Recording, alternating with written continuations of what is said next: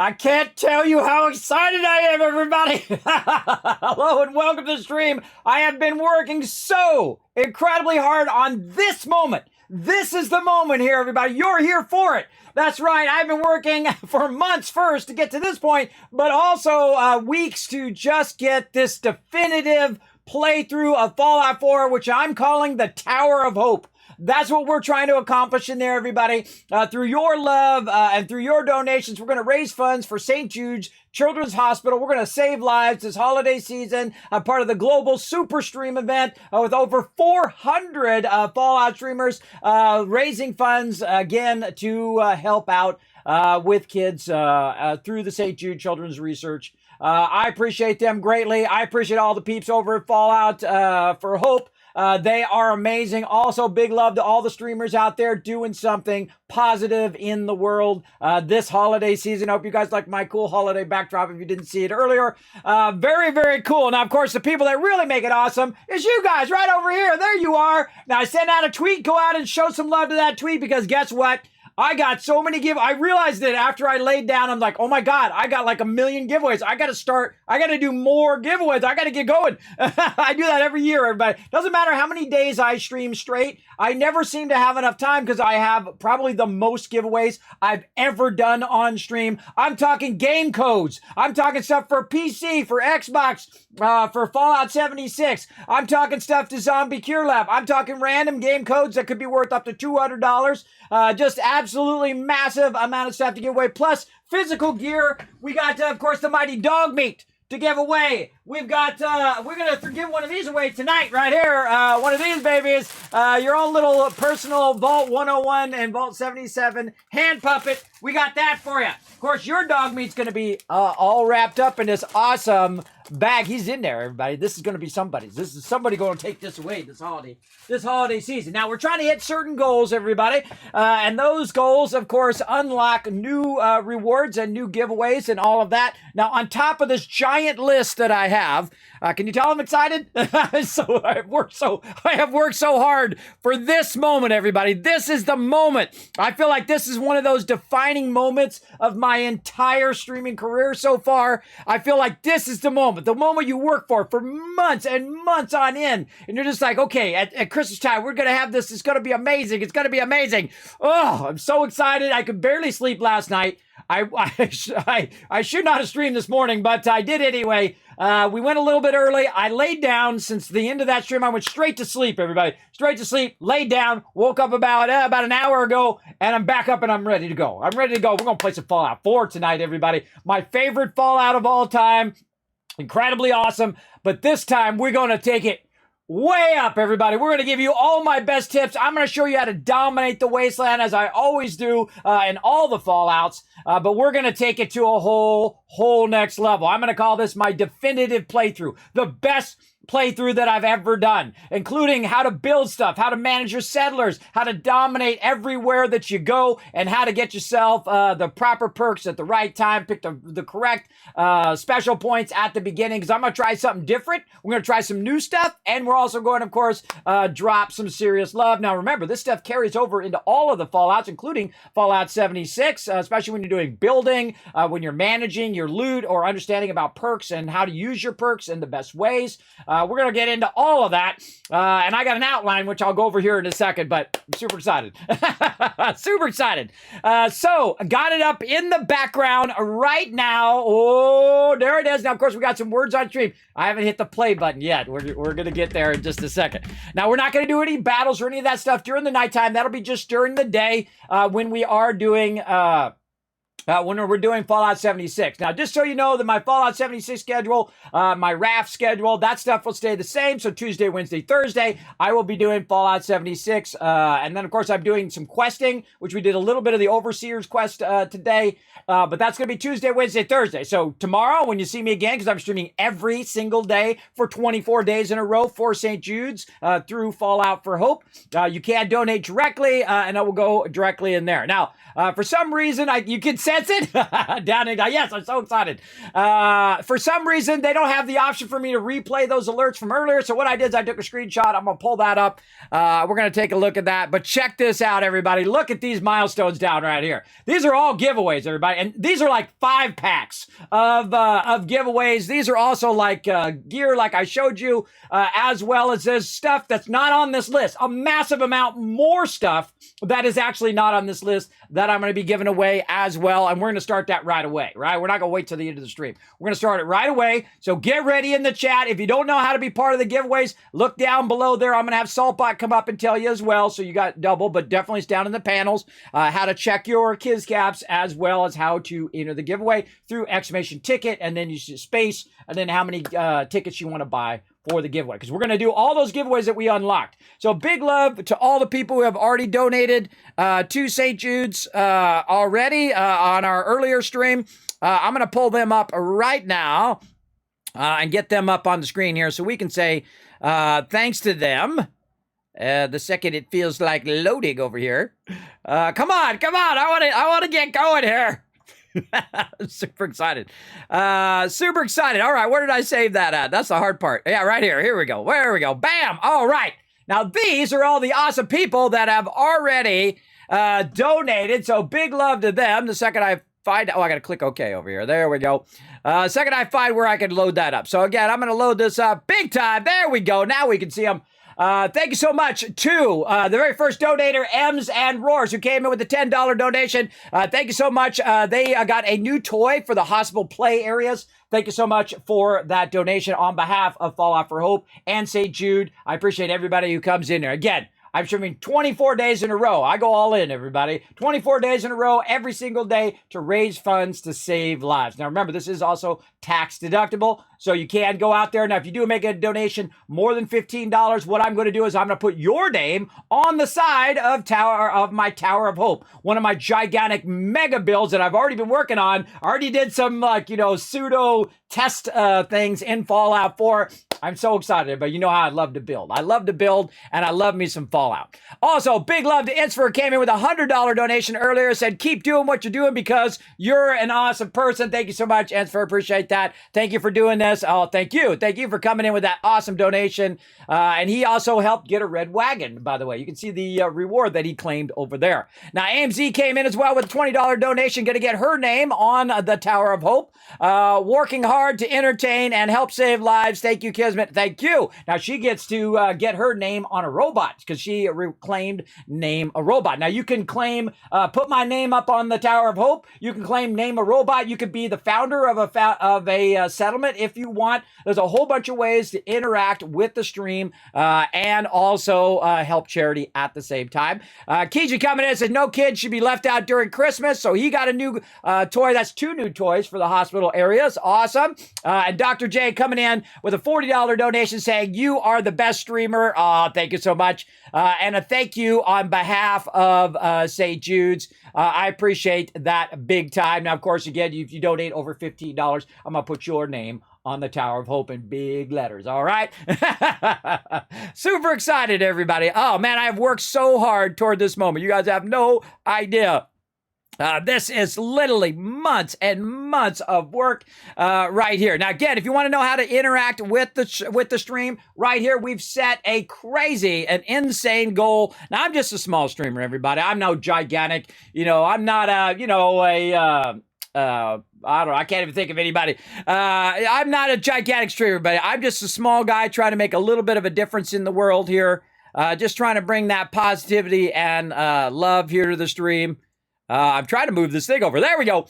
So last year, we insanely got $3,000 for St. Jude's. Thanks to all of your awesome love right there. And this year, I've set it to $5,000. It's a crazy goal for a small streamer like me. But you know what? You got to go out there and you got to just go for it, everybody. And whether it's $5,000 or $5, We're going to have a good time. We're going to have an amazing time. So feel free to choose from this list. There's also another list you saw that other people chose from. You get a new toy. You can help somebody with their chemo or whatever it is that you feel a thing, or be completely anonymous if you want. It's up to you. That info is all in there as well. So thank you so much to Dr. J as well with that $40 donation again. And thank you for that praise. You know what? I have loved doing this every minute since I started doing it. Did you know that? I've done this for 8 years. I've made a dime doing this, everybody. This is not about the money. This is not about money here. This is about doing what you love, what you have a passion for every single day. That's why I do it. That's what gets me out of the bed, and probably the reason why I'm still alive, because I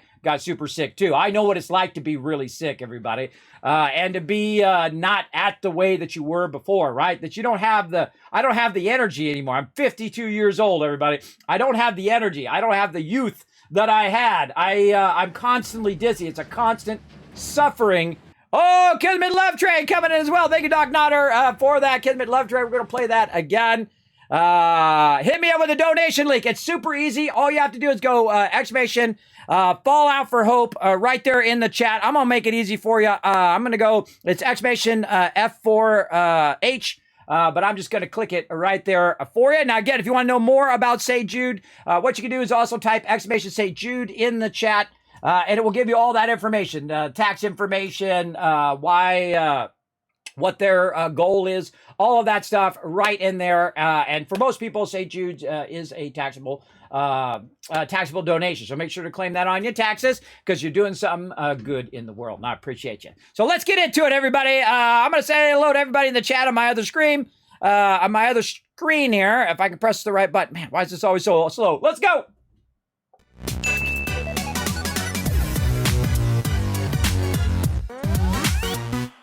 All right, I'm too excited, everybody. I'm too excited. Let's do this. Let's do this. Hold on, I got to click some buttons and flip some switches over here. Let's see. Where did that go? Okay, we already got that. We got that already done. Okay, cool. Boom. There we go. All right, everybody. We're going to get into it. Now, again, thanks, everybody, for being here. I'm going to say hello to everybody real quick here. Thank you to Brando coming in right down there. Thanks for bringing that love in. Let's do this, AMZ. Exactly. You guys were here. This is the moment. This is the moment you were here. I'm so excited. I can't tell you. All right, Paul coming in as well. Thank you very much, Paul, for the love. Chris Kingle. Kiz Kringle is here. I am here, everybody. That's what they usually call me this time of year, because I literally give away hundreds of giveaways here on the stream worth thousands of dollars. This is your chance to get hooked up for Christmas. You're like, Kismet, how does this all work? Well, you can donate. You can just chill in the channel. If you can't afford it, that's fine as well, everybody. Don't feel obligated if you are if you're struggling. But feel free to go ahead and show some love right there through that link. All you have to do is type exclamation F and then the number 4 and then H, Fallout for Hope, in the chat. And it will come up with a donation link. Again, I'll put it in there for you. I got a button over here on my stream deck that I can hook you guys up with that link. Now, another thing you guys want to check out before we get into it is my thing here. Hold on, I need to pull that up. Let me pull up my backdrop here for just a second. Let me go ahead and pull that up. Where the heck is my web browser? There we go. It's like disappeared. So thank you so much for that love. We got Brando coming in as well. AMZ and Brando bringing in that holiday love right there. You got your new emotes in the chat, subscribers. Make sure to check them out. That's right. I can sense the excitement. I am so excited, everybody. I have been working on my settlement overseer for a while now. I need to go and let's see. Where am I going? Oh, God, I'm so excited. Let's see. Let's get into it. I got to go. Oh, I'm not signed in. Well, now I'm glad I brought the thing up. Oh, right over there, we got a new donation. Doc Nodder coming with a $15 for the kids, a great charity and a great streamer.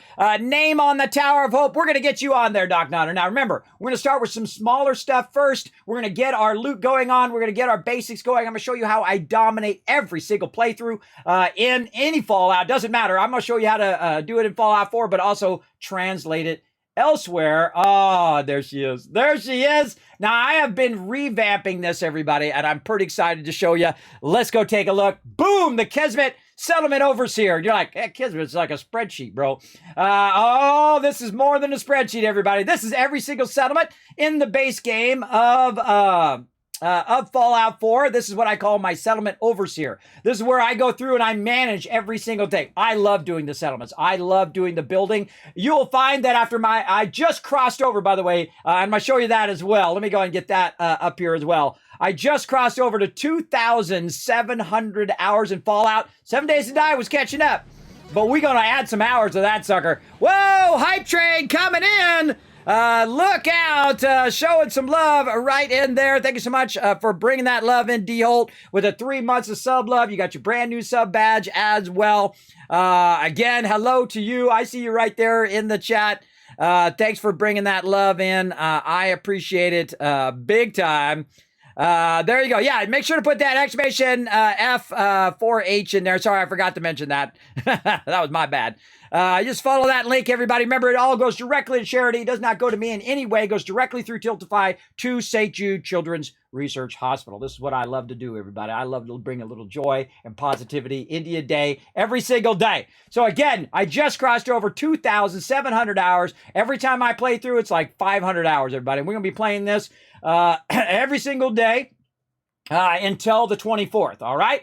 So tomorrow, it'll be nothing but Fallout 4. On Saturday, during the day, Fallout 4. You know what we're going to do on Saturday night? We're going to play some Raft with my crew. But then, Sunday, Fallout 4. Fallout 4 on Monday. Tuesday, Fallout 76. And then Fallout 4 again at night. Whoa! Look out. More love coming in. Fallout 4 is how I found you. I'm always excited when you're back. This is going to be the one. This is going to be my most insane playthrough ever. I'm going to show you why. First, I got the Settlement Overseer. I've also made a bunch of notes right here on optimizing my starting perk, so I don't have to keep putting points into perks. That's right, I'm actually going to play through where I don't have Charisma 10. This will be the first time I've ever done that. This is playthrough number 9 of Fallout 4. Now, remember also, everybody, I will be on Bethesda's channel next week, next Wednesday, 1 p.m. Eastern Standard Time. I'll be giving out tons of loot then. I'm going to be giving out tons of loot today, tomorrow, for the next 24 days. So make sure to be here every single day as much as you can. Lurk in that channel. Get those Kiz Caps. Use them when you need them because they're your Kiz Caps. Use them up. So I've got a new setup that I'm going to try where I have optimized my perks. Now, I spent, 5 hours doing this. And you're like, Kismet, what the heck does this mean? What is this all about? Well, hold on. Let me make it bigger here because you guys are watching this on stream. So what it is these are the perks that I typically will use, right? I got to scroll down just a little bit here so we can scroll up. There we go. These are the perks that I typically will use. And let me move them over so I'm not blocking all of it. There we go.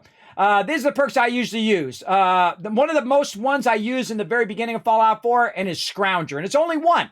And the reason why I do that is because the beginning of Fallout 4, you're going to be hurting for ammo. So the thing you want to do is get your maximum benefit out of that Scrounger. So you want to use it the very first time you can, right?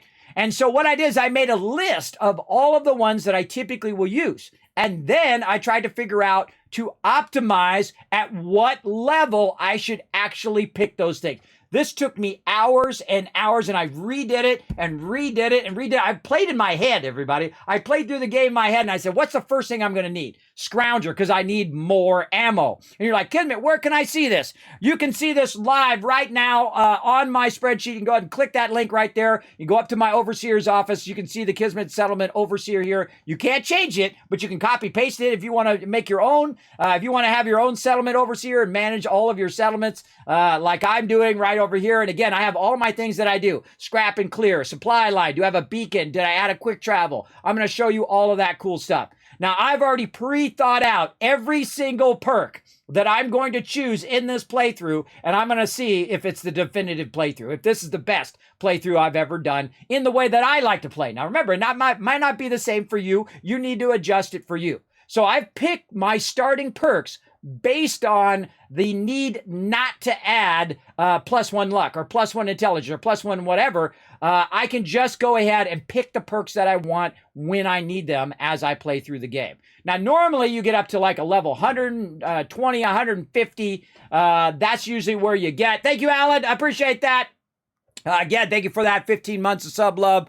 Let's show some love in the chat, everybody. Again, big shout out to Doc Notter. We got Down Incognito with 6 months, D Holt with 3 months, and Alan coming in with a massive 28 months as well. Yes, most people know me for Fallout 4. That is my thing. That is my favorite Fallout of all time. Could you tell I'm excited? Can you tell? So yes, I have been working really hard, everybody. And these are the reasons why I'm picking them, and then why I'm picking them in that particular order, especially local leader, which creates supply lines between both things. Now, what are some of the topics that we're going to go over? Well, I've written down a gigantic, I don't know, it's like 20 pages long, overview of the things that I usually do in there. And I was really thinking about it. How do you do conduits? How do you do wireless power? How do you build at a whole nother second level, right? Like, this is a basic building, but then there's like really advanced building. When you're doing huge mega builds like I do, what are the things that I always run into? How can you solve those problems? All of that stuff, written it all down. We're going to go over it, all right? So some of the things we're going to talk about: getting started, your starting perks, which I'm talking about right now. And then, of course, picking your perk selection, how to loot everything, organizing your inventory, your settlement basics, food, water, defense, happiness, junk collection, your settler basics as well, assigning your settlers, provisioners, happiness, beds and roofs, building, and the building basics, and, of course, having fun in your settlement. And that's just a tiny little taste of this gigantic list that I am super excited about. Now, some of our bigger goals that I have in here, some of the things I've actually never done in Fallout 4, even though I've played for over 2,700 hours. Whoa, everybody got an emote. Let's see those emotes in the chat, everybody. Oh, that Kismet love train getting fired up. Let's see those emotes. Thank you very much, everybody, for that sub love. Already getting the love train going. Now, one of the things I've never done is I've never gotten X688 as one of my companions, which is, of course, the Institute Synth, who's a courser. I've never got him as a companion. I wrote that down as one of my goals. I also want to build a bunch of power armor for my settlers. I'm going to show you how I manage each of my settlers and what to do and not do with your settlers. And, of course, the amazing Kismet kill box. And, of course, our biggest goal is to build a gigantic beacon of the wasteland called the Tower of Hope for St. Jude's. And I'm going to put your guys' name on it. If you donate more than $15, you're going to have your name on it for all time right there. So let's do it, everybody. Let's do it. Okay, so those are all my perks. Again, they go all the way up to level, I forget how high I went, almost 150, so 147 till I get to a point where I have basically unlocked all of the skills that I typically would use and also have a max of 10 in every single stat. That's right, by level 147, which is pretty fast, everybody, if you think about it, to get that far, and then have like 10 charisma, 10 agility, 10 everything when you get there. Now, again, our first one's going to be Scrounger. Now, I'm going to go ahead, just keep this up in the background. Now, I've also written out all of the food and what the food does. That's right. Because I don't use food, everybody. I am such a huge slacker when it comes to food, but food is a powerful thing. It can give you a higher healing rate. It can help you breathe underwater. It can cure your addictions. It can give you energy resist, XP gain, which is actually one I actually use. That's why I got it highlighted. Squirrel stew is usually the most used food that I do here as well. Hey, thank you very much for that super loot right over there. Look at you guys getting all your super loot down there as well. So super excited to show you guys that, as well as, of course, Mentats, which is something I use all the time in Fallout 4, in Fallout 76, but not so much in Fallout 4. So I'm going to try to use that this time. You can see I just put the ones in there that actually have an effect. Now, other ones, of course, they heal you. But these are all the ones that actually have an effect, and I put them in there alphabetically for you, and then how long they last, how much HP they restore, and then, of course, all of the components that go with that food. Now, of course, another thing that I did in the past is make a vendor list by playing the game, not by looking it up, by the way. This is just me playing the game. I was in Fallout 4 collecting all of this information. I like to do it like if I was really there. What would I do? Well, I'd write it all down and I put it in a spreadsheet just like this, everybody. Absolutely. So I have all of my vendors in there as well. And of course, some vintage Legos in there too, if you guys want to know about my Legos. But let's go ahead and get into it right over here. I think it's time for playthrough number 9 in Fallout 4. I was playing this over the weekend, everybody. And over the week here, I was just getting in there to try to re-get my brain going. Now, we're going to get in some Fallout Shelter later. I didn't mean to launch that, everybody. I accidentally hit Fallout Shelter instead of Fallout 4. We're gonna play some of this when we play Fallout 76. That'll be next week. Sorry, my bad. I'm trying to hit this right here. I'm so excited. I don't know what the heck I'm doing here. There we go. All right, here we go again, everybody. Fallout 4 playthrough number 9. Let's go. Come on, Fallout 4. Let's do this, baby. Every time I hear that music, everybody, it just gets me fired up. Now, one of the things that a game is great when you re-fall in love with it again. That's when you know it's great. For sure. Come on. Oh, here it comes.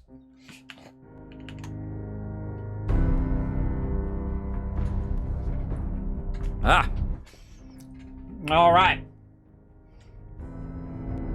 It's time. Hey, Calamal, thanks for coming in. Now, again, if you guys want to get your name on the Tower Pro, hey, Calamal, what's up? Yes. I'm so excited.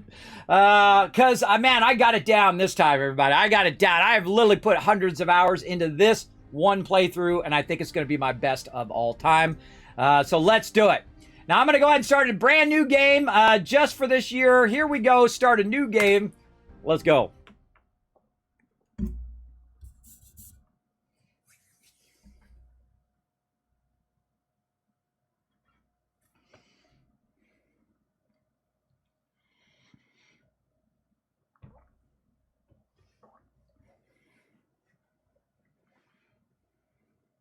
I know, me too. After 8, I was in there doing a whole bunch of stuff. Oh, here we go. I love it every time. One of the greatest openings of any game of all time.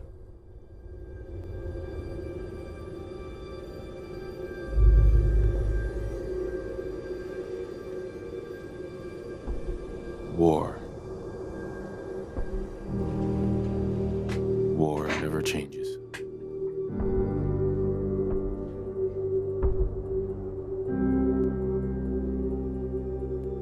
In the year 1945, my great-great-grandfather, serving in the army, wondered when he'd get to go home to his wife and the son he'd never seen. He got his wish when the U.S. ended World War II by dropping atomic bombs on Hiroshima and Nagasaki. The world awaited Armageddon. Instead, something miraculous happened. We began to use atomic energy not as a weapon, but as a nearly limitless source of power. People enjoyed luxuries once thought the realm of science fiction. Domestic robots, fusion-powered cars, portable computers. But then, in the 21st century, people awoke from the American dream. Years of consumption led to shortages of every major resource. The entire world unraveled. Peace became a distant memory. It is now the year 2077. We stand on the brink of total war. And I am afraid. For myself, for my wife, for my infant son. Because if my time in the army taught me one thing,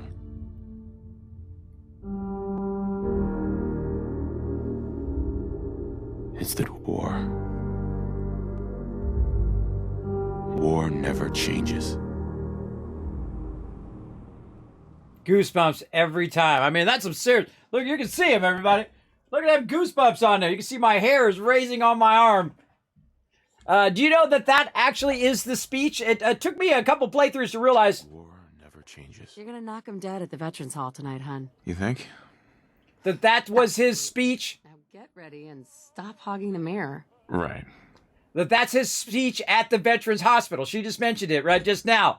So that was his speech. He was practicing his speech to the mirror while that intro is going on. One of the great little tie-ins that I love in the game. Now, all right, everybody, we know what to do to this guy, right? Now, first thing we need to do is we need to get these eyes and hair going on here. So I can't even remember what the heck I'm doing. Let's go face first. Let's go up here. I'm so excited. My brain is just not working. Right here, Auburn. We always got the red hair. I forget actually which one of these I usually use too. I think it's the Auburn. Oh, deep red. I think it's the deep red. Yeah, deep red. Let's see what else we got. Now, if you guys didn't know, I'm actually a redhead. That's right. I was born redhead with red curly hair, by the way. Yes, when I was born. And then, of course, it went blonde, it went brown, and then now it's going gray because I have children. So there you go. So we always got to have the redhead. And then also, I'll go in and actually change the color of his eyes here to a nice blue. We want a nice bright blue here. I can't remember. I think not hazy. I think hazel blue. I think that's what I usually use, or just straight blue. Let's just go straight blue. Hello, handsome. Hello, handsome. Then, all right, so you got all of this stuff you can do. You go in and sculpt his whole face. You can make him look like anybody, make him look like yourself. Now, I'm the type of person, everybody, that could literally spend several hours in the character creator. I'm that guy, but I'm not going to do that. I'm not going to do that today. So what we're going to do is we're just going to go ahead and do some of the basic stuff that I always do. I like the beard. Oh, you like the beard? Well, too bad. It's gone now. So what I do is I go in and I go in and just kind of fix him up a little bit here. I go into the extras like markings and things like that. I take out all of the markings. And then I remove, any freckles. I like him to be baby-faced. So we'll take out all the blemishes and all of that stuff. I think there's just something about that makes him even more pre-war, because he is so undamaged from not being out in the wasteland during the bombs dropping and all the years after that. So I like to do, I don't like doing all of that stuff. I mean, if you're a raider, that's pretty scary. But me, I like to do that, and just kind of make him, totally baby-faced. It didn't take it. Oh, I do this every single time, but I forget to say, I forget to tell it to be the thing. All right, hold on. We got to do this, and then we have to accept. Yes, okay. I do that this is my 9th playthrough, and I'm still doing it every single time. You got to do spacebar to take it out. Like this. Then we can take this all out. Of course, as a redhead, you typically have, like, freckles across the front of your face. I have them, but not at the level of my daughter. My daughter is also... Actually, both my twins are redheads. One of them was like me, and her hair changed to a different color. And the other one stayed a redhead. And, she's got the kind of beautiful red hair that everybody pays like $200 to $400 over at the hair salon to get. I don't think she realizes how lucky she is to have that beautiful hair. But, hey, that's the way it is, everybody. The grass is always greener somewhere else.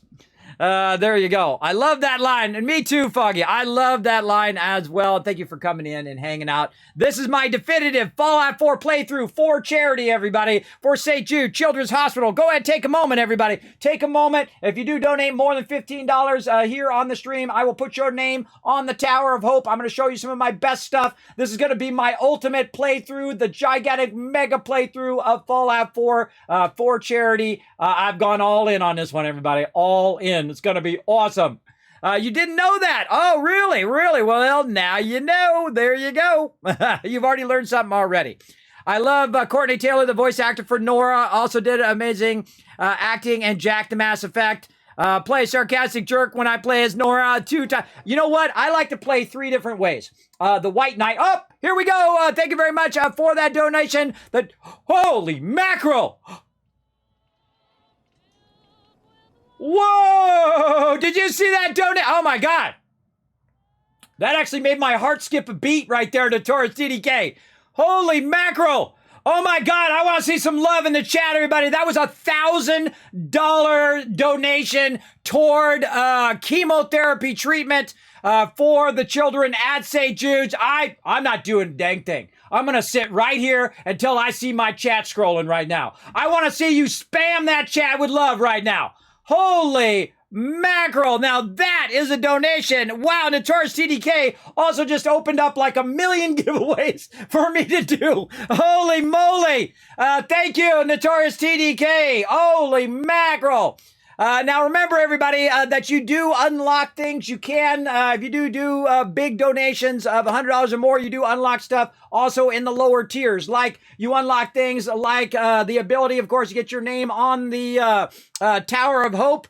Thank you so much on behalf of Fallout for Hope and St. Jude's. Thank you so much for that massive, massive amount of love. Holy mackerel. Also, thank you again to Kellen Mall, who came in with the $20 donation as well. Let's help Kismet knock this out of the park. Yes, that's what we're going to do. We're going to knock it out of the park. Now, I've set this insane goal, everybody. This crazy goal. Last time my goal was 500. We got to 3,000. I said, you know what? Let's just go all in this year. We're going to go 5,000 as our big goal. And we've got, now look at this. We've got, I don't know, we probably have 50 giveaways to do right now. I don't even know. Holy mackerel, how many giveaways we need to do? I don't think I'm going to get all of these done tonight. Let's see. We got random game giveaway number 1, number 2, number 3, number 4, number 5, number 6, number 7, and number 8, number 9. Oh my God, I got 9. Now, by the way, now that we've got past $250, also, when I'm doing those giveaways, I'm going to give away like 5 at a time. I'm not kidding. I'm just going to be dropping them like 5 at a time for those random game gift codes. So get ready. If you don't know how to be part of the giveaways, go look down there in the panel. I'm going to have Saltbot tell you how to be part of it. We're going to start some right now, because if I don't start them now, we ain't ever going to get them done, because I have the most giveaways I've ever done. Here in the stream, the most giveaways, literally worth thousands of dollars to give to all of you. Thank you to my awesome sponsors, Bethesda, of course, who have donated codes for both Xbox and PC for Fallout 76. We're going to be giving those out. Those are not even on the list, by the way. Those are not even on the list. Also, Zombie Cure Lab, thank you so much to them who donated a bunch of codes as well to give you guys that. That's coming out next week. We're going to be checking that out next week as well. I'll be on Bethesda's main Twitch channel as well, Wednesday, 1 p.m. Eastern Standard Time. We're going to have even more loot for you on their main channel to give you guys as well. So all you guys are in the know, for sure, for sure. So wow, Notorious CDK. That literally made my heart, I thought I was looking at it wrong. It literally made my heart jump. $1,000 donation to the kids. Thank you so much. Now, of course, Notorious CDK says, Kismet, keep up the fantastic work and the amazing positivity. This stream is the community, is fantastic, and I enjoy every minute of it. You're trying to make a grown man cry now, aren't you? That's what you're trying to do. You're trying to make a grown man cry, and it's working. It's working. Okay, if I talk about it too much, man, I'm getting emotional now. Hold on a second. Whew. I can't tell you, everybody, what its journey has been to be trapped in the bed. To be trapped in the bed.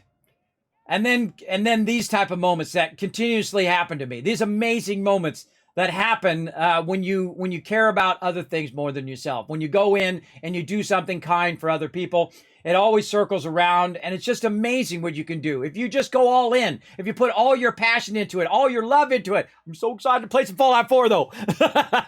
I'm so excited. All right, let's go ahead first, get the giveaway going, because you know how I am. I get distracted. I forget. We got to get some giveaways fired up. We got some random game giveaways to do away. We got, wait, what else is in that list? Hold on, let me look at what else is in that list. We've got to give away Fallout Vault Boy 101. Oh, we got 2 hand puppets to give out. 2? Yeah, 2 hand puppets to give out. A Vault Boy thumbs up mug. We got a Deathclaw mug giveaway as well. What else are we doing? Nuka-Cola. Oh, someone's going to win one of these. Oh, man, I kept one for myself because this is too awesome. And also to show off here on stream. Someone's going to win one of these tonight. Someone's going to win some of this stuff down here in this box that I got going on. Someone's going to win one of these. These are awesome, everybody. These made me laugh. I thought Bethesda Gear just knocked this out of the park from Vault 101 and 77. If you are a huge Fallout fan, you know what the hand puppets are all about. Come on, you guys know what it's all about in the chat. So absolutely amazing. And Notorious says, my pleasure, Kismet and chat, well worth it. Well, thank you very much. Remember, it does go directly to St. Jude's Children's Research Hospital through Tiltify. Thank you so incredibly much. Oh my God, I'm getting all emotional already. Thank you, Anion, for reminding me to hydrate. I'm going to do it right now before I pass out. I'm literally starting to spin. I'm so excited. I'm so excited, one, that we already hit 1,000, and that I get to just do giveaway after giveaway after giveaway. I just have so much to give out, everybody. Let's do it. Do not let me forget. Do not let me forget. All right, let's just start with some easy stuff. Let's get you guys all warmed up on how to be part of the giveaways. What we're going to do is just do some random game codes here, and then we're going to start giving out 5-packs of codes because we got a lot to do. So let's do it. Random, Steam, random. Learn how to spell random. Random game codes, Steam codes. Steam codes. So I don't know what they are, everybody. They're random. Now remember, if you do win, you do need to put in you do need to whisper me afterwards and let me know. Now again, give me a day, 2 days, 5 days. Remember, I'm going to be streaming every single day, and this is really difficult to do because what happens is I record every single video, so I have to keep my videos running and keep all that going, plus real life, and you know how it goes. All right, here we go. Boom.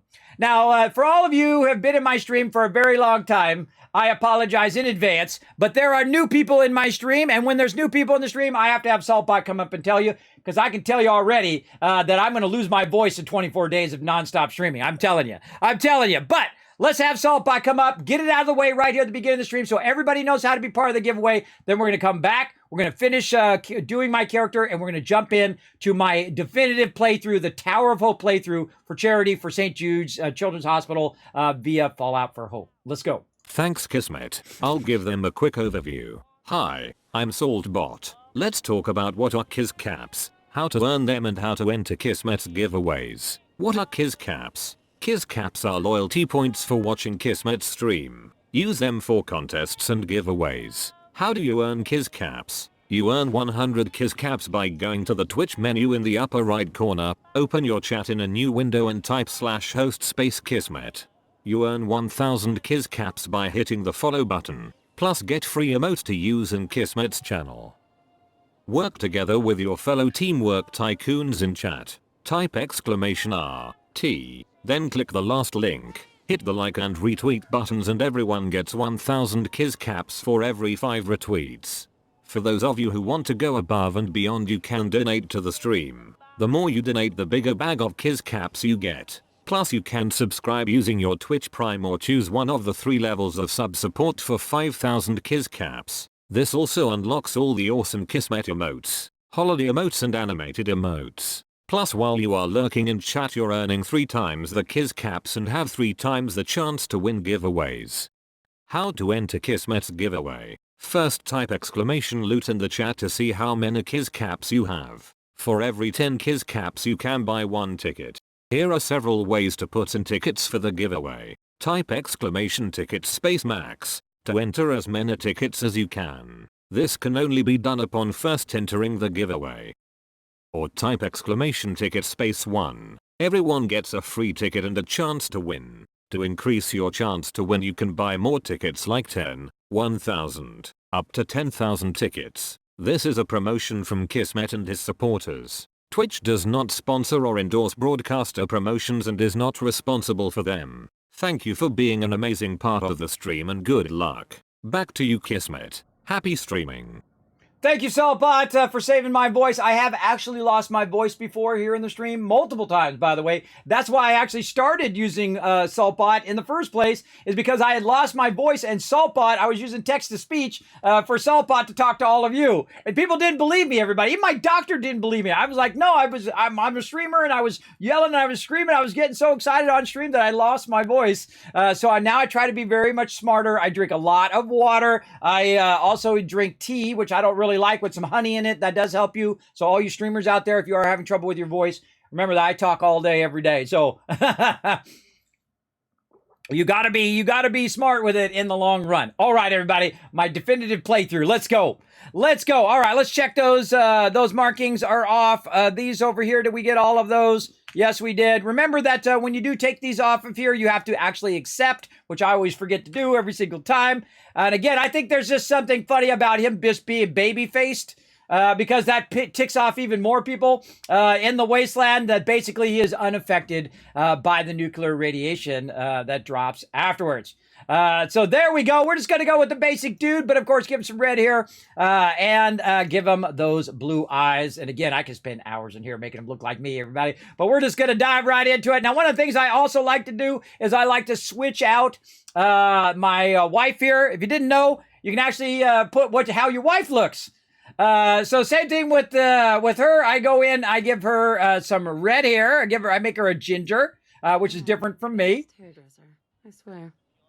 And then I go ahead again, work on those eyes. I love this character creator, but I feel like this character creator is one of the best character creators of all time. Incredibly fantastic. And I've literally played thousands of games. I'm the OG, the original gamer, everybody. Original gamer from the 70s. My first gaming console was the first gaming console. The Magnavox Odyssey in the early 70s. I've played stand-up arcade games, Amiga. I played Commodore. I played Apple II. I played Windows and every other iteration after that. Nintendo, Xbox, PS4. And I got a bunch of them sitting right over here. I'm not even using. I'm playing on PC right now. I mean, I'm all in. I've been a gamer since that moment I realized I was playing Ultima 4, everybody. Ultima 4, the reason why we have a Fallout today. The grandfather of all RPGs. The original by the amazing Lord British, a.k.a. Richard Garriott, who is an actual astronaut, everybody. He made millions as a game designer, and then he spent that money to go to space. I would do the same thing. I would do the same thing, for sure. I can drink gallons of black coffee, but tea makes me feel sick. Me too, Flux. I think tea makes me feel sick. That's why I typically don't drink it. But I just drink a little bit of it because it does help my voice a lot. Of course, here in Tennessee, they have sweet tea as well. Now, I'm going to start you guys off first. I see you guys have absolutely crushed those retweets right over there. Just so you know, it's not 1,000 like Saltbot said. It's 4,000 because we're quadrupling up. So here we go. 1,000, 2,000, 3,000, 4,000 caps. Now, again, if you missed it with Saltbot, everybody has a chance to win. Everybody has a chance to be part of the giveaways. I do not exclude people from the giveaways. If you just wandered into my channel right now, hit the follow button. That's the first thing you want to do. Number 2, you want to go exclamation ticket space and then how many ever tickets you want to do. If you just go exclamation ticket, it automatically puts your free ticket in because everybody gets a free ticket every single giveaway. Of course, the more you lurk in the channel, the more you hang out, the more love you show, the more you guys work together like on retweeting and stuff like that, the more caps I give to you. Right now, we're at 6 retweets. We get to 10. I'm going to double up that quadrupling I just did. So we're going to give 8,000 caps away to all of you. Now, again, we got a giveaway going on right now. Random game gift code. This could be worth $200 right here, everybody. I have packs of game codes to give away as well. I mean, gigantic stuff. I mean, like the game and a bunch of DLC with it as well. So you never know. It's going to be the luck of the draw, everybody. I don't even know. What I'm going to do is just, you put your name down a giant list, put you in the list, and then start sending them game codes out. Usually I do that stuff on Friday. So just so you know, if you win today, then I will try to do it tomorrow, and I try to do it usually every 3 or 4 days, like Wednesday, Friday kind of thing. We'll see how it works out. You know how it goes. Now, here's your chance to earn a couple more 1,000 Kiz caps here in the chat. What is my wife's in Fallout 4, not in real life? What is my wife in Fallout 4's vocation? What does she do for a living? What does she do, everybody? Do you guys know? I'm gonna hit you with some trivia as we go through. Let's see. Does anybody know in the chat? If you know in the chat, I'm going to give you another couple thousand Kiz caps for those giveaways. Come on, somebody's got to know. Oh, AFZ, right there in the chat. Here we go, another 1,000 and another 2,000. That's right. If you play as the female protagonist, the lone soul survivor, she is actually a lawyer. So if you never did that, I've never played through on the female version. I have watched many of my friends here on Twitch, all my fellow Vault Dwellers, play that. I typically only play the guy, but that's what she does for a living. So a little trivia for you guys as well. I'm going to slide right back in there. That's what he said. All right. So there you go. Even I know that. And I never played through as a female. By the way, she has a bunch of different dialogue options as well, especially later in the game when things really start getting going. So let's go. Let's get into it. Confirmed character, yes.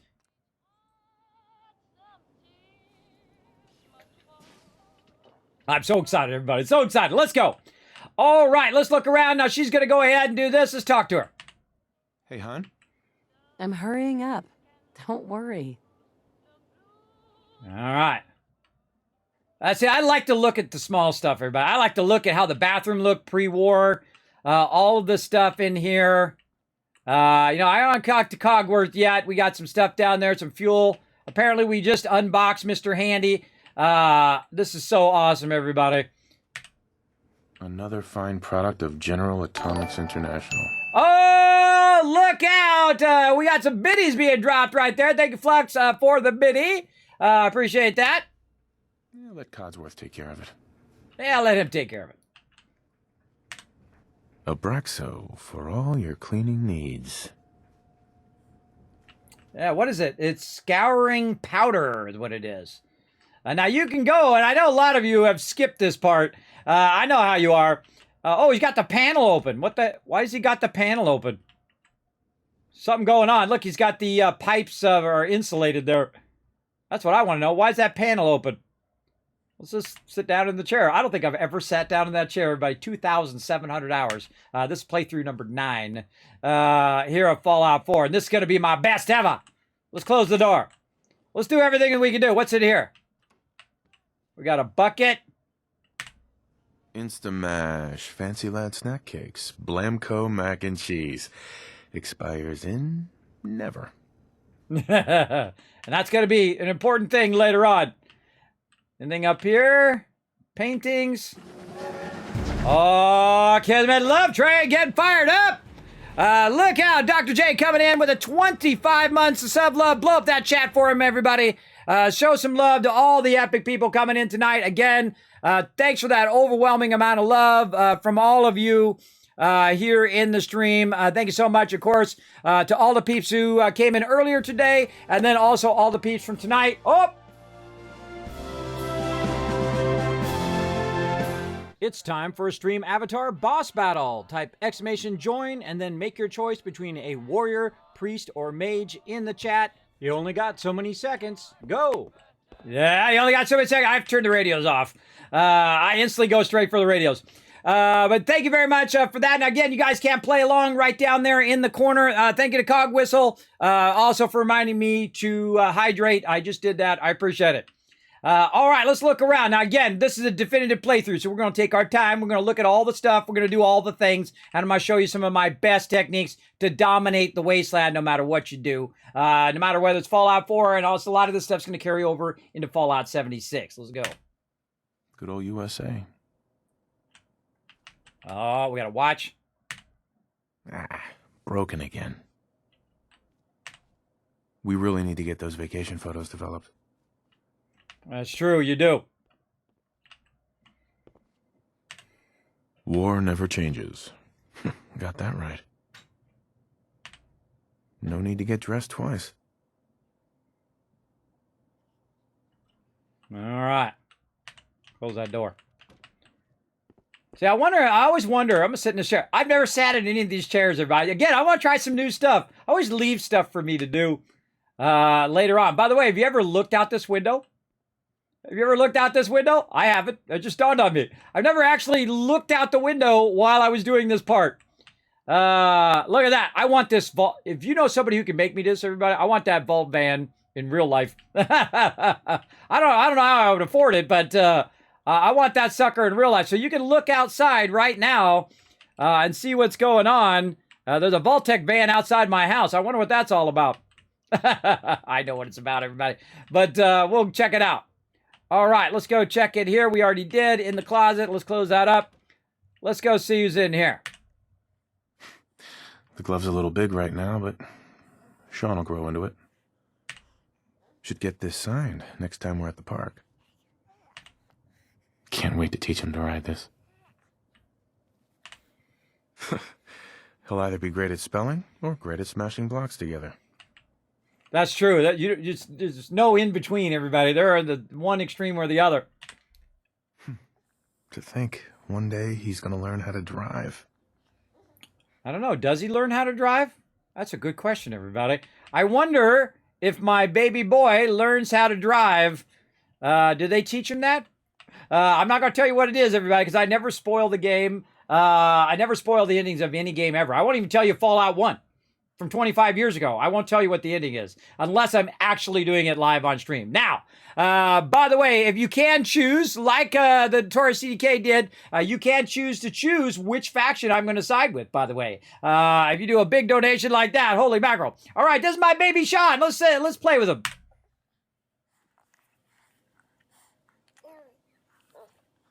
He's so cute. Wonder what Sean will grow up to be. I'm going to sit in all the chairs, too. I'm going to do this accidentally a whole bunch in this playthrough anyway, but I might as well do a few of them on purpose.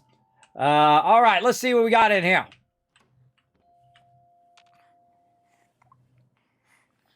Nothing I can click on in there.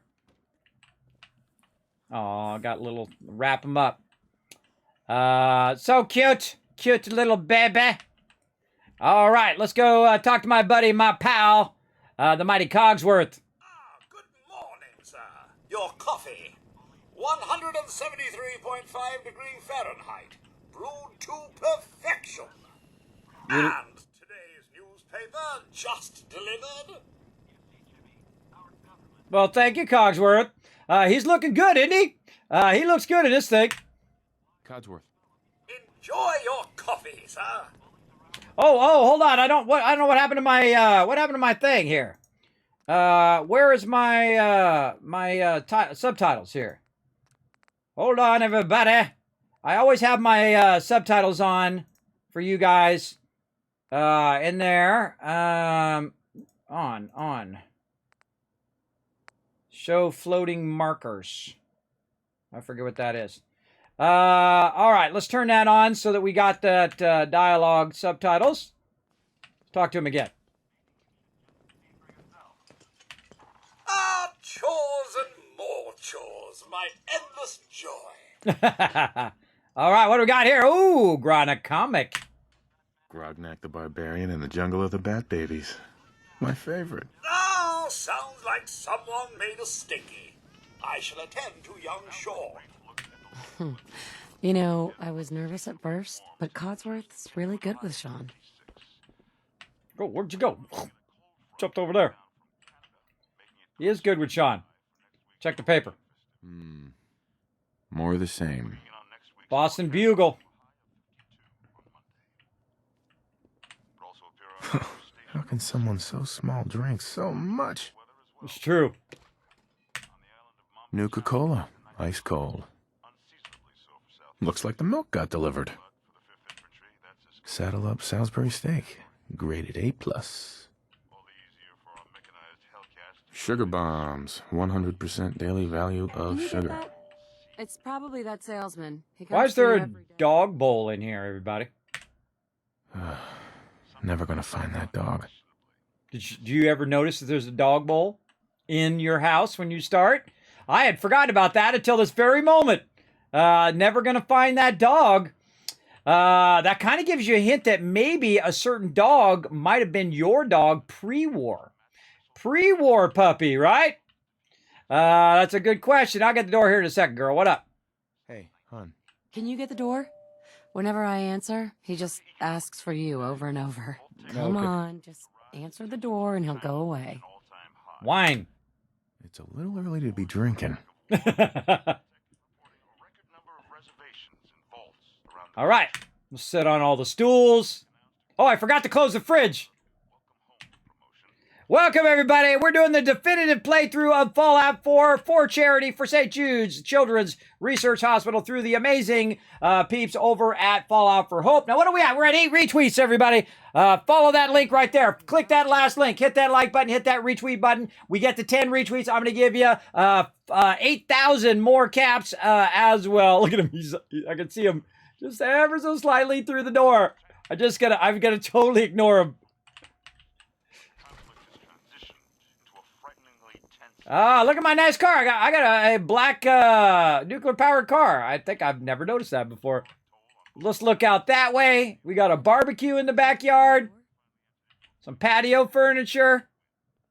Again, I don't think I've ever spent so much time looking out the windows and doing all of that stuff.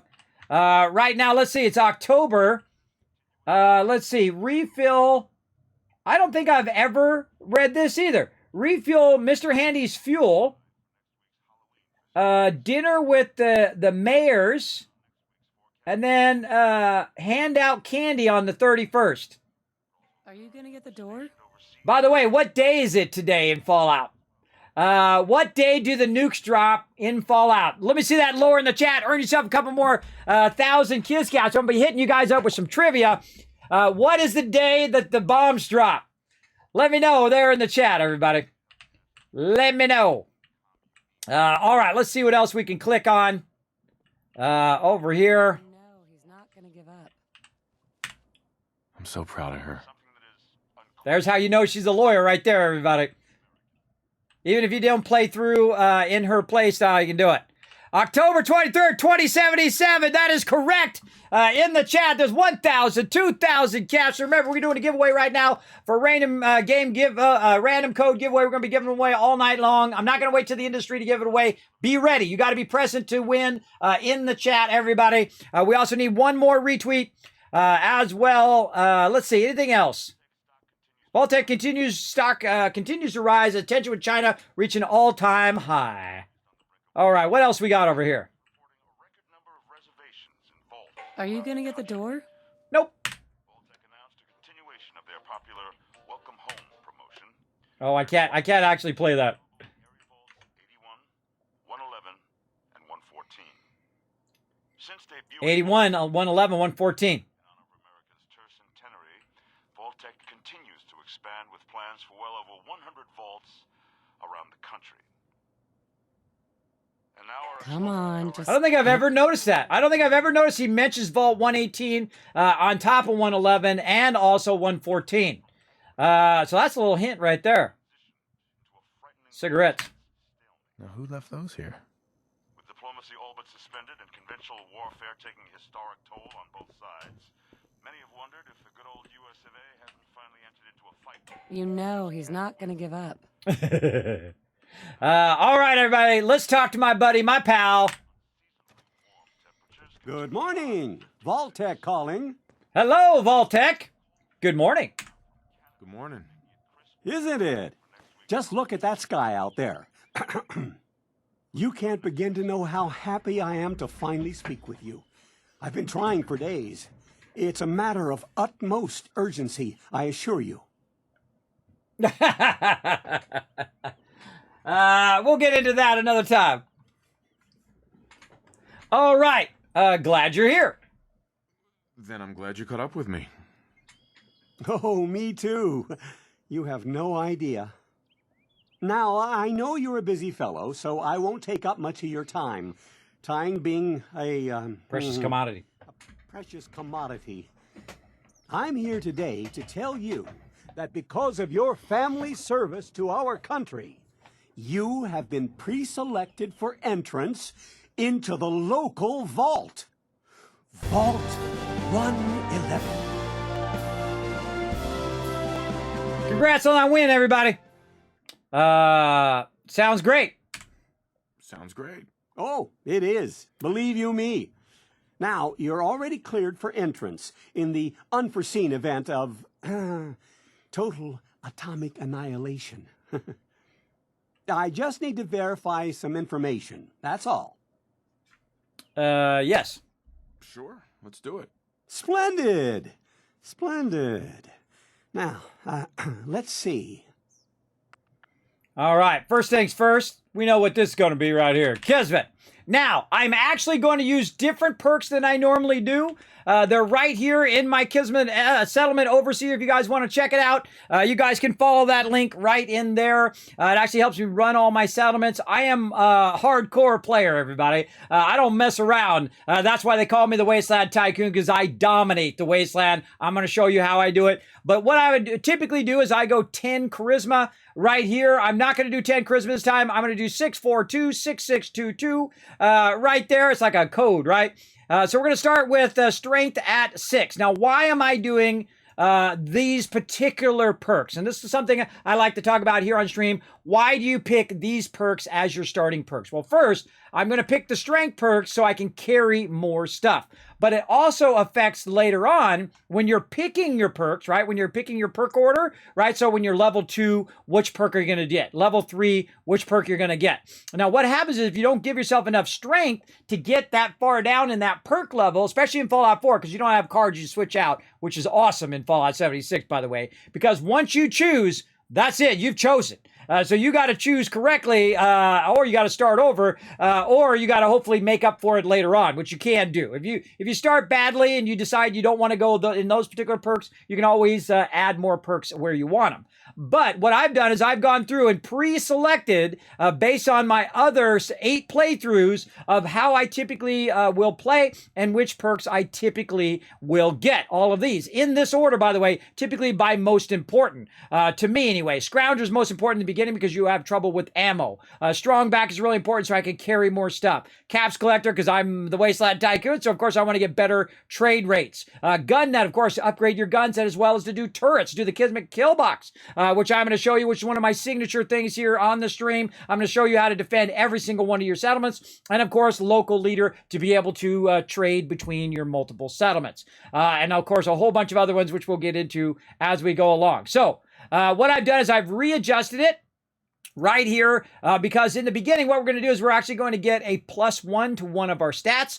So what I'm going to do is I'm going to add that to intelligence. So I'm already thinking that out in advance. So now we're going to go 4 into perception. Now 4 into perception also gets me to a certain point in the list so that I don't have to come back later and say, oh, well, I need to add a point to perception. I need to add a point to charisma. You know why that doesn't help you? Because, well, it does help you in the long run.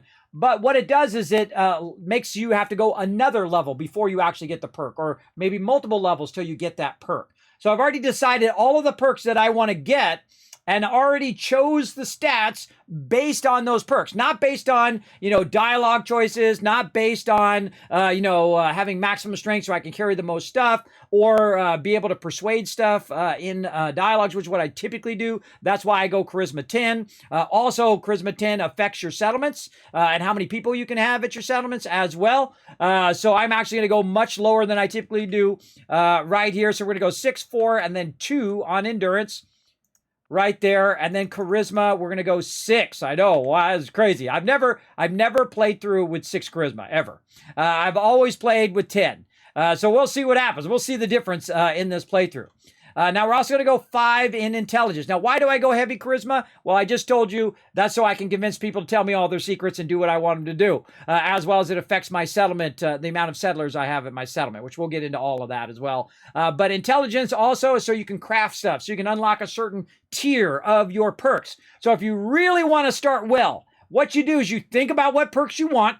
You look at where they are in your perk chart, which we'll get into perk chart once we get further in the game. And I'll show you how you can pick your perks based on what you're targeting in the early game.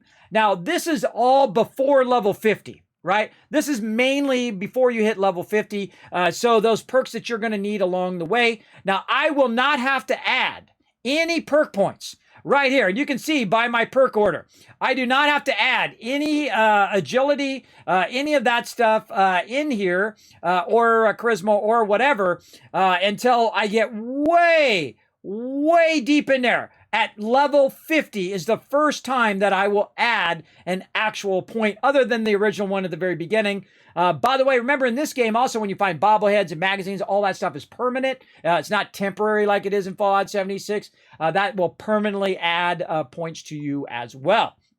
So that is the random factor that's going to happen after level 50. So, or actually really after level 49. So in level 49, I could have already gotten some intelligence or could have already got charisma, because if I find those bobbleheads, what's going to happen is that they may give me bonus to that particular stat. So this will vary after level 49. So you can't just pick it from the beginning because you never know, because Fallout 4 is different every single playthrough. This is my 9th playthrough of Fallout 4. I have over 2,700 hours live here on stream playing Fallout 4. This is my definitive playthrough though, so be here for that because this is going to be epic.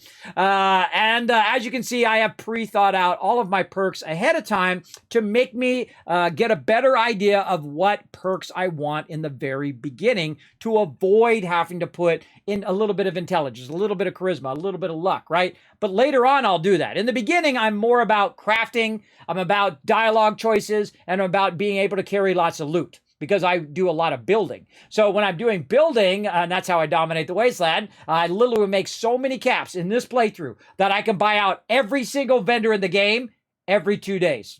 In the game. That's right. I'm going to show you how to do it as well. I'm going to show you how to absolutely dominate. Right over here. So again, it's 6-4-2-2-6-5-2-2. Let's go. 6-4-2-6-5 and then 2 and then 2. Wait a minute. I got an extra point here. What did I do? I screwed something up. 6-4-2-6. Oh, I forgot to put an extra point there. I screwed that up. Hold on. Wow, I did. I forgot to do an extra. Man, I was up too late doing this. This should be 6, I think. Oh God, now I don't know. Now I don't know. What did I mess up? Which one did I do wrong? Let's see. No, let's change this to, so yeah, I'm going to do intelligence first, I think. Yeah, hold on. Let's see. Now, don't be afraid. Don't be afraid if you make a mistake to admit it.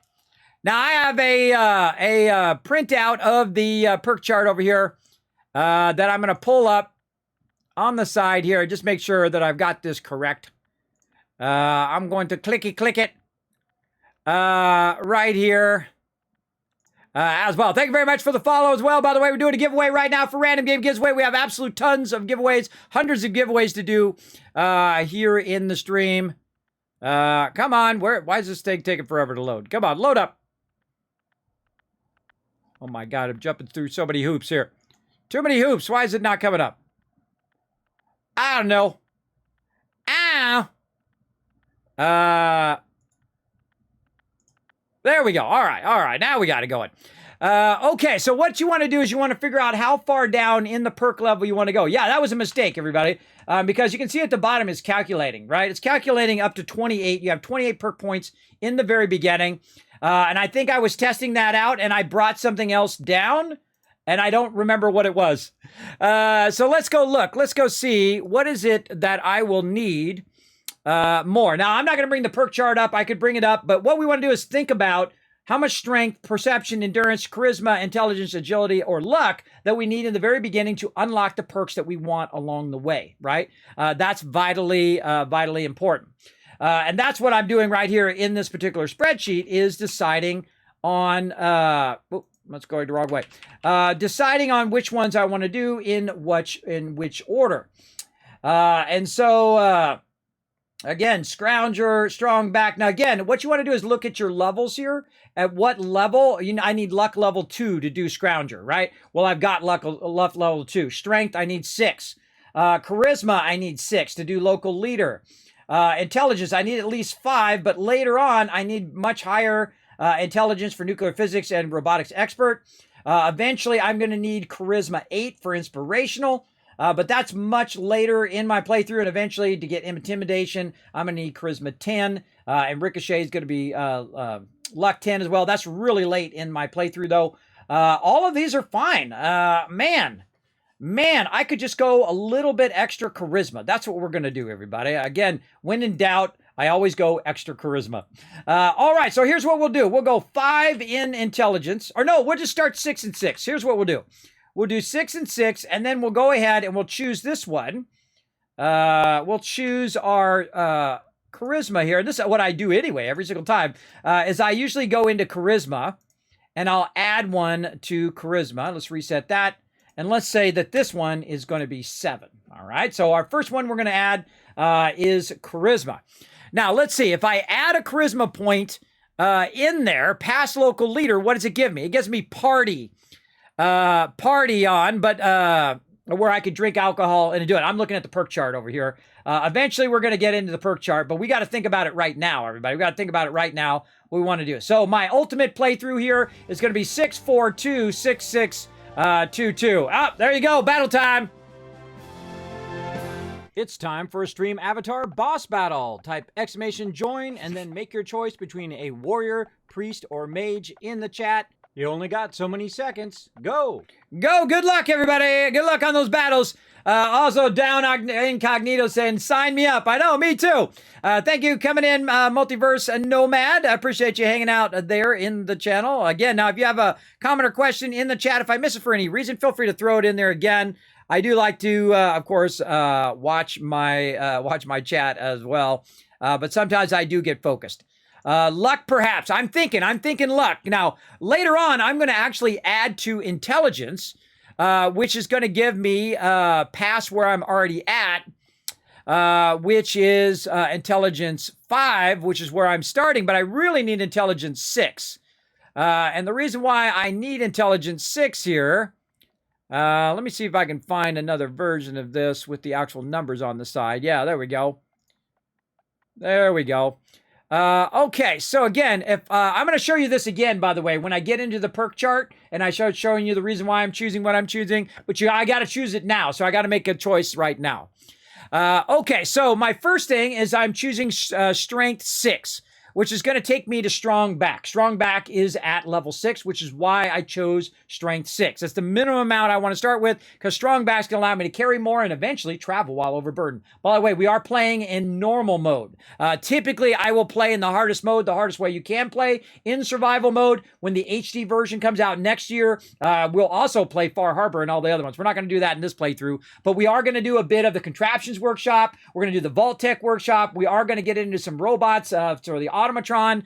So we will get into a bit of that as we play through as well, but probably not going to do Nuka World, not going to do Far Harbor, but I am going to do Nuka World on tour in Fallout 76 next week. That's going to be really fun. So strong back, I'm good on strength. So let's stay there on strength. So on my second one here, I got perception 4. Why do I have perception 4? That's so I can do lock picking eventually. So I'm good there. I could go into demolition expert. So I could go that extra one there because I will eventually go into that. But let's go ahead and look at endurance. Now, endurance is one of those ones that usually I actually do pretty high. And the reason why I do it pretty high is because of Aqua Boy. Aqua Boy allows you to breathe underwater all the time. But there's actually food that does that as well. So you don't necessarily need Aqua Boy. So in this one playthrough, I am actually not going to do high agility in the beginning. So what we're going to do is just get to agility 2. Which would allow me to get to lead belly. But really the reason why I'm going agility 2 is just to put a little extra agility in there so I'm not missing all of my shots and bad things happen to me all the time. Normally I would go into lead belly, but I'm also not going to use lead belly in this playthrough as well. So again, trying something different. Now let's go into charisma. Now charisma right now, I have charisma 6. And the reason why I have charisma 6 is so I can get to my local leader perk as quickly as possible at the very beginning of the game so I can connect my settlements together. All right, so we're thinking ahead. We're thinking ahead in this playthrough. That's fine. That's fine right there. So what's the other one? The other one is I typically was going to choose 5 and then add another one. But of course, I didn't do my math right. So I can actually add that 6th one right now, and that's going to give me intelligence 6. Now, really, intelligence 5 is going to give me scrapper, which allows me to get extra elements for the stuff I scrap, and I scrap a lot of stuff, so that's going to be helpful. But at 6, it's going to give me science. Now, science is going to allow me to unlock turrets. It's going to allow me to unlock mods for my gun, so that's going to be super useful early on. So we're definitely going to go intelligence 6 there. If I add one more to intelligence, I get what's known as chemist, which eventually I'll get, but it allows your buffs to last longer when you're using like psycho and things like that. It also affects mentats too, by the way. But I don't really need it because usually when I'm using mentats, I'm at the vendor, I'm doing the thing with the mentats, and then I don't need it anymore. So that's really not that useful. So adding a charisma one probably would not be my go-to thing. Again, endurance 2. Sorry, not agility 2. Endurance 2. I'm going to leave that there. Sorry, I misspoke there. So charisma 6, intelligence 6 is good. Now, agility 2. The reason why I have agility 2 is for what? Well, what do I got that for? I forget. Let's see. Agility 2. I don't even know why I have agility 2. I can't remember. Because eventually I'm going to go down into agility, way down in there, because I want to get the action point, action boy, so I can boost my action points. And every time you add a point into agility, it boosts your AP or your action points, so you can do criticals, so you can do VATs, you can do all of that stuff. And you'll see me max out the agility line as well as to max out the luck line eventually. Now, again, you guys can't see what I'm looking at, but I'm looking at the perk chart. I will show you the perk chart later on. Don't worry about it. We'll get that going. Now, in luck, now this is the reason why I have luck is so that I can get scavenger or scrounger right away. Because again, in the beginning of the game, you are going to be hurting for ammo. Right? So you're going to really need some ammo. I'm going to show you the contraptions workshop where you can make your own ammo, your own armor, your own weapons. I'll even show you my mega sorter, everybody, where you can actually sort every single thing in your workbench. Have it do it for you automatically. Put it in some hoppers or in some storages and then use that to sell and make literally millions of caps in the wasteland, as well as to be able to defend your settlements and yourself along the way. So that's Scrounger. So what is it that I would want to get fastest, that I would want to upgrade the quickest out of all of my stuff? Now, charisma would be nice, but, and this will allow me to do more charisma stuff, though I can use charisma food as well. Remember, I wrote down all of the foods this time, which I'm completely a slacker on most of the time. So there is one in here that does give you a boost to your charisma somewhere. Also, when you drink alcohol, it boosts your charisma as well. Let's see, this is perception. Where's my charisma one? Oh, wait, no, it's actually Great Mentats. That's charisma.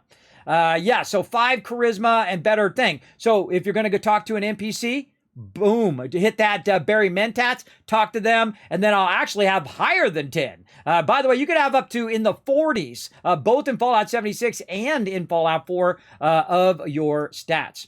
So again, what is it I want to choose, everybody? What would be most important in the overall playthrough of my entire game? What do I want to add to first? That's what I'm trying to think of right now. And frankly, I am confused as to what I want first. I mean, the next one in luck is bloodied, the bloody perk, which I probably won't go into till much later. I'm always very focused on building and building up a steady thing of income at the beginning of the game. That's usually what I'm working on very early game in Fallout 4. That's the way I like to play. Now, again, if you like to play as a stealth build, if you like playing as a tank build, if you like doing melee, I've played all of those ways. It's really, that's what's so great about the Fallout thing is, oh yes, AP multi, yeah, that's exactly, yeah, I just said that. Yeah, so, this whatever you like to do. It's however you like to play. And that's what I love about Fallout. And I especially love about Fallout 76 is that you can change the style of your gameplay because you can switch your perks in and out, which is awesome. And you can readjust them however you want. And again, we're going to play some Nuke World on tour next week, everybody. Next week on Tuesday. It's going to be super fun. Okay, so what would be the first thing I would add? I would add intelligence probably, right? Because I'd want to get to nuclear physics. Well, let's go look at the list. That's what we'll do. We'll go look at my perk order list and try to decide what is the very first perk that I'm going to need to add a point for. Now, right here, I've got these all listed. Again, it's probably hard for you to see on stream, but I'm going to zoom in. You can see it says, oh, okay, get out of there. It says gun nut, strong back, caps collector. That's what that's saying. And I went through and tried to pre-think out what do I need them for and what levels do I need them. If you see the green, that means that scrapper is done. Scrapper level 2 is as high as you can go at level 23. Gun nut, if it's yellow, that means that's the first point in which I could get that perk. If you notice that a lot of these, I try to get them at the very first moment that I can get them, right? Strong back number 2, plus 50 carry. I'm going to get that exactly at 10. That's the first moment in which I can get it. That's what these colors mean over here. I actually have a key up here at the top that tells you right there. Now, again, if you guys want to see this, feel free to follow that link right there in the chat. We got those 10 retweets as well. We're going to get that going. So what is the first time I need to add? Intelligence. Intelligence is the first thing I'm going to add later on. So that I can get to nuclear physics. So that means if I add the point now to intelligence, that later on, when I get to level 35, all of these perks will then slide up one. That means that I will get my nuclear physics instead of at level 38, I will get it at level 37. Now, again, we're going to adjust this as we go, everybody. If we decide, hey, wait a minute, this is better, I need this at this moment, then we might shift it around, just as this is my kind of general guideline of what I'm going to be doing in this particular playthrough. So, since that is the first thing that we're going to do later on, we are going to go ahead and just do that in the very beginning, and we're going to go 7 intelligence. I think that's going to be the smartest idea out of that. So, you know what? I'm going to change my mind again, which you do a lot in life. And we're going to go ahead. And again, that's going to help me in dialogue, but we're going to try to get our Berry Mentats going and all of that, which I rarely ever do, everybody. I'm really bad about food and water. So we're going to go 1 into intelligence, which means now all of our perks are going to slide up by 1. So very, very cool. Very excited about that. Okay, so now that we've made our choice, 642 6622 642. Wait a minute. Hold on. Why do I have so many things? 642 6622 642 6622. All right. We're accepting. This is the very first playthrough I've ever played where I wasn't Charisma 10. Let's go. Wonderful. That's everything. Just gonna walk this over to the vault. Congratulations on being prepared for the future. Thanks again. Hey, it's peace of mind. That's worth a little paperwork, right? For you and Sean, no price is too high. Good answer. I have my moments. Bye-bye, vault-tec guy. I've never watched him walk down the street. I always try to do new stuff. Yeah, he's walking down there. I'm going to go run over here. Out the way.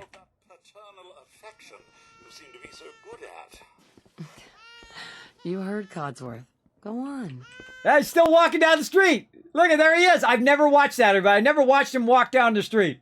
Again, there's always something new. Now, one of the things that I love. Bye. Thank you, Flux. Thanks for coming in, showing some love. Thank you for that lurker love as well. Show him some love in the chat, everybody. One of the things that that is so great about Fallout 4 is I played it through. Again, this is my 9th playthrough, and every time I play through, there's always something different. There's always something different to do. There's always something different that you discover, and that's what makes it the truly a great Fallout. Now, I love Fallout 4. It's my favorite game, but not by much. Fallout New Vegas, of course, incredible, great story. Fallout 3, amazing. I actually like the entire series myself. I probably played Fallout 1 the most with 10,000 hours easy. I mean, that's not even a question. Easy in Fallout 1. But that was when I was young and I had a lot more time. But I would say the smallest amount, the minimum amount, because it has building, and I love the building in Fallout 4. In fact, I actually still prefer the Fallout 4 building than the Fallout 76, though Fallout 76 has improved it a little bit, but you'll see we're going to be doing some giant mega builds up in here as well. All right, let's go see the baby. How'd you get on the floor, Mr. Bear?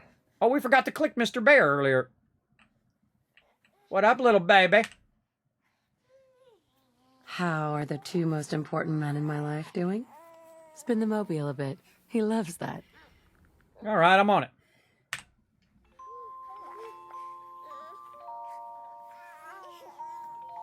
Oh. Hey, how's my little guy? Much better now, huh? Listen, after breakfast, I was thinking we could head to the park for a bit. Weather should hold up. I wish you could play the pre-war a little longer. Be fun. Yeah, it sounds fun. Yeah, sounds like fun. Sir, Mum, you should come and see this. Codsworth, what's wrong? I wonder what park we're going to. What park is she talking about? Followed by flashes, blinding flashes. Sounds of explosions. We're trying to get confirmation. What? We seem to have lost What did contact he with our say? affiliate stations. We do have coming in. That's confirmed reports. I repeat, confirmed reports of nuclear detonations in New York and Pennsylvania. My God. Oh my god. We need to get to the vault. Now! I've got Sean. Let's go. I saw somebody running down the street in their robe, everybody. Of Sanctuary Hills. If you are registered, evacuate to Vault 111 immediately. Hey there. What's going on? Why is everyone yelling? Oh, I've never seen the kid run down the street. Excuse me. This is just a drill, right? This can't really be happening. It might be. Wonder if I can go in their house. Of Sanctuary Hills. If you are registered, evacuate to Excuse me. Vault 111 immediately. Hey there. The vault's this way! Oh, kid again. Excuse me. Mom's really upset. Residents of Sanctuary Hills, if you are registered, The kid ran by again. I never saw that before either.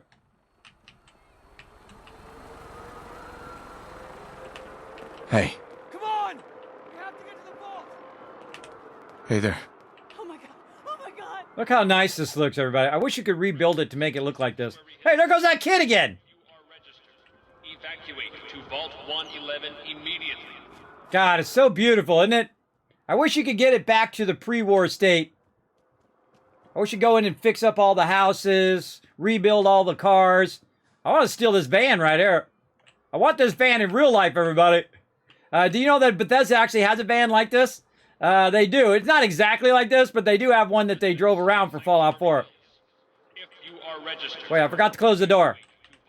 Let's see if the door's closed when I come back. Let's go, people. We'll drive Hey. to the coast! That's gotta be far enough! What if we can't drive far enough in time? What if it isn't? residents of Hey. Sanctuary Hills, We don't have any room in the if car! you are registered, evacuate. You got room in the... What are you talking about? It's a 4-seater. You got room. That's actually just like a... God, that's a 3, 4, 5, 6, 7-seater. This is it! This is the end. The nukes are coming. Those communist Residents bastards! of Sanctuary Hills, if you are registered, Oh, the evacuate. baseball glove right there. Never noticed that either. Just leisurely taking my time. Congrats on that win, everybody. All registered vault participants, Excuse me. head down to the bridge! The vault is up the hill! Oh, the Lone Wanderer. I so wanted this as something in the game, everybody. The Lone Wanderer. Right there. Let's talk to these guys. Excuse me. Turn around and head to the vault! This way! The bombs are coming, hey sir! This is not a drill! Where are you Now going? move! Off the street, citizen. Vault's the other way. Look at how beautiful Sanctuary is. Don't go that way. I'm just saying, I've done it before. Don't go that way. It's kind of cool, though. All right, hold on. I gotta catch up to Nora here. I want to look in everybody's backyards. Look how beautiful. I wish you could hang around in pre-war a little bit further. Vault participants, head this way! Leave the bag! Who cares? Just help me pack it up! God, Who cares about the I stupid can't lose luggage? these. It'll be all I have left. Excuse me. Where is it? Where is it? Just leave it, bro. Hey, there's that kid again. He's like magical. All right, Nora, let's go. Keep going! The vault's this way. Come on!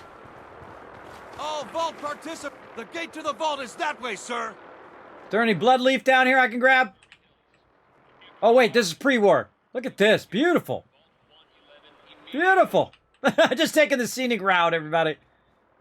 You know what I've never done? I've never run just straight up this way. I wonder if there's a barrier. I wonder if you could just climb up. Not on the list. You don't get in. I'm going in. You can't stop me. Okay. I'm reporting this. If you're in the program, Hey step there. forward. Are they Otherwise, letting return you in? home. And not me.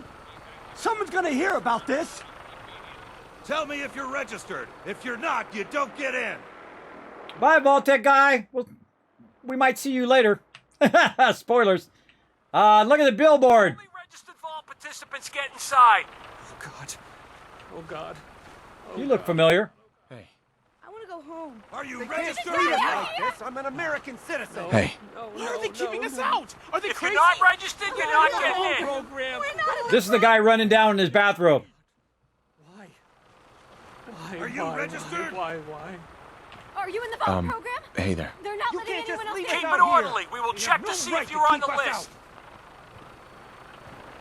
Why didn't we sign up? They're gonna leave Hey there. us here Tell with me Why if don't you're they let us registered. in? If you're not, you Who cares don't if we're get on in. some list? They'll let us in. They have to. They have to. They Keep don't have it to do orderly. anything. We will check to see if you're on the list. All right. It's going to happen. It's going to We need to get in. We're on the list. Where are we supposed to go? Infant, adult male, adult female. Okay, go ahead. Thank you. Good luck, ma'am. Excuse me. And God Head to help the us all. elevator. Get to the vault. You two, follow me. Come on. Sucks to be them. Everything we can. Now keep moving. Hey. This way. This way! Grab the loot. I love to look at all the pre-war stuff, everybody. It just looks so cool. Again, I wish they let you restore all this stuff back to pre-war. Can I get in the vertibird? I don't think I've ever tried to get in the vertibird before. Let's try it. Ah, they won't let me in. Quick, let's get out of here. Step on the platform in the center. And we can't go that way. See, they're purposely blocking you there. And you can't get in here if you don't go through the door, I just noticed. Though, I am pretty good at skipping over fences. I could probably find, like, that rock over there. You could probably get on that rock and then jump over the fence and then get in here. I don't think I've ever tried that. The old thing. Oh, look at these pre-war. Get moving. Sir, we need to send you down to the vault. Step on the platform. Sir, I need to operate the elevator. Get out of the control room. Oh, I've never heard him say that before. Cool. Hey there. On the platform, sir. Move it. Excuse me. Head to the elevator. You guys are about to die, bro. All right, so long, sayonara. All right, that's it. Send it down. Almost there. We're gonna be okay. I love you. Both of you. We love you too. Oh my God! Oops. Did I do that? I pressed that red button in there. Hold on! Can't this thing move faster? Oh God! Oh God! Oh God! Oh God!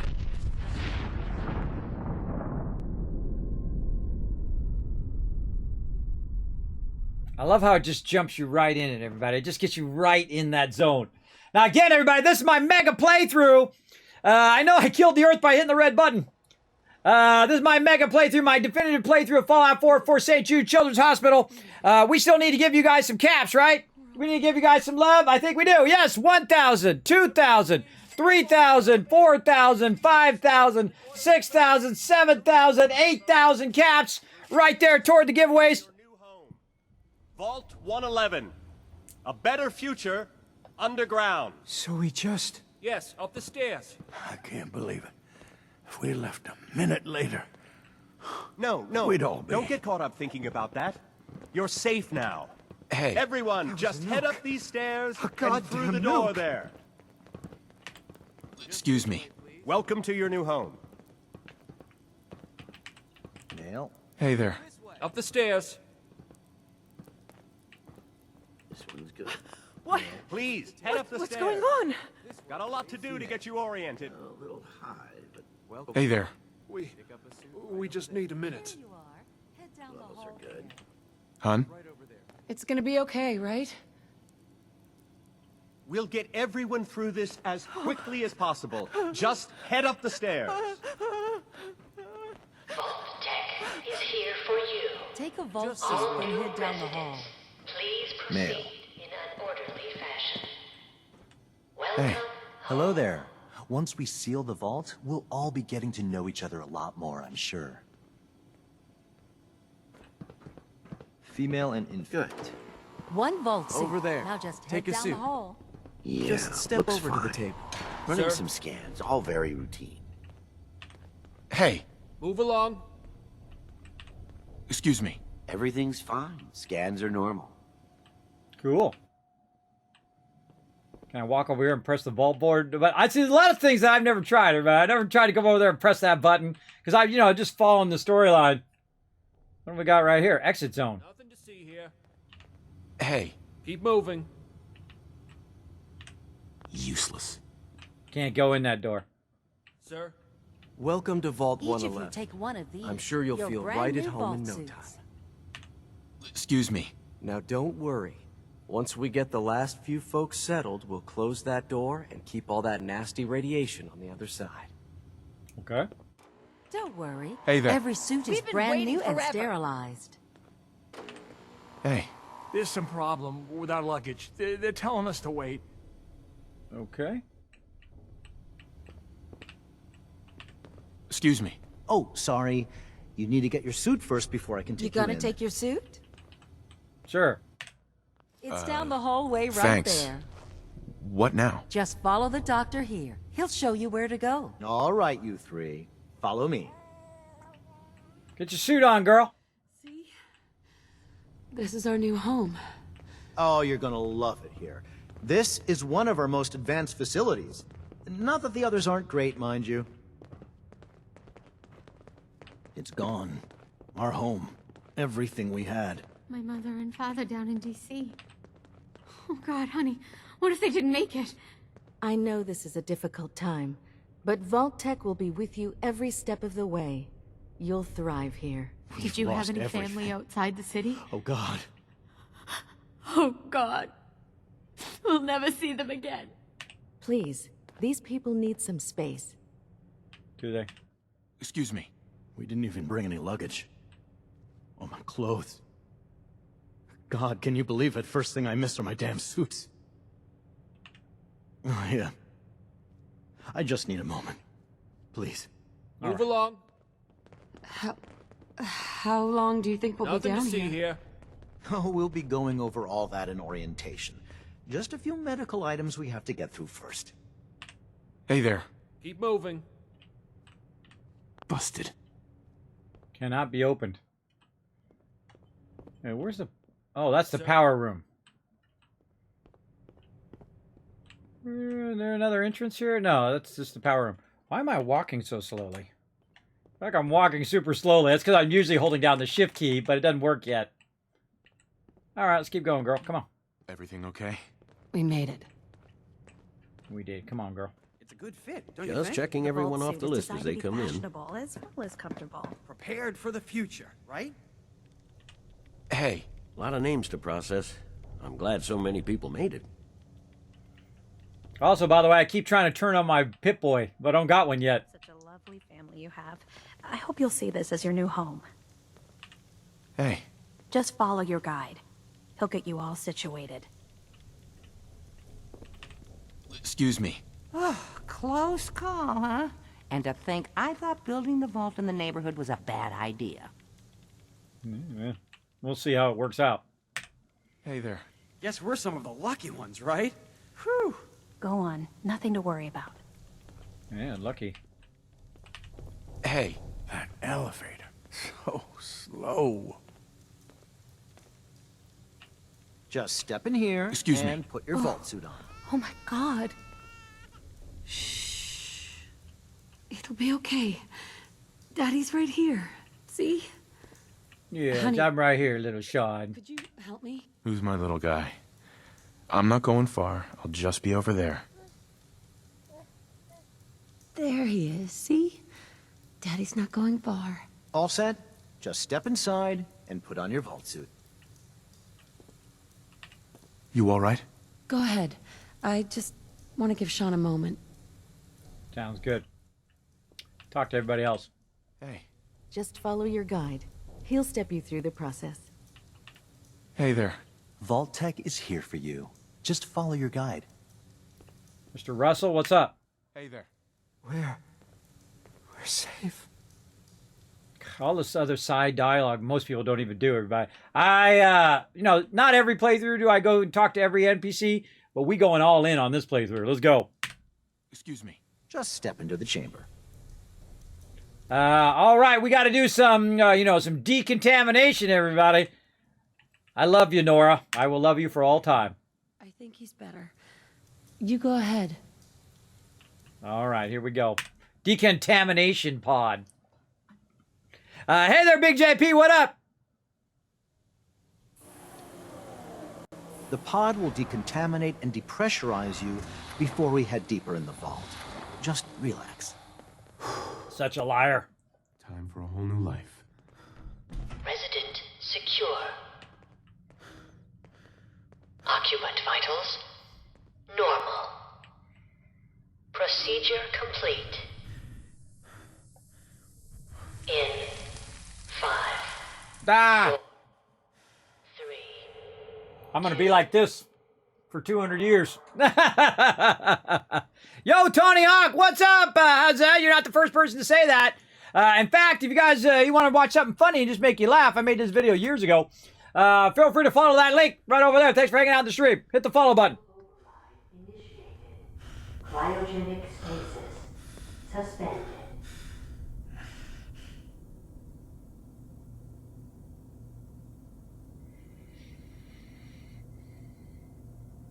The heck? I got such a crink in the neck. Open it. What are you doing? Hey, that's my wife!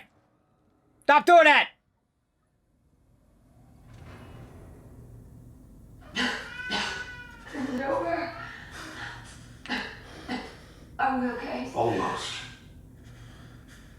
Everything's going to be fine. Come here. Come here. Wait. No, I've got him. Let the boy go. I'm only going to tell you once. I'm not giving you Sean. Now that guy dies.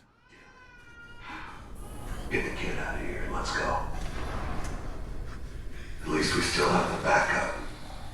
Cryogenic sequence reinitialized.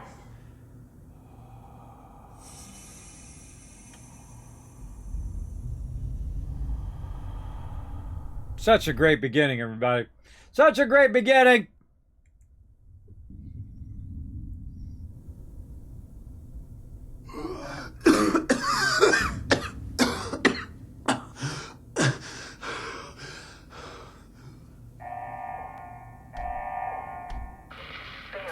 Cryogenic array.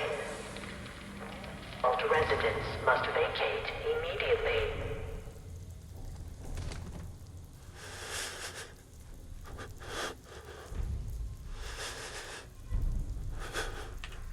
Malfunction in cryopod manual release override. Come on! There has to be a release! Come on, come on, come on! Oh, God!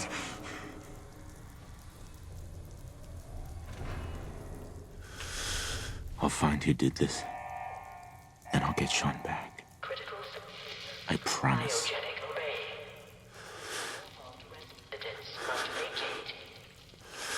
Malfunction in cryopod manual release override. God. Why would vault-tec do this? Can't be the only one left. Hello? Anyone? Critical failure of cryogenic. Why? Why'd they do this? Why? Why'd they do this? They're all dead. They're dead. Nobody in that one, by the way. Nobody in that one. I always wonder who's supposed to be in there. Who's the person I was talking to was standing next to it? I mean, I don't think there was. I think those were the people who were in the back doing their luggage. All right, let's check it out. Cryogenic array. Offline. Premature termination resulting in system failure. Isolated manual and remote overrides detected. Controls disabled. Remote override detected. Life support. Life support offline. Premature termination resulting in system failure. Isolated manual and remote overrides detected. Controls disabled. Pod occupation status. Number 1 is empty. Not thing. Mrs. Callahan. Deceased. Cause of death, asphyxiation due to life support failure. We're going to see that as a common thing. Mr. Abel. Mrs. Abel. Nora and Sean, infant. Unknown. Pod door manual override engaged. Kismet, that's me. I was in C7. Remote override engaged. So someone overrode the door and opened it up for me. Mr. Russell died of asphyxiation as well. Well, that sucks. That sucks to be all of them. All right, let's get into it.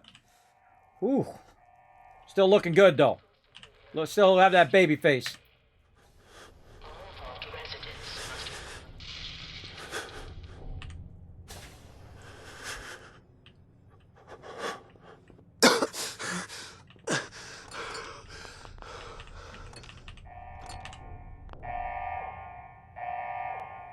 Malfunction in emergency exit door override.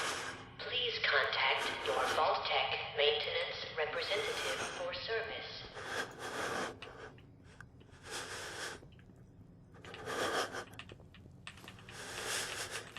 Getting that loot. All right, I'm freezing to death. Got me a new vault suit.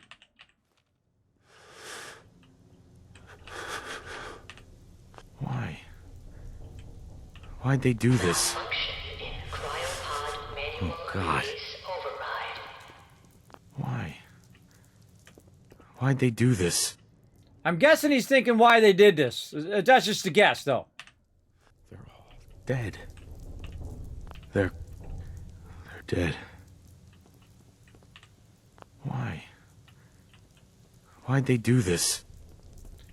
You and me keep thinking the same question. Let's go look in here. Vault 111 monitoring terminal. Let's see. Pressure termination resulting in system failure.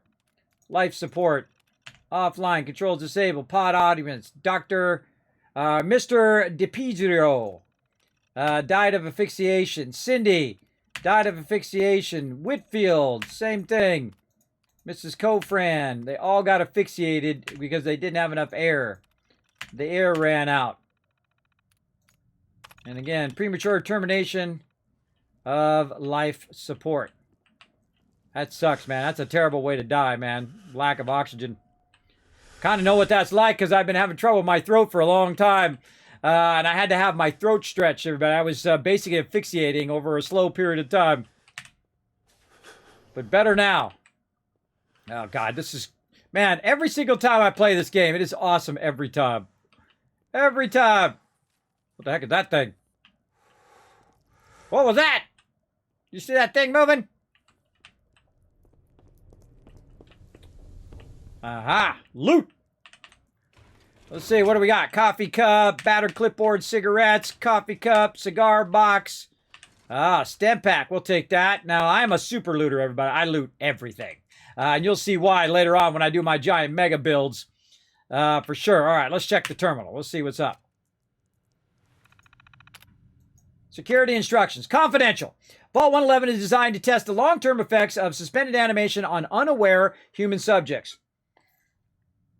Security staff are responsible for maintaining installation integrity and monitoring science staff activity. Under no circumstances are staff allowed to deviate from assigned duties. Insubordination or interference with vault operations are a capital offense. Security staff are authorized to use lethal force. Operation Protocol Manual.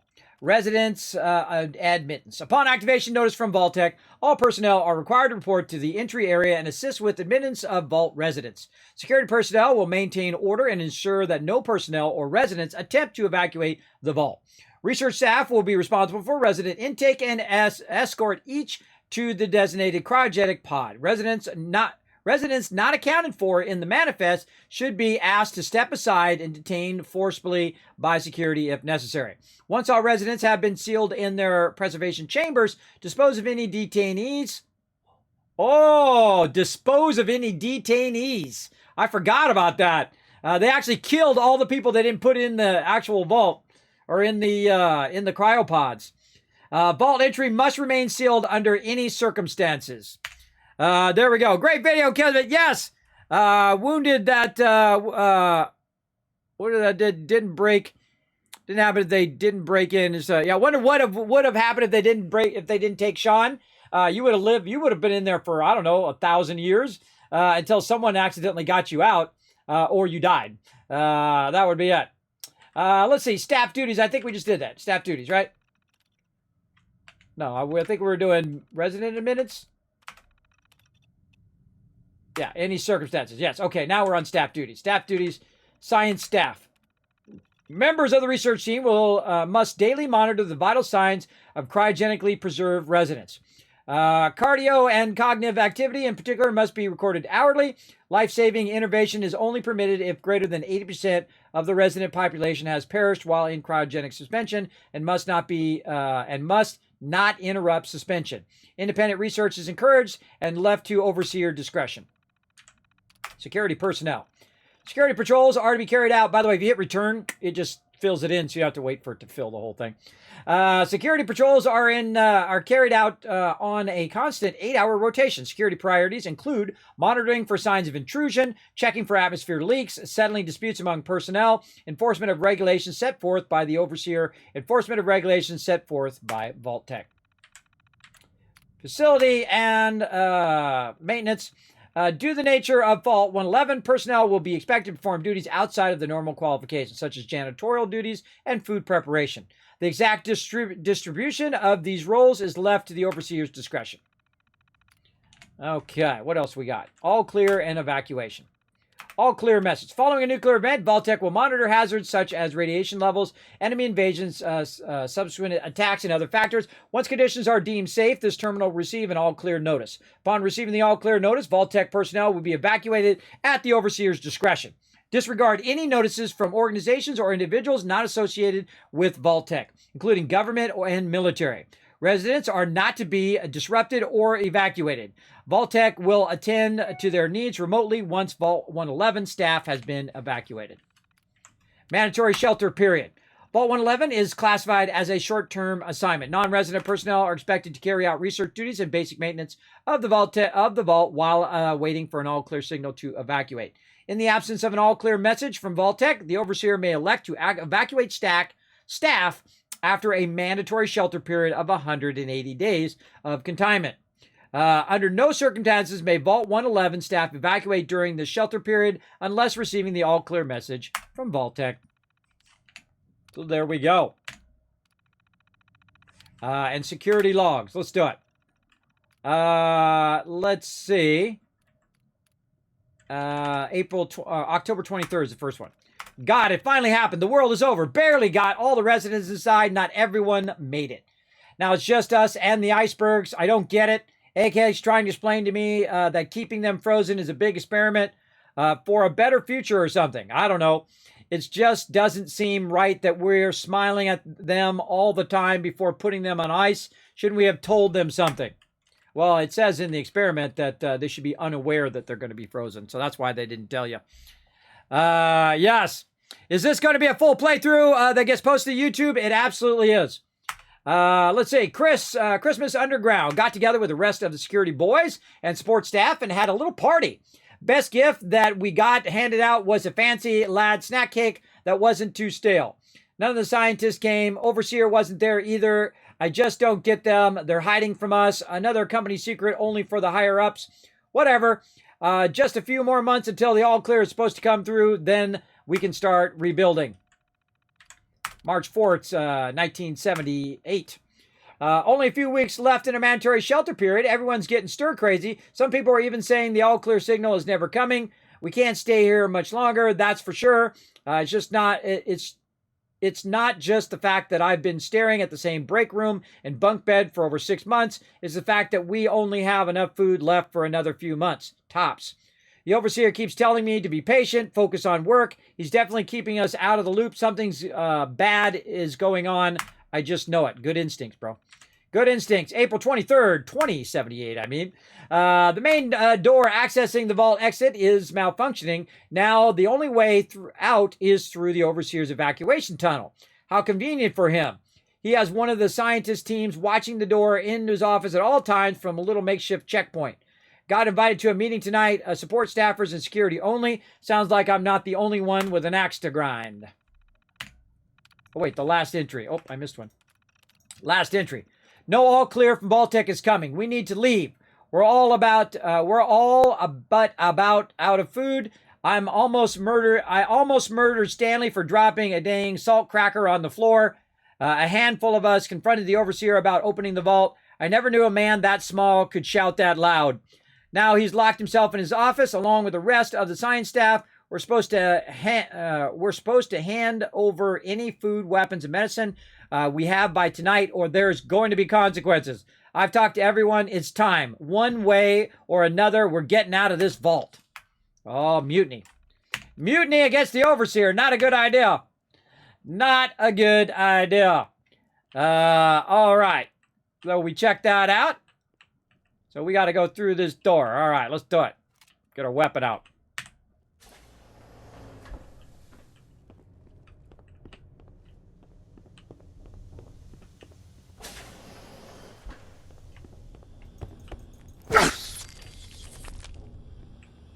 Giant roaches? What the hell? I know, right?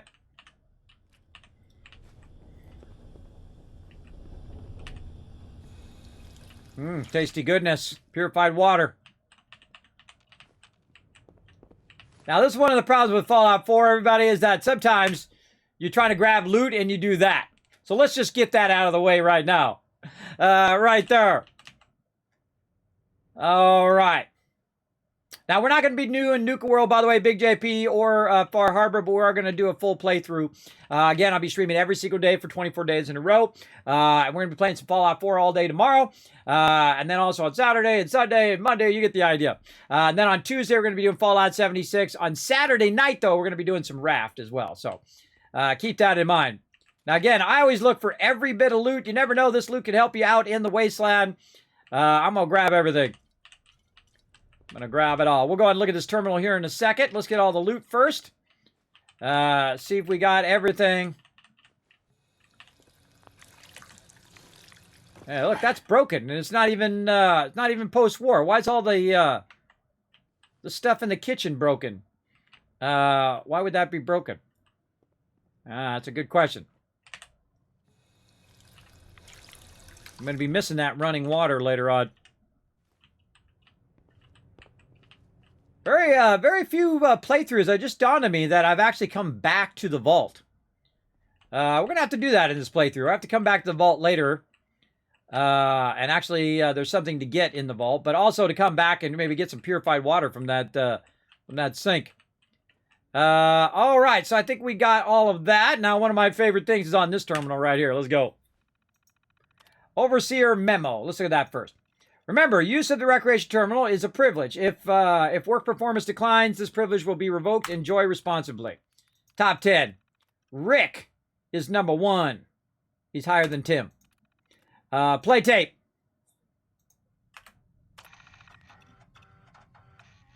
All right, we're going to play some Red Menace.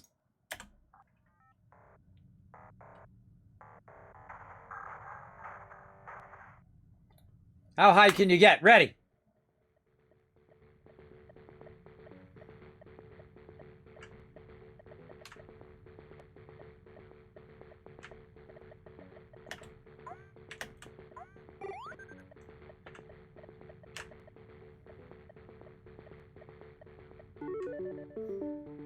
Look at that. Look at them skills. I didn't get the power armor, but oh well. Oh, God, it's this one. I forgot.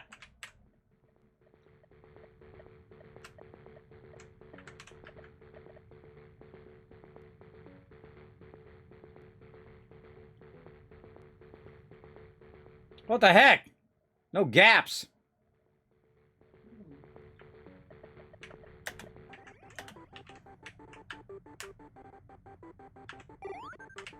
Can't get up the thing. Oh, you can't. That's right. You can't go up the elevator.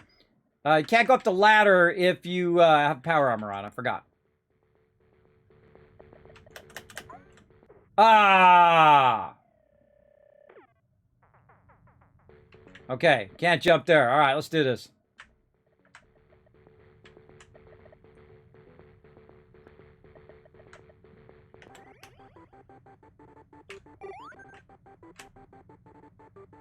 Whoa.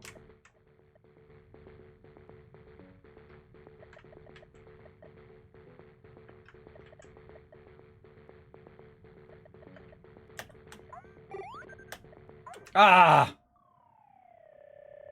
All right, let's try the other side. I don't remember if I ever even got past this or not.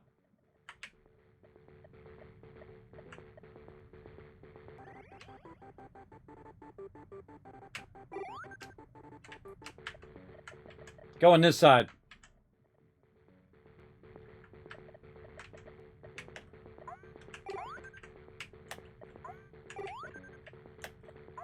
Oh yeah, I'm way better on the right side. Oh! I hit jump. We tried. We tried. No, exit. Quit game, yes. All right, we can sit and play that all day. Let's get that red menace. We're going to keep that as a memento. Warning, alarm indicates ammonia has been detected. Leave room immediately. Do not enter without a hazmat protection. All right, let's keep rocking. Get out our weapon.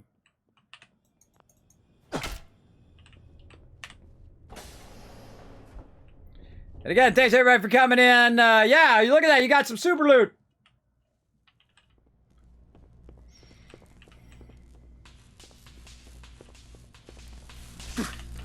Get that rad roach meat. Press M2 to block.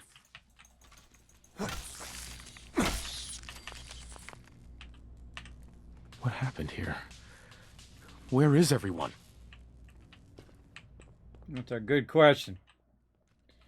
Goody question. I don't remember if there's anything else around here. Again, I'm a super looter, everybody. I look for all of the loot. Again, you'll see why later when we get into some settlement building.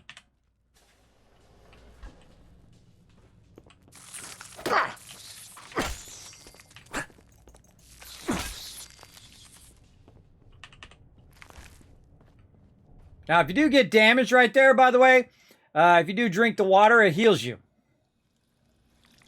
It heals you right down there. Like magical properties.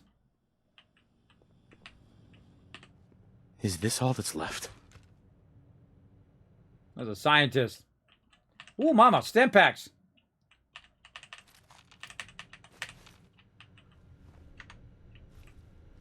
What we got in here?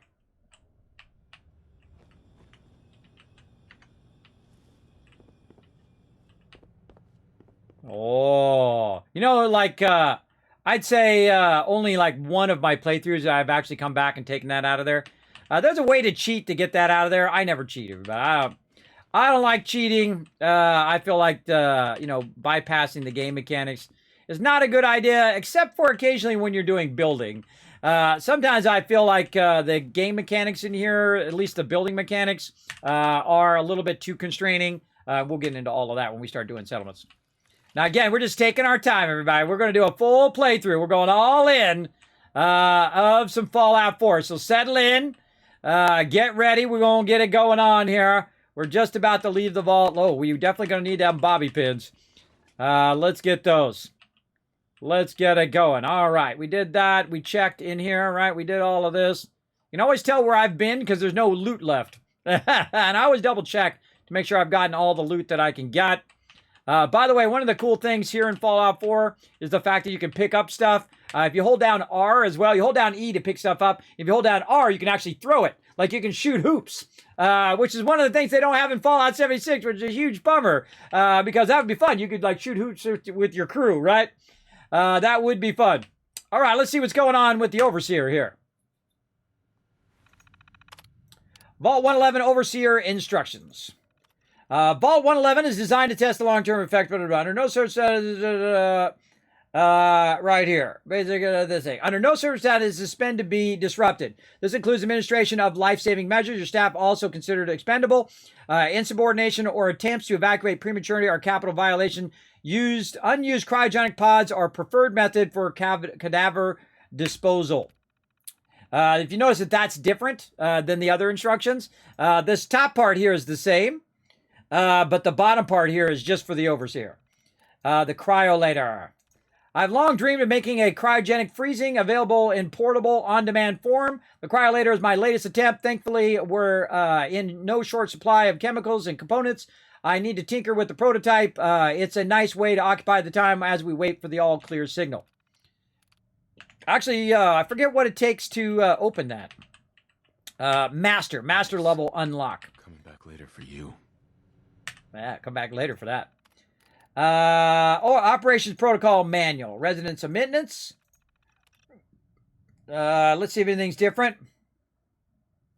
That's the same. Science staff. 30 personnel. Read that. Again, I'm not going to read it twice if we already read it. I've read it in past playthroughs as well, but all clear message. Read that. Mandatory shelter period. All right. Read all of that as well. Overseer's log. Let's see. Preparations.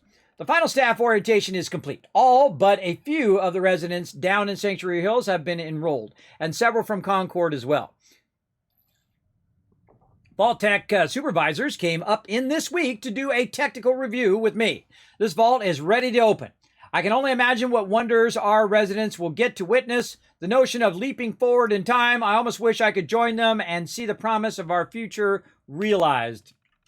Boom. It happened.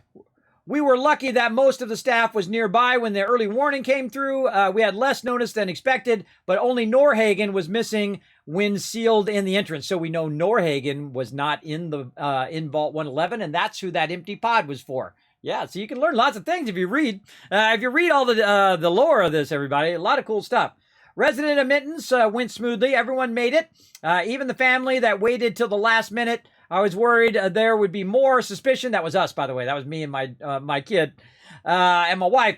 I was worried there would be more suspicion, but things happened so fast for these people. They must have been too overwhelmed to question the cryogenic pods. Exactly. And systems malfunction. Strange issue today with pod C3. Subject appeared to be having heart palpitations, nothing life-threatening, but unusual. We realized almost too late that the pod was malfunctioning. The cryogenic array almost started thawing her out. We're not sure, but I suspect a hiccup in the vault-tec's remote override systems may have sent out an errant signal. We'll have to keep an eye out. I only hope their systems are reliable once we evacuate the staff. C3. So someone was trying to send a signal to get C3 out. Supplies running low. There's been no all-clear signal yet, even though we're nearing the end of the 180-day mandatory shelter period. Supplies were never intended to last much more than that. And despite my best efforts, people are beginning to question what we're doing down here. If people think they can just leave when 180 days are up, they're insane. The radioactive exposure would still be potent enough to fry everyone in the vault. Seals are breached that early. The whole point of the all clear is to receive additional instruction from main office. I don't know what to do. I can't open the vault. I can't expect our supplies to last forever. I just have to keep everything under control until the all clear. Mutiny. A faction led by the security personnel have turned on me, demanding they be allowed to leave the vault. Idiots. I will not open the door to be irradiated to death out there. I'm consolidating the remaining supplies, putting the staff on lockdown. We're going to have to start prioritizing who deserves what little food we have left. I've been too damn generous with the rations. If people don't like it, well, that's fewer mouths to feed. There we go, brain. Brain malfunction. Open evacuation tunnel. The personnel evacuation tunnel is now open. Remind all staff to be orderly and follow shutdown protocols before exiting and resealing Vault 111. Please maintain all staff records and research. Report to your local vault-tec superiors for debriefing and further instructions. Oh, there we go.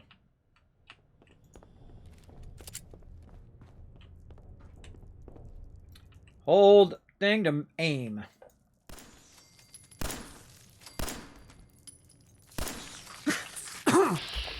Got our first VATS in. There we go. Boom. I'm actually a much better shot without VATS. Reload. But I do like using VATS. One of the bummer things about VATS in Fallout 76 is it doesn't do that slow-mo stuff. I love that slow-mo stuff, everybody. It's so cool. Get that rad roach meat. You know what I'm just thinking of doing? Going in and AoE looting, which you can't do in Fallout 4. That would be cool, though.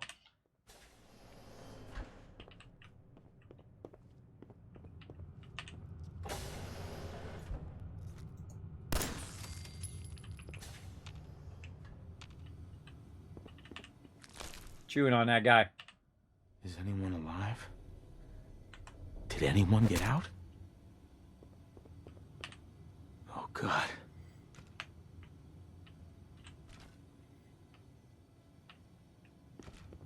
And here's the way. The door was locked. Couldn't get through here.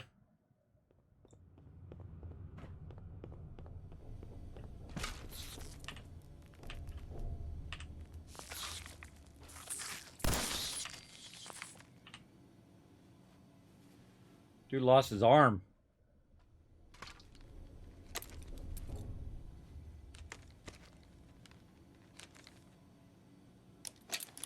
Epic moment.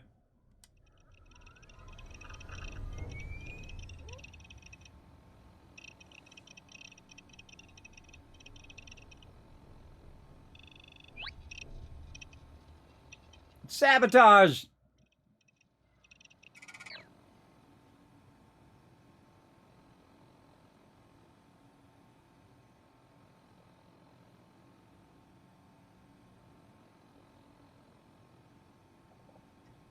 What the heck, crazy? Are you misclicking? Whatever you just turned on, try to turn that back off again. Hold on.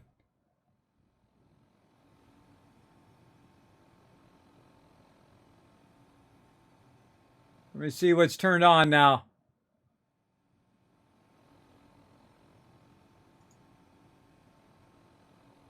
I'll turn off slow mode. There we go. I think, is a cat walking on the thing? Shield mode is on.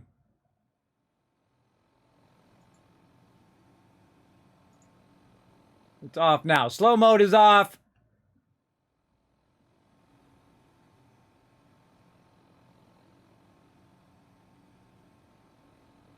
Misclicking.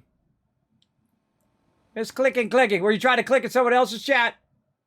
I don't know. Was just opening the page and had a pop-up thing. Oh, no worries, no worries. I got you. I got you back. I appreciate you coming in and hanging out in the stream. Show some love to my awesome mod crazy, everybody. We're doing a brand new playthrough of Fallout 4. This is going to be the definitive playthrough right here, everybody. Check our special perks. Looking good. Right over there, we got no general perks going on. We have 18 damage, 5 regular energy resist, and 10 radiation resist. Our APs are 80. Our HP is 70 out of 90 right now, and we're about halfway through level 1. Let's go and look at our inventory. We got some 10mm security baton. We have a new vault suit. Let's get into that new vault suit. We'll get our glasses on. Can we wear 2 wedding rings? Now we'll wear our original. We got some stem packs, some rad roach meat. We got a red menace there. A whole bunch of junk that we collected, which we're going to need later. No mods, and 97 10mm ammo. And one of the fun things you can do, turn your light on. You hold down the tab key, turns your light on, and now you can walk around. Everyone's dead. And do your thing. Now I can press those controls, but we're going to go look around first before we run out of the vault. Try to look for any other loot. Oh, there's some 10mm right there. And some more in there. Wow, they give me a lot of 10mm in here. Now again, if I was really here, everybody, and that's how I like to play games, I would open this box. And then I'd open these boxes. And I'd look in every single one of these boxes. Then I'd go back and I'd look in all these containers that I saw on the way here, right? I'd go back and I would open up every single one of these containers in here, right? Every thing, every box. I'd be opening all that stuff up and looking inside. Now, remember, if you can look underneath stuff in Fallout 4, you can pick stuff up. You can take it. You can throw it over there if you want. Remember, you can actually move stuff around, which is really fun as well. I always like to roll over stuff, too, and see if it has any interactivity in it as well. Oh, wait, we can go back, and before we walk out the vault, we can go ahead and go back. Let's just go in here. And actually heal ourselves by drinking out of the sink there, even though that sink looks pretty iffy at best. We do have a little bit of radiation on us. And now we can do all of our other stuff. We can fast run using our AP points and all of that. I always have always running on. I very rarely ever, look, I got some, look, I look smart. I very rarely ever have walk on.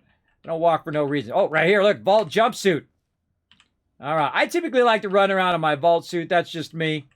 But don't forget to look around on the ground, look for stuff. I like to go down in here in these little hidden little places that are full of water. See if there's anything behind here. I honestly can't remember if there's anything down here. I don't think so. But we could drink that water, but that would be a bad idea. Again, I'm the type of person who likes to look in every nook and cranny. Look down there, look underneath there. Is there anything down there? Again, we can't get through because this is in the way, and that's about all we can do. All right, let's do this.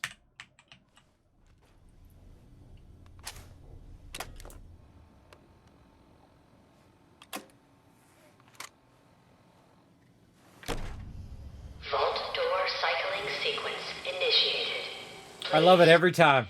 Every time that happens.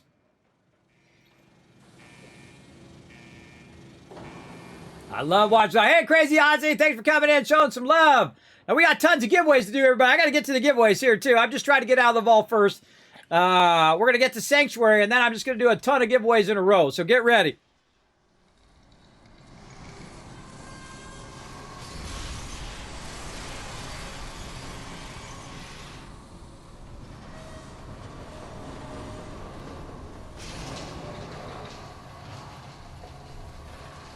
Such an epic moment.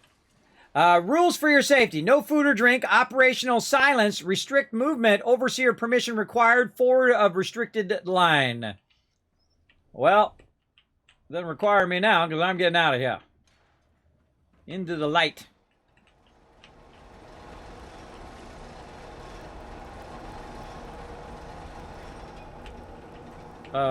Should that be loose? I'm just thinking that shouldn't be loose.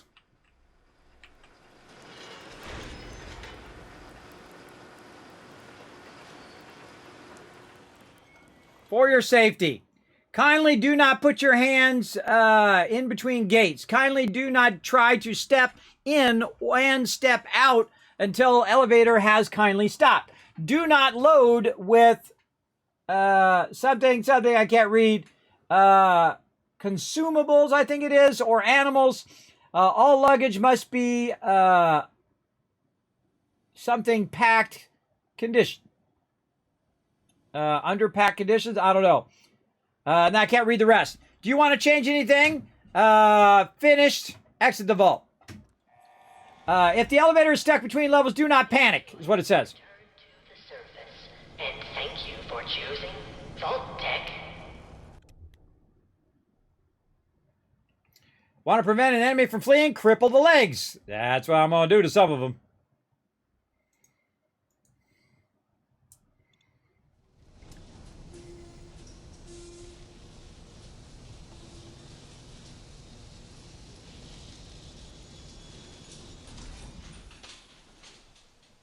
Oh, God.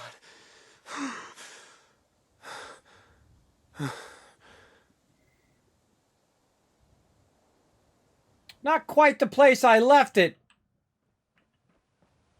Look at that. Our home got nuked.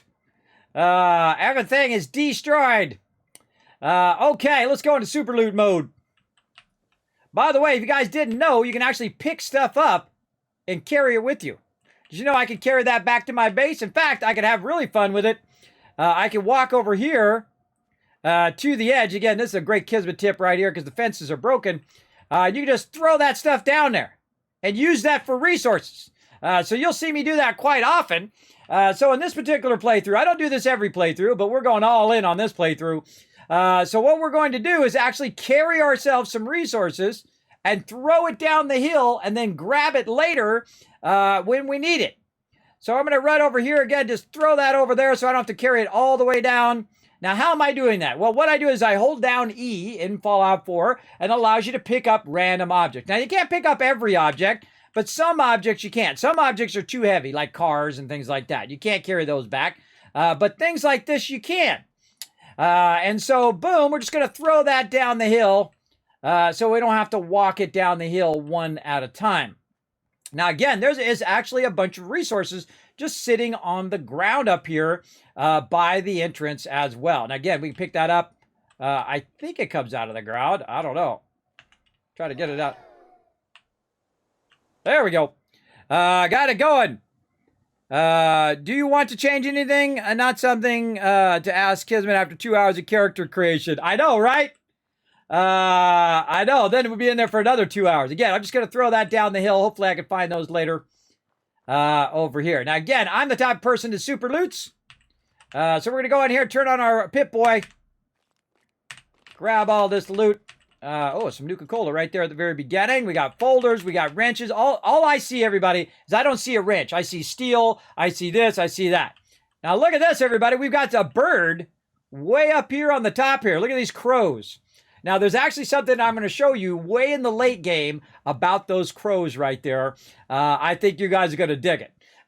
Some hidden Easter eggs in the game, if you don't already know. Don't say it. Don't say it in the chat, everybody. We'll get to it when we get to it, if you know what I mean. All right, we're going to take some of these cones as well and toss those down the hill. Hopefully they're making it all the way down the hill. Yes, they are. They are actually making it down there. I haven't done this in, I think, since my second playthrough. I think it was my second playthrough that I discovered that you could pick up this loot and carry it with you. I just basically go back and forth. I think originally I walked back and forth until I discovered that you could just throw stuff by holding down R once you pick it up. So you hold down E, pick it up, then you can walk with it. You let go of E, you don't have to hold it down the whole time. And then once you get it where you want it to go, then you can go ahead and throw it by hitting E, hitting R.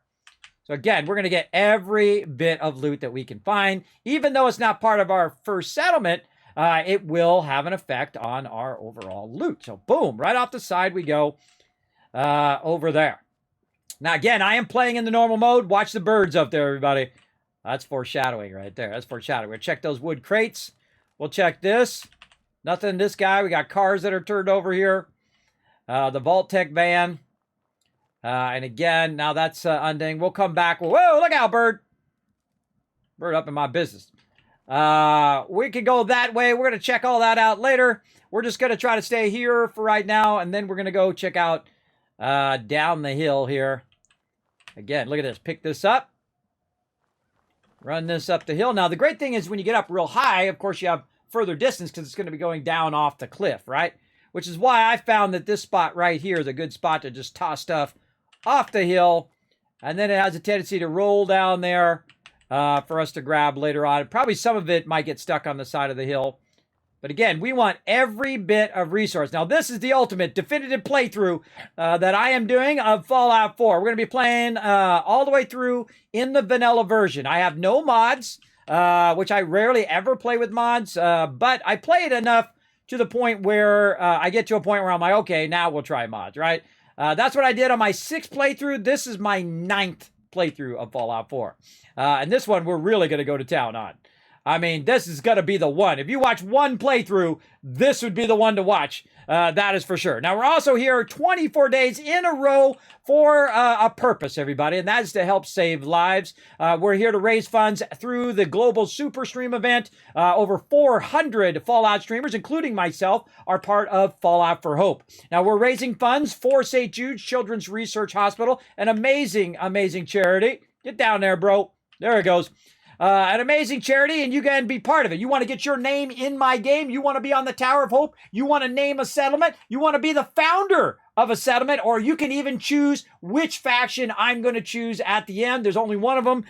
So here you go, everybody. Follow that link right there in the chat. Show some love here in the stream for St. Jude's Children's Research Hospital. Also, thank you very much to Crazy with the $50 donation 4 minutes ago. I appreciate that big time for the kids. You didn't even choose a reward.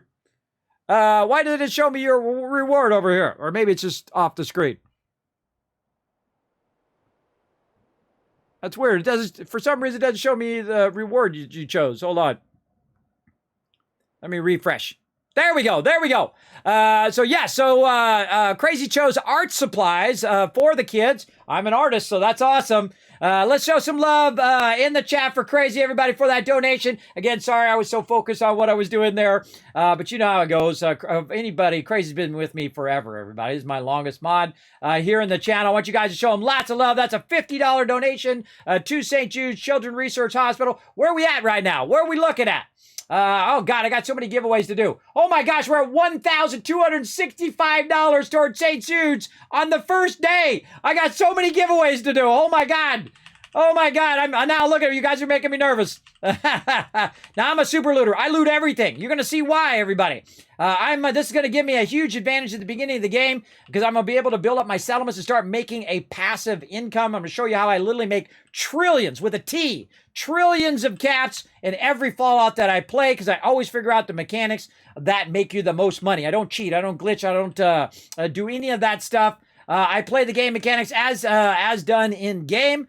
The only exception I would make, of course, is when you're building stuff. Sometimes the building stuff is pretty limited. So if you add mods that give you unlimited building, that's okay. The reason why they have building limits is so that the average Joe does not complain about it being laggy, right? Because the more stuff you add, of course, the more chance it's going to lag you out and all of that. Now, I've thrown a bunch of junk down there. Now, by the way, there are some random encounters that can happen right here next to the vault. I've had people that I've run into over here. I know there's somebody out there. I've had people that I've run into, and of course, every playthrough is different. Every playthrough has different random encounters that you have. I have played through the game now. This is my 9th playthrough, and every time I play, there's something new that I come across. I can't wait to see what it is in this playthrough. But there we go. So we went above and beyond. We grabbed all the little bit of resources that we saw here at the top at the vault entrance. We grabbed all the resources out of all the other stuff there. We grabbed all the cones. Let's give it one more look over here so we know we don't have to come back. By the way, you can also pick these things up. Did you know that? That you can pick those up. I don't think I've ever picked those up and tried to bring those back to the vault. Let's do some new stuff in this playthrough as well. I don't think I've ever done that before. Let's throw it down the hill and bring it back to the vault. Or not back to the vault, sorry, back to our house over there. What else we got? Now, by the way, you can also pick up certain dead bodies. I don't think you can pick up these skeletons. I think they're there for a reason. But you can pick up peeps that you kill or people that are at your particular settlement. Oh, there's a whole bunch of stuff right here. Peeps that are at your settlement. Like, say you kill a bunch of ghouls, and those ghouls are default spawn in that particular location. You can actually go in. Oh, I dropped it. You can actually go in and take those and move them out of your vault so they're not in your way. Again, this is the first time I've done it to this extent. I've thrown a few things down there or just carried them down in the beginning, but I don't think I've ever gone through and grabbed every single thing out of up here. Most people don't even know you could do this, by the way, everybody, that you can pick stuff up right at the very beginning. Oh, come on, pick it up. We're good throwing it. Pick it up. There we go. If you swing too quickly, if you turn too quickly, the centrifugal force pulls it out of your hand. So let's just keep throwing it down the hill over here. Oh, this is an even better spot. Yeah, because it'll just go down the side there. Yeah, there we go. So again, we're going through and we're grabbing everything that we can find up here so we don't have to come back and grab it later if we wanted to. Now, you don't have to do this, everybody. I'm just doing this as like the ultimate playthrough, the definitive playthrough of it as well. Hey, thank you, Down Incognito, for the lurk. The lurker love. Appreciate that. Got to head out because work tomorrow. Have to rest up. Get the rest of your... Have a great rest of your stream. We'll lurk for AFK. All right. Well, thank you so much for the lurker love. Now, I'm going to do a giveaway here in just a moment when I get down the hill here, everybody. Or actually, you know what? Let's do it right now. Let's do that giveaway. We got plenty more to grab here and put down there. Let's do it. I got to keep these giveaways going. I got so many to do. All right, bam, close the giveaway. Here we go, everybody. Someone's going to win a random game code right now. Here we go. We're going to draw the winner in 3, 2, 1. Boom. There you go. D-Holt. D-Holt, you are the winner. Now you have exactly 2 minutes to say something in the chat. Now remember, everybody, what you want to do is go ahead and whisper me so I know that that is you. If you do win, Let's see some GGs in the chat. The more GGs I see in the chat, the more Kiz Caps I'm going to give to all of you for the next giveaway. So let's do it, everybody. Let's throw those GGs in the chat. I have so many giveaways to do now, everybody. I got literally a giant list of them, and I have a bunch of them that are not even on the list. That means I've got a bunch more of those to do as well. Now, right now, we've got all of these milestones to hit right here. Look at all these milestones. These are all giveaways, everybody. In fact, some of these are like 5-packs. A whole bunch of them are 5-packs of game codes. We got a whole bunch of other stuff. We got dog meat to give away. We've got puppets right here to give away. We got cups to give away. We have literally thousands of dollars worth of stuff to give out. And again, thank you to Bethesda for game codes and for showing so much love here on the stream. Also, big thanks to Bethesda Gear for sending me all that stuff. Manscaped as well. We've got a $175 package for Manscaped. If we unlock that, we're going to give that away as well. As, of course, thank you to Zombie Cure Lab for donating some codes as well, which we're going to give out next week, all right, when that comes out. They're the new version of that. We're going to play that for sure as well. Definitely want to check that out. And again, I appreciate it. Now, I'm just a small streamer, everybody. I'm just a small streamer in the giant ecosystem of millions of streamers here. But hey, if I can make a little bit of a difference, everybody, then I'm doing it right. If I can inspire you maybe to do another playthrough of Fallout 4 or to crack open Fallout 76 again and start a new playthrough, then that's what I do. I feel like that's a contagious thing. When you love to do something, I'm having so much fun right now. When you love to do something, everybody, there's a magic that happens. Oh my gosh, look at all this stuff over here. I don't think I've ever noticed all of that stuff over there on that end. Now, we're just going to keep going here. We're going to keep going. We're going to give him 2 minutes to say something in the chat. Now, remember, D. Holt, it's you, bro. It's you. Is he in the chat? D. Holt. Your 2 minutes is up. Last call, bro. Last call. And I never leave the stream, everybody. Never leave the stream because what I do is I have to re-roll. So if we don't see, Nuka Cafe coming in with the raid party. Thank you very much for nuking the stream. Appreciate that big time. Let's get Nuka Pact, you over Disguised Coast. Disguised Zoes. Oh, he's an awesome streamer, everybody. I've known him forever. Not personally, but known of him. Incredibly fantastic streamer. Old school, by the way. The OG streamer from back in the day. Thanks for coming in, Nuka Cafe. Appreciate you. Almost Famous, thank you very much as well. Coming in, raiding with your favorite streamer. That's one of my favorite things on here. I call it the Kismet Love Train when we go raid people. I've literally raided thousands of people here on the stream as well. Welcome, everybody. My name is Kismet. I am a Twitch partner as well as a YouTube partner here on Twitch, as well as graphic designer for the last 30 years. I've worked for some of the top companies in the world. Been very, very lucky. I've also been a senior tech at Apple for many years until I did get ill. I do have sleep apnea and a really bad vertigo and insomnia that I've been kind of suffering with for the last 8 years. And streaming allows me to relax, hang out, show some love, bring a little joy and positivity into your day. So if you like that kind of thing, you're in the right spot. As well as if you like some Fallout, which is my favorite series, you're in the right place. Now, I've literally thousands of dollars worth of stuff to give away here in the stream. So settle in, everybody. Settle in. 24 days in a row for charity as part of the global super stream event, Fallout for Hope, with over 400 Fallout streamers just like me playing Fallout for charity for St. Jude Children's Research Hospital. And we've already been crushing it already. Holy mackerel.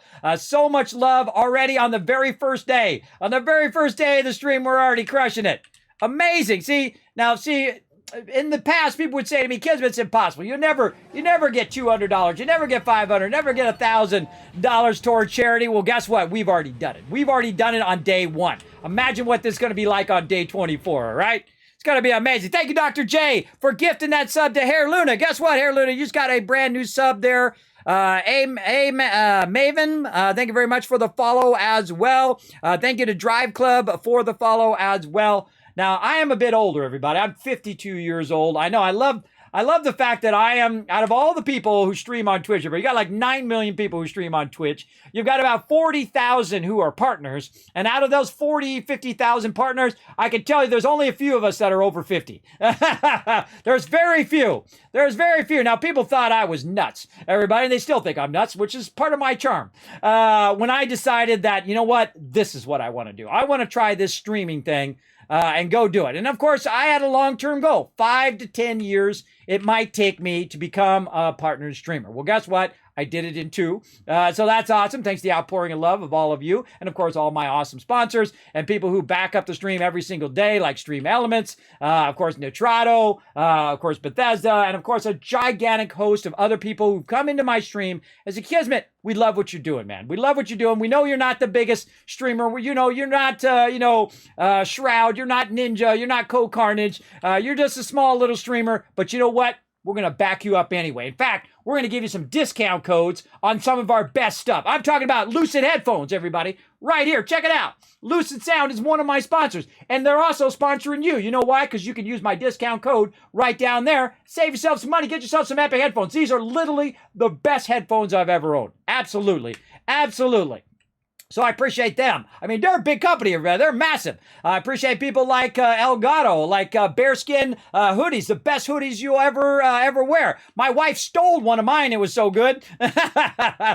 She took one of mine, and I ain't ever getting that one back, everybody. Forget it. I ain't ever getting that hoodie back. She loves it. She wears it every single day now. She wears it every single day. She wears it at work where it's freezing over there. Everybody's got the temperature like at 20 degrees. She's wearing that at work. She's wearing it outside where it's also 20 degrees. Actually, I think it was like 30 today. Super cold out there.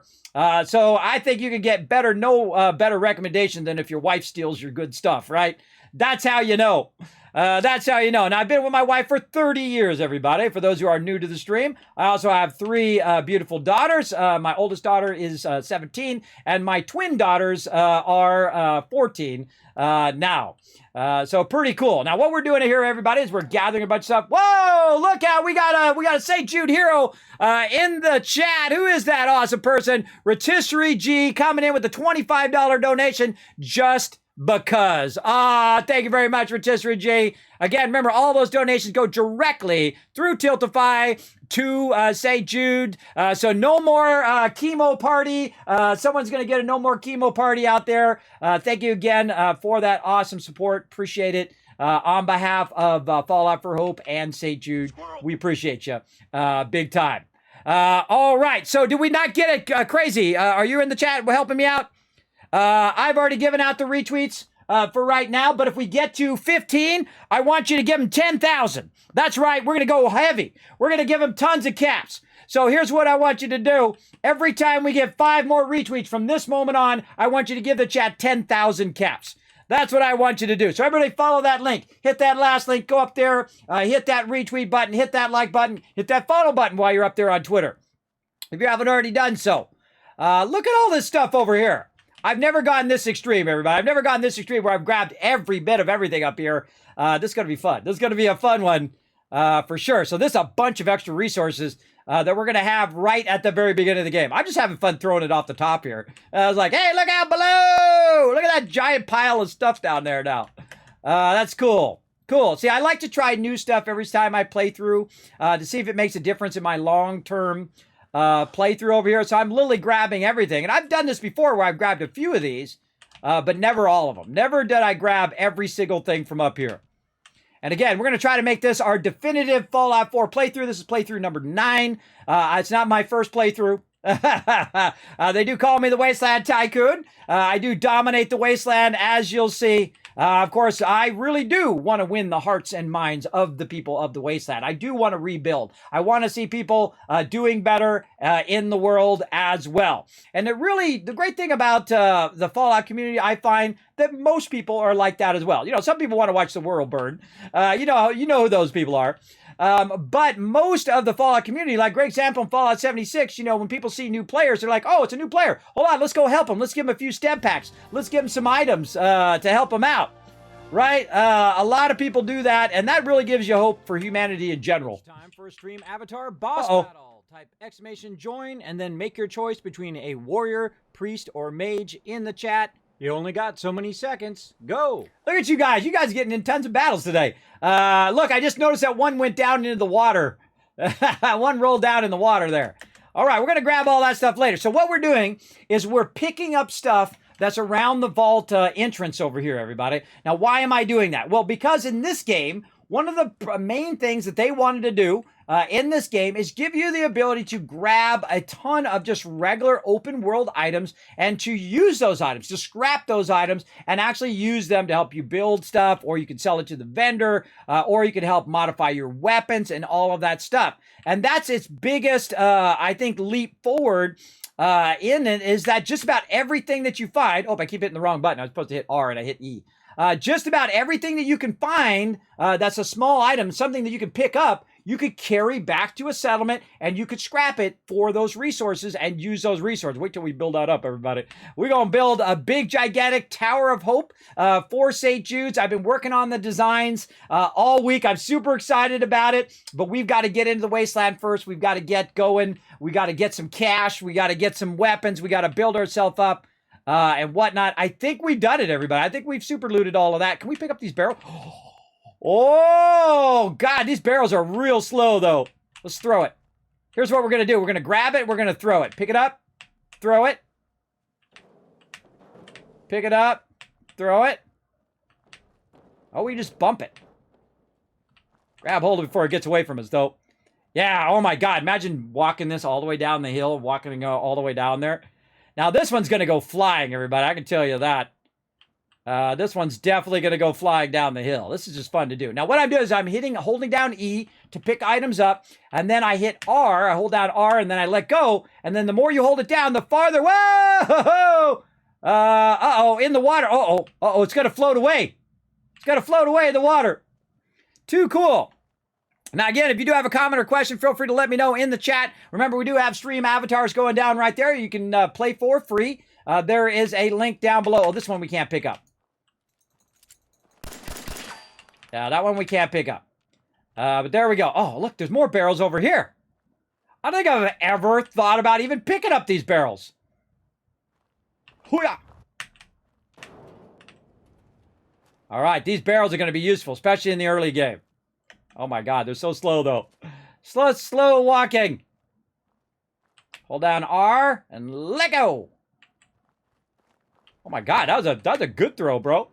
That was a really good throw. Now again, the longer you hold down the R, the further that it throws it. So now I just tapped it there, right? So I can just kind of bump it in the direction toward the fence here so I can grab it, holding down E again, going up here. And then I'm just gonna, Kobe off the top. Oh, that was a good one. Oh, that was a real good one right there. So that's a faster way to grab materials and then run them back to your base, is to pick them up and throw them, because they're just too heavy for me to take them individually. Now that one I can't grab. I can't grab this one. I can't grab this one. Usually only the open ones can you grab. And again, I've never done this before. Even though I've played for over 2,700 hours. I've never gone and picked up all the barrels and picked up everything from this over here. How we looking?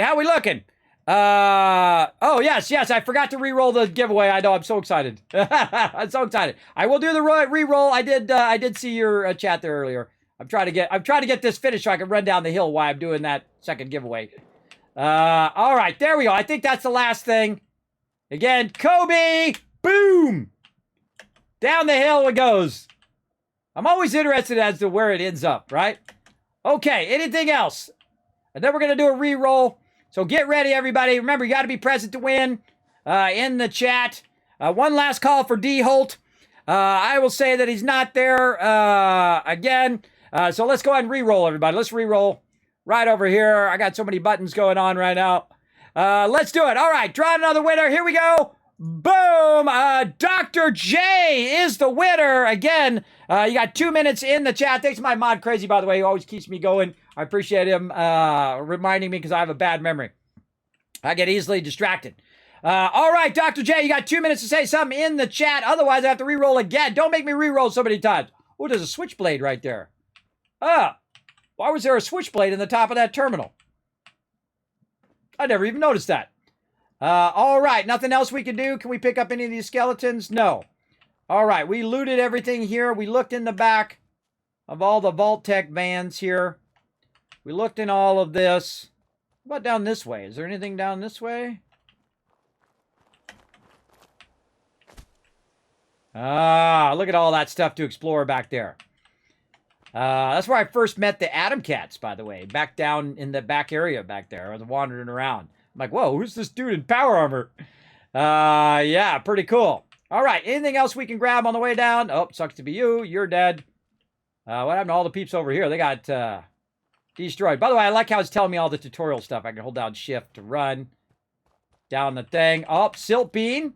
All right, now one of the cool things about Fallout 4 normal mode, and that's what we're playing in, normally I play survival modes, everybody. As long as it's not permadeath, I will play survival modes. I like playing the hardest way, in the hardest mode, and I've done that many times here in Fallout 76 as well, because what I'm trying to say is Fallout 4 survival mode is like Fallout 76.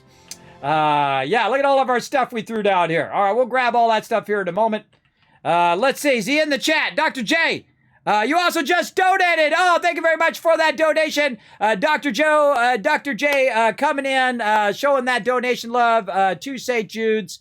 Let's see. Name a robot. All right, I'll put your name down to put it on a robot when we get to that. Also, by the way, if you do donate over $15, you automatically get your name on the Tower of Hope. So you will get that going. So that's a confirmed win. And you're like, Kismet, I missed the giveaway. No, you didn't. Guess what? I got like a ton of giveaways, like a dozen giveaways to do. Thanks to the generosity of my chat. We've got an absolute massive amount of them. Of course, amazing $1,000 donation from Notorious TDK, and of course, a whole bunch of donations from so many epic people. Let's go ahead and mark that as done. Let's see, what do we need to do next? Let's see, I should have made a spreadsheet for this. I mean, I have one, but I don't have it ready. I'm gonna have to just write these down. Let's just write it down over here. I mean, I'd come back to it later. It's not like I have it in a list anyway, but make sure to whisper me, Dr. J. I'm going to say hi in the chat. Thank you very much, Ro, for that sub love. I appreciate that. That's 66 months of sub love. That's as long as you can be subbed to my channel, everybody. Ro, of course, good friend of the stream. I consider him a good friend as well. From the land of Lurk, I resub at thee, he says. So show him some love. We're doing the definitive Fallout 4 Tower of Hope playthrough with the Wasteland Tycoon. That's me, everybody. I'm going to show you some of my best tricks. We're doing some new stuff that we didn't even do last time. I'm showing you how to get some extra loot right at the very beginning of the game. Bring all that loot down from up there at the top. And we're going to go ahead and make our first walk into Sanctuary here. Let's go ahead and get this next giveaway going. I literally going to do nothing but giveaways all night long. Let's do this. And I'm going to need to start setting a timer. I'm going to need to set a timer so I don't get too distracted and get too into the game that I keep forgetting these giveaways. So we're going to try to do some giveaways like every 20 minutes. Let's try that. Let's do it. All right, next giveaway right over here. Let's see what's next in the list. Another random code giveaway. Now again, remember these random codes can be up to $200. Oh, another St. Jude hero right over there. Showing some love to the kids right there. Walt the Cat coming in with a $20 donation as well. Now remember, if you do pick something like name a vault dweller or get your name on a robot or something like that, or if you accidentally forgot to choose something, you can go ahead and let me know. But any donations over $15 automatically get your name on the Tower of Hope, and we are going to build a massive mega build, everybody. I've already been building it out just a little bit to test out what I want to do, and I'm so excited. I'm so excited about it. So let's go ahead and get another giveaway going. Again, we're going to try to do one every 20 minutes now, because otherwise we're not going to have enough time. Remember, these are between $200 and down to $5 codes. Are all random, and I'm going to start giving out 5 packs of codes as well. So here you go. You can go ahead and start. The giveaway's already started. You can go exclamation loot in the chat. See how many kids caps you got. Exclamation ticket. Puts 1 ticket in. Everybody gets a free ticket. I don't care if you've been here for 10 seconds or you've been here for all 8 years. Remember that I am sponsored by Bethesda Gear, and also Manscaped, and also a Zombie Cure Lab. So I literally have thousands of dollars worth of stuff to give away. And we are just going to do giveaway after giveaway after giveaway after giveaway here in the stream, or I'm never going to get it done, even though it's 24 days. I'm never going to get it done in time, and it happens to be every single year. Every single year I get to the point where I'm just at the end, just give it away. We're going to try to do better this year, everybody. We're going to try to do better. My mod's going to keep me on point. You guys got to keep me on point. So here we are, back at the mighty Sanctuary. Let's go check it out. Oh, this place looks trashed. Let's go talk to my buddy Cogsworth. As I live and breathe. Oh, it's really you. What happened? What happened to the world? The world, sir?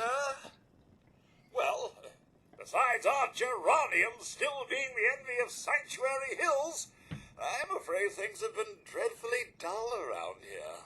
Things will be so much more exciting with you and Mrs. back.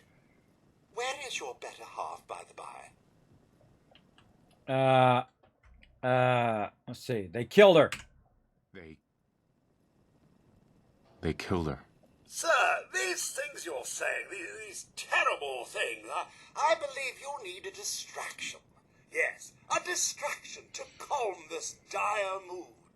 It's been ages since we've had a proper family activity. Checkers, or perhaps charades. Sean does so love that game. Is the lad with you? I know, Vault-tec. That's what I want to see, too. I want to see if the door is closed. Good memory, by the way. I'm going to give you 1,000 kiss caps. And everybody in the chat, for you having a good memory, remember to check and see if the door is closed. That's what I want to know. He's been kidnapped. Sean's been kidnapped. But I'm going to find him. I'm going to get my son back. It's worse than I thought. Mm-hmm. You're suffering from hunger-induced paranoia. Not eating properly for 200 years will do that, I'm afraid. 200 years? 200 years? What? Are you... A bit over 210, actually, sir. Or give or take a little, for the Earth's rotation and some minor dings to the old chronometer. That means you're 2 centuries late for dinner. Perhaps I can whip you up a snack? You must be famished. Now, see right here? Now, at times people withhold information or caps. You can attempt to persuade them into sharing both. The difficulty of succession persuading indication is color. Yellow is easy, orange is medium, red is hard. Now, of course, I have good charisma. I have 6 charisma. Normally, I have 10 charisma for this moment. So I can...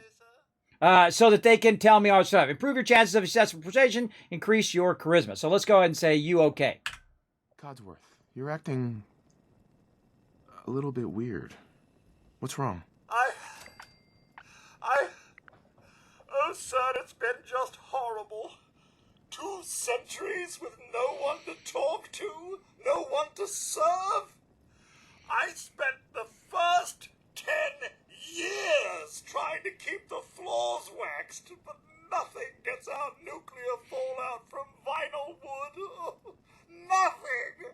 And don't get me started about the futility of dusting a collapsed house. And the car. The car! How do you polish rust? Stay with me, bro. Stay with me, pal. Focus. I'm afraid I don't know anything, sir. The bombs came and all of you left in such a hurry. I thought for certain you and your family were dead. I did find this holotape. I believe the missus was going to present it to you as a surprise.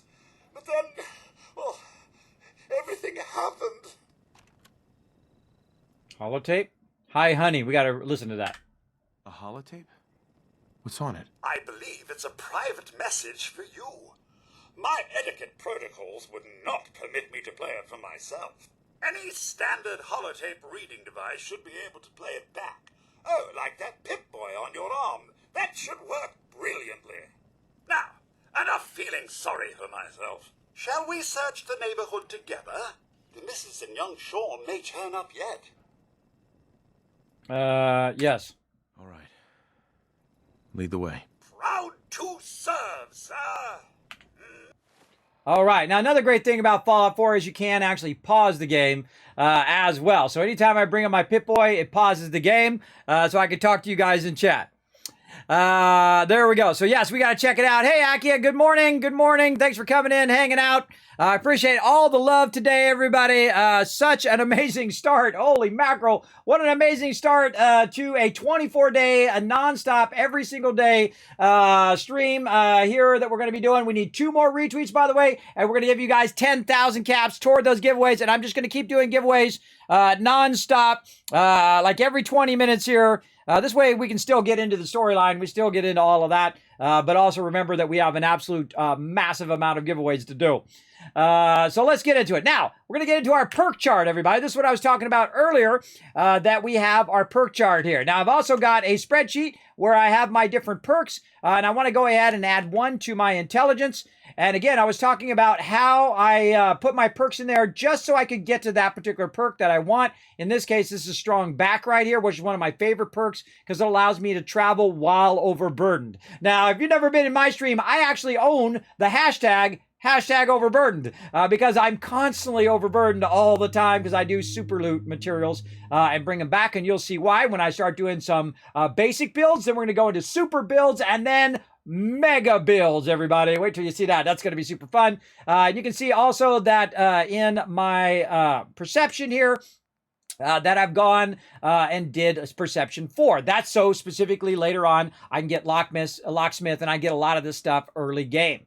Same thing with endurance. I've gone 2, so I can get a lead belly, but really endurance is basically gives you more health and your action reduces your action point drain from sprinting, which it tells you all that stuff right there at the bottom. And you can actually add endurance if you just click right there, which I don't want to do right now. We have very specific perks that we're going to choose. I've already pre-chosen my perks in this particular playthrough. This actually took me like 5 hours to come up with my kind of perfect playthrough perk level. And this is something I've been saying I was going to do for the last 8 playthroughs. So this is playthrough number 9, and we're finally going to do it. We're going to pre-pick all the perks and then give you guys a list. You're like, Kismet, where can I see this at? You can see this right there in that link. You can't change it, but you can go check it out. I do have also my settlement overseer, which we're going to be going into and managing our settlements through the settlement overseer as well. But this is going to be our perk order. So every time we level up, we're going to reference our perk order levels right there. So that's what we're doing there. So now, why did I also choose Charisma 6 instead of Charisma 10? Now, normally I go Charisma 10 just so I have a higher chance of persuading the people to tell me all of their secrets. But at this case, I want at least minimum to be able to get Local Leader. Local Leader connects your settlements together. So that's going to be super useful right over there. Also, of course, for Caps Collector, which we're going to get into. Now, intelligence, same thing. I went into 6. I was actually going to go 5, but I realized that I miscalculated. And that's so we can get science, so we can get scrapper, so we can get hacker there. Gun nut very, very early on. Medic as well. And eventually, actually, I used Vans here too. You know why? Because in the later game, it actually gives you plus 2 perception. So if you have max perception, you can also get an additional 2 perception from right there. Now, under agility, what am I aiming for? Now, right now, I'm actually not going to do any of the agility perks. Agility's there. What it does allows you to get more action points when you're in bats, as well as helps you sneak around. I'm not doing a sneak build. I'm doing a Wasteland Tycoon build. But the one I really want to get to is this one right here, Action Boy, because as you rank it up, that's 25, 50%, and then 75% faster that you get your action points back. You can also use your food, which I never do. I'm going to try to do it in this playthrough, though. Now, the same thing also in luck. I've only gone 2 into luck, and that's just so I can get Scrounger in the very beginning. This will be the very first perk I choose, and I will only rank it up once. And the reason why I do that is so that I can find more ammo at the beginning of the game. I don't really need it in the late game, but I do need it in the beginning. Oh, wow, Fallout 4 again. Yes, nice. Yes, bits. Not only am I playing Fallout 4, this is going to be my definitive playthrough. I'm going to show you all the best tricks in the Wasteland. I'm going to show you all the killer stuff, all of my stuff that I've discovered over all the years of playing the game, tips on how to build, how to manage your settlers, how to absolutely dominate not only Fallout 4, but a lot of that stuff carries over to Fallout 76 and future Fallouts as well. So make sure to stick around for that. We're going to be playing every single day for 24 days in a row for St. Jude's Children's Hospital as part of the Global Super Stream event with over 400 Fallout streamers raising funds through Fallout for Hope. All right. So again, you can help out. You can get your name on the Tower of Hope simply by following that link right there in the chat. Go over there, donate. You can choose what you want to do. You can name a settlement if you want. You can be the founder of the settlement. You can get your name on the thing. Now, any donations above $15 automatically get your name on there. So say you want to name a robot, you want to get your name on a robot. Well, guess what? Not only will you get to name a robot, but you'll also get your name on the Tower of Hope. All right. And if you do want to say found a settlement, well, boom, you get your name as the founder of that settlement. There's only so many, so you can if you want that, you definitely want to snatch that up, and then you can choose what you want. First come, first serve on that as well. So that's why I picked the perks I've chosen. It's very important to know that. Normally, again, I start with 10 charisma just so I have a higher amount of stuff, and then I work up my other perks to get to this point. But in this case, the reason why we did that is so that we don't have to add points in those particular things. Now, what you can do if you do get a level up is you can say, oh, well, I want more charisma. And you can just click on the charisma at the top, and it will basically give you another charisma point, right? But it's coming at the cost of the fact that you're going to get those perks much later game, right? Because, again, you're going through the levels at a certain pace. So this playthrough is all about being able to get all the perks I need before level 50 and adding no points. I'm going to add no points manually. I mean, might do it through books or do it through bobbleheads, but I'm going to add no points manually in this particular playthrough. And I've never done that before, and I want to see how it works out. It might be the most amazing thing, or I may go back to the old way. We'll see. Either way, I'm going to dominate the wasteland. You'll see. You'll see. Okay, so again, our first perk that we're looking for is going to be Scrounger, so that we get more ammo through the entire playthrough, by the way. That's why I do that perk first, is so that I get it through the entire playthrough. You get your maximum benefit for that particular perk. Anything like that, I suggest to do very early game. All right, we're going to follow Cogsworth here. Let's go, brother.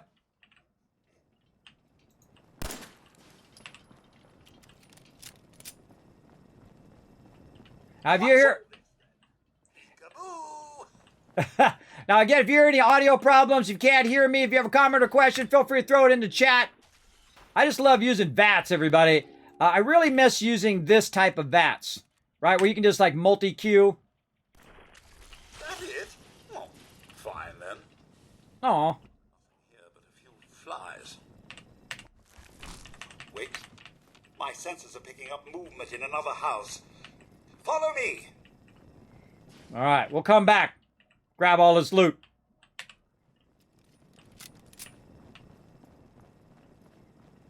We're going to make Cogworth super buff because we're going to play a little bit of the Automatron. We're going to play a little bit of the Contraptions Workshop as well.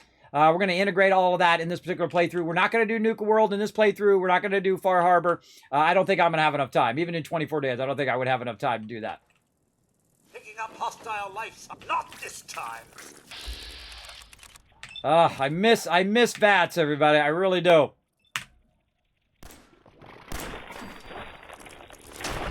I love that slow-mo stuff. Now, there's VATS in Fallout 76. But it's not cool VATS like this. Your family isn't here either. They're really gone, aren't they? It's okay. Thanks for trying, Codsworth. You can't give up, sir. What about the city? Concord is nearby, and, well, the people there have only shot at me a few times. Thanks, Cogworth. Thanks for your help, Codsworth. Good luck, sir. You'll find young Sean. I know you will. I shall remain here and secure the home front. Fast forward 500 hours and I suddenly go like this. Now put a 1 in the chat if you've done this in Fallout 4. Hey, wasn't I looking for somebody? 500 hours later, build up all my settlements, did all the side quests. I suddenly realized, hey, I'm looking for my boy. I know you guys have done it. Come on, I want to see a lot of 1s in the chat. I know you guys have done that. You got so sidetracked that you forgot you were looking for somebody. And that's probably going to happen again in this playthrough. All right, now there's a bunch of loot in here I'm going to grab eventually. But right now, I'm going to go ahead into full Overseer Settlement Builder mode. You ready? Now, at the very beginning of the game, I've got some tips for you to get started. Now, me, I'm a builder. I like to build. And so I have done literally thousands of hours worth of building in Fallout 4, as well as I've done massive mega builds without mods, by the way. This is not a modded playthrough. I have played through with mods as well, took out the building limit and all of that stuff. That was really fun as well. I highly recommend that after, like, you know, after you've played through as many times, and then you're like, hey, you know what? I need some additional DLC. That's how I look at mods, is it just adds more to the game, adds more to the game. They actually have a mod that's coming called Vault-13 that basically is the original Vault, the original Fallout 1. Can't wait to try that out as well. Now, remember, you can't pick stuff up, and you can throw them, right? You can throw them around. Like I can shoot some hoops here. Hold on, let's put this over here. Let's get this. Oh man, what's the thing? What's the thing that rotates it the other way? There it is. Right mouse button. All right, we'll drop that down. We'll pick this up. Not even close. So you can try to shoot some hoops, everybody, or try to get it in the barrel. If I get in the barrel here, that would be amazing. Oh, not even close. All right, now it's rolling down the hill. We'll go get that later. But in the very beginning of the game, I'm going to give you a great tip that you maybe never even considered. Did you know that you don't need to get Preston at all? You don't ever need to talk to Preston. You don't even need to go to Concord. You can play the entire game without ever talking to Preston at all. Now, I like Preston, so I'm going to go see Preston. But you have probably never considered playing through, and if you have, put a 1 in the chat. Have you ever played through Fallout 4 without going to Concord and without talking to Preston? I have not. I like Preston. I think he's awesome. If they had written him a little bit better, where when he comes up and asks you for a quest, a settlement quest, that you have the option to say no. I feel like they took away the player's choice at that moment. I feel like that's one of the few mistakes that they did in Fallout 4, is that's why people dislike Preston, is because he doesn't give you a choice. He comes up and says, hey, another settlement needs your help. And you're like, Preston, I can't right now, bro. I'm busy. I'm doing like a whole bunch of things. Can you hold on to it and get back to me later? The only thing he does with that is the castle. The castle, he will come back to you later. But if he did do that, I think a lot more people would like him a lot more, I think. That's just me. Now, here we are, of course, in Sanctuary, our very first settlement that we can unlock. Now, I just go right to the workshop, boom, and open that workshop, and guess what? Now I've unlocked Sanctuary as a buildable area. Now, you can't do it before you come over here. You got to click on the workbench to get that going on. Now, the next thing that I'm going to do is collect resources. How do you do that? Well, you scrap stuff. You walk around and you scrap that barrel. I'm going to get some steel. I scrap this tire. I'm going to get some rubber. I'm going to scrap this mailbox. If there's stuff in the mailbox, by the way, boom, it'll instantly go into the workbench automatically if you scrap safes and all that stuff. So you don't need to go around and open safes and all of that. You can just go ahead and go scrap. Now, the fastest way to scrap is to hit R for scrap and then E for enter. You don't have to actually hit the enter key, just so you know. So I go R and then E. Now I'm playing on the PC, so all of the commands that I'm talking about are going to be relevant to the PC, but obviously you can find out what the equivalent control is on the Xbox or on PS4 or on PlayStation. I don't know why I always call it PS4 instead of just PlayStation. But that's what I'm going to do, everybody. I'm literally going to grab every bit of loot. Now, while you're wandering around, you're going to notice that it actually takes away some of the debris as well. I take away the tool racks here. I take all of this away. Again, anything that's inside those will automatically go into the workbench. I can manually go and pick it up as well if I want. I can go and pick all this stuff up here. But you are going to have some workbenches in the very beginning. Now, in the very beginning, you cannot make this kind of stuff. You can't make workbenches and stuff like that. So I'm going to move that out there. I'll take out all these street lights. You can't do anything with this stuff anyway. Toolbox gone. All of that gone. Box gone. This will scrap. And we'll take this. Now, the difference in Fallout 4 versus Fallout 76 when it comes to scrap is the fact that it doesn't automatically break it down to its base components, which I think is a great upgrade in Fallout 76.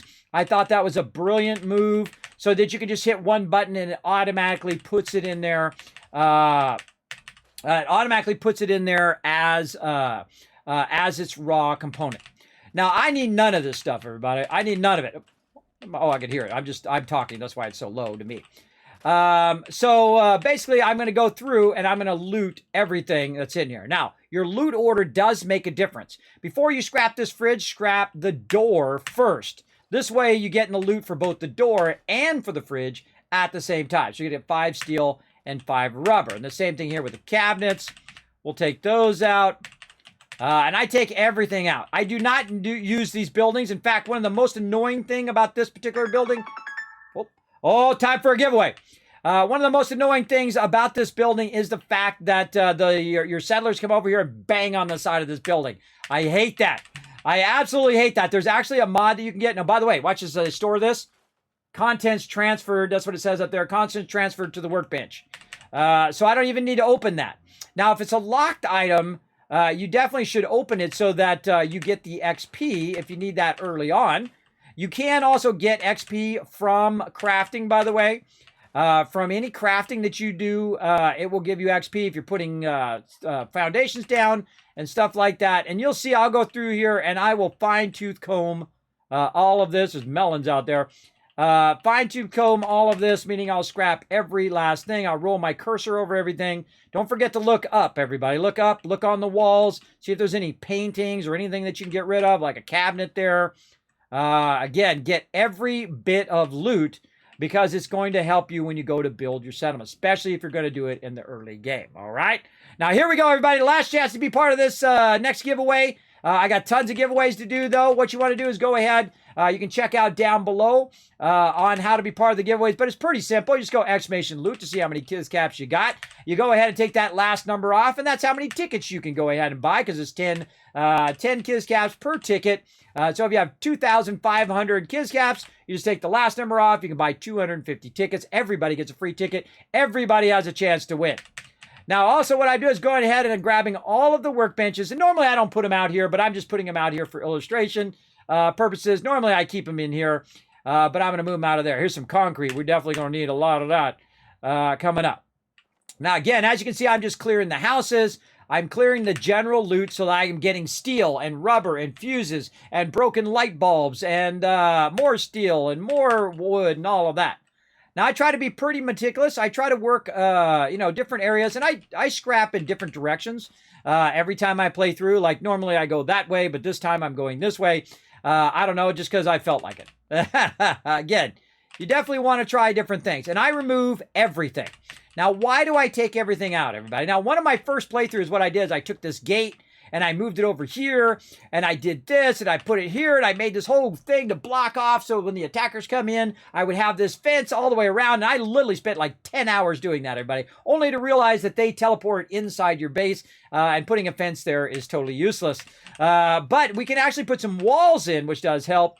But putting in fence does not help you at all. Now, what I'm going to be doing also is trying out some new stuff in this particular playthrough. So I'm going to go ahead and store this food out of there so that when my settlers come in here, they don't start doing that food right away. And the great thing about Fallout 4 in the normal mode is it does not spoil.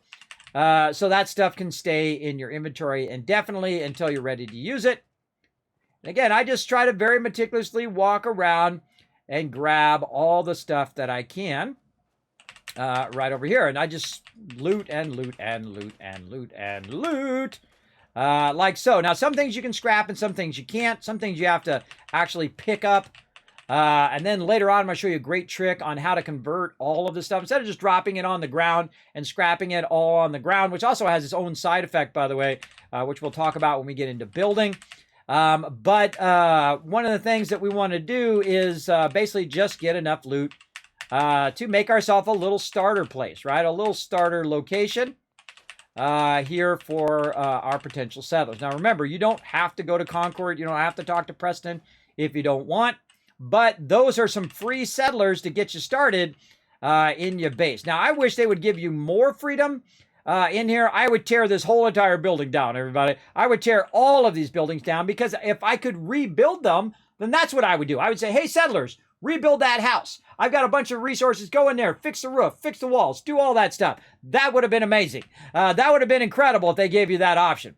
But sadly, no. These are just hunks of metal that you can't do anything with, which sucks. I mean, you can try to make them into stuff. You can build out walls. You can build out new floors in there if you want.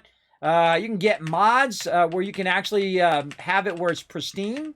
So it looks like it does pre-war if you want to do that. I have actually done that before. It's actually pretty cool. I do also have a list of the mods I have used in the past.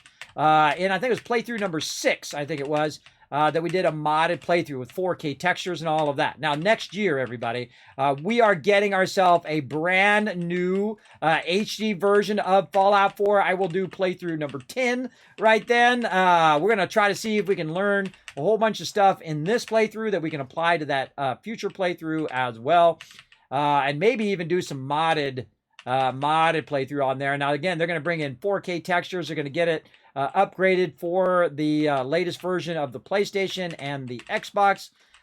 So pretty excited about the HD version of Fallout for sure. We can't forget that giveaway here. Hold on. We got to be diligent while we're in here, though. You're also looking for stuff on the ground that you might not see because you're removing stuff. So I diligently like to take out rugs and all of that. Now, let's go ahead and do this giveaway here before I get too sidetracked. Here we go. Close the giveaway. And here we go. 3, 2, 1. Boom. You're the winner. Akia coming in with the win. You got 2 minutes to say something in the chat. I'm going to do nonstop giveaways all night long, everybody. Nonstop. Just stay here in the stream. You're going to have a high chance of winning stuff in my stream. That's for sure. Now, again, everybody, we are playing 24 days of Fallout.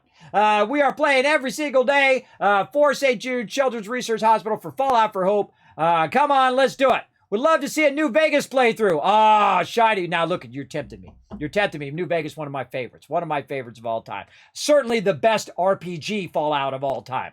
Absolutely the best storyline. I think the best factions early on. Incredibly fantastic. Now, I was there at the beginning, everybody, 25 years ago when Fallout first came out. In fact, imagine seeing Star Wars 2 weeks before everybody else. Right? Now, I got to know that Fallout was coming out because I worked for a pre-press printing location that had a small little client at the time. Their name was Interplay. They were a tiny little company then, everybody, but they went on, of course, to make a lot of signature series like 3 Vikings, of course, the Fallout series, and just an absolute ton of other ones like Battle Chess and all of those. And I got to know about it before anybody. And I'm like, whoa, what is this game? I'm totally playing this game. And I played tens of thousands of hours. Easily, not even overestimating. That's an underestimate, everybody, of Fallout 1. So there we go, Akia. Are you in the chat? You are. You're in there. GG. That's a confirmed win. You're like, Kismet, I missed the giveaway. No, you didn't. No, you didn't, because you know what I'm going to do? I'm going to start another one right now. Bam. There we go. Another giveaway. It's giveaway number 3. We're doing it right now here in the chat. We're just going to keep these giveaways going. Big time right over here. And I'll come back later and put that down there. So after this giveaway, we're gonna do 20 minutes, and then I got so much stuff to give away, everybody. I mean, I got literally, even though I have 24 days to do it, I always run out of time. So this year, I'm going to try to be as diligent as possible. We're going to give this away, and then what we're going to do after this is we're going to give away a vault-tec hand puppet. For those of you who love lore like I do, I'm going to send this to you. I don't care where you are in the world. I don't care where you are. I don't care if it costs me more to send it to you than it does for the actual cost of this. But hey, it's for Vault 101 and 77, of course. It's actually the original is 77. You remember the puppet story? Yes.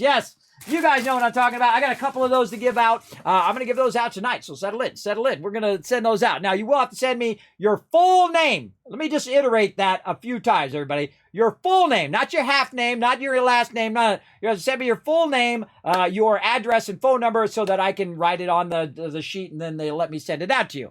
Now, it has to be somewhere where I can send it to you via the post office, because that's how I'm going to do it.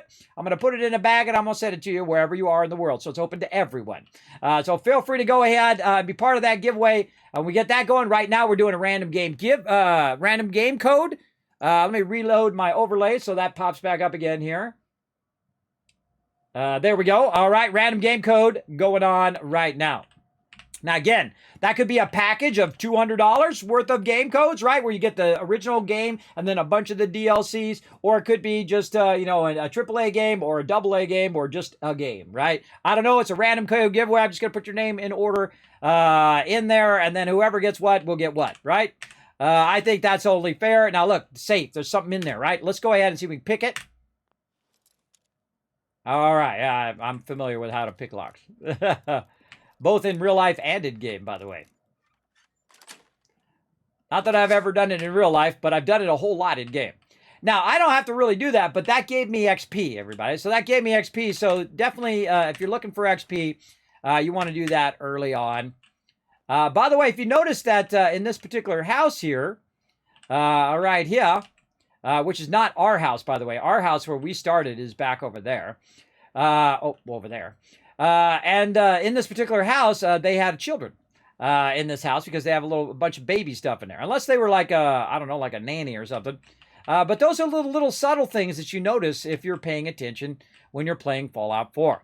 Now, if you do have a comment or question for me, you want to go ahead and throw it in the chat. If I miss it for any reason, feel free to throw it in there again. I never mind. Sometimes my chat is busy. I'm doing giveaways. I'm doing a whole bunch of stuff. They're doing battles or whatever in the chat.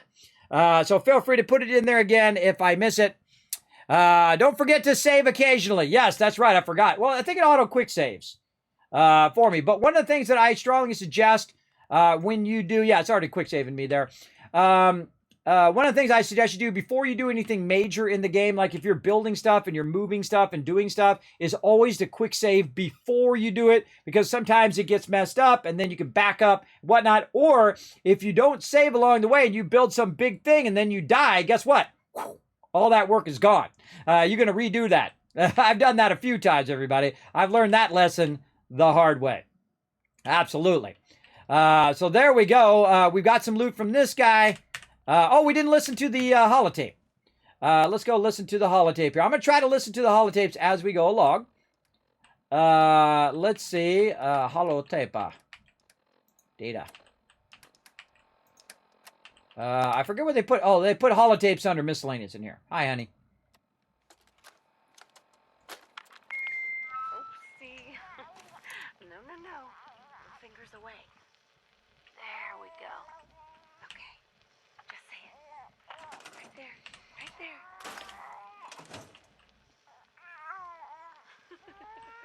Yay. Hi, honey. Listen, I don't think that Sean and I need to tell you how great of a father you are. But we're going to anyway. Isn't that right? You are kind and loving and funny. That's right. And patient. So patient. Patience of a saint, my mom used to say.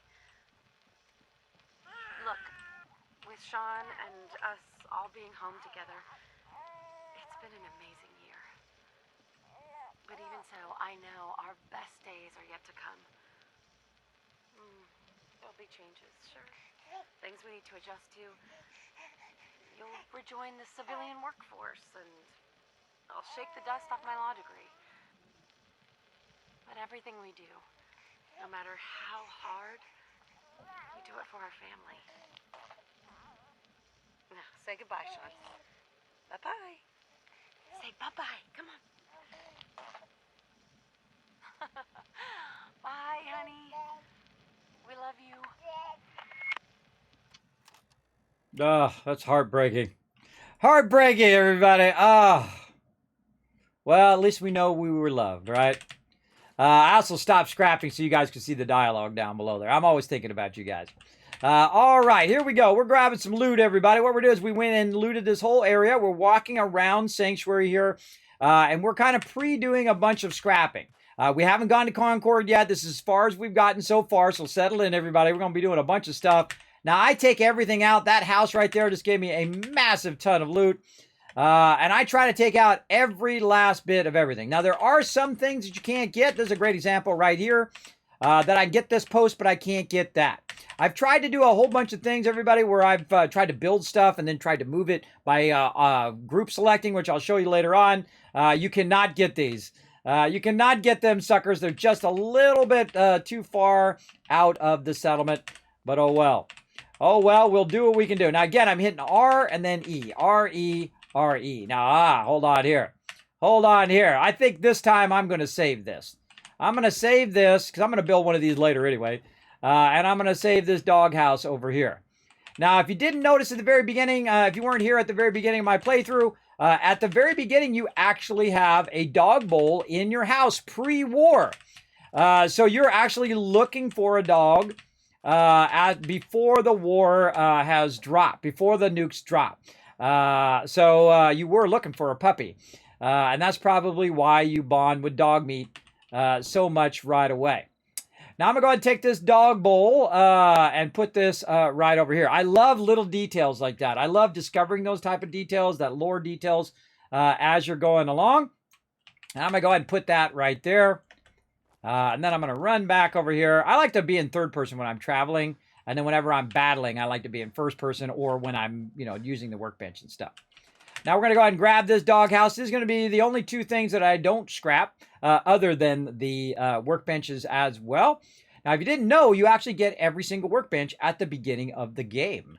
And I'm going to show you how to get all of those here in just a moment. We'll put Dogmeat's house way in the back this time. Again, I don't think I've ever moved that power armor frame that early. And again, I try to go very meticulously, right? So I went and did this house. Now I'm clearing this. I'll do the lower side in the back there later on.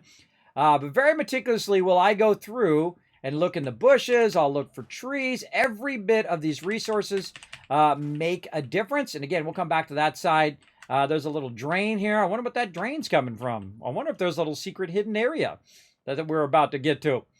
Now, again, if you just roll over stuff will highlight telling you that you can scrap that stuff, or you can store it in the workbench if you want to use it later.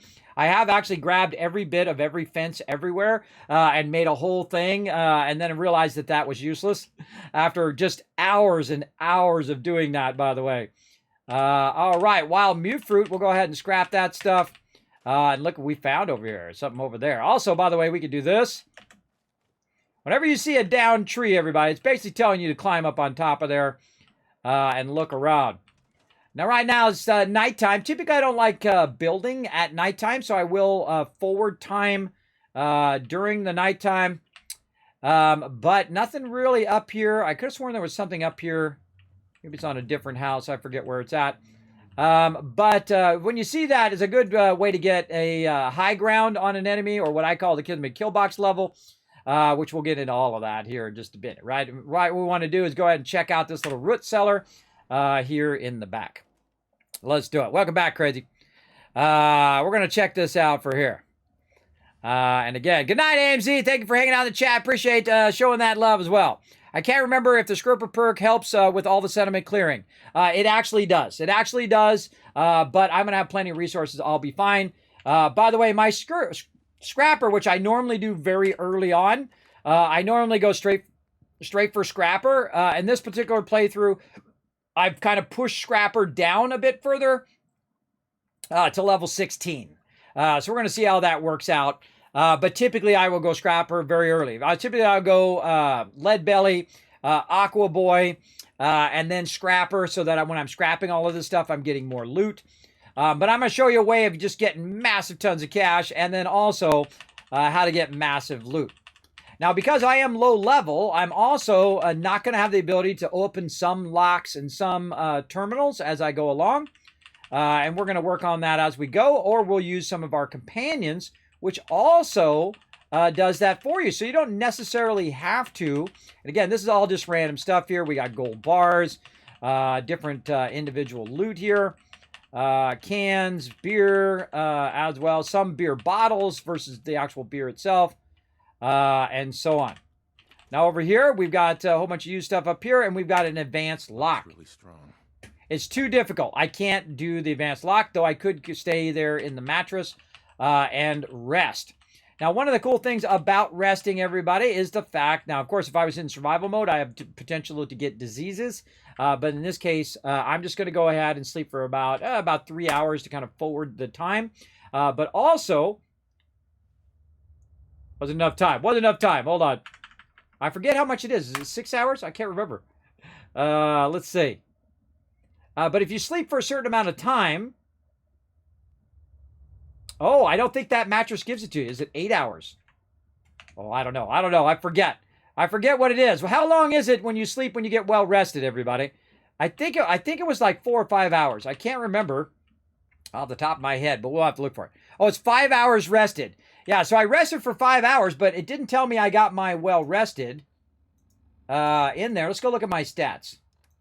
My perks here, stats, special. Yeah, so don't see any perks for that right now. And it's also the type of thing that you sleep on, by the way. If it's a bad bed, you can actually get diseases in the survival mode, and I think it's longer in there. Yes, it's 8 hours in the bad bed. That's what it is, Ro. Yeah, thank you very much. Ro in the chat, let me know. 5 hours for the standard, and then 8 hours for the bad one. So what we can do is go ahead and collect all of this loot. Now, one of the things I can't do is I can't scrap the mattress, and I can't scrap all the stuff in here. Also, if you start shooting stuff or bumping into stuff, stuff has a tendency to fall behind the thing there. So I usually look back there. But that's about as much as I can do until I can open that chest. Now, the hardest part is remembering that that chest is there and I haven't opened it yet. That's the hard part. Very early on, I will do lockpicking as well. Normally, in this playthrough, I'm going to push it much further back. And I'm going to see how it affects the gameplay. I'm going to try some different stuff. I love trying different stuff every single playthrough that I do. I also like to play in the daytime. I don't know what it is about games. Every time I play a game, everybody, I don't know what it is. It's always constantly dark all the time. When I'm playing Satisfactory, it's dark. By the way, Satisfactory Update 7 coming out on the same day as Nuka World, by the way. Nuka World Tour for Fallout 76 coming out next week for the early access version, if you are a Satisfactory fan like me. So there we go. So let's go ahead and scrap all of this stuff over here. Now, again, don't make sure your stuff doesn't get mixed in with the ground. See, I go through and I make sure that I can get all that loot right there. And again, this is one of my favorite parts of the beginning of the game. It's just scrapping stuff. Now, again, some of this stuff, is it faster to pick it all up like this, or is it faster to scrap it? Right? Yeah, I always do that. I always sit down when I'm scrapping or picking stuff up. I don't know. Depends on how fast you are, but I hit R and then E. R-E, R-E, R-E.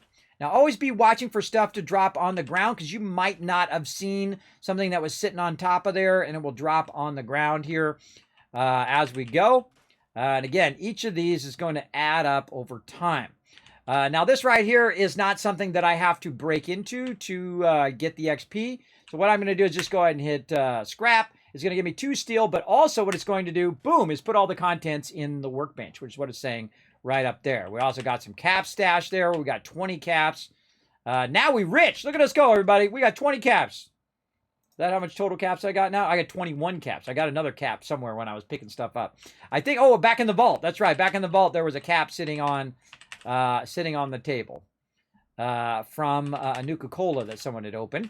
Now, if you played Fallout 76, and if you were paying attention, you would actually know how caps got started as a monetary value in the Wasteland. And I'm not going to tell you. I'm not going to tell you what it is, but I know what it is. So you can go check it out in Fallout 76. Feel free to go ahead and look for it while you're journeying around and figure out how caps got started. What caused people to start using caps instead of money in the Wasteland. So very, very fun trivia for you guys to discover in Fallout 76. Now, I don't need any of these houses. I don't need any of this stuff in here. I'm not going to build out these houses. I think it was actually one of the things they should have let us do was to rebuild these houses as opposed to... lamp in my way. As opposed to them just being run down the whole entire time. You can't really fully restore these buildings. Not like I could put the paneling or metal stuff back in again and restore these buildings. I can clip stuff into them if I want to. There's some tricks for clipping stuff into other objects in Fallout 4. We will be using a little bit of that, but not in a cheat way, but in a building way. I'll show you that in case you want to add that to your arsenal of building tools. I've never done it personally, but I think I may try to do it a little bit in this particular playthrough just so we can do some more advanced building that the game by default does not allow you to do, because there are all sorts of limitations to the type of building you can do, and also there are limitations to each and every settlement. Now, I could add mods, which would unleash my ability to build as big as I want, as well as it will remove a lot of those limitations and whatnot. It's really up to you how you want to play through. I'm playing without mods as well. Now, by the way, in that update that's coming potentially next year, the HD update, We'll also be getting a bunch of bug fixes and things of that nature. So who knows how much of this will carry over into that. But let's see. Is the door... Oh, the door's gone. The door is totally gone. So not only did we not get our thing... oh, wait, no, it's over here. This is our house. What are we talking about? That's not it. I got confused. How do I know this is my house? Well, I had my black car parked in the driveway here, and the door is actually open. Did Cogsworth open the door? We should go back and look. We should go back and see if Cogsworth opened the door. Hold on, I'm going to stop my recording, start another one, and then I'm going to go back and look. I'm going to go look and see if he had the door open. You guys let me know. Let me know in the chat. Did you notice if Cogsworth opened the door when we were running around? I forgot to watch. I get distracted super easy. All right, we were on this house over here, though. So as my video is processing over there, let's get back and go house by house, loot by loot. And I'm going to show you why I spend so much time diligently getting all the loot in the early game. Because it's going to have a huge effect on everything. Get the door first, then get this. And then these you can just pick up real quick by hitting E. Again, I like to scrap a lot of this stuff down into its basic components. There's actually a faster way to do that if you have the Contraptions Workshop, which I'm going to show you how to do. I'm going to show you how to do a mega sorter. I'm going to show you all that stuff. But you know what we got to do? We got to roll up our sleeves first, and we got to put in the work, right? We got to put in the time and effort. Again, I could open that right there if I have the high enough skill. I have novice, so let's do it. Ah, there goes my bobby pin. My first broken bobby pin in this playthrough. Nice. Nice. Get all that loot.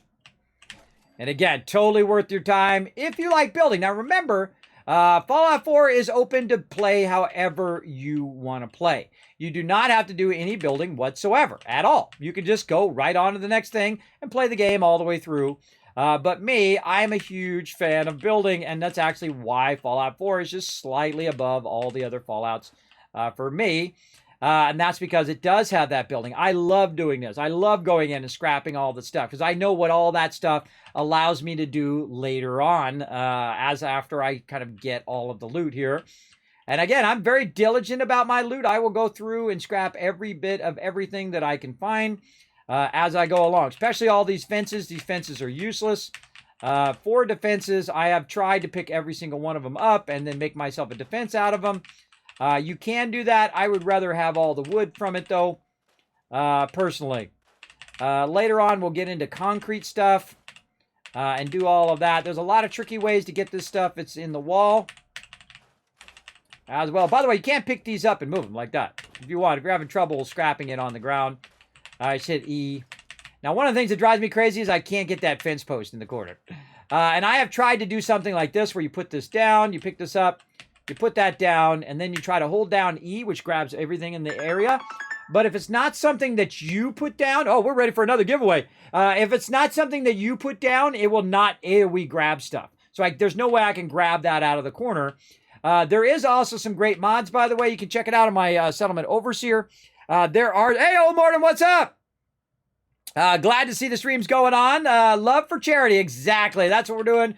Up in here, we're part of Fallout for Hope, the global super stream event of over 400 Fallout streamers, just like me, raising funds for St. Jude's Children's Research Hospital. We got tons of giveaways to do as well. Now, again, everybody, don't worry about it. Just going to have to go. Now, there are mods where you can actually take down the foliage. You can actually take down these buildings. You can take down all of the stuff that normally you cannot take down. All of that stuff is available. You can restore this. You can also, there's one that's really cool that I haven't tried yet, but it makes Sanctuary all green again. It actually redoes all the landscaping.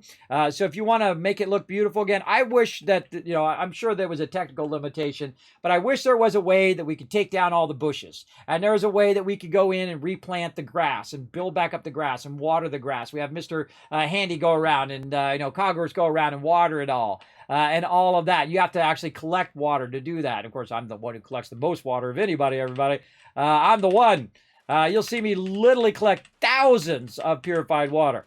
Absolutely thousands. Now, there's so many ways to play through the game. It's really up to you. Let me do a little bit more scrapping here, and then we'll go ahead. And then, again, look for those little secret fence posts in there. Hiding on that other side. Now, you can just store these as well if you want to. You can just hit tab on some of these items to store them. That one we can get. But again, you can see now I'm back kind of where I'm at. Now, there are some things that are just outside your settlement, by the way, that you can get. I would try all of the stuff. I would aim it at the edge there. Oh, there's a maple tree there. We can't even see. Aim it at the edge to see if there's anything that you can get, like maybe a tree or something like that. And again, meticulously go through. If you're going to do a lot of big building like I'm going to do, you want to meticulously go through and try to get every scrap of resources that you can find. So there we go. So we did that one there. That's a good point to do another giveaway. Let's do it right now. Again, everybody, we're going to be doing nonstop giveaways, so hang around. We're going to give away a vault-tec puppet right after this. Let's go. All right, closing the giveaways. Here we go. And 3, 2, 1. Boom. You're the winner. Brando coming in right at the end there. Oh, dropping. Whoa, 20,000 tickets. Wow. Man, he wanted that bad. There you go, Brando. Let's see some GGs in the chat. Oh, I forgot to give you caps last time. Let's give you caps for last time. 1,000, 2,000, 3,000 caps. Let's see some GGs in the chat. For Brando, I obviously know he's in the chat because I just saw him put in his tickets. But you do need to say something. Yeah, there we go. Again, rules are rules. Now, again, everybody, if you have won something here on the stream, make sure that you go ahead and whisper me right here. All right? I'm going to say hiya in the chat. Go ahead and click my name right there. Whisper me, say, Kismet, I won the random game giveaway. Now, again, if your name is Brando or if you are Akia, or let's see who was our first winner of the night was Dr. J.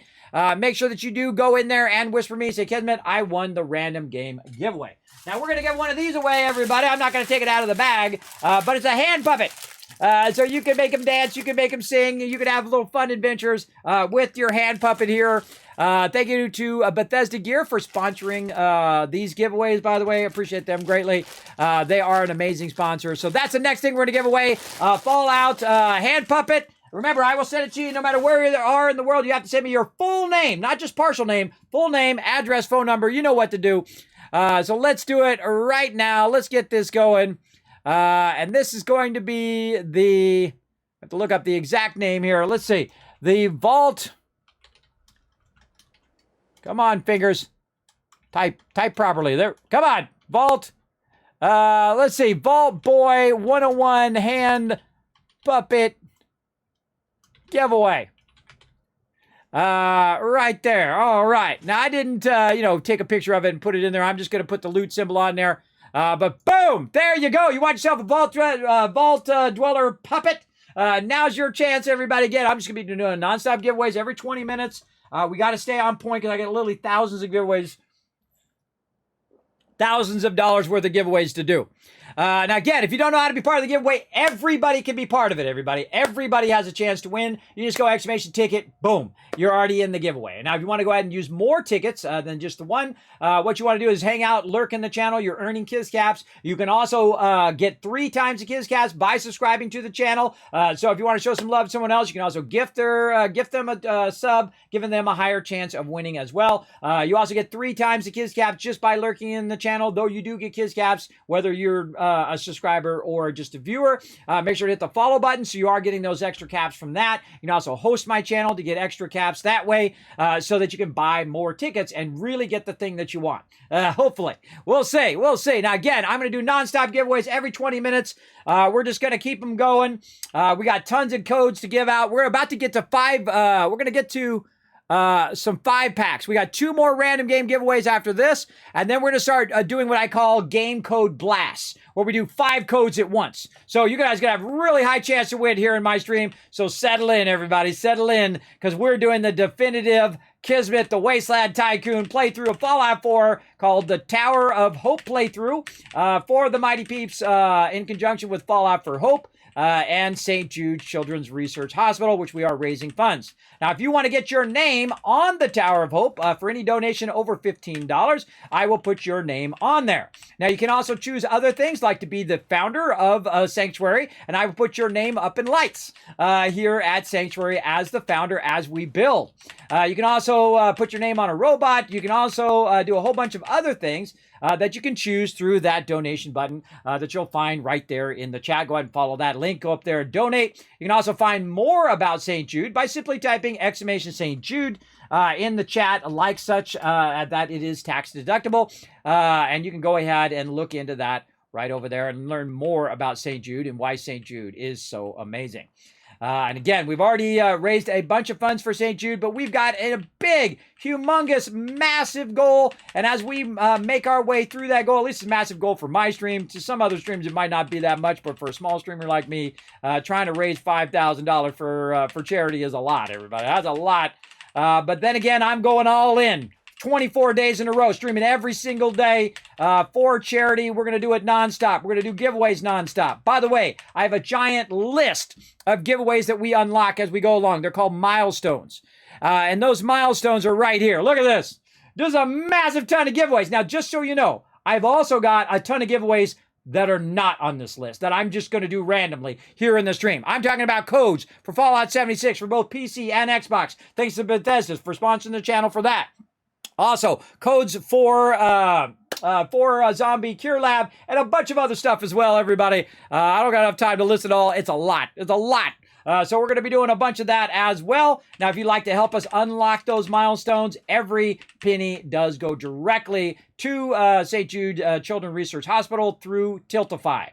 So when you go up there and you're donating, you're actually donating through Tiltify, and it goes directly to them. I don't have anything to do with it. This is not sponsored by St. Jude's or by Fallout by Hope. It's actually sponsored for charity by my sponsors here in my channel, of course, which is Bethesda, Bethesda Gear, Manscaped, and of course the awesome people at Zombie Cure Lab, which I'm super excited to play next week. We're going to check that out for sure. Definitely put that on your wish list, everybody. On your Steam wish list over there, go ahead and put that on there. I think that's pretty awesome. A great take on the zombie genre as well. Instead of trying to kill them, you're trying to trying to recover them, try to help them. And then, of course, build up your location and all of that. So we're definitely going to try that out next week when that drops. I'm going to do an early playthrough of that. So pretty fun for sure. We'll definitely check that out. You never know. Might be your new favorite game. Or be like me. Start up another playthrough of Fallout 4. Or start up a new playthrough of Fallout 76. Or just dust off your previous playthrough. Right? Get in there and dust off your old playthrough of Fallout 76, get your weapons going, go out there, do some events, hook up with some fellow Teamwork Tycoons here in the channel, and get out there and get some stuff done so that you're ready for when the Nuka World drops next week as well. Again, everybody, I will be on Bethesda's main channel on there with my awesome crew. I call them the A-Team. That's going to be with there. Of course, Rotisserie G and TARDIS is going to be with me. We're going to have some fun getting that going on. Now, you notice I just picked up some of the random stuff just to make it go a little faster. And then I'm just going to go ahead and scrap all of this stuff. So I can't remember if the door was open. I'm going to look it up because I record every single stream, everybody. Literally terabytes of streams. I've recorded thousands of them and put them up on my YouTube channel. You can help support the stream, by the way, popping over to YouTube. Hit that subscribe button as well.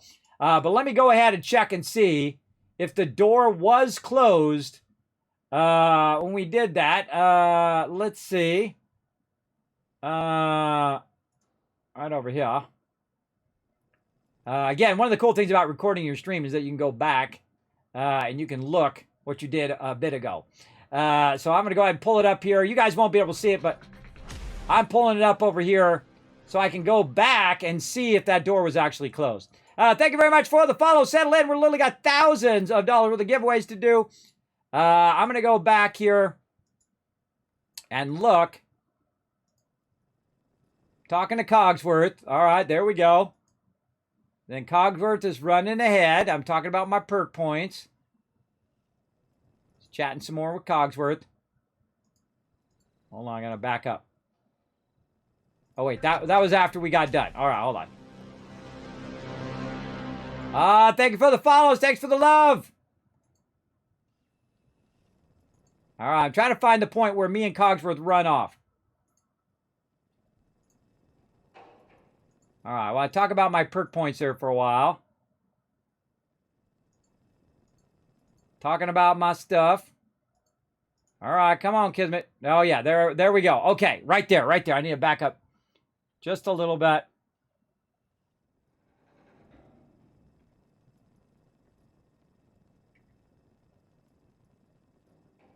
Huh. I can't quite see it there.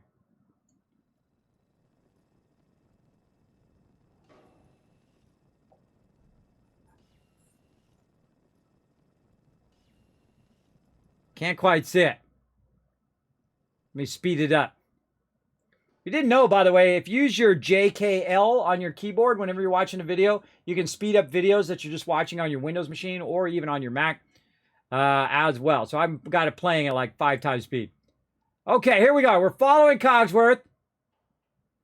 I love little trivia like this. Is the door closed? Because I closed the door before I went in the vault. Let's see. Okay, we're running up the street. Again, I could play it here on stream, but I'm just going to look and tell you. Nope, the door was not closed. The door was open. That's confirmed. The door was open. It was not closed. It did not remember that was the last thing that I did. All right. Oh, no, the door's missing. The door's missing to the house. There is no door. Yeah, there's no door when you go running up there. I see there's no door. Now, what I was looking at, everybody's looking at a recording from earlier to see if the door was open or closed. It basically, the one we went in was that one over there, and not necessarily this one. So the door, there was no door.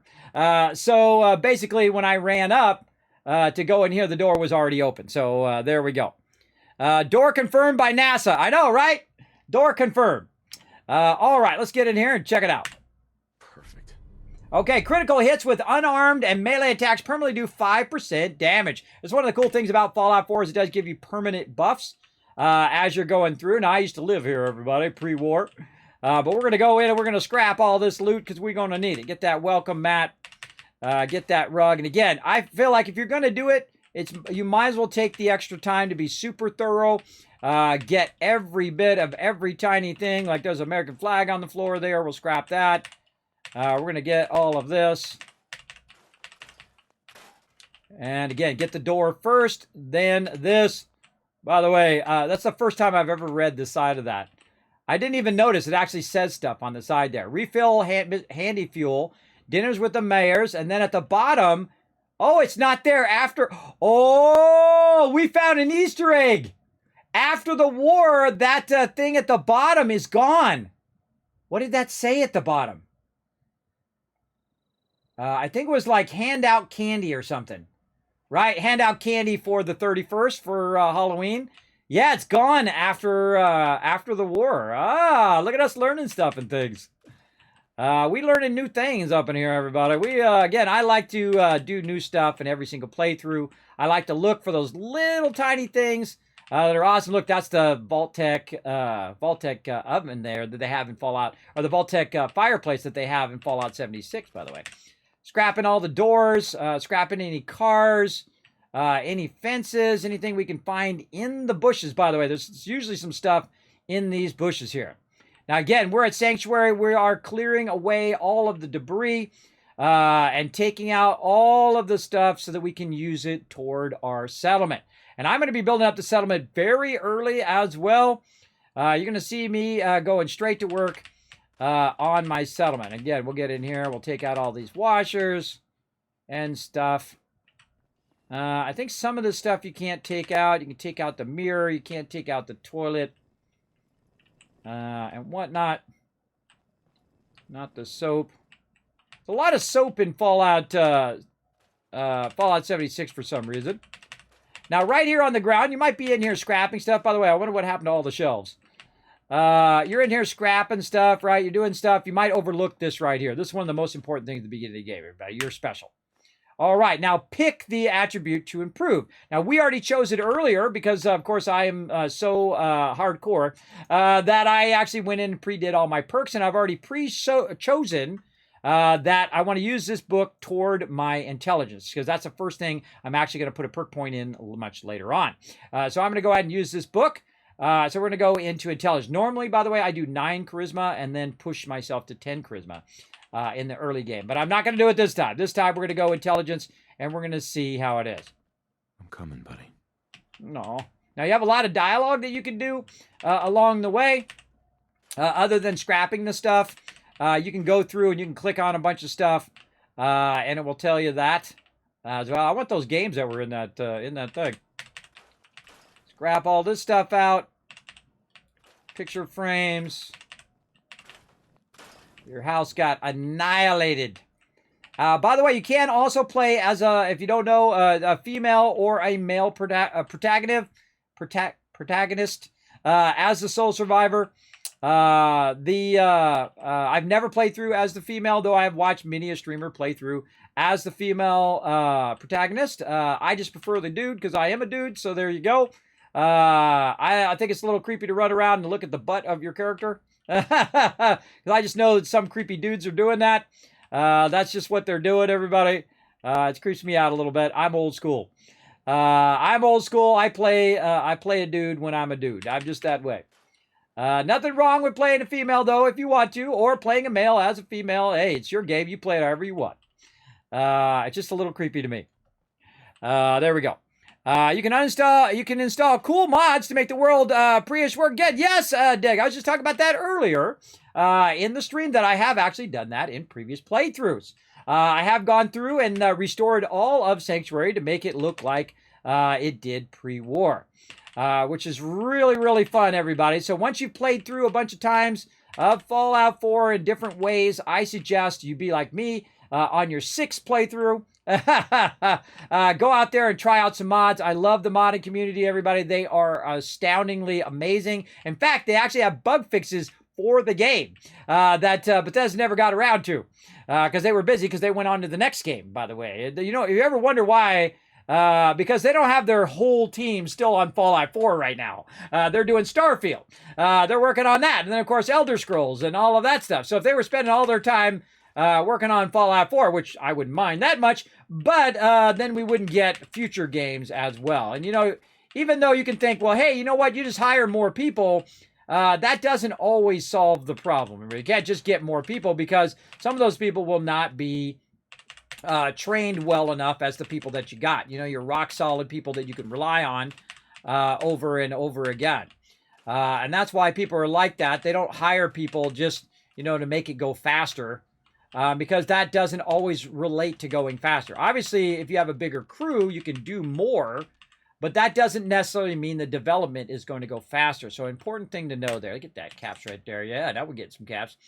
And so on. So important thing to know about game development. And I'm going to play the heck out of Starfield, everybody. That is another one of my favorite genres. Fallout, my favorite. I love fantasy games and I love space games. So they got it all covered. And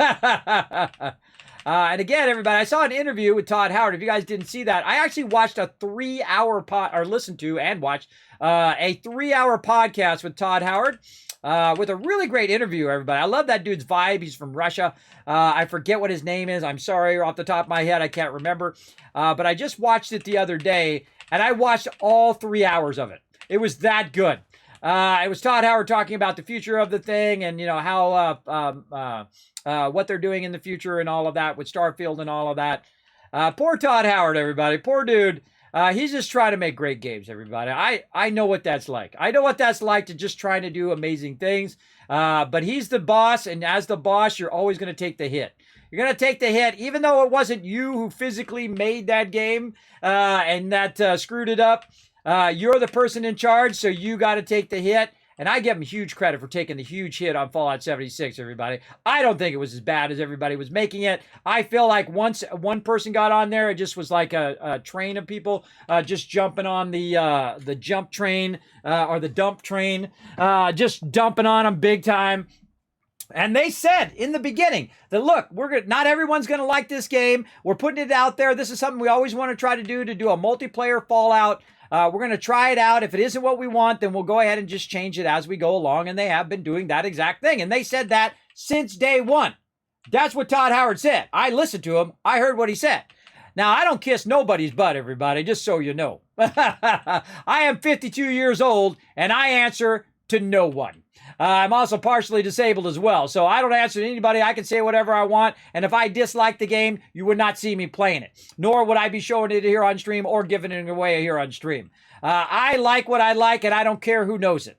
And you'll find as you get older, everybody, it gives you the freedom to like whatever you want. In fact, you don't have to wait till you're my age to like what you like, right? Screw anybody who dunks on you, who says, "Ah, man, Fallout series sucks." Hey, I like it. I'm going to keep enjoying it, and I don't answer to you, right? That's what you tell them. Whether it's any of the Fallouts or any other game that you like to play, or music, or that you like to sing. Maybe you're not a great singer like me, but you still like to sing. You still like to dance. I dance anyway, even though I'm a terrible dancer. You know why? Because if I'm at the father-daughter dance with my kids, I ain't going to use that as an excuse not to go out there and dance with my kids. I see fathers do that all the time. No, no, no. Get out there, dance with your kids. You're only going to have so much time when they're young like that, and before you know it, you'll be like me, and you'll have your oldest daughter about to move out the house, everybody. She registered for college the other day. She registered for college. Little baby growing up, everybody. Little baby growing up. I remember that baby. I got to name that baby. That's the one I got to name. My daughter got to name the twins, but I got to name the first one. She got to do the middle name of the kids. But I got to name that baby. That baby is the name that I picked for her. And I'm not going to tell you. I don't do real life names, everybody. But yeah, she's growing up. She's already registered for college. She has a 4.2 GPA, everybody. I can tell you, she didn't get that from me. I'm what you call work hard smart, everybody, where you reread the same thing over and over and over, and you work at it. And by the way, you can just kind of really get in here on this one, and you can get that one. That one you can get in just by pushing in forward on that edge to try to grab that little bit of extra wood that we're going to need later on. And I scrap every little bit of everything. Again, you're going to need that stuff in your building later on. This doesn't give you that much wood, but it also, what it does is it brings your overall size of your, see how the size has gone way down? Did you guys notice? And that's because each of these things, even though they're pre-done, they count toward your size limit. So that's another reason why I'm out here taking all of this out, because I don't want it to count toward my size limit, because I'm going to build some really big stuff in the long run. Oh, there's that doghouse, so we don't need that one. Usually I grab that one. I just remembered that. But I grabbed that other one this time. We're going to try something different. Now, as we're going around, everybody, we're also looking for things that we can use here in the backyards. We don't need any lawn flamingos right now, but we can always make some later when we have a surplus of resources. I'm going to show you why I super loot as well when we get into some building, because you never know, you might need that little bit of something, like you might need a little bit of circuitry, or you might need a little bit of rubber or wood or whatever it is, and because you went through and super looted, you got that little bit of thing, and then you can use that thing very early on. Now, circuitry is a great example. Circuitry is one of those things. Oh, another giveaway time. Circuitry is one of those things that you actually don't get from Sanctuary. Oh, and let's not forget all the stuff we threw down the hill, too. Oh, I almost forgot. I just suddenly jumped back in my head. So there we go. Now, again, you're going to see that I'm going to each house. I'm doing the interior, then I'm doing the exterior of that particular house. Now, I always miss stuff every single time. That's that ball we threw down the hill there. I always miss stuff, so I will come back and check it again later on. But there's some things you can't take down, like some of these trees over here. These cannot be scrapped without a mod. There is a mod that allows you to scrap all this, by the way. You can scrap even the bushes. You scrap the bushes. You can scrap all the stuff that's hanging down. You can scrap all of this stuff out here. There's a ton of amazing mods that I suggest you guys all take a look at. For sure, if you are reaching that point in Fallout 4 that, you were looking for something to inspire you to do another playthrough. Now, me, I'm playing the vanilla version right now. But that doesn't mean I have anything against mods. I just like playing the vanilla version. That's just me. That's my style. And typically I'll only play mods when I feel like I've played out the game, right? I've done everything that I can do. I've done it all the different ways that I can play it out. And I have actually done a modded playthrough. Modded playthrough was number 6 playthrough, by the way. But right now I'm just playing the vanilla version. All right, so there we go. We got that going. And let's go in here. We'll take a quick moment to stand over here in the corner. Again, I always like to have my back in such a way that if any mobs are attacking me, I can see it happen right away. All right, here we go, everybody. We're going to go ahead and close that giveaway. We're going to go ahead and do another giveaway right now. This is a random code giveaway. And no, this is not. This is the Vault-tec hand puppet. So what are you going to get this right here? Now, remember, again, full name, address, phone number. Do not leave it out or I won't send it to you, all right? You're going to go ahead and whisper me that actually on Twitch Whisper. Do not put it in the chat. Or you can whisper me on Discord, either way. All right, let's see who it's going to be. Here we go. 3, 2, 1. Boom! Subi! Subi coming in, getting that love. Now, again, you got 2 minutes to say something in the chat. Those are the rules. Must be present to win. Non-stop giveaways, everybody. Settle in. Settle in. This is the definitive Fallout 4 Kismet, the Wasteland Tycoon playthrough. We are doing what I am calling the Tower of Hope playthrough, where we are going to build a massive mega build. It's going to be a giant tower with your names on it for all my donators above $15. Going to get their names on the side. We're going to build a giant beacon of hope in the wasteland using a lot of my advanced building techniques. I'm going to show you all of them, everybody. I'm going to show you every single one. We're going to get it going. We're going to get it going. How we look in the chat? Now, let's see some GGs in the chat. I forgot the last time, too. I forgot again. You know what? I'm going to give you an extra 1,000 because I forgot last time. You know what? I'll give you an extra 1,000 on top of that. And then I'm going to give you 3,000 for this time. There we go for those GGs in the chat. Remember, you want to go GG at the end of every giveaway so that you guys are earning more Kiz Caps in the channel just simply by being a good sport. Now, don't worry, everybody. I got another one to give away. I got another one to give away. So you have a second chance in the chat. I see Subi's there. We're going to mark that as complete. Now, Subi, I'm going to go ahead and tell you one more time. Don't forget. Whoa! Thank you much for that raid there. BDR Goat coming in, showing some love. Thank you for raiding the channel. Posture check, says AMZ. Oh, man, I got to get that going on. Hold on, I got to roll that down. I do got to do a posture check.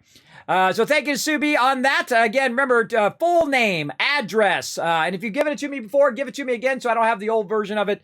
And you can whisper to me on Discord or you can whisper to me on Twitch. Again, do not put it in the chat. Do not give out your real life information in the chat. So holy mackerel.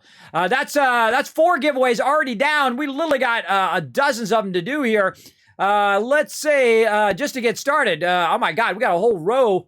And then we're into the second row already. And you guys don't know what I'm talking about. I'm talking about the milestones that we got going on for our fundraiser here for St. Jude's. Look at this. Not only are we going to give away this whole entire row, we're already into that second row over there as well. So we got to do all those giveaways, everybody. And a bunch of those are like 5 packs of games, too. I'm going to be just giving out 5 games at the same time because I usually run out of time. I literally 100 game codes plus even more on top of that to give out. All right, where are we at? We're at random game give code. I should be naming these random by number. I forgot to put them by number. All right, well, I'm going to start putting them by number. Number 4, before I forget. Otherwise, I'm going to get lost when I get too far into this and forget which one I already did. Let's see. Let's call this random game gift codes number 4. Now, again, the random games can be up to $200 worth of codes, including the original game and a bunch of DLC. I've got a massive ton of stuff to give out. It's all random. Hey, it's all up to you. You never know, but hey, it's free. What do you care, right? What do you care? They're your Kiz Caps. Use them when you need them. Let's go. Random game give a code right here. Again, must be present to win. Another giveaway here in 20 minutes, everybody. We're going to be very diligent this year on these giveaways. We're going to try to keep them going constantly. Otherwise, I just don't seem to get them done because I have probably the most giveaways I've ever done on the stream. I didn't go back and look, but it definitely feels like the most giveaways I've ever done.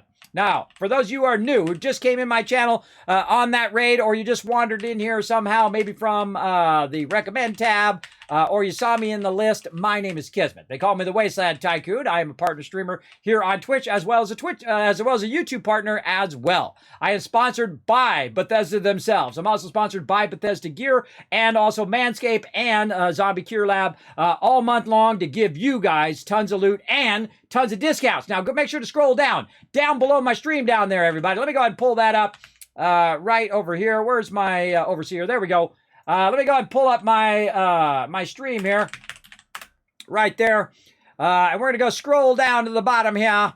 And we're going to take a look at some of this epic stuff down here. Now, check it out, everybody. Right down below here, of course, you could be a hero. Just scroll down there, click that donate right there, and be a St. Jude hero. Help save lives this holiday season. We are raising funds for St. Jude's Children's Research Hospital. Every penny goes directly to them. This is not sponsored by them, by the way, or Fallout Bar Hope. This is just sponsored by my personal sponsors here on the stream toward the charity for the giveaways, everybody. And they sponsor me anyway. Even if I wasn't doing charity, they typically sponsor me every single year. I appreciate them. Now, also, you can get discounts on your bearskin hoodie, the greatest hoodie you will ever own, everybody. Not one of those junky hoodies that you got and then the cold goes right through. Those hoodies suck.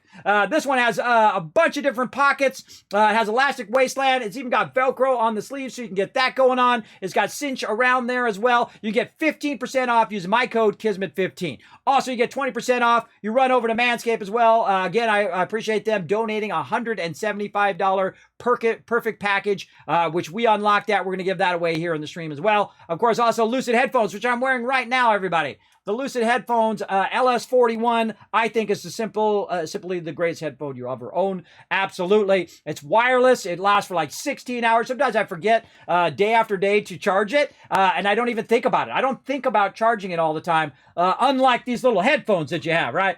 You know, I'm sure you all have these kind of headphones, right? These little tiny little headphones that last for about an hour. At least it feels like it. Those little suckers last for an hour or 2 hours, and then you got, I have multiple pairs of them. I appreciate people who did donate to get me another pair. I used to use those, but now I got the Lucid headphones, everybody. I don't need anything else. And again, you can save money by using my code right over there. Now, some of those are affiliate links and some of them are not. Some of them, I don't get nothing from it. If you go and save money, that's okay. I'm not worried about it. I'm more worried about getting you guys the sweet hookup here on the stream. My job is to facilitate your greatness. Now, again, if you are looking for one of the most powerful upgrades for your stream, you can also check out the Loop Deck as well. You can also check out Elgato. I appreciate them as well. You can also support the stream either through directly through leaving a tip. You can also, especially over on Patreon, that's the best place to support the stream. You can buy yourself a Vault 45 t-shirt, the Set It and Forget It version right there. We're going to have a bunch of other ones too. I just haven't got around to it. I've got so much stuff. And also you can, of course, subscribe and donate via bits to the stream. But know that everything that you do through that link goes directly to St. Jude Children's Hospital through that donate link. Does not go directly to me, and I'm not sponsored by them directly. So there you go, everybody. Now you're in the know. You know what's up. I'm going to keep that pistol. I don't want to scrap that pistol in the early game. And the reason why you don't want to do that is because you want to sell it to the vendor and get your caps, everybody. That's what you want to do. Now, one of the things that I've noticed in my playthroughs, everybody, and I usually scrap this, but I'm not going to do it in this playthrough, and that's because if you scrap this, it only gives you 3 steel. Would it be better to keep the terminal and then just not get the steel at all? I'm going to disarm that. I forgot that was a thing. Until just now, I looked over and I go, there's a bomb right there. I forgot there was a bomb there. Yeah, so I'm going to leave that there. It's only 3 steel. I think it'll be fine. Now, again, anything that you can unlock in the early game, you definitely want to do. And again, we got a bunch of bobby pins this playthrough. What the heck? We got a bunch of them. Got it. There we go. Nice. Nice. All right. Now, once you're done with the actual safe, though, you want to scrap it so you get that extra bit of steel. And again, I'm not only scrapping the stuff in there, I'm scrapping all of the paintings on the wall, chairs and everything. All these houses are basically the same, by the way. These are like track homes, right, where they make them all the same.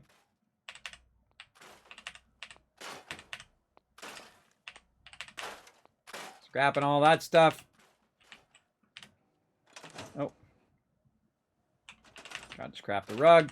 Now remember, always be looking on the ground because sometimes things drop on the ground. Right there to some Med-X. I'm always watching to see if anything drops on the ground. And this is worth your time, everybody. If you're going to build, if you're going to be a builder like me, and you're going to build epic, gigantic settlements, or if you just want to give yourself a huge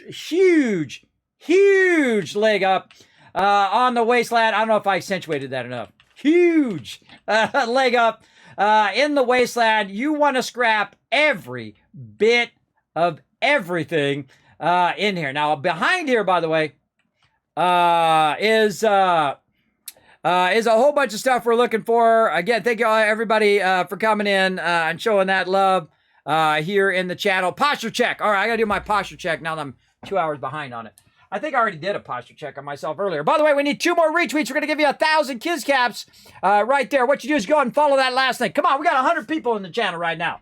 Go ahead and click that last link in the chat. Go up there, hit that like, hit that retweet button. For every 5 retweets from now on, we're going to give you 10,000 caps. Now, make sure to use them up before the end of the year, or you can save them up to be the #1 caps leader. If you are the #1 caps leader, according to Stream Elements down there below the stream, then you will instantly win something from me, something special directly from me, all right?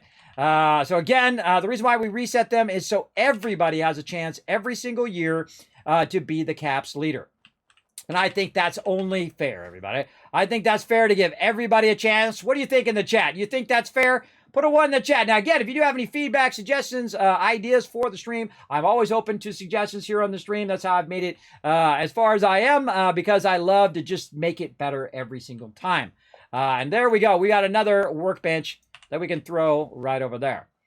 And that's why you'll see that number, then it's got a BSE in front of it, everybody, because I'm going to make this the best stream ever. That's what BSE stands for. Best stream ever, and I think we're on number 1,700 or something like that. A lot. We've done a lot of streaming up here on Twitch. We've got a lot still to do there. Wow, did I miss the interior of this? What the heck? I feel like I missed some stuff in here. Oh, I didn't do this whole interior. I went and did the exterior. I forgot to do the interior. All right, let's do it. Uh-oh.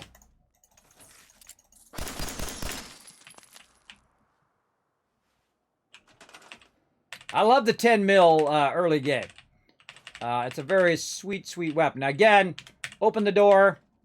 Scrap the fridge door first, because then you're going to get that 3 steel and rubber. You know what I'm going to do? I'm going to do it screwed up just so you know. We're going to test it right here. Look, I'm going to get 5 steel and 1 rubber. If I don't scrap the door, I should get less after I do the interior, right? Oh, look out! We just got a vault-tec. Ordered that up. Thank you very much for ordering up that Set It and Forget It t-shirt. I appreciate that. That love right there in the chat. Show up some love in the chat, everybody. Thank you, go. Appreciate that. Showing that love. Now, right here, of course, we can scrap. Now, again, if I was just to scrap the fridge, wouldn't I be getting 5 plus the 3, right? And that's why I scrapped the door first, so I'm getting that 3 steel from the door and the rubber. And then when I go over here, guess what? Look, it's the same as it was if I had just scrapped the thing, which means I would have got less resources than if I do it. Now, does it really do that? I have tested it many different ways, and I feel like you actually losing out on loot. So that's why I scrap it that way, in a certain order. Same thing when I'm scrapping boxes and scrapping stuff that are on shelves. I will scrap the stuff off the shelf first and then the items in there. I feel like that is a more efficient way of getting an additional amount of loot while you're running around in the wasteland. Now, if there's something inside there, it'll automatically go in the workbench. We've already collected a massive amount of stuff that is dropped directly into the workbench. We'll take a look at that here in a minute. Again, I'm looking for paintings. I'm looking for little stuff on the ground that you can't always see. I always come back later and I realize that I missed something. Even though, see how diligently I'm going through and I'm scrapping every little thing? There's always something like a cabinet or something like that that I'll overlook. And it's usually when I'm in a hurry. And I'm not in a hurry this playthrough. We are going to play through it as one of the best playthroughs I've ever done. Let's see if we can get it done. Yeah, we totally forgot to scrap the interior of that house. Let's keep walking down the way. I know we did this one. We got that one done because we ran around behind there and got that bench. Now, some of that whole houses can be taken out, everybody. Look at how much resource that is. That's 15 steel, 20 wood, concrete, rubber. That's a lot of resources right there as well. And again, more branches. We got cars, which is more steel. Again, I would go and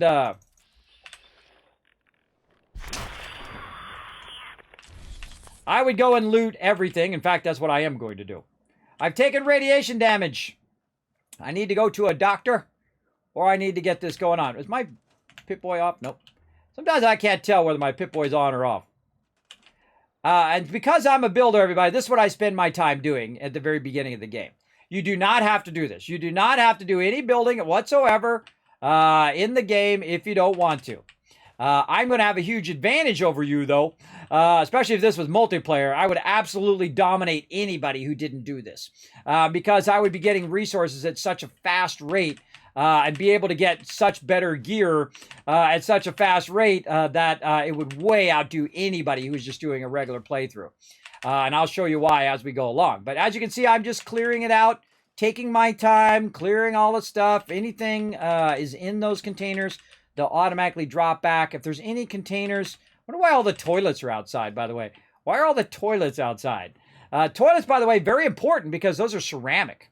So you definitely want to go around and just kind of highlight the entire ground. If you notice that I'm just putting that little green dot on everything, even stuff that's outside the vault or outside the settlement here, and see if I can grab anything in here. Now, one of the things, if you don't have the Aquaboy perk right now, I'm going to get massively radiated by being in the water. That's why typically I'll get that perk in the early game because I'll come out here and I'll do a whole bunch of stuff right here. We're going to do a whole bunch of stuff along here for sure. Refrigerator door.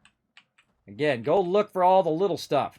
Now, me, I'd rebuild this bridge here and do all of that, but sadly you can't do that in the base game, but there are mods that let you do that for sure. So scrapping all them barrels.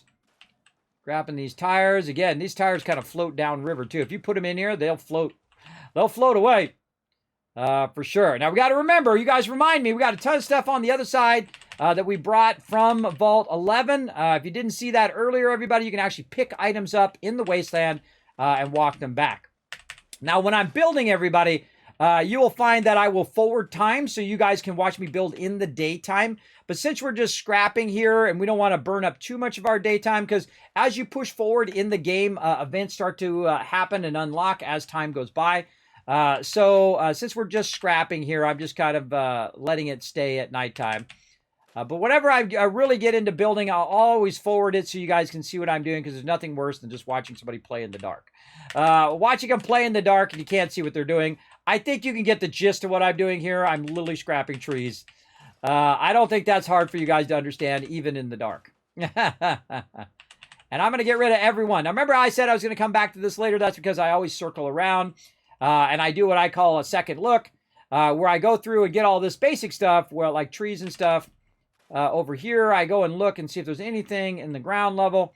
Now, also, when it is daytime, I would do another round around your base and take a look at all your stuff. You can forward time either like in beds or in chairs and things like that. One of my favorite perks in the game is actually one of the easiest to get, and that is the Well Rested. So we're going to definitely get that because that's going to give us bonus XP for many hours. I also do the same thing in Fallout 76, which I play on Tuesday, Wednesday, Thursdays during the day, starting at 1 p.m. Eastern Standard Time. We'll be playing that next week, as well as some Fallout Shelter. I've returned to Shelter here on the stream as well. Actually, the very first game that I actually streamed here before Fallout 4 came out, by the way. Yes, the mighty Fallout Shelter, and we've been building up our vaults. So we'll get into that. And again, you see that thing drop on the ground. Let's grab that. And again, I love doing this every time. Remember, this is my 9th time doing this, everybody. 9th time going through and scrapping every single thing. I enjoy it every time because I know what this does. I know what this does. I know what kind of effect it's going to have on my overall playthrough for sure. Definitely worth your time. Definitely worth it if you want to be absolutely dominant in the Wasteland. But remember, it's your game. You can play it however you want. You don't have to play it the same way that I'm playing it. That's okay. Scrap that. All right. Wow, look at this. We have cleaned this up nicely. Look at this. This is looking good. We got one more house to go, I think, over here. Let's get all this stuff. Scrap all that stuff out. Get our weapon out. And this is where our last workbench is, by the way. Or did we already get that guy attack us? There he is. All right, this is our last workbench right here, everybody. And it is, of course, the cooking station. Now, I take all my things and typically put them in the same spot. You know, some places I've never built. I've actually never built a place right there, and we're going to do it in this playthrough. I usually build them back here, which I think is kind of more secure. But if you think about it, it's really not, because they do get attacked quite often from this side. What you want to do, if you played the game a lot like me, you know from which sides that they most often attack. They actually most often attack from this side or from the Vault 111 side over there, and occasionally up in the other corner there. So when I'm building stuff, I want to think about, oh, okay, I want to put some defenses because this is where they're going to be coming from, right? Now, one of the things that you can't do, and I have done, everybody, in my very first playthrough, I went through and I gathered a bunch of steel and I wasted all of my steel by putting a fence around the entire sanctuary, all the way around, thinking that would defend and stop them from getting into my thing. But one of the things that happens is they teleport into your base. Plus, I want them to get in so I can kill them as quick as possible and get all their loot. So I use what's known as the Kismet kill box. It's probably one of the most things that I'm known for in Fallout 4, other than being the Wasteland Tycoon. And I'm going to show you how to make your own, and then we're going to make simple ones in the beginning, and then we'll make more fancy ones later on in the playthrough. So let's keep going here. Let's go ahead and scrap all this stuff. Again, I don't need any of this. I don't do what I call mega building in the very beginning, or basically cosmetic building. What I want to do is I want to get these resources and I want to build stuff from these resources that help me in my journey in the wasteland. And again, fridge door. I'm going to grab that. I'm also looking for stuff as I'm going around. Any bobbleheads, magazines, things like that. You want to keep a keen eye out for that. Now, by the way, you don't actually have to get out of that. I don't know. It's just an old habit. You can actually tell it to store that object as well. I don't think this looks like a hidden door right there. You can just go ahead and pick them up manually as well. But you can also, like, there's a stem pack and a rataway in there. I can just scrap that. The stem pack and rataway went into the workbench. Also, an important thing to remember about Fallout 4 is the fact that the workbench you do not have to actually go to the workbench to access it. You can access it from your crafting stations. Oh, is this one I can open? No, that's an advanced one. Pick this. Now watch this, everybody. I could just scrap it, and since I don't have the ability to do it, where'd it go? I can just scrap it, and I just got all the contents from it. So I don't even need to scrap. I don't need to open it. Now, I could have got the XP for it if I did have advanced lockpicking, but I'm just going to scrap it and get the loot anyway. And just kind of miss out a little bit on that XP, but that's okay. I'll be fine. I'll be fine because I'm going to be leveling up in a crazy amount here in a minute when I start to go building. Because building is also a great way to level up. I would say that 80 to 85% of every one of my playthroughs, I spend most of my time building. Which I absolutely love to do, and it absolutely helps me dominate the wasteland. Now, again, let's go through one more time. We're just going to go ahead and sweep here. Of course, we got a rainy day here coming in. We're just going to check the exteriors here. I usually miss a few things out here because I'm running around stuff. There we go. And I just kind of check along the edges here because I wasn't really picking up the edges stuff here. I was just going house to house. But we'll go along the edges here, see if there's anything else we might have missed. And we might be done. We might be good to go. We might be ready to make a settlement. Now, again, whenever you start something, everybody, it's best to start with a clean slate. To start with, just tear everything down, and now you've got an empty canvas for you to do your thing, right? Now, again, I don't have to use this workbench. I'm not tied to this building. And this is what everybody does in the beginning, and I did the same thing. That you use this building, there we go. In one of the storyline mods, that is a hidden room. You find a key card to your old house. Oh, really? Really, it does feel like a hidden room. And we have another giveaway coming up here in just a moment. So you don't have to be at the workbench, everybody. One of the things you can free yourself up, because you can go right over here to the chemistry station and transfer your stuff from the workshop. So you don't have to be right there. Now, later on, when we come back and use the contraptions workshop and I show you how to dominate, how to auto-sort all of your gear so you can sell it or use it or whatever, I'm going to come back, use the contraptions workshop for that, and build ourselves a giant mega factory as well. But one of the things I have never done is I have never built a building over here, right here at this particular location. So that's the first thing we're going to do. Oh, boss battle. Look out. Let's go. It's time for a stream avatar boss battle. Type exclamation join and then make your choice between a warrior, priest, or mage in the chat. You only got so many seconds. Go. There you go. Go, go, go, everybody. Join in the chat to join us for some battles. Now, I have cleared everything in Sanctuary. You know what I need to do at this point? Save. I'm just going to quick save. But I can also do, oh, look out. We got a friend. I like how he closes one eye. And he missed. I love this stuff. I'll go look. I'll go look here in a minute. But first, we need to get some stuff going on. So what I'm going to do is I'm going to show you guys a bit of some settlement basics. So we did the hard stuff. We went through. We collected all of the loot. Now, Sanctuary is one of the ones that has the most loot in the game. It's up there with Spectacle Island, which has a ton of loot as well. But actually, Sanctuary, I feel, is one of the top ones that has the most loot in the beginning. So you're going to give yourself a huge head start, both on modding your weapons, making armor, or modding armor, and doing all of that stuff right from the very beginning. Now, even though I've done all of that scrapping, you'd think I'd be like level 50 by now, I am still level 1. Still level 1, but don't worry, when we go to start doing some crafting here, we're going to level up quick. So what I'm going to do is I'm going to talk a bit about, first about building mats, which we've done. We can also get a bunch more building mats from vendors and things like that, which we will do. But I've written down some of my best tips for the settlement basics, all right? Now, basically, what you want to do is basically look at what resources have dropped, right? How can we see which resources have dropped here? Well, what we can do is we can run back. Did I pick one up? We're going to run back, and let's just grab the chemistry station. Doesn't matter which one. I'm going to take the chemistry station down here. Normally, I put it in that house, though. I've done that every single playthrough. But this playthrough, we're going to do something different. We're going to take this chemistry station. We're going to put it right there.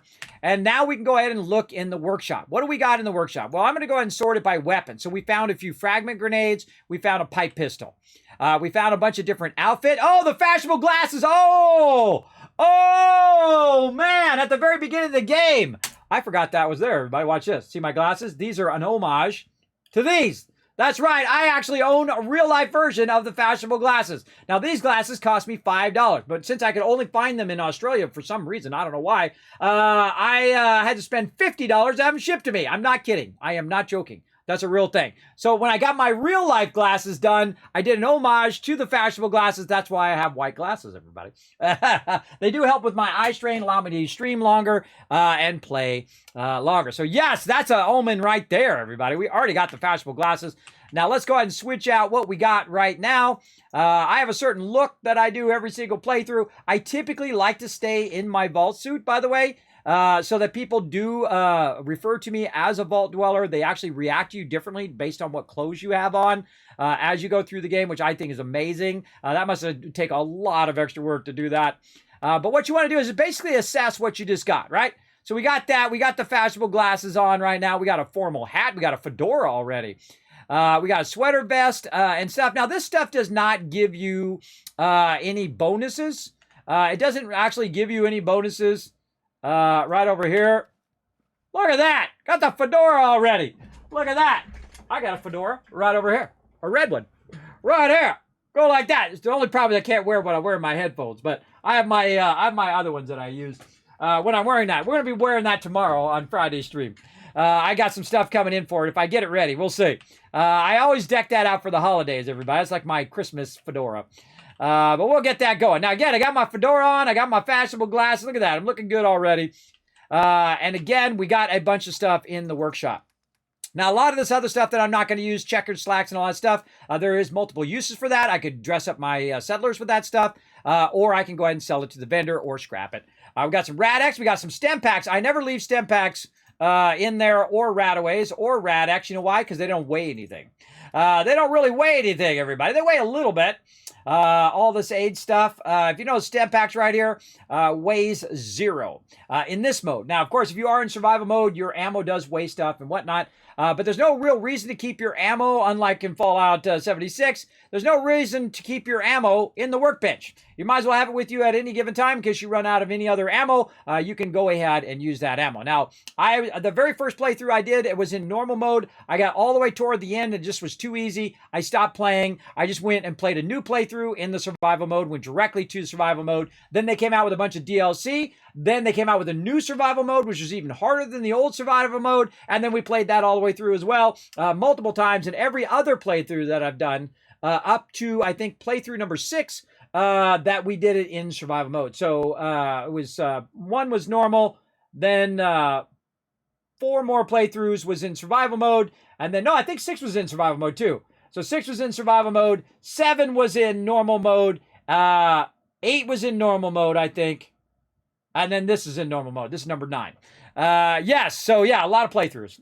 But I normally play in survival mode. By the way, when the HD version comes out of Fallout 4, in case you didn't know, they got a next gen coming out, Fallout 4 next year. And when that comes out, we're playing in survival mode. And I'll show you how to not only do what I'm doing here, but also how to dominate in the hardest mode, playing the hardest way in the game as well. But as you can see, also, we've got a bunch of stuff in there, a bunch of stuff in the workbench, including a massive ton of junk, which is going to help us right now. Now, if we look at some of this stuff, like we got a combination wrench. That combination wrench is steel. Now, in Fallout 76, you can very easily take the items, convert them into their raw components, and then all you have is the raw components, which I really, really like. Because here, if I wanted to take that combination wrench, which I'll take out of there, and I want to go ahead and make that into its raw components, what I'm going to need to do is take that combination wrench, and I'm going to have to drop it on the ground, like that, go into build mode, and then find out where my wrench went, because I don't even know where it went. Ah, God, it disappeared. Where'd that combination wrench go? It vanished. Did I pick it back up again? And this is one of the drawbacks of dropping your stuff. The heck did it go? The mysterious disappearing wrench. It vanished. Here's another reason why you don't drop your stuff. All right, let's do it out here on the road this time. All right, let's find something else to drop. Let's see. Coffee cup. We'll drop one of those. By the way, you can drop all 16 coffee cups. Congratulations on that win. All right, there we go. Oh, there's the wrench right there. I see it now. It's right there blending in with the ground. So basically, you'd have to go like this, and then you say R for scrap. Then it will break it down into its ceramic components. The same thing over here with the combination wrench. Now, I'm going to show you how to do that in Fallout 4. How to do it automatically. How to break it down into all of its base components. And that's through the Contraptions Workshop. I'm going to show you how to do that as well in this particular playthrough. All right. Now, some things you want to put down right away. Here in the thing. We want to put down our food right away. We want to get our water going. We want to scrap all of our stuff, obviously. But we also want to use our scrap things where people will go and collect scrap and bring it back to me. Now, because this is the only settlement I have right now, and I don't have the ability to connect settlements right now, I will keep most of my resources here. But later on, I will actually take all of the resources away from here and put them very far away, but they'll be connected. So I'll be able to access them no matter which settlement I'm in. That's what's so nice about that local leader perk. Oh, but I missed that mat right there. Now, how do we start getting in to some building and whatnot? What's like the maximum amount of settlers you can have here? Well, it's you start with a 10 base. So you can have at least 10 settlers no matter what your charisma is. But it's charisma plus 10. So in this case, in this particular, normally I start with 10. So this way I can have 20 people right at the very beginning. But it takes a while for them to show up anyway. So it's really not that big of an advantage. It only helps you really in dialogue choices the most in the beginning. So if we go into data, we can go into workshop and we can go ahead and see right here. By the way, this thing is massively broken. So if you are somewhere else and you look at this, it doesn't work until you actually go to that thing, and it will show you whatever the most recent thing is. Right now, every settlement starts at 50% happiness. It can go way down, but we want to go ahead and bring it up. Otherwise, you may lose control of that settlement. If you don't take care of it, you do lose control of it over a long period of time. Not like in 2 minutes, but long period of time. We need people, we need food, water, power, defense, beds, and of course, getting our happiness up. Happier our people are, the better it is for us in the long run. So we're definitely going to be working on that for sure. Now, again, I wrote out a massive list of things to go over. We're going to go over them a little bit at a time. By the way, if you do have very high charisma, which you can actually boost it through your food and getting stuff as you go along the wasteland, you can get up to 43 dwellers or 43 settlers at each and everything. And by the way, you can go even more than that with robots. Robots do not have a limit. So you can just have as many robots as your computer can handle. That's for sure. So there we go. Now, starting with defense, everybody, let's talk a little bit about that. We'll come back to food and water. Here in your build menu, right down here at the bottom, there is some things that you can do. Did that timer go off? The timer went off. All right, we got to do a giveaway. Let me, okay, before we get into defense, let's do the giveaway first. Let's do that first, or I'm going to get distracted. All right, I already got distracted for an extra 10 minutes. All right, let's do this giveaway. Here we go. Random game code. Here we go in 3, 2, 1. Boom. Crazy Aussie coming in, bringing in that win. Congrats, GG's all around. How we doing on the retweets as well? Don't forget to go out and retweet everybody. Now remember, you have exactly 2 minutes to say something in the chat, or I'm going to re-roll. Never go anywhere, everybody, during a giveaway, because you never know, your name might be called next if he doesn't say something in the chat. Now, if you are the goldfish, the neighbor, the friend, the significant other, or somebody who just happens to know a Crazy Aussie, get him in the chat. And while we're waiting for him to say something in the chat, you guys go ahead and put a bunch of GGs in there. Be a good sport, because I'm going to do more giveaways all night long. We're going to absolutely do a massive amount of them here in the stream. Now, I'm not going to run really long tonight, everybody, because if I do, what's going to happen is I'm not going to be ready to rock tomorrow. Now, again, Tuesday, Wednesday, Thursday, I'm doing Fallout 76. Every single night of the week, I'm going to be doing Fallout 4, except for Saturday, where I'm going to do RAF with my crew. And then during the day, every single day, I will be doing Fallout 4 as well. So tomorrow, 1 p.m. Eastern Standard Time, Friday, you will see me here playing some Fallout 4, all right? Just so you know. We're going to keep the love going. We're not going anywhere right now. We're going to keep on rocking. We're going to keep on rocking for a bit, so don't go nowhere. Yeah, there he is. All right, that's a confirmed win in the chat. Let's go ahead and mark that giveaway as complete. Right over there. What else we got? We got more game codes to give out. All right, let's do it. Let's do game code giveaway number 5. Right over here. We also gave away a hand puppet. Again, we got so many giveaways, everybody. Again, that's not even on that list. I got a whole bunch more on then on top of that list that's there. All right, everybody, the giveaway is underway. Go ahead and join right now by going exclamation ticket in the chat. Word coming in says, Kismet, you need to hydrate. I think I will. Thank you. Thanks for that reminder. I do need to keep myself well hydrated because, again, streaming 24 days in a row is a rough thing on your voice. So there you go, everybody. Again, exclamation ticket to put your ticket in. You can also go exclamation ticket space 1, 10, 100, up to 10,000 tickets you can buy. Now, for every 10 Kiz Caps that you have, you can buy 1 ticket. So, if you go exclamation loot, it's going to tell you how many Kiz Caps you got. If you got, say, 2,500 Kiz Caps, which you probably have a lot more than that if you've been hanging out on the channel for at least a few minutes because I gave away a ton. In fact, let me give away a whole bunch more right now. 1,000, 2,000, 3,000 for all those GGs in the chat.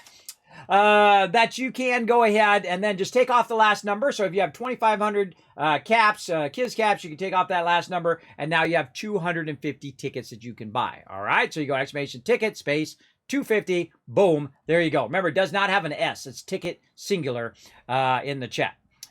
Okay, so there we go. So again, one of the things that we want to do is talk about defense. So let's talk about defense in here. This has to do with your settlers too, but I like to go ahead and start with defense because that's one of the most confusing things in the very beginning of the game. Now here we have these guard posts. Now what it does is this is going to add 2 defense to our settlement. Now I actually have calculations as part of my settlement overseer here let me go ahead and make this small again. There we go. Right here, you can see it has a list of all of the settlements. Now, we are at Sanctuary Hills right now. Now, did we scrap and clear? That's always the first thing I do, so it already says yes. Now, also, there's a whole bunch of things that it's going to remind me to do, like put up a supply line, beacon, quick travel, quick shops, workbenches, vault-tec computers. All my peeps are working? Do I have a bell? Do I have a scrap area? Do I have troughs? And I'll actually put in how many I have as well, or it'll be a yes or no question. Kill box, a living area for them to live in, artillery, a trade center. Did I give my peeps some gear? How many people do I have there? How much food? How much water? How much power? Now, this calculation right here is the combination of food and water. Your defense is your food and water plus those two together. That's how much minimum defense you need to keep your settlements from being attacked. Now, there's still a random chance because there's a random number between 1 and 100 that could still cause your stuff to get attacked. But of course, the more defense you have based on how much food you have, and you don't need to keep thousands of food in there because what it's going to do is cause your defense rating to be very low. If you have it in a container, by the way, that does not count. It's when you have it in the workbench. When it sees that you have massive tons of food in the workbench and massive tons of water, which I do all the time, then you're going to need massive defense. So this actually does that calculation for me and tells me what my minimum defense is that I'm going to need in conjunction with my food and water. Now, there's other factors that you need to factor into that as well. That is not part of that. But I also make a note of the defenses, how many beds I have there, what the overall happiness is, has the settlement been maxed out, and what is the general focus of that particular one. You can see that Starlight Drive-In is trading, Sunshine Tiding is often scrap. I just left those in there as examples. And then, of course, what is the overall income? This is why they call me the Wasteland Tycoon, because I play it like I am really there, everybody. If I was really there, this is what I would be doing. I would be making a spreadsheet and checking it once and checking it twice to see who's been naughty and nice, if you know what I mean. So these guard posts right here add 2. So say we have 6 food, or 3 food and 3 water, right? So 3 food and 3 water, we need about 6 defense, roughly, right? We're just going to start with that. We're not going to get into the complex calculations that need to be done, but you get the general idea. So you need about 6 defense. Now, you can put 3 of these down, these guard posts, and one person will do all 3 of them. So that one person will produce 6 defense. Now, do I ever use these guard posts? Only cosmetically. Most of the time, I do not use them. Now, don't forget, Crazy Aussie, whisper me right here. I'm going to say hi in the chat. I suggest to do it right now and say, Kismet, I won the random game giveaway, so I don't forget to send you the code at some point. So those are your defenses. Remember, one person can do 3 of these. So don't be, making 50 of them because you're not going to have enough people in the beginning. And then also, you don't need to make, 10 of them that you're not going to have enough people for. Or if you just make 1, then you're being inefficient. You should actually, if you're going to make them, make at least 3. So at least one person is doing all 3 of them. And you need to assign them and make sure that one person is doing it and not multiple people are doing it. Because guess what? You don't need to do this at all. You don't even need to defend your settlement. You're like, Kismet, what are you talking about, bro? What are you talking about? Every time I played the game, I've defended my settlement. That's because all you need is the Kismet kill box and you will dominate the wasteland. And we're going to build one here in just a moment, so settle in. We're going to get into the Kismet kill box. So that's what I wanted to tell you about is 1 settler per defenses. Now, they're also really fun to, when you're doing cosmetic builds or even if you are setting up defenses in that way to build it out. And then, of course, there are different levels of it. There's a smaller one and the larger one. By the way, these are also in Fallout 76, by the way. I haven't been in one of my vaults or one of my shelters, which is pretty cool. And, of course, we are going to get very heavy into turrets. So we're going to get into all of that stuff later on because I used a lot of turrets in the Kismet kill box. But what do we want to start with first? Well, first thing we want to do is build them a thing. Now, in pretty much most of my playthroughs, what I do is I tell you to go ahead and use the prefabs right here. The large shack is an excellent beginning one. We can literally just take it and we can drop it right there and we can put 10 beds in there and then we'd be off and running. But in this particular playthrough, we're not going to do that. We are doing the ultimate playthrough of Fallout 76. Now, Fallout 4. Now, I can do wood floors here or I can do concrete floors. Now, because this already has a foundation, you don't necessarily need the concrete floors here. This is actually a wood floor with concrete underneath it. which is different than concrete floors, which we'll get into.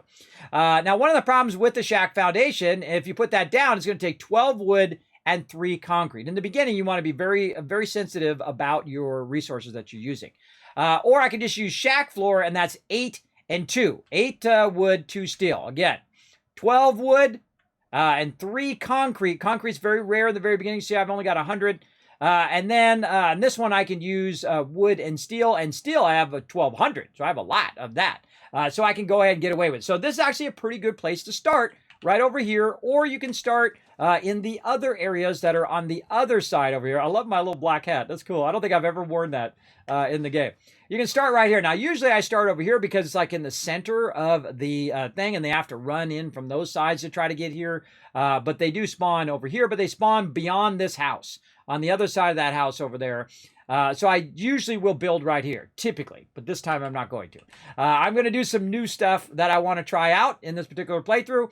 And one of those things is to have a central area at the very beginning where my peeps can go ahead and do all the things they need to do, all in one location, and get that going. Now, if you do have the DLC, everybody, you're going to have the wood, you're going to have the steel, which is the default, and then you're going to have this one here from the Contraptions Workshop, I think it is.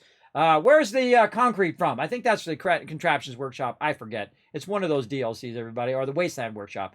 What you can do is you can actually use concrete floors. Now, concrete floors in the early game is expensive because you don't got a lot of concrete. So what I'm going to do is I'm just going to go for it.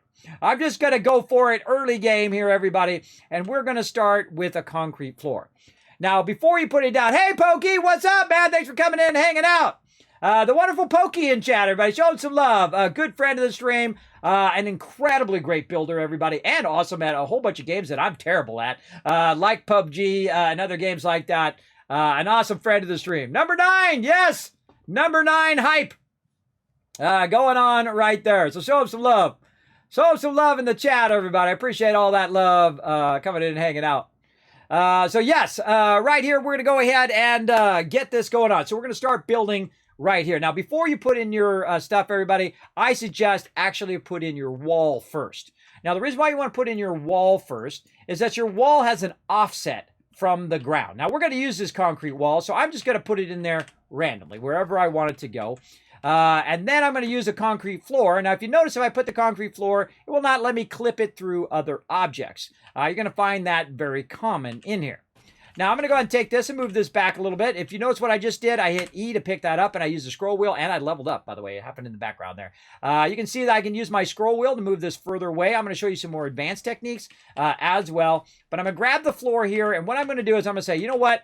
I want this to go right up against this edge, because I've already got this nice little entrance. Now, remember, you always want to think about the pathing of your peeps, right? How can you get your peeps to be able to path right up there? And that's not too bad of a step right there. And so I'm going to put that right there, line that up, spend all that time to line it up. And then I'm going to grab my concrete doorway, or any doorway, really, even the wood doorway. You put that on there, and then you realize what's happening. It's hanging over the edge. And you don't want it to do that, right? You can have it hanging over the edge if you want. Me, I don't want to do that. I want to go ahead and make sure that it is lined up with that edge. So I'm going to go ahead and hold down E. Now, when you hold down E, everybody, it selects everything that's nearby the object that you're aiming at. So I can move the whole thing together at the same time. Now, there are a bunch of glitches that are based on using that ability to AoE grab stuff. They got one called the rug glitch. They got one called the pillar glitch. They got a bunch of glitches like that. Now, I'm not usually a fan of glitches. I'm not a fan of glitching out games. I do like to play, and I've never done glitching in the game. But in this particular one of the things that happens in Fallout 4 that you really realize in Fallout 76 is that there's a lot of limitations that should not be there, I don't think. And of course, you can override those with mods. You can make it where you can build anywhere. You can build stuff in the air if you want to. And of course, have no size limits and things of that nature. But if you do hold down E, it will allow you to get everything. It's like the predecessor to blueprinting in Fallout 76, which you can do. And you can see that I can move the whole thing together and line it up right off the side. Now, it's never perfect on the first try. I find I'm never perfect on the first try. I got to run a bunch of walls and see how lined up it is. So let's go ahead and do that. Now let's go ahead and put in some walls. Now we're just going to build a little bit of a concrete bunker here for my peeps. Now, by the way, notice that you don't need a foundation to snap that to the end, which I think is awesome. The concrete kit is one of the best kits that they've added to Fallout 4, I think. Now, remember, you can get mods, and you can do even cooler stuff than I'm doing. They have a bunch more pieces they've added to the game. There's also an HD version coming out from Bethesda themselves with a bunch of bug fixes and all of that stuff. After the beginning of the year, we're going to play a full survival mode playthrough of that one. Right now, we're playing in normal mode. And so I'm just going to give it a little bit of a fanciness here at the end with that kind of turn, right? And I'm going to go a bit off there. Don't worry, we're going to put in all of our floors. I highly recommend you put in your floors and your ceilings, which we're going to get to here in just a moment. Now, see over here the way that this is snapped. This is snapped perfectly in the corner here, and it runs all the way down. Actually, I did do that perfect on the first try. I was trying not to do it perfect, but I did it perfect even though I was not trying. I'm going to do it anyway, even though that is pretty good. That's pretty lined up, though it does just ever so slightly teeter in here at the corner. It kind of goes like this, just a little bit at the end. You can see it's not perfectly square, but watch this, everybody. I'm going to pick the whole thing up. Now, I'm going to back up a little bit. Now, before you pick out a big item like this up, back away from it to the maximum distance. One of my best tips, everybody, hold down E, and I just picked the whole thing up. Now, one of the things that it does that's kind of annoying, you hit tab to cancel, it'll put it right back, is it does that jump. See that jump where it moved it away? If I hold down E again, see it moves it from its original position. That drives me crazy. And depending on where you pick it up as well, whether it jumps up in the air or jumps out away from you or wherever, basically your distance from the object will cause that. Also, other objects that are in your way can cause you to make it more difficult. Now, one of the things that I'm going to do is I'm going to pick this up like this, hold down E. Oh, I get out of there. There we go. Hold down E, pick all this up. And then what I'm going to do is move it ever so slightly like this and try to rotate it so that it is nice and straight along that edge. Well, I can't really tell because I can't see over there, right? I can't really tell, but I can just move it a little bit and look. Now, I happen to know that if I pick this up and I use my mouse and I turn my mouse a little bit like this, or I walk my character in such a way or use my look view, I can turn the whole thing just ever slightly. What we're trying to do is we're trying to fix this corner down here so we're squared off with that corner at the end. Okay. Now, again, I like to back away a little bit. You can also go like this at an angle, and then you can look down the line and see what you're doing. So I'm going to hold down E like this, and then notice that it didn't move. Did you see that? See, I didn't move. That's one of my best tricks right there. See, I'm looking at an angle, not straight on, and it didn't move the thing. Yeah, there you go. I just saved you endless hours of your life. Now I'm going to move my mouse ever so slightly to the left. I'm going to go ahead and lock that in with E, and we're going to take a look at this side over here. Still looking good there. Now, of course, it's tilting out just a little bit there.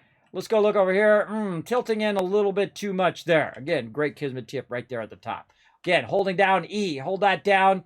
Rotate your mouse a little bit to the right. I kind of feel like I want it just a little bit to the right. I'm going to hit A to move a little bit more in.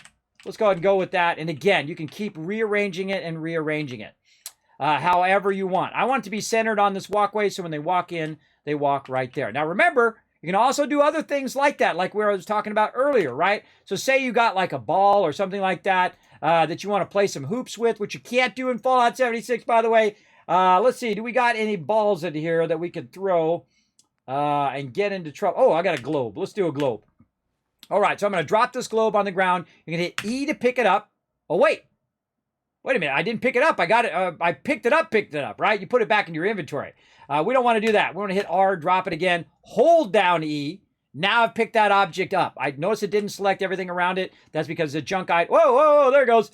I accidentally threw it.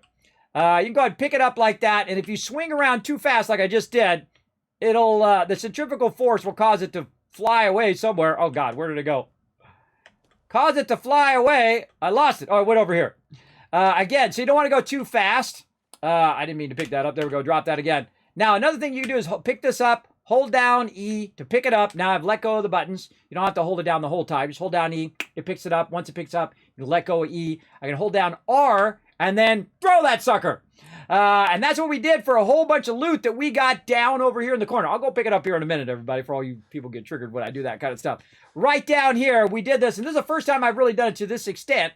What I've done is I've taken all of these things, all of this and all of that, and I've thrown them off the top there. There was a whole bunch of them up there by the vault entrance, so I threw them all down from Vault 111 there, down the hill, and they've worked their way down into this lower side, like this one right here. I can hold down E. I'm not in my settlement, by the way. I'm outside the settlement right now, and I'm going to walk this item back, and you know what? I'm just going to throw it into the settlement like that by holding down E to pick it up, like this. And then instead of walking really slowly, watch out when you turn too fast. I just did that. When you hold down, instead of walking all the way over there, just hold down R, boom, throw that sucker up in there. Now, where does our settlement end and where does the wasteland begin? So I'm going to go way up here. I'm going to hold down V, and we can see where the edge of our settlement is, right? It's right here. It's between those trees, and it comes right around here, this green edge, and those bushes. So that bush and those trees, we're going to say that's the center. So we're going to need to move it up a little bit more. So we're going to pick, now right now, if I try to go into workbench mode, it just changes my view, right? But I can pick this up, go over here, throw that into my settlement, then go into workbench mode, and then there you go. I just made you way more resources right there. Now, if I go outside the workbench while I'm in workshop mode, what it will do is automatically kick me out after so many seconds like that. And then we'll go ahead again and rinse and repeat, right? I'm just going to throw these across the bridge first, and then we'll take them from there. Just throw all that stuff up there. I don't think I've ever done it to this extent. I've grabbed a bunch of this stuff in the beginning, but I've never grabbed all of it. I literally grabbed every single thing I could find up there and threw it off the side of the cliff, and now I'm just picking it up and putting it over there. Watch out, these are explosive, everybody. Watch out for those. And so let's get that done. Oh, did I start another timer? I did not. We got about 5 minutes left. All right, I'll start a timer after the next one. But we got about 5 more minutes till we do a giveaway. Everybody, make sure to be part of the giveaways here in the stream. I literally got hundreds of them to do between now and December 24th. We're going to be streaming every single day. Here for St. Jude's as part of Fallout for Hope, part of a global super stream event of over 400. Look how far I threw that one, everybody. That's because I held down the R a lot longer, and it throws it really, really far. These are also lighter weight as well, so I can maybe chuck it from here. Hold it down, holding it down, holding it down. Boom! Bye-bye, sucker! Again, hold down E, pick it up. Hold down R and kind of build up your strength, and then boom, throw that sucker over there so you can get those resources right here. Same thing. Let's go. Just gonna throw it over the thing. Now I don't know where the max is. It doesn't have a meter that tells you how long. If you hold it down for 5 minutes, does it go even further? I don't know. I find it's just a few seconds that helps you out. Do remember that some stuff will roll back down. I see one of those is rolling back down. Oh, see how that one didn't throw as far? Or didn't go as far. There we go, because I didn't hold it down as long. Get that out of the water. We also got this barrel. I feel like that's just going to roll back down in the water as well. Anything else that fell in the water here? Doesn't look like it. Again, we're just going to keep picking up all this stuff. Accidentally throw it in the water, apparently. The stuff will drift away, by the way. It will absolutely, if you put it in here and it's floatable, it'll float its way down the thing out of there. So we got a bunch of other resources that we want to go ahead and just try to bring to the other side of this thing. And we could just walk them over there. Oh, look out. We could just walk them over there one at a time, but I don't know. This is just super fun to just toss stuff around in the game. Now, again, this is anywhere you are in the entire game. If it's something that you can pick up, you just hold down E, pick it up, and utilize it for your camps, or throw it at somebody else. By the way, you could take one of these and throw it at a super mutant if you want to. You could throw this explosive thing at a super mutant, and it would blow up in his face. You can actually use them as weapons as well. They obviously don't do that much damage, but there you go. Oh, look at that. Getting that super loot over there. Look at all the peeps. Look at all the peeps down there. Look at all those avatars. Again, thanks for coming in and hanging out on the stream. Settle in, everybody. We're playing a ton of Fallout 76. Not Fallout, but a ton of Fallout 4. We'll play some Fallout 76 on Tuesday. Ton of Fallout 4. I'm doing a definitive playthrough. My ultimate playthrough of Fallout 4. I call the Tower of Hope playthrough. because that is our ultimate goal, is to build a Tower of Hope for St. Jude's. I'm going to show you some of my best, most advanced build. Speaking of, look out. There goes my thing. Come back here with that. Basically, I'm going to show you all my best tricks right now, showing you one of my loot tricks in the early game where I actually pick stuff up. Again, I don't think I've ever picked all of that up before. I picked up a few things just as an example. But definitely the first time I've gone through and picked all that up. Now look at this over here, everybody. Blood leaf. You definitely want to snatch that up. That's XP food right there. That is very, very important. Now we're going to go around and loot the rest of that later on. Right now we're just going to grab a little blood leaf since we happen to be down here. Now, you can't scrap any of these trees or anything like that. You actually can't pick up certain things. It'll tell you if it's too heavy if you go to try to pick something up. I don't think it's going to let me even attempt to pick any of this stuff up. But if it's like a car or something like that, it'll say, oh, that's too heavy, as I'll show you when we get over in Red Rocket. All right, now, again, more moving of the stuff and more throwing of the stuff up the hill. Now, things that roll, probably not the best thing to throw up a hill because it's just going to roll back down again. You can also pick items up, hold down E. You can use your left and right mouse button to rotate them into position. I forget what the other key is. I think it's you press Shift. Yeah, you press Shift to change the rotation.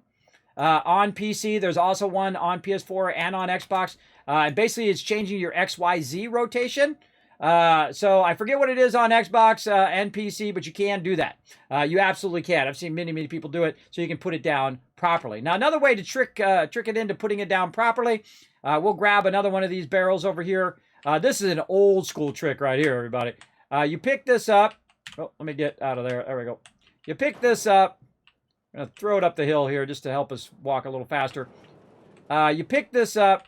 You put it over here in your base where you're inside your workshop. You go out of normal mode. You go into your workshop, and then you hit E to pick it up or something like that. And if it's something that you dropped, it'll automatically orient itself up. But since this isn't something that I dropped, it won't let me grab it and automatically orient it up. It only lets me scrap the item. It won't let me actually pick up these particular items that I brought back. But I can scrap them. As you see, I got some steel from there. This one's really good, steel and wood from those. And then over here on the cone, we're going to get rubber and plastic. Notice I cannot reach that from there, but I can go out and bump it. Bump it into my camp. And there we go, got some rubber.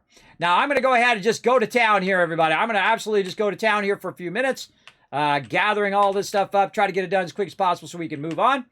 And then we're going to do some fun building as well. Get that all going on. Just trying to get it past the threshold here. So I can then just run around. A little further on that one. There we go. Now at this point, might be better just to pick it up and throw it as far as you can, as quickly as you can. Again, by the way, if you aim up higher, it actually throws it further. Because it's aiming upwards and not downwards. So you're getting kind of a higher arc in that. And of course, again, the longer you hold it down, boom, the further that it throws it. Definitely worth the extra few seconds to just hold it down instead of walking it all the way back. Hitting E. E. Hold down R. Aim it a little high. Boom! Bye-bye, sucker! I mean, my guy he can throw, can he? He's high strength. I wonder if it's affected by your strength, everybody. I just thought of that. I don't think I've ever thought of that before. I wonder if your throw distance is based on your strength. I wouldn't think so. I think it would be a certain tolerance of how far you could throw. Obviously, they don't want you throwing it clear across the entire wasteland. But again, based on how long I hold down R, and again, you can do this on Xbox and PS4, you can throw that. Yeah, Pokey's like, oh my god, I didn't know I could pick up a bunch of things at the same time. Absolutely. One of the greatest features of Fallout 4, you can actually not, yeah, game code number 5. You cannot do that in Fallout 76, by the way, which really sucks. Because there's a lot of times in which that would be incredibly useful. The same thing with this. You can't hold down E to pick objects up and then throw them over to your base. I don't know why they took that out. I don't know if there's some sort of exploit that people were doing or something. Again, I don't even know if it was in the game when it first came out. I don't remember it in there, but I think that's a really fantastic feature that I would love to see return to... oh, well, there's one over there. Return to Fallout 76 as well. Oh, wow, I cleared that. Now, some of the things may not have rolled all the way down the hill here, so I'm going to take a quick look around. My Pip-Boy on. And again, get up there. I always like to look on those billboards, too, to see if there's anything up there. All right, so I'm climbing back up. By the way, I climbed up, and you can actually climb up here when you're coming up to go to the vault. I climbed up here and got up to the fence, but the fences, of course, are blocking you, so you can't get through there. But I could run all the way around the fence, and there's some rocks on the other side that you could try to jump over the fence. I'm going to have to try that. I'm going to have to try that on my survival mode playthrough. Because there are rocks in which you could get on, like these right here, and simply just jump over the thing there. But, of course, you can't fast run. I don't think you can fast run when you first start. So can I make it across here without a fast run? Oh, I absolutely can. So maybe I could circumnavigate. Now, we got all the stuff from up here. We went and picked up all of these random items, and we took them and we walked them over here to the side, if you missed that earlier, and then we threw them off the side right down there using that hold down E and then hold down R to throw them down the side. So we're just looking to make sure that we didn't miss anything. And there's a whole bunch of other materials to find. In fact, there's actually sometimes a bad guy who's right there when you start. And again, it's randomized. So if you played it one way last time, it may completely unfold a different way this time. Obviously, the main story is going to be the same. But all the random encounters and all the things that you'll run across and the order in which you run across those things, I find in every single playthrough is unique. Uniquely different. Because those things are going to randomize in there. And that's what makes the game so replayable as well. All right, let's go ahead and go to it. Right here, we're just going to scrap. And we're going to get it going. Scrap all this stuff now that we put in all that extra effort to get all of that wood. That's going to really help a lot. That's going to give us a huge boost there, everybody. Totally worth it. Look, wow, we threw that one all the way over here. We threw that one all the way up to there, everybody. Man, we got some distance on that sucker. That's for sure. And then, of course, I need to go over here and get this globe. Scrap that as well before I forget. And there we go. So we just got an additional bunch of bonus resources just simply by bringing all those loose items that was up there at Vault 111 down here. It's the first time I've done all of them in this playthrough. So again, we're trying to make this the definitive one. And again, thank you to Go for ordering up that $25 set it and forget it t-shirt. Remember, you got tons of cool stuff that you can get discounts on right down below the stream. Okay, so now we have more resources to utilize for our little bunker that we're going to start doing right here at the very beginning. Now, how many of these can I put down? How do I know how many of these floors I can put down? Well, it actually says in the upper right-hand corner, I can put down 11. So what I'm going to do is go ahead and take that out. And what I'm going to do is I'm going to take this and I'm going to move this. Because you know what happens is actually there's an empty corner here. Because this needs to snap to the foundations, not to the wall. Because if you snap it to the wall, it's going to be offset when it comes to your foundations. So very, very important to put down your foundations there. It's going to help you a lot align your stuff. Now, I mean, this is cool, but I really want that to be rounded at the end. Now, how can I do that? Well, what I can do, again, is just hit Tab to store, not scrap. Do not scrap your stuff until you're absolutely sure that you don't need them at that location, all right? So I highly recommend not scrapping anything at the very beginning of the game. That is stuff that you built for your thing. Even like ladders and things like that, I would not scrap them because it's going to cost you more resources. So what we want to do is go ahead and make this a little fancy from the start. Normally I get fancy later, but we want to go ahead and have this go around at an angle. Now, what's that going to do? Well, that's going to kind of trip us up now because, look, now we got this inset here, but you already know, you already learned it here on my stream, that you can go ahead and pick this up by holding down E, pick all of this stuff. Oh, I got to go in the workbench first. There we go. Hit the Tab key so you're in the edit mode, and then hold down E, and then boom, you're picking it up. Uh-oh, a little awkward. All right, hold on. Let's try it again. Hold down E. A little awkward again, right? Stand on it. Hold down E. Awkward again. Now, again, you're going to get that awkward feeling from it quite often when you go to grab stuff, it's going to offset it like that. It's really a bummer, as a matter of fact. So what I'm going to do is I'm going to get over here so I can see that, and notice that it didn't offset it. Depending on where you're at, it'll offset itself or not, and depending where you're selecting, up or down or wherever. So that is an incredibly, incredibly frustrating thing when the thing keeps moving and you've already got it perfectly lined up, and all I want to do is just kind of back up and just bring it to the edge, right? Just fine-tune it a little this way, a little that way, and boom!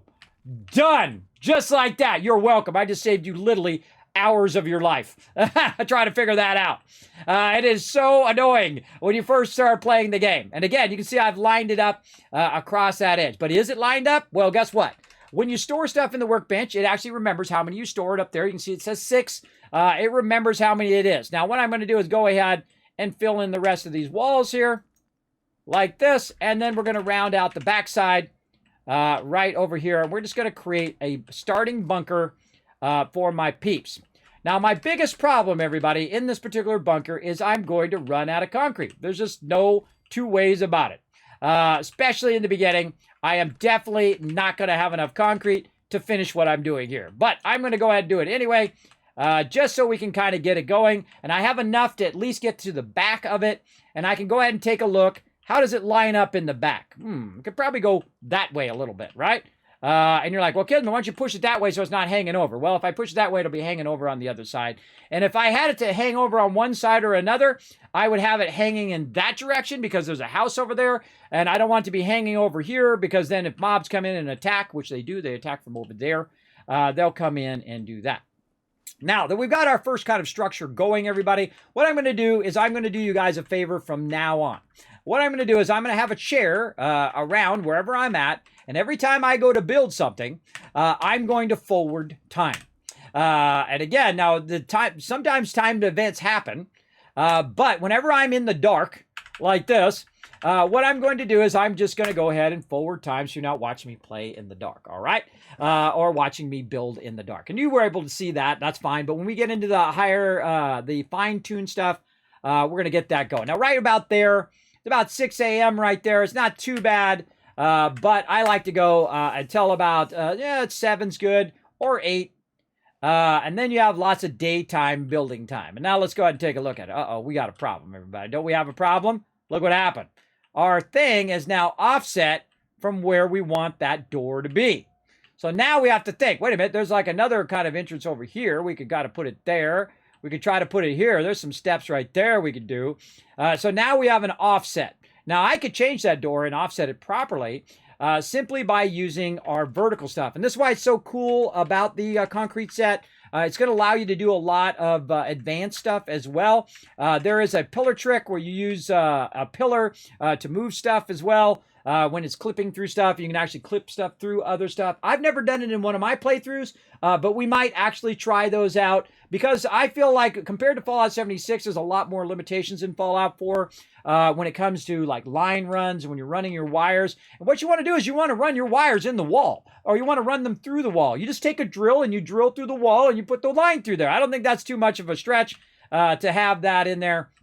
But we got a bit of a problem here with our thing here. So again, gonna go to the end like this. Gonna hold down E and see what it does. Ah, darn it! Hold down E, see what it does. Right? So you're just looking for a spot where it's not gonna lift it, right? And see, when it's close to another object, which is happening in the back corner over there, when it's close to that bush over here, that's gonna happen quite often. If I hold down E right here, it's lifting it up. This is one of the drawbacks of the Fallout 4 building system is that it does keep doing that lifting. Now, do I really care if it's right here in the thing? Kind of. I kind of care. But what I'm going to do is hit E, and then I'm just going to go ahead and move my cursor forward like this and rotate my mouse wheel forward. Now, what that's going to allow me to do is do this. Now, by the way, notice I can clip this through the ground because this particular object will allow you to sink stuff in the ground, right? Because the thing that I'm picking up is the wall. And the wall is the only thing it's calculating its clipping for. So this is how you can actually clip things through other things. And that's how that wall glitch works, right? So if you want to put that thing right up against the edge and you want to get it perfect, you can use that to your advantage. Now, I typically don't, but what we're going to do in this playthrough is we're just going to try to line that up. We're going to move this back over this way. Again, I'm not going to sink it in the ground because I want my stuff to be at that level. But we totally could if we wanted to. There we go. So now we're back lined up, and it moved the entire thing back over here. And we're still just ever so slightly off on that side there. We're going to run this here, and now we're hanging off the side over here. And you're like, okay, how can you fix that, Kismet? Well, simple. We go ahead and we can store that, or we can go ahead and just move it over here real quick. Snap that into there. And then take this. Snap that in there. And just let it hang off the side. You're like, Kismet. That's what you tricked us. Yeah, I did it just a little bit. Now, again, it's not quite perfectly centered, so again, that kind of stuff drives me crazy, so you're going to see me fine-tune this kind of stuff a lot. And what I'm doing, again, using my scroll wheel to move back so I can kind of see it a bit more. Or if I want to see it more precisely, I will scroll it closer to me, and then I'm just going to move it down until it thinks I'm there. Now, again, if I'm aiming down, it's going to make it harder for me to kind of line it up. If I aim up higher, it's going to be a little bit easier, but I'm going to need to scroll it away from me here. And try to get that to line up on there. Now, if it's not letting you put it down for whatever reason, it's most likely because this is hanging off the side. And then we'll go ahead and store all of those as well. And then we can go ahead and now pick this up. And then notice that it didn't move as bad, right? Again, it depends on what it is that it's that's kind of messing you up, right? What is it that's too close right here? Hanging off the side. Store, store, store, store. Right? Again, we want to try to line that up again. We want to get it in the center of the doorway. Holding that down with E. And then again, just trying to get it to let us put that down. Right? We got to put it down. Now, again, if you want this to be flush, down into the ground you go. But ever so slightly above. And again, we're going to do this just a little bit in this playthrough.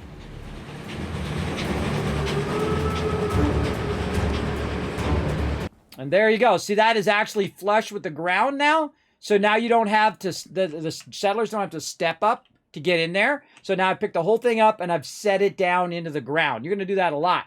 Am's coming in with a 25 months of sub love. 25 months. Thank you very much. Let's show some love in the chat, everybody. Show you some of my best techniques. These are advanced techniques I'm in right now. Some of them more advanced anyway, using what's known as the wall glitch, or you can use any item, by the way. It doesn't have to be a wall. It doesn't have to be a rug. It doesn't have to be anything. You just use the group select and allow you to put it in there. But the great thing about using walls or stairs or things like that is those actually go into the ground. So if you're trying to set something down into the ground or into another object, you need to have that freedom to be able to put it in the ground or raise it up or whatnot. Also works with conduits and a whole bunch of other things, which we'll get into later on.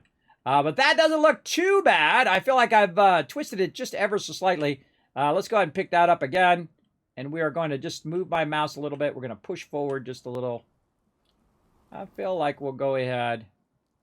Again, I'm looking at this over here. There's like these lines coming down. And then I'm looking at those two lines over there to kind of see how those are lined up. And there we go. We've sunken it a little bit into the ground. It's now sitting down into that concrete. We've got this going all the way over here. And you can see, if we get in there and we really look, we can see that's now sunk into that concrete there. The reason why we want to do that is so that my people don't have to walk up into there. Now, one of the problems is when I'm putting down the floors, though, is that you're like, Kismet, how do I get that to snap in there? Well, a lot of times you can use these to snap into there, but that's not going to work. That's not going to work right there, and that's why I did it, so you guys can see that. If you are using these ones, by the way, the concrete floors, which allow you to snap through the ground, these ones will actually snap down, and then depending on how deep in the ground you're going, it will actually snap to that piece. Great example is when you're doing a concrete foundation like that, and then you're trying to put another one in next to it. It'll actually snap to this one, and you can just keep it running off into forever if you want. Now I'm going to go ahead and actually scrap that one. I'm wasting a little bit of my concrete for you guys, but there you go. Now let's go ahead and do this proper. Let's go ahead and bring this back up again. holding down E, getting all of that. Notice how it did not do what it did before, but we can at least fix a little bit of that lip. But I highly recommend, you can come back later and build the whole thing out and then sink it into the ground. But when you are building, it's best to build where you can easily access all of that stuff. All right, and again, we are definitely going to run out of pieces here, but we're going to go ahead and just put in what we got so far. And then we're going to have to go on an adventure, everybody. We're going to have to go on an adventure to try to find some more concrete and stuff like that. And again, we'll just build this out. Now, one of my favorite things in the concrete workshop is the fact that it has these little rounded edges. And these are little rounded floors, and they're specifically for those columns right there. And you can also use them for Kismet kill boxes, which we'll do later on. Now, I don't have enough to do this one because this one takes concrete. This one does not. This just takes steel. But I don't like the look of that one, and that one is open on the bottom. I don't like it. So we're going to go ahead and use these on the floor, and we're going to use these floor curves as we go along like this. Now, again, we don't have the ability to build up the whole thing. Notice how you can just let this stuff hang out here as well. There's a lot of fun things that you can do with the workshop. And then I'm just going to let that hang off the edge there. And then we'll go ahead and rebuild what we got over here. Oh, we're already out. And again, we'll put in that corner. We'll hang off just a bit so we get that extra bit of space.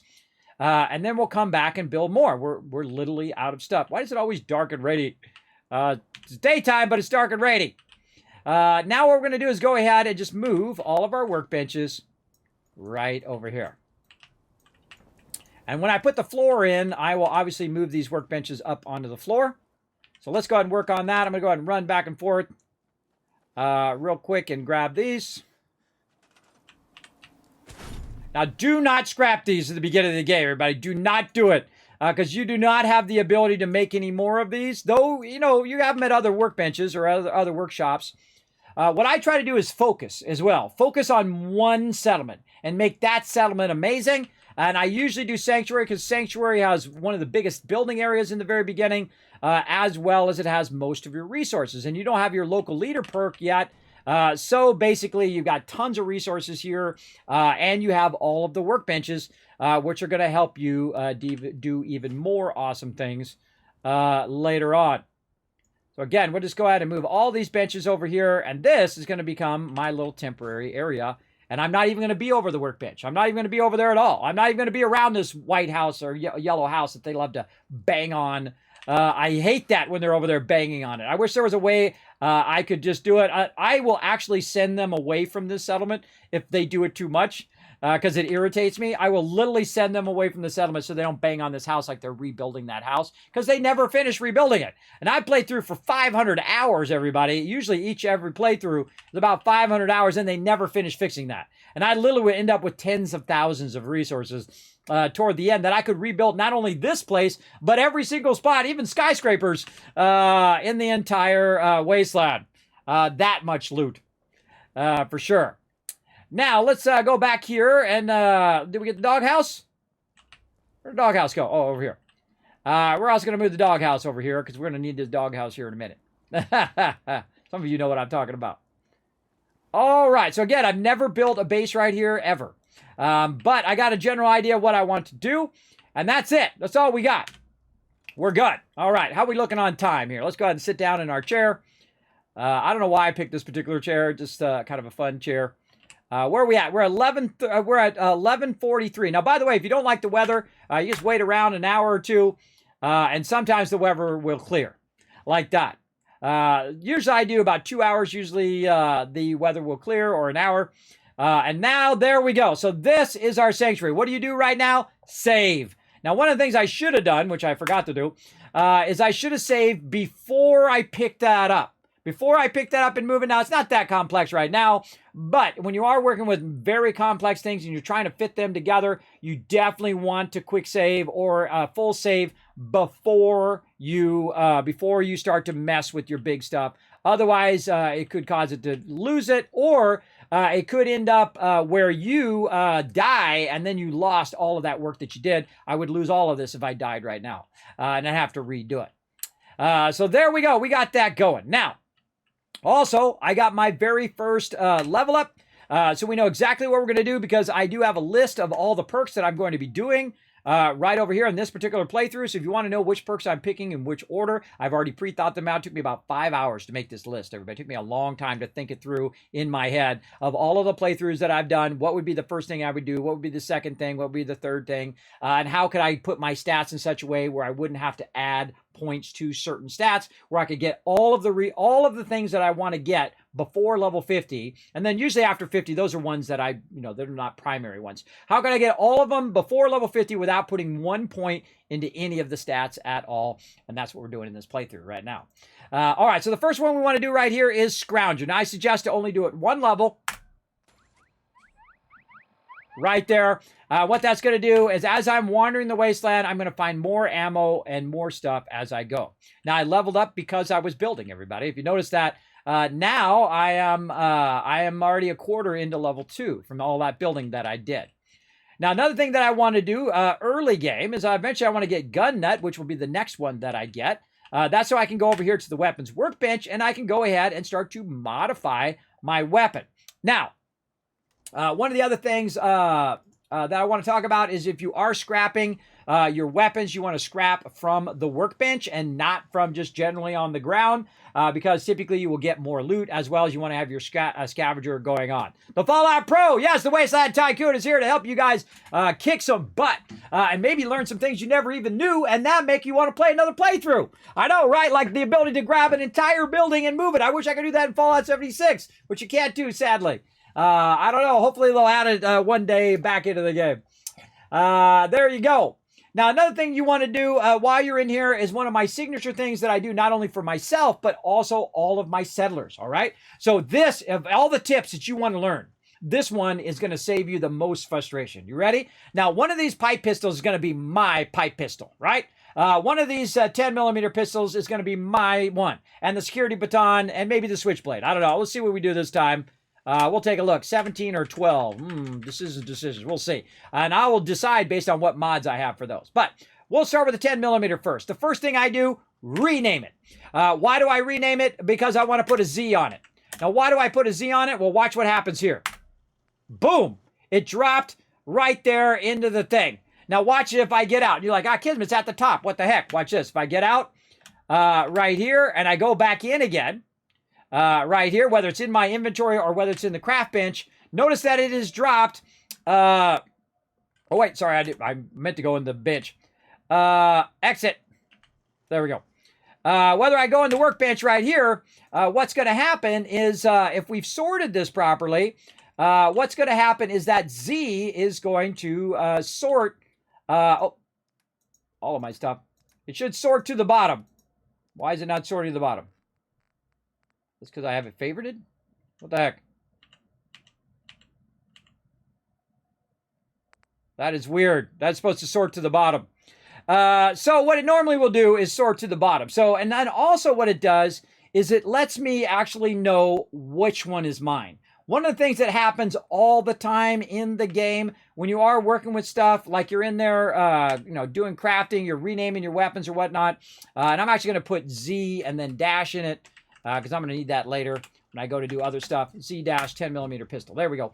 What I want to do is I want to differentiate what's mine and what's just junk, right? Vitally important, everybody. Vitally important to differentiate it, right? Which one is the one that you modded? Which one is the one that you don't want to accidentally put in the workbench or accidentally sell, right? Those are reasons why you want to put a Z on it, right? So do what Kismet does. Put a Z on it, everybody.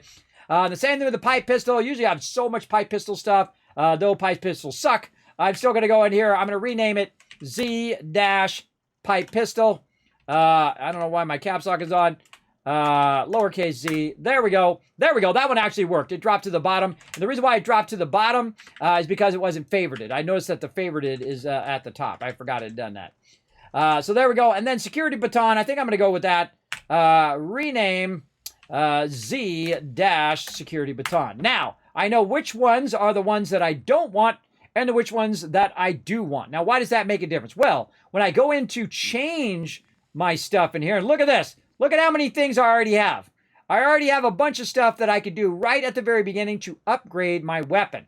Now, what's a good thing about this weapon? This weapon is going to be my ranged weapon. I keep 3 weapons: melee, mid-range, high damage, and then range weapon to drag aggro or be able to hit mobs that it's very hard to hit, like turrets or things like that. So we've got the different ones. And usually the further down you go, the better they are, right? This is lighter weight, reduced damage, heavier frame, heavier weight, improved damage. So we go from 17 to 19 to 18 to 22. And then this one right here goes down. And you're like, well, Kismet, that one's up higher. Why does that one go down? Well, the reason why that one goes down is because it's an automatic receiver. So you're firing just that much faster. You're like, brrr, brrr, brrr. It's like a semi-auto 10 millimeter pistol. Now me, I like to do high damage, and I like to be able to, just shoot as many shots as I need instead of shooting like 50 shots and wasting most of my ammo. So me, I'm going to go with hardened receiver. And so that's going to give me improved damage over the standard one right here. It is going to make it a little bit heavier weight, but we're going to go with that. Now, long barrel is going to give us a standard thing. Now, this one is short barrel by default. But the long barrel is going to give us range, and that's what we want on this particular weapon. So we're going to go long barrel as well. Are we ready for a giveaway? I think we're ready for another giveaway. Holy mackerel, we are super ready for another giveaway. Sorry, I got totally distracted. Man, time goes by so fast, everybody. It's been like 5 hours and 40 minutes. I haven't even taken a break. We might have to take a little break at some point, or screw it, we might just go and then end, and then I'll take a break after. There you go. Yeah, 25 months. For sure. I'm going to go ahead and check in on the chat here. Now, again, I have 2,700 hours in Fallout 4, and I feel like that's a low for me. I could have done way more, but, I play until I'm done, and then I move on to something else, and then I come back, because this is my favorite Fallout of all of the Fallouts, even though I do love me some Fallout New Vegas, and Fallout 3 is pretty awesome, and Fallout 1's pretty awesome. Fallout 2 is okay. I much prefer Fallout 4 because I like the building part of it. Now, comfort grip, going to give us some higher accuracy, so we're going to go and get that. And remember, look, I'm doing this right from the very beginning. I don't have any of this other stuff. To get this other stuff, I'm going to need gun nut number 1, so I'm going to need to level up. But look how many things you can get in gun nut level 1, by the way. Large magazine, so you have more ammo, and then quick eject mag, so you have better everything right with gun nut number 1. Which we'll get into that later. Now, we got glowing sights, which increases your focus and better sighted accuracy. So again, getting our accuracy up right at the very beginning of the game. We can't do any muzzles because we don't have, again, our gun nut, which we'll get into it, as well as we don't even have enough adhesive for a muzzle brake right there. So, all right, we got that now, and we know which one is ours. We put a Z on it, and all the rest of these ones are standard. Same thing with our security baton. What can we do? We can't do diddly squat with our security baton. But wait a minute, let's go down here and let's look at this switchblade. Can we upgrade the switchblade? We can't do diddly squat with the switchblade either. So it doesn't really matter which one we do. Now, pipe pistol, let's go check that one out. We got standard receiver. And again, instead of, I can make a brr, brr, brr, I can make an automatic weapon if I want, or I can just do higher damage. It's going to do 16 damage. Let's go with the higher damage. And then again, I'm just going to go through. Again, and up the range of it. Again, in the early game, you definitely want to have further range so you can sneak up on people and snag them from way far away because you don't have a lot of armor. You don't have a lot of defenses. So in the early game, you'll see me do much higher range weapons. And then later on, I'll get higher damage for shorter distance when I get into the Overseer's Guardian, which is my favorite weapon in the Wasteland. All right, nothing else we can do in there. We don't have enough resources to do some of that stuff. And then now... boom, that's it. That's our stuff right there. We got that modded up. Now what we can do is just say, okay, all the rest of this stuff, come on, there we go. All the rest of this stuff, I'm going to go ahead and just take it out of my inventory because there's no reason for me to carry it around now. So we'll take that out. But notice, by the way, that this is favorited and that's favorited at the same time. That can really trip you up. I want to go ahead and favorite all of my various different weapons. Now, if I press 1, what do I got? I got that weapon. If I press 2, 3, I'm pressing it on the side of my mouse, by the way. I have a Razor Naga, which you can barely see, but I got 14 buttons on the side, or 12 buttons. 12 buttons on the side. I think it has like 18 total buttons on the mouse, because there's some on the top and all of that. And also the scroll wheel is a mouse button if you press it down. But what I want to know is I want to know which one is which, right? Which one is 1, which one is 2, which one is 3. Right over there. So what we're going to need to do is go in and hit F. And as you can see over there on the side, we can see all of those things that we have set up. Like the 10mm pistol here is a left, right, all of those things. You can see it's actually number 4 is my 10mm pistol. Number 3 is a security baton, and so on. And you can see I can go ahead and select that. Now, how do I set that particular thing? Well, I'm drawing a blank right now. I know there's a thing that lets me set that. Oh my God, my brain just like went off. My brain just like, where the heck is the thing that allows me to set my weapons? Oh my God. Oh my God, my brain literally just went off. Favorite, there it is. You hit Q for favorite when you're in the thing and it pops up. There we go. I knew it was in there somewhere. All right, so number 1, I'm going to go ahead. Oh, no, I want the security baton to be number 1. Number 2 is going to be my 10mm pistol, and my backup weapon is going to be the pipe pistol, number 3. Now, remember, 0 is my stem packs right now, but I actually want them to be on number 5, so I'm going to go find my stem packs down in here. I'm going to hit Q, and then I'm going to click on number 5, because that's the center of all my buttons, so that's the easiest one to press. Now, I've got a bunch of other random stuff in here. Might see what happens in my brain sometimes, right? Because I do have medical conditions. Is that all of a sudden it just comes to a stop? I literally can't think at all. I can't do any thinking. All right, so we're gonna go ahead and put all this stuff away in here. Now, I'm notoriously bad about using all of my stuff that I should be using, but we're gonna try to use it this playthrough. We're gonna try to actually use food and water and all that stuff as we go along. Folder, we got our Granach, we'll put that in there, we'll put all this stuff in the workbench, keep our bobby pins. Now, one of the things you can do when you go to transfer everybody, there's a function right down here at the bottom, store all junk, which is amazing. So it's going to store all that junk in the wasteland. Now, I'm down to 16 of 20. Let me go and move out of the way. I'm at 1620 weight right down there. And so basically, I've reduced my overall weight by just getting my basic stuff. Now, another thing that we want to do is look for mods. See, I got a bunch of mods there. I don't want all those mods. Get those mods off of me as well. I don't want to be carrying those around. That's the number one thing I always forget. And I have all this extra weight of mods for no reason. Now, let's double check that our weapons are working. There's number 1, number 2, number 3. I don't need to hit 5, but I know that one's working. And now I've got my 3 basic weapons. Now, sometimes I use more. But again, melee weapons, if you run out of ammo or they get too close to you, or if you have a really nice melee weapon. I've done melee playthroughs of Fallout 4 as well, which are super fun, especially when you got Pain Train and you jump to them and then you hit them with Pain Train and it stuns them and then you knock them out with your weapon, which is pretty awesome. All right, come on, we got to do a giveaway before I forget. Let's do it. We got tons more giveaways to do too. All right, here we go. In the count of 3, 3, 2, 1, boom! You're the winner! A Crazy Aussie again coming in with the dominant win. I see him right there in the chat. He's saying giveaways.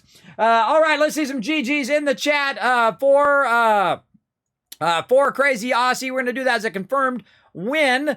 Let's see, that was game code number 5. And now we're going to do a 5 blast, everybody. We're going to do a 5 blast of codes. That means I'm going to give 5 codes away at the same time. So here we go, everybody. We're going to start with random game giveaway number 6, and we're going to give 5 people some game codes. So get ready, everybody. Definitely, you want to be part of this one. You have a high chance of win, especially if only 5 people enter. Bam, you're going to win. Here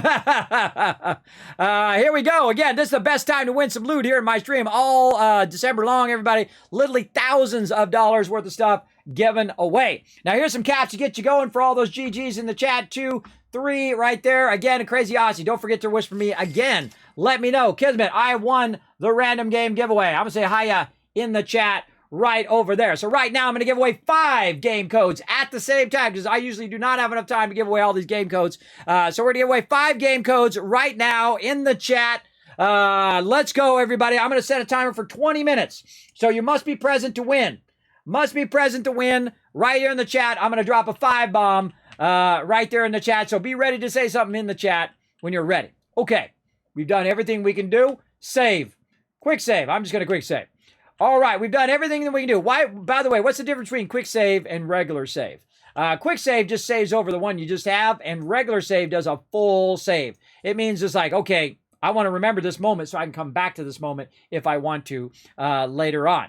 It's like a key moment in your journey. Now, there's nothing else I can do here in this area. I could go in and start working on food, start working on water. I can do all that stuff, but I got no settlers. There's no. I would only be doing it for me, right? The only thing that I might start in the very beginning is a little bit of water.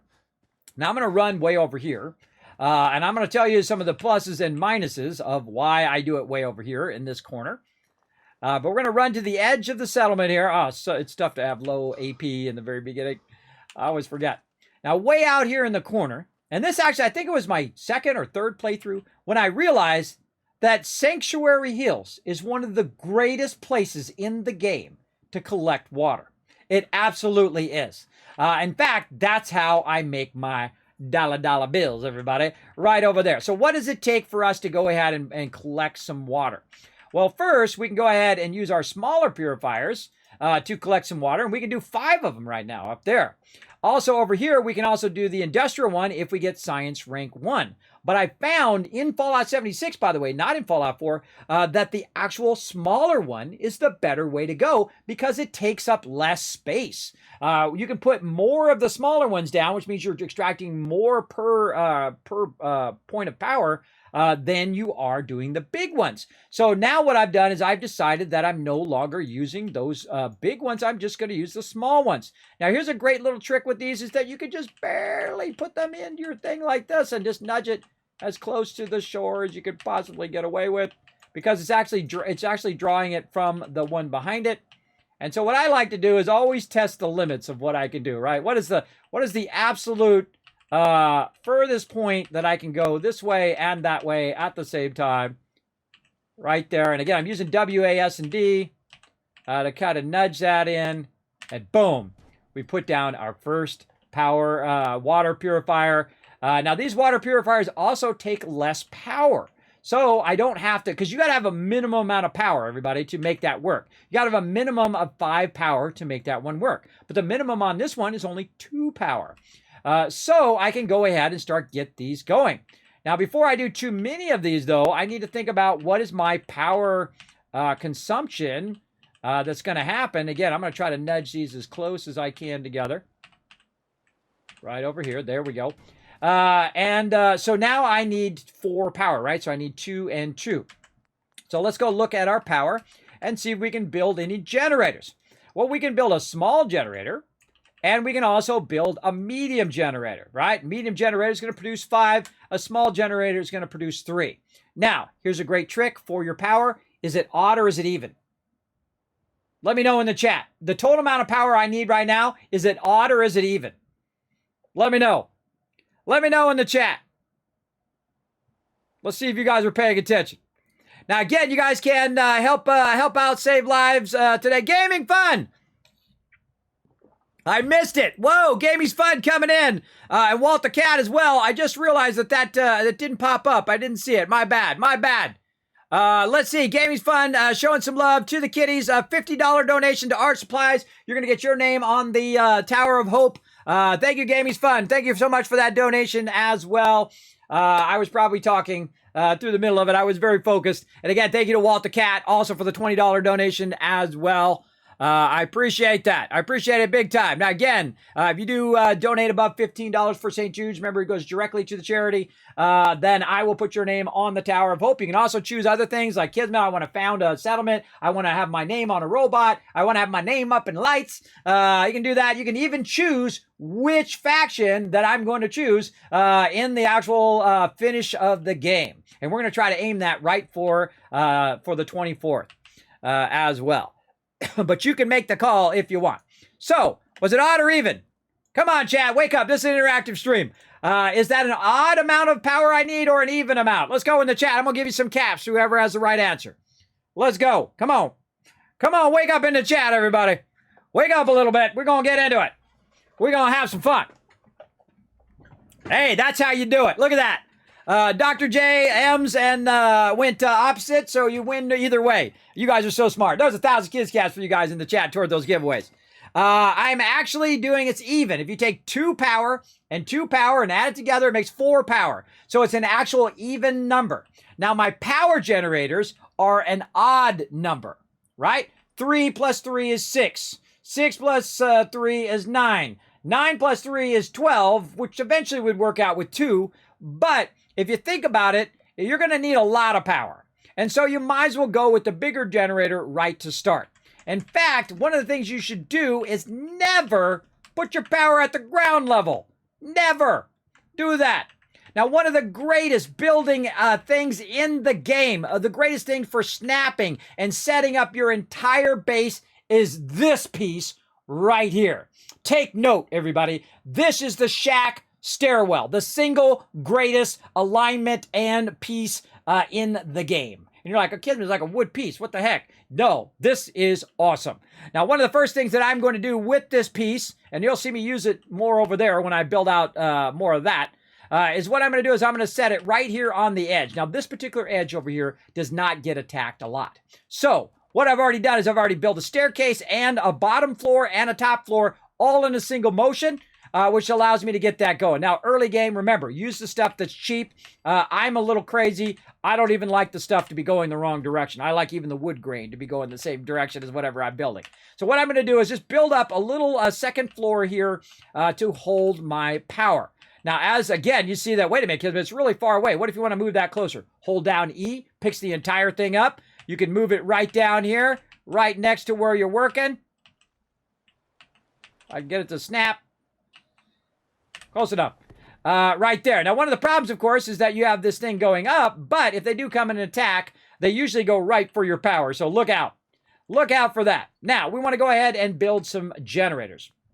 Now, these generators are going to start making us money. Take your money, invest your money and your resources to make you more money. That's the way of the tycoon, everybody. That's how I literally make trillions of caps in this thing. Now, I also got to leave myself a little bit of room so I can walk by behind it here. But I'm going to go ahead and put that down right there. And we are making money. Making money. Now, that's only 2 power, so I don't need to add another one. I don't need to add it till I need to add it, if you know what I mean. Don't be burning up your resources just to have it there. This right here is running. Now, this obviously is not going to connect to the rest of my base. This is going to be a separate power system way over here. Now, one of the things, I don't know if you can hear it. Let's get out of here. Is these generators are loud and annoying. They actually have a perk or a mod in the game, not a perk, a mod in the game that reduces the sound of these darn things. They are way too loud. They got to really turn these suckers down. But here, I won't say anything and it will bring my audio back up. Listen how loud these things are.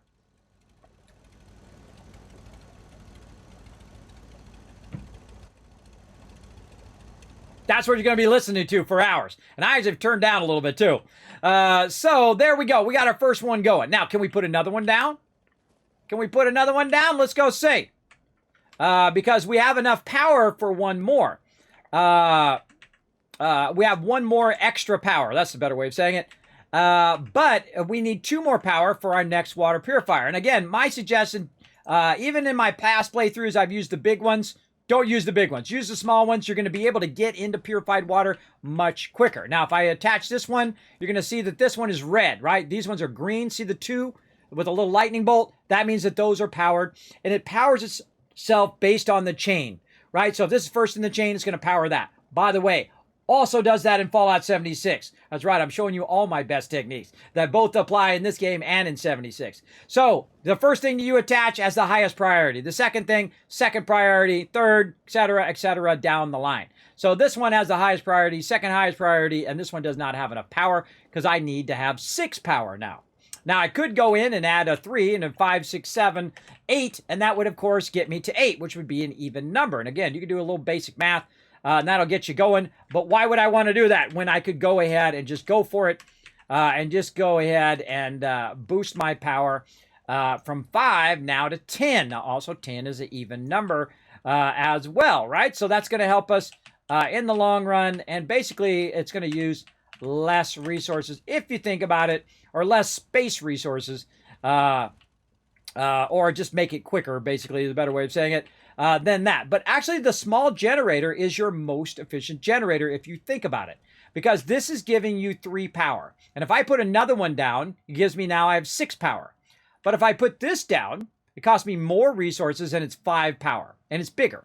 So I could actually use a lot of small generators and actually be more efficient in the very beginning. And you're welcome to do that. But I know over the long period of time, just for the sake of speed and for the sake of me building out my power, I like to use the bigger ones because it's just more convenient to have 2 of them than to have 57 of them. If you know what I mean. They're easier to manage. Now, we got all 3 of these going. So we have 10 power, and we're using 6 power right now. So what does that mean?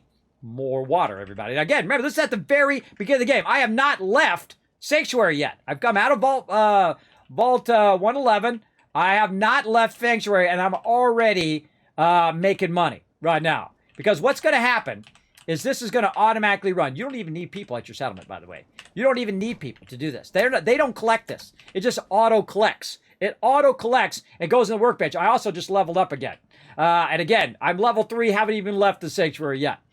So there we go. 2, 4, 6, 8, which means we could probably try to sneak in another one. Now, this one's a little tricky.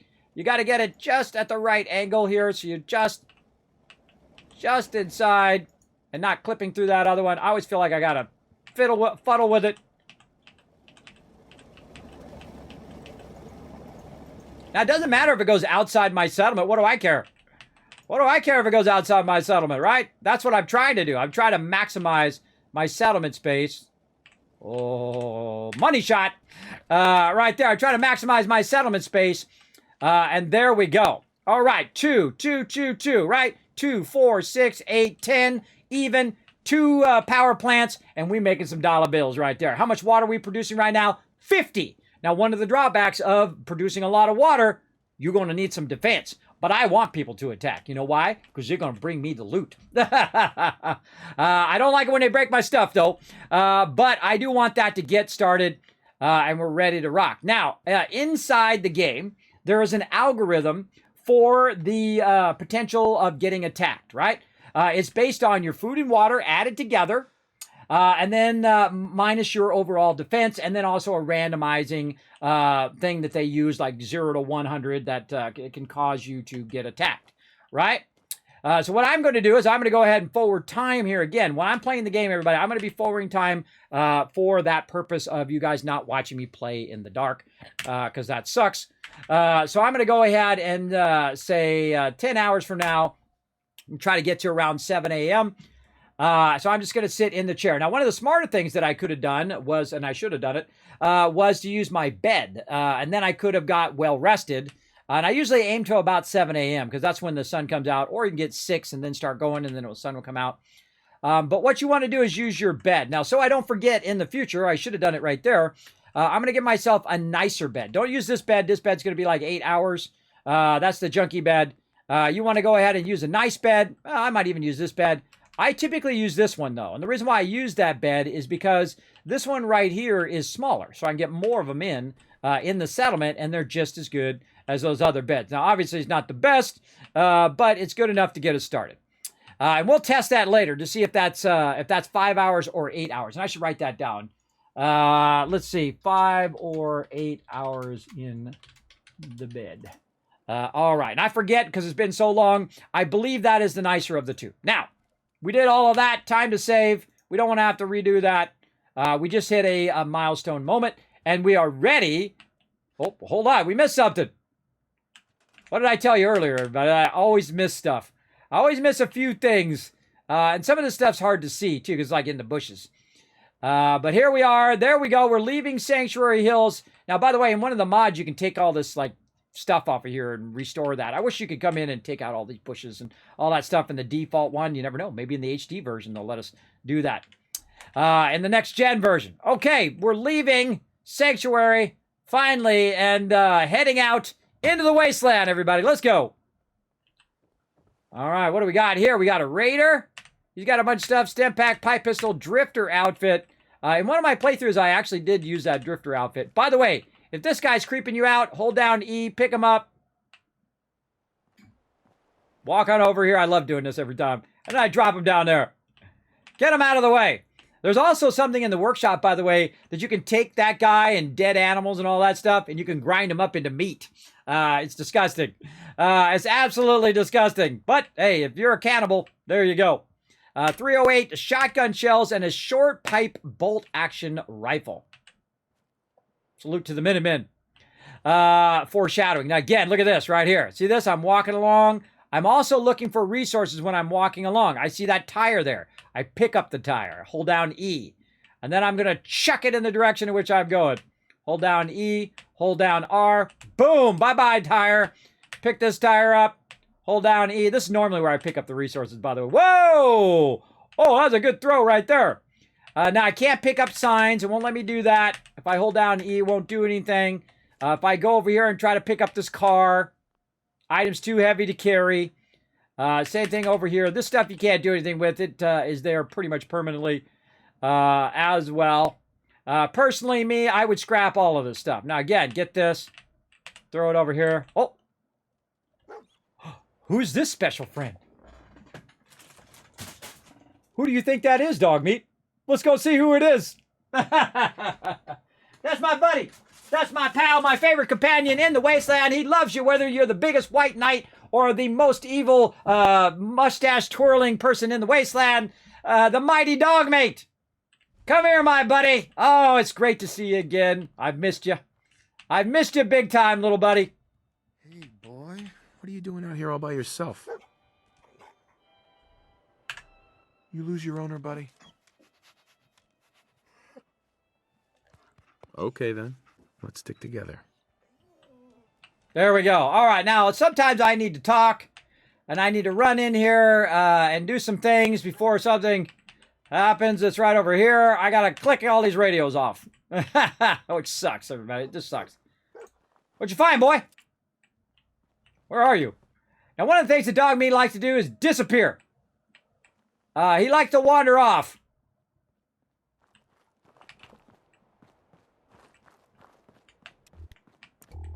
Oh, what'd you find? Oh, you found these stem packs. Oh, that's a good boy. That's a good boy.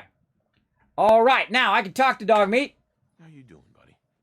And I can tell him to do different things. He loves to walk off when I'm talking to him, too. He can fetch. I can dismiss him, or I can see if he's doing tricks. Hey, boy. You know any tricks? What are the tricks you know? All right, I'll put my gun away. Dog meat. Hey. Uh-oh. Dog meat. Hey. There's stuff after us. Get him. Drop him.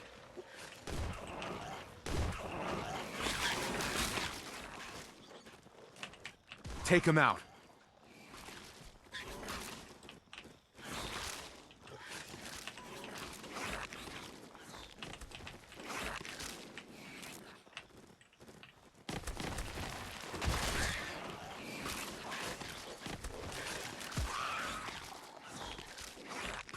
That one.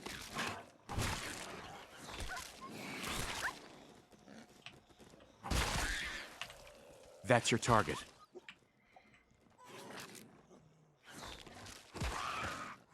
There's another thing I've never done. I've never let dog meat kill them all and not me kill them.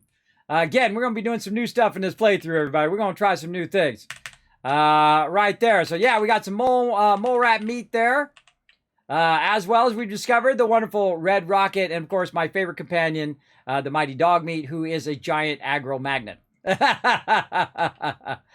He loves to just drag mobs on you like crazy. I still love him anyway. Now, I can actually click on him, and I can tell him where to go as well. You can do this with all your companions. You can tell them where to go. Hey, thanks for that raid. Thanks for coming in and showing some love. I don't know why it's not showing up. Oh, there it is. Oh, no, it's not showing up. Hold on, I got to reload. Why is my activity feed busted? My activity feed is busted.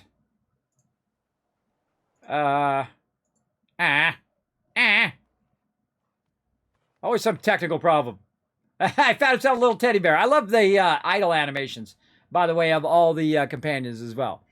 Let's say, oh, BDR Go coming in with the thing there. Thank you very much for that raid. Welcome, everybody. My name is Kismet. They call me the Wasteland Tycoon. I'm playing a definitive playthrough of Fallout 4. Oh, and we're ready for another giveaway. Gonna give you guys some loot here in just a second. Make sure to get in there and get that giveaway going on. Where's my giveaway thing? Over here. Let's see. I will give you guys a few extra seconds here to do that while I talk a bit about how to command your companions. Now, dog meat, I can tell him to go here. And then I can tell him, instead of him following me around and causing aggro, I can say, stay. Wait there. Then I come back to him, I can tell him to follow me. Now, the closer I get, then I can talk to him. But when you're actually in battle, everybody, you should stay back away from your companions so you can select them and then aim them toward whatever it is. Great tip for your companions, because they love to just like walk in front of you. They love to get in your way and you're trying to shoot. You can actually hurt your companions in the early game until you get the proper perk where it will not hurt your companions will not hurt you. One of the biggest things about companions, do not give them explosive ammo. Do not give them grenades. Do not give them nukes. Do not give them that. They will kill you. I have been killed by my companions many a time when I didn't realize that they had grenades or they had an energy weapon and they shot off a nuke and boom, I'm dead. And that's why it's important to save as you go along. So I'm just going to quick save right there. So I can get up close and talk to dog meat. How you doing, buddy? Hey, boy, you know any tricks? Good one. Good one, boy. Heads up. How you doing, buddy? Hey, boy, you know any tricks? No, he knows the same trick. Look alive. How you doing, buddy? All right, now I can tell him to fetch. Fetch. Hey, boy. Think you can find something for me? Now I can say enemies, items, never mind, or container. I'm going to say items. See if there's any good stuff nearby, boy.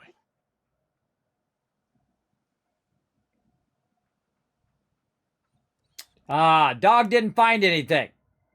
Okay, I'm going to try again. Look alive. Talk. How you doing, buddy? And then I'm going to say fetch. Hey, boy. Think you can find something for me? And I'm going to say find a container. Think you can find any goodies, boy? And he didn't find anything. Now, one of the drawbacks of having him stopped right there Come on. is the fact that he's not by anything where he can find something. So I'm going to go bring him in here. Now, wherever I go, he'll kind of follow me, though sometimes he does wander off and do his own thing. He'll kind of follow me wherever I'm going. And as I move in certain directions, he'll start to move in that direction. So sometimes it's hard to catch them. So that's why a lot of times I'll tell him to go to a certain spot, and then I'll talk to him. Makes it a little bit easier when you're working with your companion. So, talk. How you doing, buddy? Fetch. Hey, boy. Think you can find something for me? Go find me some items. See if there's any good stuff nearby, boy.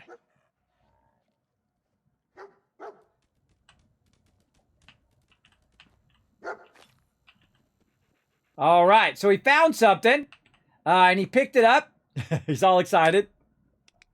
You're such a good boy. You're such a good boy.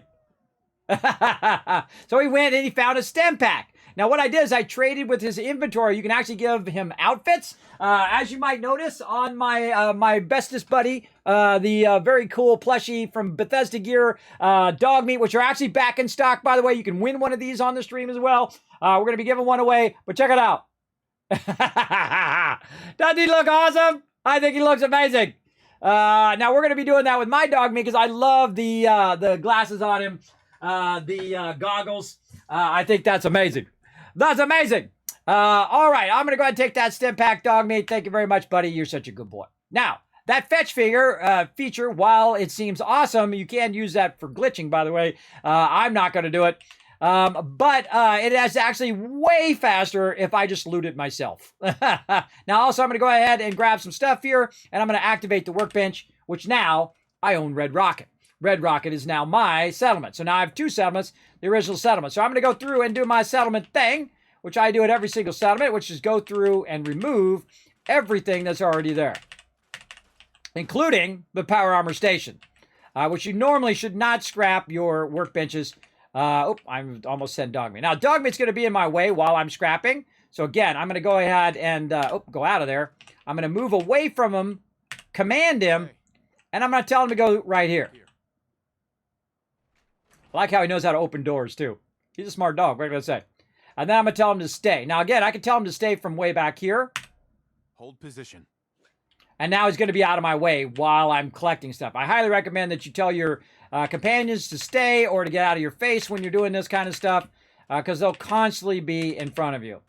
They'll constantly be in your way. And again, I will scrap everything over here. Anything and everything that I find, including all of the contents, will automatically go into the workbench as well. Now, again, if you guys want to help support Save Lives here in the stream, we are doing a 24-day, every single day streamathon for St. Jude Children's Hospital as part of the global Super Stream event, Fallout for Hope. We did it last year, and we're doing it again this year to raise funds, again, to help children. So feel free to go ahead and follow that link I'm about to throw in the chat right there. Follow that link. Again, if you do donate over $15, I'm going to put your name on the Tower of Hope, which is one of the mega builds that I'm going to do here as part of a Fallout 4 playthrough. So you're going to get your name on there, and it's going to be first come, first serve too. So if you want your name in there early, you definitely want to donate early, everybody. I do appreciate you guys hanging out. Now, we're going to do a giveaway here in just a moment. And thank you to Crazy, by the way, who did come in and help out modding. I appreciate him. He went a bit earlier there. I just noticed it. Thank you, Crazy. Appreciate you, man. Now, over here, everybody, now we've got a radiation storm coming in. I'm going to get radiated. I'm just going to roll with it. And I'm just going to go to the edge here and see if there's anything over here that I can get. Now, look down here. Look at this. We got a bunch of tires. Are any of these tires a tire I can pick up? Yes, it is. Take it. Hold down R. Boom. Throw that sucker back into your settlement. Anything else down here I can pick up? Well, I can pick up all the normal stuff, the hammer, and I can pick all this stuff up, put that in my inventory. But can I pick this cart up? No, it won't let me pick it up. How about this? No. How about these tires? No, these are all together. But look at this. There's a box here. Now, this is how hardcore I go into collecting resources early on, everybody. I go and collect all the other extraneous stuff. Brain fungus, good food right there. We're going to need that later. One of the things also in Fallout 4 versus Fallout 76 is your food does not spoil in the normal mode. It does not spoil there. I actually don't think it spoils in the survival mode, but you do have food and water that you have to deal with in the survival mode. You must do food and water, or your food and water goes down. You also got to deal with diseases and things of that nature. Now we're going to go ahead and scrap all of that stuff that we got as well. We got the cool doors here. Open those up. Now, one of the main things that I'm looking for, and it's not at Sanctuary, actually, Red Rocket is the first place you're going to find it if you're going through the normal kind of storyline here. And I take out all of this stuff, everybody. This is all sweet, sweet resources right over here. Now, this particular settlement, I'm not going to do anything with it. I'm going to mostly ignore it. I'm going to go and clear all the stuff first, and I'll show you why. And that's one of the tires that we went and grabbed and brought over. I'm going to go ahead and scrap all of this stuff out of here because I want to use these resources for other things later on. I'm just going to ignore the storm as well. Let it radiate me a little bit. I'll be fine. Maybe. And scrap all this stuff out. Now, when you do a lot of work, everybody, when you go through and you scrap the whole workbench and you do a whole bunch of stuff, do not forget to save. If you're going to do anything big in the game, like a big... story points, or if you are doing big builds, like I like to do, I always start with what I call a basic build, which is what I'm starting with over in Sanctuary right now.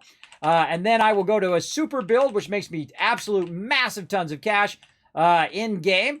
And then I will go to what I call a mega build. And that's when we really start getting fancy. We start doing amazingly huge builds as well. I'm going to even show you some other ways to maximize the use of each and every settlement. I'm going to also talk a bit about the heights of settlements and which ones are the highest, and which ones are some of the funnest ones to build at, and which ones are the absolute worst ones in the wasteland. And some of you already, some of them came to mind for those of you who have already played Fallout 4 before, and some of them came to mind to me right there too, of the absolute worst settlements in the wasteland. Now again, don't forget to try these ones that are just outside the workshop here. Don't forget to try those ones right there. You never know. Some of those actually are outside the workshop that you can get. I'm always looking for stuff inside the bushes here, like fences and things. And I do double check. Oh, wow, I can't get this tire right here, right? Oh, watch this. Boop. Now I can. Again, just knock it in the workbench or go pick it up. I can't get those over there. These are all clustered they're all connected, so you can't pick those up right here. And again, you can see when I'm hitting E, it won't let me get any of that. And then again, if I go over here and try to pick up a car and try to move a car, I wonder if you can do that later. I've never tried it later in the game when I have, like, power armor. But if you go to pick this up, it says the item is too heavy to carry. I don't know. What if I've got 10 strength and I've got power armor? Can I lift it up then and move it? I don't know. I've never tried that. We got to put that on the list. I'm going to put that on the list over here. Pick up a car in later game. I don't know. I've never tried it. Normally, I'm blowing them up. I'm going a little easy here to get started. Now, we did the exterior. Dogmeat is very patiently waiting for me to hurry up over there. And now we're going to do the interior. By the way, this is a really great starter location. If you just want to, have a good little place where you put your bed and all that stuff inside. Also great for when you eventually bring settlers here. And again, in the very beginning, I typically don't scrap the workbenches. But in this particular playthrough, I'm going to be focused on one settlement to get started. In this case, it's going to be Sanctuary Hills. And so what I'm going to do is just take all that out. We'll come back for that here in a moment. And we're going to scrap all the stuff that we can scrap. I'm always looking for this right here, everybody. When you scrap that right there, that's 2 circuitry, copper, and screws. This is the first place in which you can get circuitry at the very beginning of the game. And you'll see why we need that here in a minute when I go to use my, level ups and all of that. I'm not typically a little bad about my level ups, everybody. I usually forget to do my level ups along the way. Come on, store it. There we go. Store it. Now, again, right here, telephone, everybody, circuitry, copper. That's what you're looking for in the very beginning because we're going to need some defense of all that water that we just set up elsewhere. Now, this actually is, these little radio things are actually tied to some giant antennas that you're going to find in the wasteland. So don't scrap them if you want to get that bonus later on, that bonus dialogue and stuff. So in this particular playthrough, I'm going to go ahead and leave those in. Normally, I just scrap all that stuff out, but I'm going to leave it in here. Now, again, start from the top down, everybody. Top down like this, so you don't miss any of that, so it doesn't just scrap the whole thing and you miss out on those resources. Same thing up here. Get everything in the file cabinet first. Like that. I mean, everything that's stuck in the edges there. And then, again, just scrapping it out.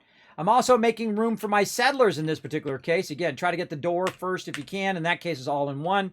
I'm making room to have my settlers be able to come right in here. Now, that one I'm just going to pick up because that's a bunch of stuff on the ground. It's just easier for me to hit E and pick all that stuff up. Now, we're almost done over here. So we're going to go ahead and get this going on. Oh, my God. It's like 4:30 in the morning. God, time goes by so fast. We're gonna keep going here, though. We're gonna keep going for a little bit, but I am gonna rest up so that tomorrow we're gonna get up. We're gonna start playing at 1 p.m. Eastern Standard Time. Depending on how I feel as well, we might be going on and off all day on Friday. Depends on how I feel, and then we're gonna obviously take a break later on so I can eat and spend time with my family and all that stuff. Now, again, if I scrap this, it's only giving me 3 steel, everybody. I would much rather have the dialogue and the terminal and all of that other stuff in here. By the way, also, your settlers come over sometimes and fool around with the terminal, which is kind of cool.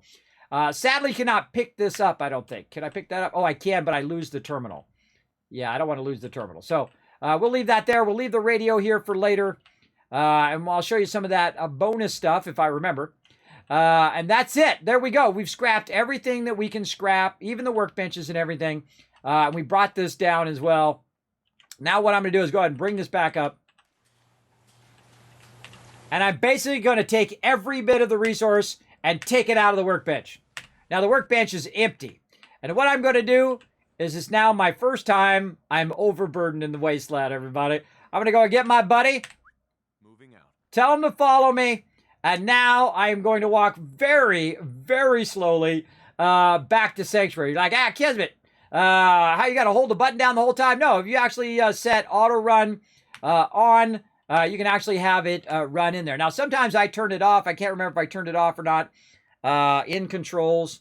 Let's see. Where is my auto run? I always forget where it's at. Toggle always run, auto move, X.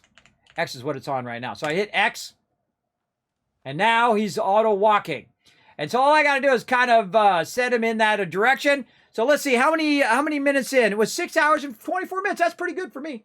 That's pretty good for me being overburdened. Oh, look out. We got Zachary coming in with a 9 months of sub love. Getting a brand new sub badge right there. Show him some love in the chat, everybody. Show him that awesome love right in there. We got another giveaway coming up here in just a moment. I think right now is a good time while we're walking. Let's go ahead and do that right now. We're going to do a 5-pack. We're going to give away 5 codes right now in the stream. Boom. There we go. All right, get ready. Got to be present to win. All right, you got to say something in the chat. Here we go. Boom. First one, a Crazy Aussie. Second one, Akia. Third one, Dr. J. Number 4, Roars. And number 5 is M's. Oh my God, look at that. You guys walking away with the loot. Now, you all got to say something in the chat. Akia's here. All right, Akia, you know what to do. I'm going to say hiya in the chat. Go ahead and whisper me. Go ahead and let me know that you won another one there.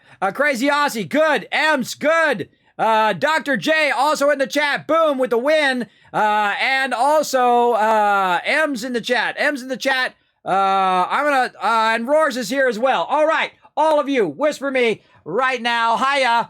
Hello there, Lazy Boy Streamer. Thanks for coming in. We're literally giving away thousands of dollars worth of stuff from the amazing sponsors that I have. Bethesda Gear, Manscaped, and of course, Zombie Cure Lab. We are doing a 24-day streamathon here where I'm going to stream every single day for charity as part of the global super stream event of over 400 Fallout streamers who are raising funds for St. Jude's Children's Research Hospital. Know that every donation goes directly to them. I am not sponsored by them in any way, by St. Jude's or by Fallout for Hope. I do it because I love my Fallout community as well as I have 3 children and I know what it's like when you have tough times, everybody. When you have tough times, for sure. Now, one of the things that I like to do, everybody, is right over here. I typically will put a workbench right by the thing and actually put it up on the thing. And that's because if I'm walking along and I'm overburdened, I can go to that workbench or that crafting thing and I can put it directly into the workbench from way over there. That's another one of my tips. I didn't write that one down. Let me write that one down. Let me write that down before I forget. Put a crafting bench on the bridge at Sanctuary. This is why you're walking back, you're in your power armor, you're out of your power armor, you got tons of loot, you want to drop it off. I just remembered, I typically would put it right there in the very beginning, so when I'm walking back from Red Rocket, boom, all I have to do is get to the bridge to turn it in. But that's okay, we'll just keep walking. Now, one of the things that's different in Fallout 76 versus Fallout 4 is this right here. If I walk toward the wall, he's just going to stop walking. But in Fallout 76, it does this weird thing where you kind of just float up over the side of the wall, which I think is very awkward. I'm sure they did it for a reason. What reason that is, I have no idea. But I'm sure they did it for a reason. Now, we just got all of that loot. We're going to grab that loot, and boom, we just put that away into the workshop at just by hitting T. We put all that away. We got 10mm pistols, a whole bunch of other stuff. Notice how very easily I can see which ones are mine and which ones. Not just because they're favorited, but also I put a Z on them, right? I put a Z on my weapons, right? Now I can do the same thing on my vault outfit here. I go inspect. I hit, not inspect. You hit, in this game, it's not inspect. You got to go to the armor bench. I forgot. Yeah, and you can do it in the Pip-Boy in the other thing. So what I want to do is rename. Now I'm just going to say this right here, and I'm going to take nope. Tab to go back. No. Okay. So what I'm going to do is rename. I'm going to left arrow. There we go. And I'm going to put Z and then dash. If I can't put the dash in there, I'll just go over here and take the new out. And then I'll go ahead and put the dash in there because I did get a new vault suit because my other one was frozen.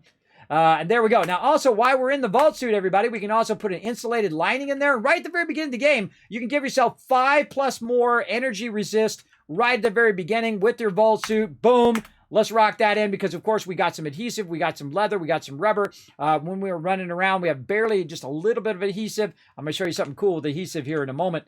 And then Pip-Boy, I could rename that if I want, but I mean, how many Pip-Boys you gonna have, right? Are you gonna have multiple Pip-Boys? I don't think so. But you know what? I'm gonna do it just to do it. So it drops down at the bottom of the list.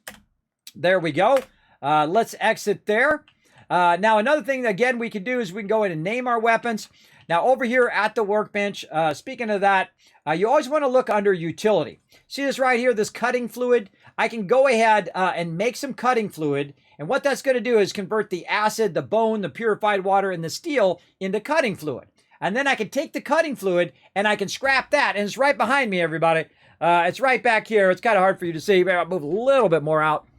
Right down there. It's kind of hard to see where I'm at. But basically, what it is that you can make oil. You can convert all of that stuff and convert it into oil and into steel.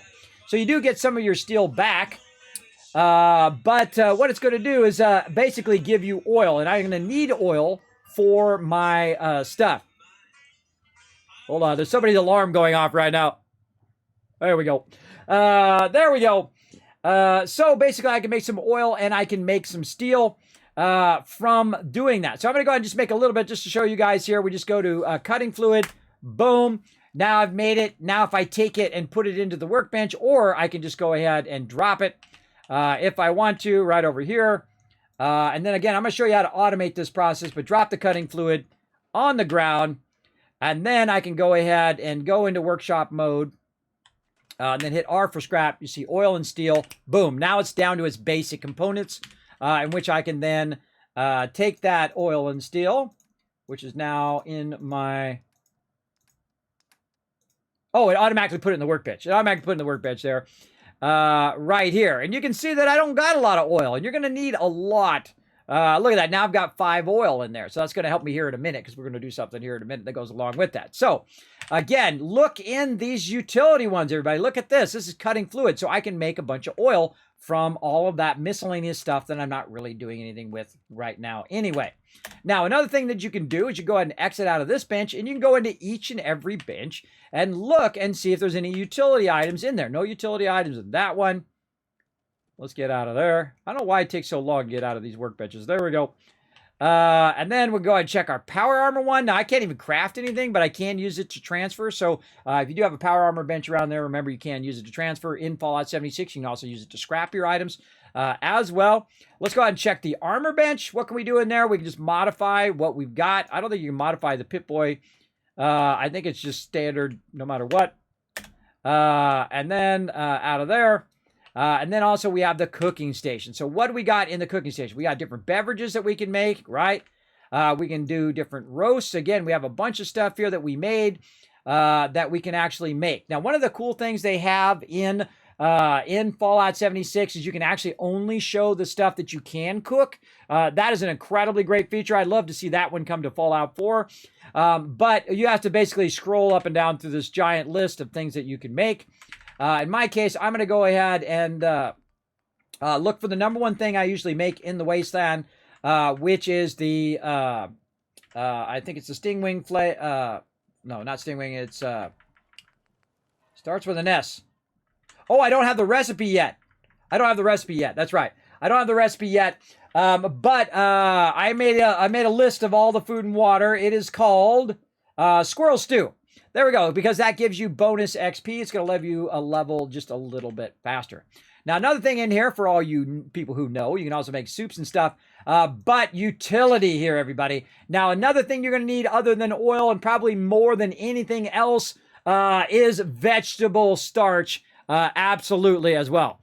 Lazy Boy Streamer, well, you tell the background story of your gaming experience, or will you tell?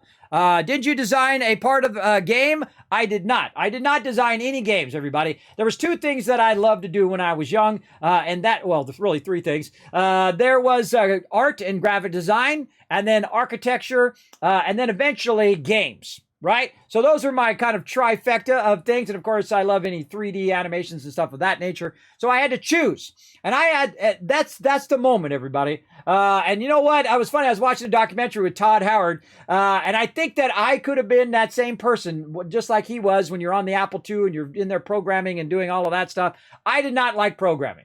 Programming was not my love. What I loved to do was create graphics. That was my favorite thing. So what I did is I chose the graphic design path. Now, I could have just as easily chose to build computers and make games and do all that stuff, or I could have went off to be an architect and all of those things, but I chose graphic design, and I went and did every type of design you could do. You know how you get 100% achievement in game? I have 100% achievement in real life. I've done every type of graphic design that you can do. I'm talking t-shirts, comic books, billboards. I'm talking stuff that you see in the store. You know, cereal boxes, the little star scrolls, magazines, all of that stuff, everybody. I've done everything under the sun. I've done literally hundreds of thousands of projects for the top companies in the world. Been very, very lucky. Not bragging, just telling you how lucky I've been in my life. I've been very, very lucky. Now, one of those clients along the way was a small little company called Interplay. Now, they were working on a small little game at the time. It was called Fallout. And, of course, a whole bunch of other games as well. And what I do is I would work on the box art. The box art that goes in the old boxes you used to get, right? You go to the store and you buy the Fallout and you get a floppy disk and you get all of that. That's like the collector's edition, but you get all the loot for the normal price. Basically... that's what I would do. I would either design the stuff, and I don't remember if I designed it or if they just sent it in and I just made sure it ran out. But I did something called pre-press and printing, which is the hardest level of graphic design that you can do. So you got to know not only your graphic design, and in my case, I pioneered digital design too, meaning that just at those times when computers were just getting to a point where you could have a Quark Express or an InDesign, where you could design stuff in the computer, you still couldn't do the photos because the photos were way too big. So you had to do those on another machine, which was called the Chromacom. It cost $500,000, everybody. It wasn't my money. That was somebody else's money. It was $500,000. It did retouching, basically what Photoshop does today, and it cost $500,000 in the 90s, or I think it was actually in the 80s it came out in the 90s. So I was lucky enough to pioneer all of that stuff. I mean, Photoshop 1.0, Illustrator 88 in 1988, everybody, that far ago. The first versions of all of the standard softwares you see today, I've been using those since the very beginning. I consider myself very lucky to do that, but I could have just as easily gone into gaming because I love gaming as well. I feel like I love playing the games more than I like building them, but if that's your passion, go for it. Find a passion that you love to do. There's two ways to find what you love to do in life, right? The first way is you're like me when you're young, you're 7 years old, you go into a press room and you see this giant press and you're like, whoa, that is awesome. And then you're like, what are those people doing in the room over there? In that air-conditioned room where they're not out here sweating to death out here on the press, but they're in that little air-conditioned room. Oh, those are the people who make the stuff that goes on there. And I'm like, I want to be those people. I want to be those people making the most money, doing designs and doing all of that stuff. So right there. And again, I am the OG gamer, everybody. My first gaming console was the first gaming console, the Magnavox Odyssey in the early 70s. I have actually played the Commodore when it came out. I owned a Commodore 64. We owned the Apple II before it was the Apple IIe, by the way. The original from Steve Jobs and Steve Wozniak, the original Apple II, by the way. My family bought one, and it was one of the greatest blessings of my life because, of course, I learned the computer and graphic design simultaneously. So in the moment in which those two things converged, I was there, and I was the only one around. And I made that bank, everybody. I made that serious bank. Of course, I spent it all because I was young and crazy. But I made that big, gigantic bank. As you want to do in your life, everybody. I'm not trying to brag to you. I'm trying to tell you that's what you want to do. You want to be in that intersection where two things are going together, like the internet and whatever else, right? The internet and like PayPal, right? That was a brilliant move. Amazon, same thing, brilliant move. Apple, of course, coming out with the amazing iPhone back in the day, which absolutely dwarfed every other announcement at the time. And of course, now you can get it on Android or iOS. I don't care what kind of device you have, everybody. I don't judge people on their device. To me, this is like a wrench. And you're like, wrench or a number 2 pencil. Am I going to argue about that you got a better number 2 pencil than I got? I don't care what you got. Get the one that works best for you. It's just a tool. Just like if you're going to fix your house, you got a bunch of tools. I actually got a workbench right over here. If you got a screwdriver and a wrench, you get the best screwdriver and wrench for what it does for what you do. I look at them as tools. That's what I use them for. I have 2 PCs, custom PCs. I got a Mac over there. I got iPads. I got iPhones. I got Xbox. I got PS4. I don't care where you game. I don't care what you use. That's for you. That's the best item for you to use. So that's the one that you choose. I don't get all the fanboy stuff going on, everybody. Again, it's just a tool for you to use. Now, again, I've been a graphic designer for 30 years. Again, I've worked for some of the top companies in the world, including Apple, by the way. I forgot to mention that. I did work for Apple for many years as a senior tech over there. I was the highest of the highest techs. There were only one more level of tech that I wanted to get to, but sadly I did get ill. I do have a sleep apnea and a constant vertigo and a insomnia, which does make it difficult for me to function. And that's what happens when you get older, everybody. You have bigger struggles you have to do every single day. So I did get trapped in the bed for over a year. I went to 11 different doctors, and they basically told me to lay down and die, and I basically gave them the finger. Because that's not the way that I go out, everybody. That's not the way I go out, laying down in a bed and then just wasting away where my wife takes care of me as I waste away to nothing. No, I don't go out that way. That even made it even more piss me off. And I'm like, you doctors suck. I just spend literally tens of thousands of dollars on these doctors, and they did nothing other than my main doctor and a neurologist, which really helped me with my sleep apnea. But all those other doctors just wanted my money because they're like auto mechanics for humans. They suck. There's there's good ones and there's bad ones, basically. So I got up and I found something else I love to do, and I'm doing it right now. That's right, I'm entertaining you. That's my job, is to entertain you, show you some love, bring you a little joy and positivity into your day, and hopefully that carries you through another day, and so you can find what you love to do. You can find your passion in life. And again, the two ways is you find it when you're young like me, or the second way is that you go out and you do a bunch of jobs that you hate. Right? You go out there, you wash dishes. Oh God, I hate washing dishes. I don't want to do that. You go out there and you work construction.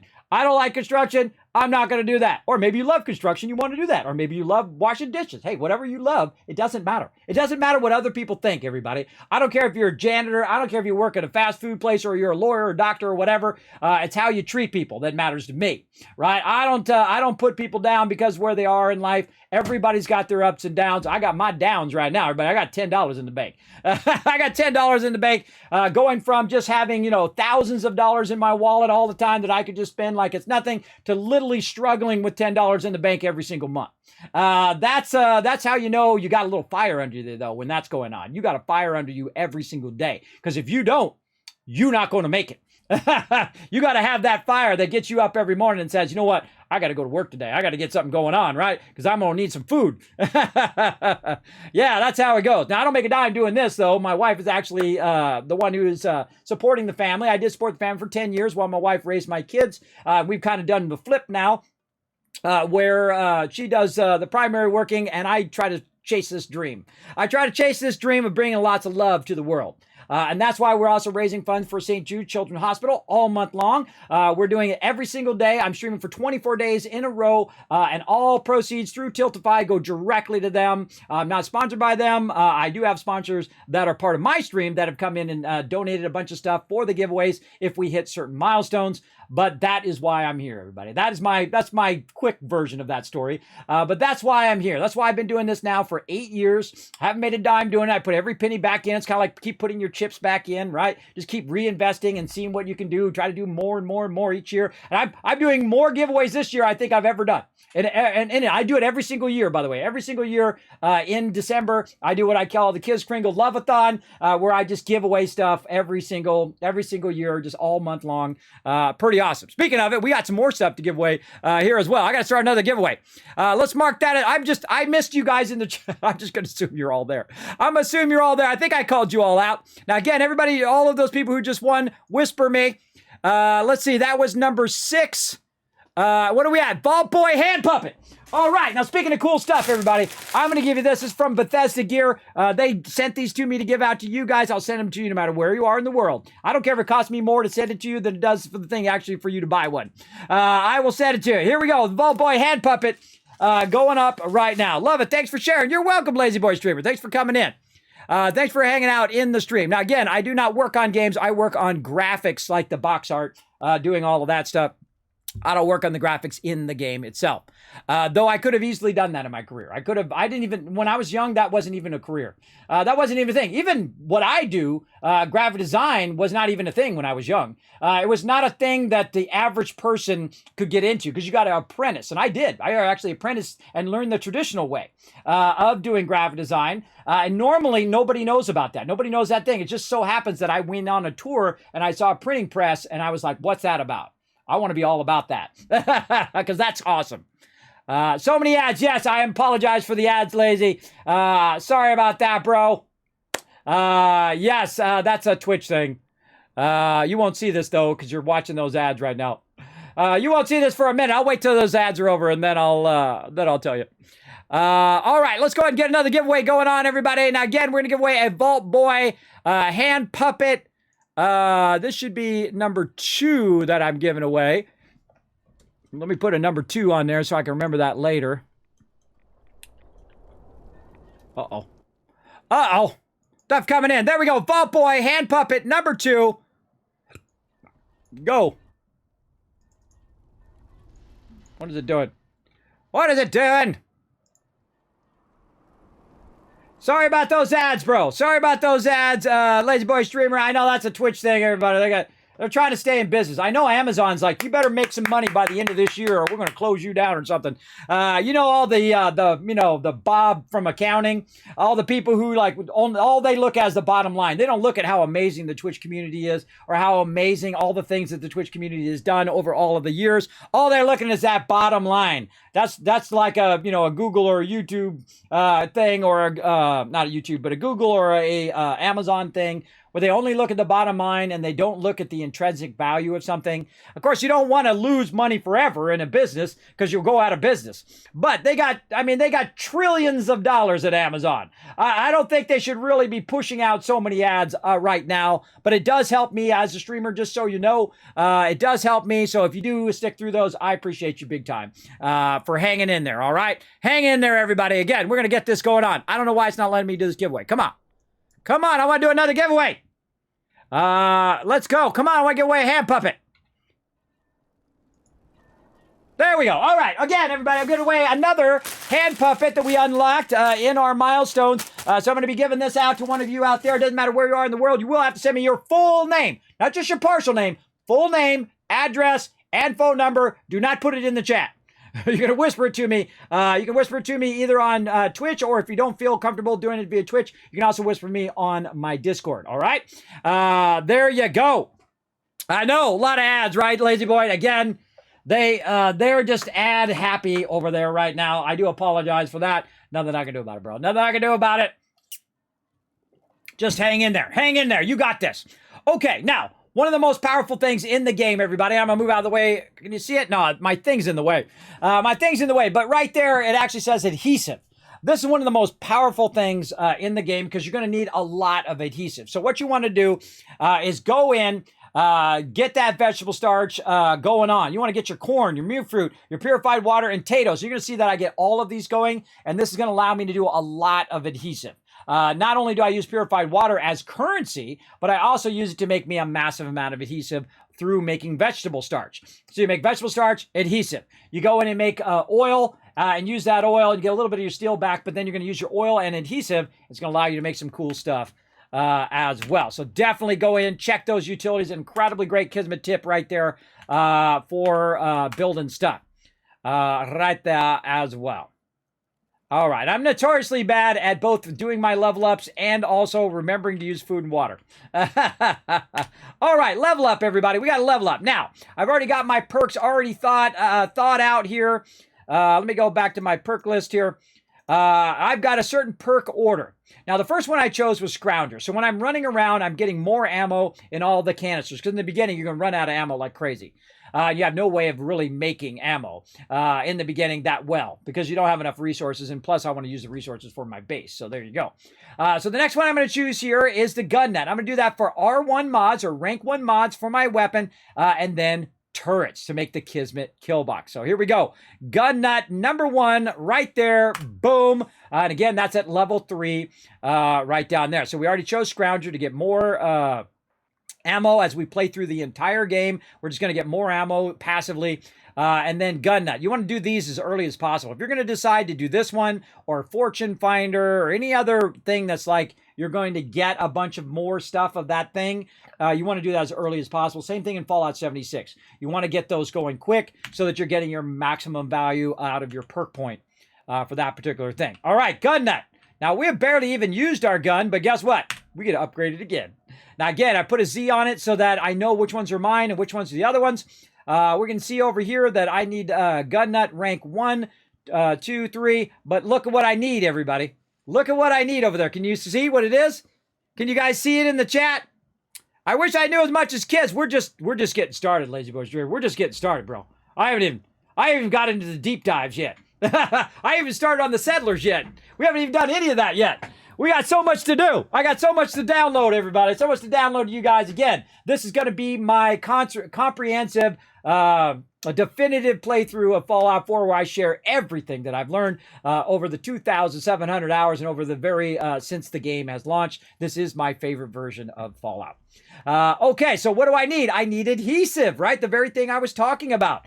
So we need to get our corn, our mute fruit, we need to get all that stuff fired up and get ready to go. Now, there might be something else that I can make in here, but at this point, everybody, you'd probably be best off just skipping this because you're basically going to need adhesive and you might as well come back to it later, all right? So we're going to jump out of there. Now, again, it's nighttime again. Now, this time, we're going to go ahead and test it. We're going to go in the bed, and I'm going to sleep for 5 hours. And I'm going to see if I get my well rested. Now, if it's a bad bed, it's 8 hours. If it's a good bed, it's 5 hours. Let's go.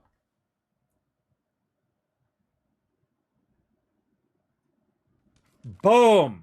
All right. That tells you right up there on top of the screen, it says well rested, that this bed is a nice bed. That's how you know. All right. So there you go. Another great Kismet tip for you right over there. And again, we got another giveaway going on right now, everybody. We're going to give away a Vault puppet right here. I'll send it to you anywhere in the world. Again, if you want to be part of those giveaways, everybody has a chance to win. You just go exclamation ticket. Look at my avatars flying around over there. Everybody has a chance to win. Just go exclamation loot, see how many kids caps you got, or you can just go exclamation ticket.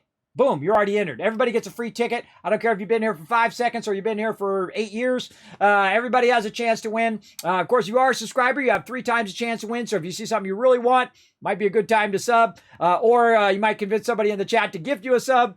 So there you go.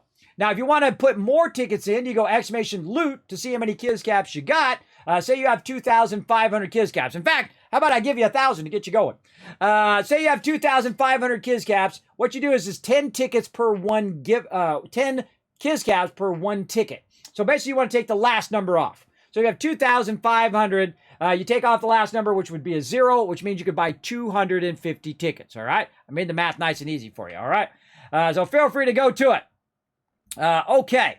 Now, we don't have enough resources to continue to build out our thing here, or at least, upgrade our weapons and stuff, but we might have enough resources to continue to build out our stuff here. Let's go ahead and see, because we brought a bunch of our resources from Red Rocket over here, but as you can see, I don't have enough concrete. Concrete is going to be one of those things that we're going to constantly struggle with, all right? We're going to constantly struggle with that, and I think it's time to finally go and run away down the street. Let's see, what time is it? It is 3:45 a.m. So let me go ahead and forward time. Let's go till around 6 a.m. All right, they're right about when the sun's coming up. Whoa, look out. Crazy coming in with a raid. Thank you very much for that raid, love. Appreciate you big time. Now, I can't go too long, everybody, because I do gonna sleep and then get up and do this whole thing again. All right, me and my buddy Dogmeat, we're ready to get out into the wasteland. Let's go. I got my fashionable glasses on as well. Look very much like my glasses I got on, don't they? That's because these are an homage to the fashionable glasses, which I typically wear. It's like my most known character fashion, is that I'm typically wearing those fashionable glasses. All right, here we go. We've already looted a bit of this. We've already been to Red Rocket, obviously, since we have Dogmeat. And we're going to see how much aggro that Dogmeat can drag on me. He is an aggro magnet, everybody. Keep that in mind. Now, you're going to see most of the time I'm out of AP action points because I am always running. I don't like to walk slow. It drives me crazy. Get my weapon out, reload my weapon.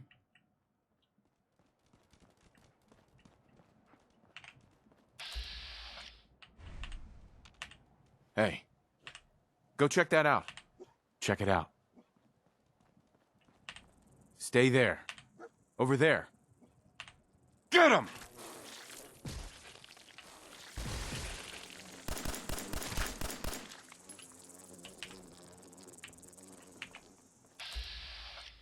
Always getting behind me. Get him, Dogmeat!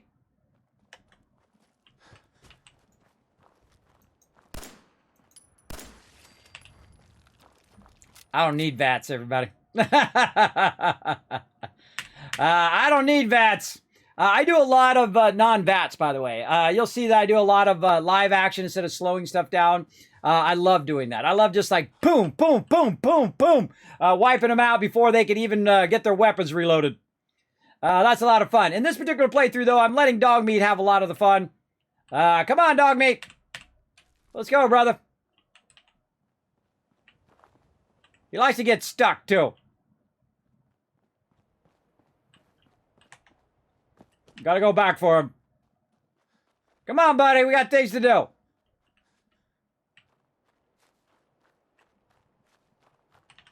Hey. Come on. He laid down. He literally laid down over there. Come on. He just laid down, took a nap. Come on, brother. We got things to do. We got to save the wasteland. All right. Now, there's a ton of stuff in all of these houses, and I normally would super loot them all. But because we're running out of time, I'm going to go down here. We're going to do a little bit of Concord. Now, of course, as I'm going, I'm always looking for loot. I suggest to go in and out of every single one of these buildings and get as much loot as you possibly can. I'm going to come back and do that probably later on. But let's see if we can find anything that's just easy peasy here. Oh, there's the goggles. Come here, buddy. I don't think I've ever done it this early in the game. Hold on.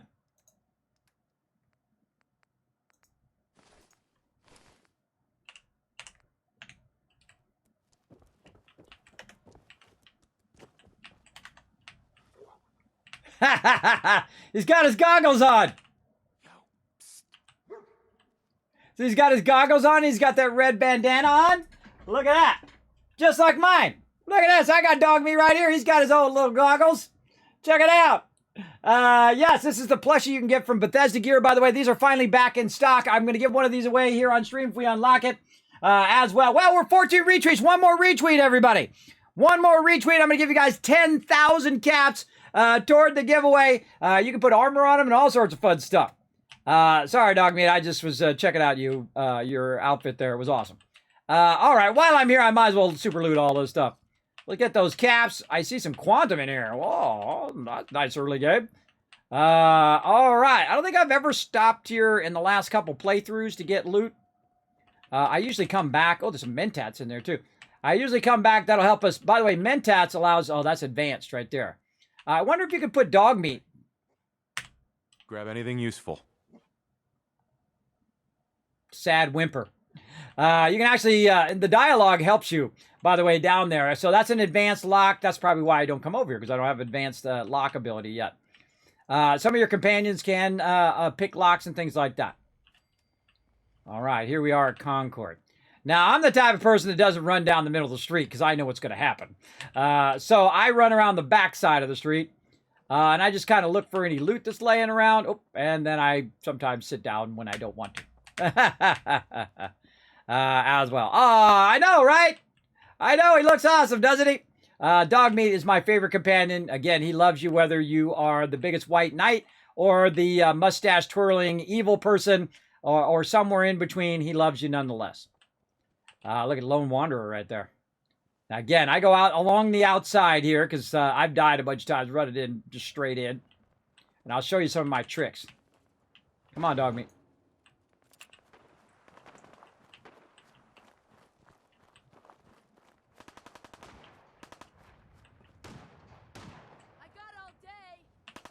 Hey. So I've selected Dogmeat. Get him. Why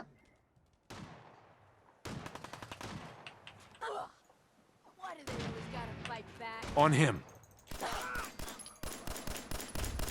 Let go! Get him, Preston! Dogmeat is an incredibly great companion in the very beginning, by the way. Keeps him busy. Getting tired yet?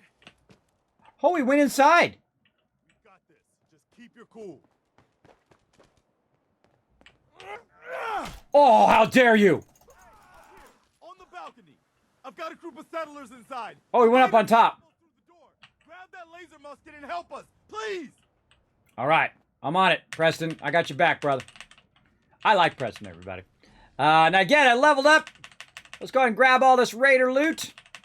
Now, I suggest in Fallout 4, everybody, and in Fallout 76, I don't care which one you're in, what you want to do is gear up as quick as possible. So I'll hang out over here. Dogmeat will just stand around over there sniffing. And so the first thing I will do is just straight gear. Like, what did I get? I got a laser musket. It sucks. I'm going to use my pistol because I've already upgraded it as well. What do I got? I got a leather chest piece. All right, let's get that. That's going to give me some slight resistance 3. Mining helmet. I hate to get rid of my fedora, but that is, I got damage resistance on it. Minimum outfit, no. Let's see. Raider chest piece. Raider left leg. The leather chest piece is a 310. The Raider is a 4.2. Am I going to get hit more by regular damage or by energy damage? I'm going to say regular damage, so I'm going to go with the Raider stuff early on. The formal hat actually gives me +1 charisma. I didn't realize that until just now. Drifter outfit, which I don't like using, and the gas mask, which is going to give me 1. This is going to give me 3 damage resist. I'm going to go with that one. And then there we go. Check your ammo supply, 131. And see if there's anybody else we can loot. Right here, pool cue, leather right leg, long johns. We got a shotgun over here, shotgun shell, attack gas. Okay, now that I got the shotgun's one of my favorite weapons in the game. Over here, I'll go ahead and hit Q. Nope, wrong Q. Go in here and hit Q. Go in here, and I'm actually going to change my weapon to the shotgun. So I'm going to favorite this one, and I'm going to put that as number 3 as a backup weapon. Because the 9mm is really great in the beginning. It's a really, really good weapon, especially if you've already done a little bit of modding of it. But again, if you see people and they're naked, then you know you looted them. If they're not naked, then most likely you didn't get all their loot. Now, I'm going to come back and loot all of this stuff later on, but since we are, we're going to run out of time here, we're going to go do a Museum of Freedom. Now, before you go in here, everybody, and actually before you even run up, I suggest that you save. I typically save before I run up. I forgot. But definitely before you run in here. Especially your level. You're going to be low level.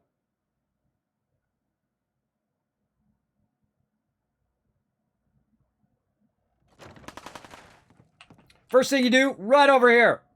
Get behind this wall. All right. So now I'm behind the wall, everybody. I got a level up to do. Let's go ahead and take care of that while we're at it. All right, now we've got this one done and this one done, so we're going to mark those. I got to zoom out a little bit. Mark those. Oh, still got to zoom out. There we go. Mark those as green. We got those done. Okay, now we're on 4, so we want to do strong back.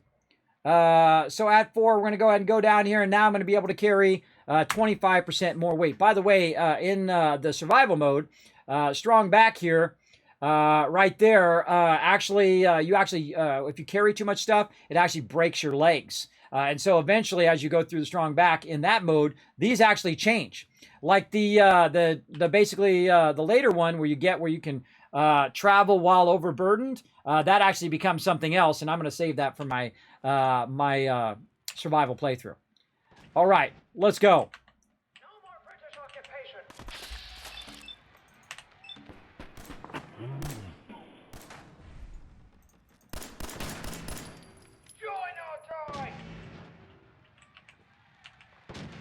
Don't quit, do ya?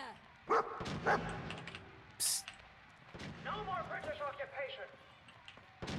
Back to England with you. Head over there. You lobster back name. Go there.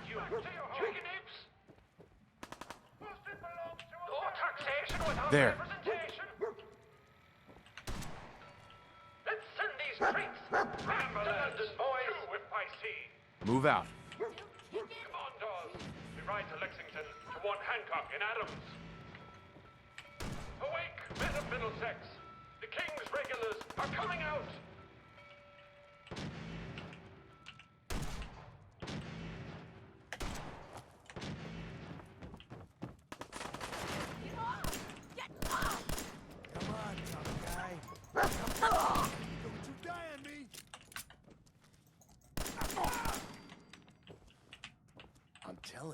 let's just get the hell out of here. We got no reason to hang around and get shot. Stop being such a fucking pansy.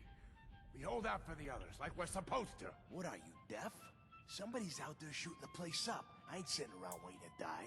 I swear to God, you make a move for that exit, and I'll gut you myself. Now shut your mouth, or we'll never get the drop on this guy. Over there. What? That guy.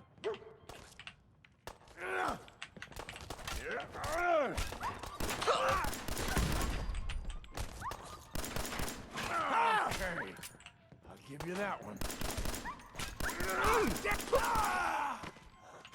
Yeah, get him, dog meat! Get him! How dare you hit my puppy? Nobody hits my puppy and lives. All right, what do we got? Raider right leg, some road leathers. You're gonna have a lot. You're gonna have a lot of road leathers. Now, as you can see, I was commanding him there, but I was running him up ahead of me, especially in the early game. It's good to use dog meat if you want, or you can go without companions at all, by the way. You don't have to have companions if you don't want. Let's see. I got a Molotov cocktail, which I'll probably end up hurting myself with. But let's go ahead and put that on there and see what happens. All right. Now, again, see, every ammo box that I find, I'm going to get more ammo out of each and every box, since I did that at the very beginning. Now, again, you saw me shoot one of these right here to try to cause it to explode, which does some peripheral damage to them. Oh, we got some jet, too. Oh, man, I don't think I've ever used jet on this part. Oh, we might do it. Come on, buddy. I'm coming in there, and I'm gonna skin every last one of you. Come on, man. They ain't going nowhere. We got other shit to deal with. You hear that? I gotta go take a little walk. What the fuck was that? And you'll be dead. That actually worked. That actually worked, everybody. Look, I crisped them. I've never done that before. I've never done that. Awesome. Too fun. Smoked all those guys. And this guy I sniped from down there in the doorway. Let's go get some loot here first before we get into talking to all the peeps. Let's see how overburdened I can get. All right. Now, we just got to go talk to the peeps here. We got to do some stuff.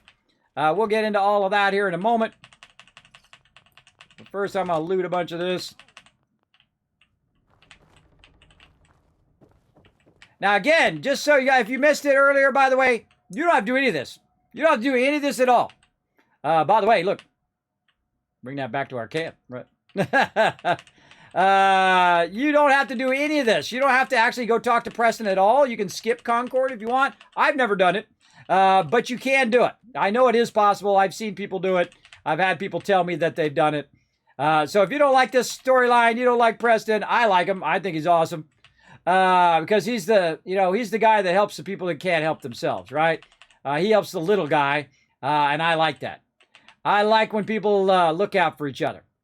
All right, snag this person over here as well. And going back this way. Now, again, I like to super loot everybody, so I'll loot the entire area. More jet there. More loot there. We'll loot down there. We got to go down there in a minute.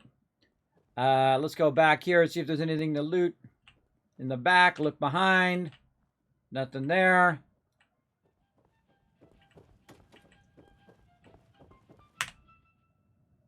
There's more commemorates the many sacrifices of the brave men and women of the United States Armed Forces. Look at them go.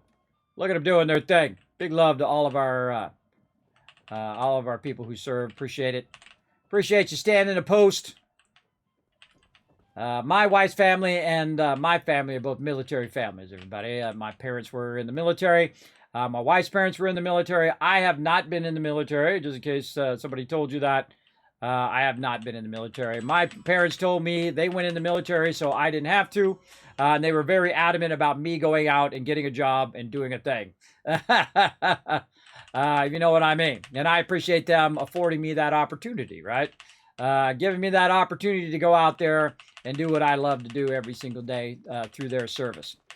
So always show that love to all of our service members, no matter what country you're in. Always show them some love. All right. All right, super loot and all of that. And anything out here? No, this is the door we came in. We got all the stuff in the fridge. Did it auto close itself? Looking good. All right. We got the loot. There we go. We'll get all that. Look at that guy got burnt to a crisp. I forgot that they actually are like crispy. I forgot. I haven't used a Molotov cocktail in a really long time, but they're actually crispy in this game. I forgot. Scary. Man, I don't know who you are, but your timing's impeccable. Preston Garvey, Commonwealth Minuteman. God damn it. Glad to help. Glad to help. Well, if that's true, we could use some more goodwill. As you can see, we're in a bit of a mess here.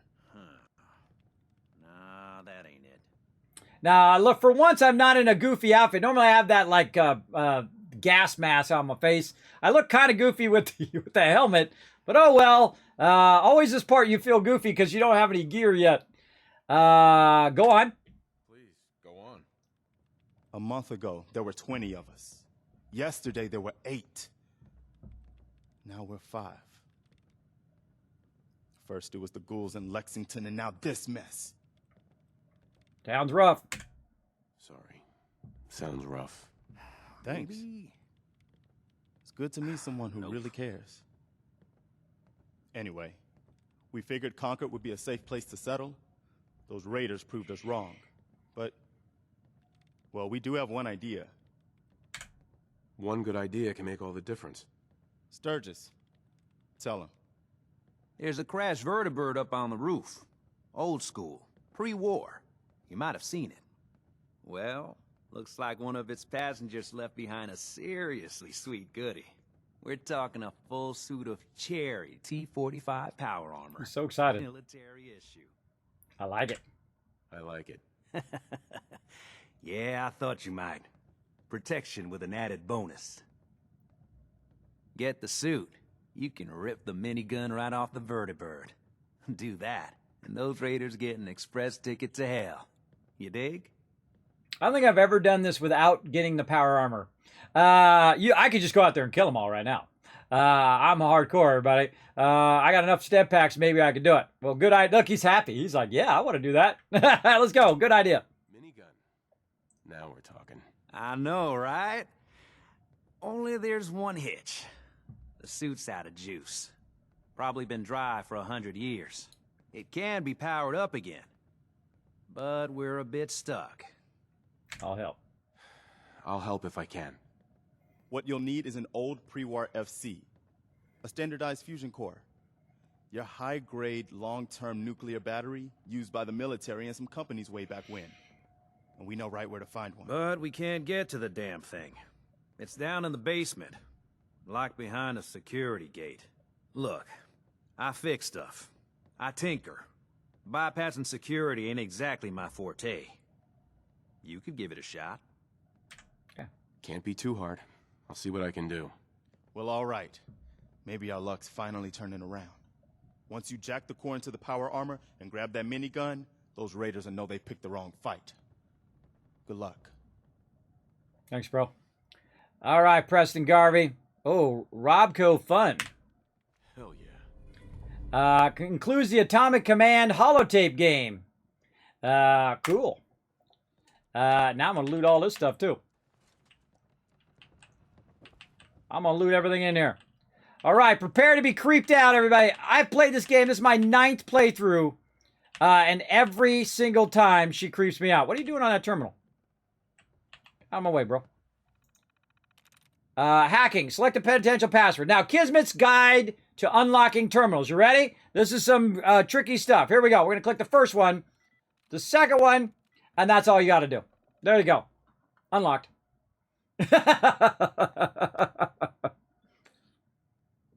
You'd be surprised how many times I just randomly guess the password, everybody. My trick is I do the first 3. I hit escape before it locks. Then I go ahead and hit the last 3. I hit escape before it locks. I do the middle 3, escape before it locks. And then I go in and then I do it the proper way. So at some point I will do it the proper way or do it the other way. But I find it just makes me laugh every single time I just randomly find the code.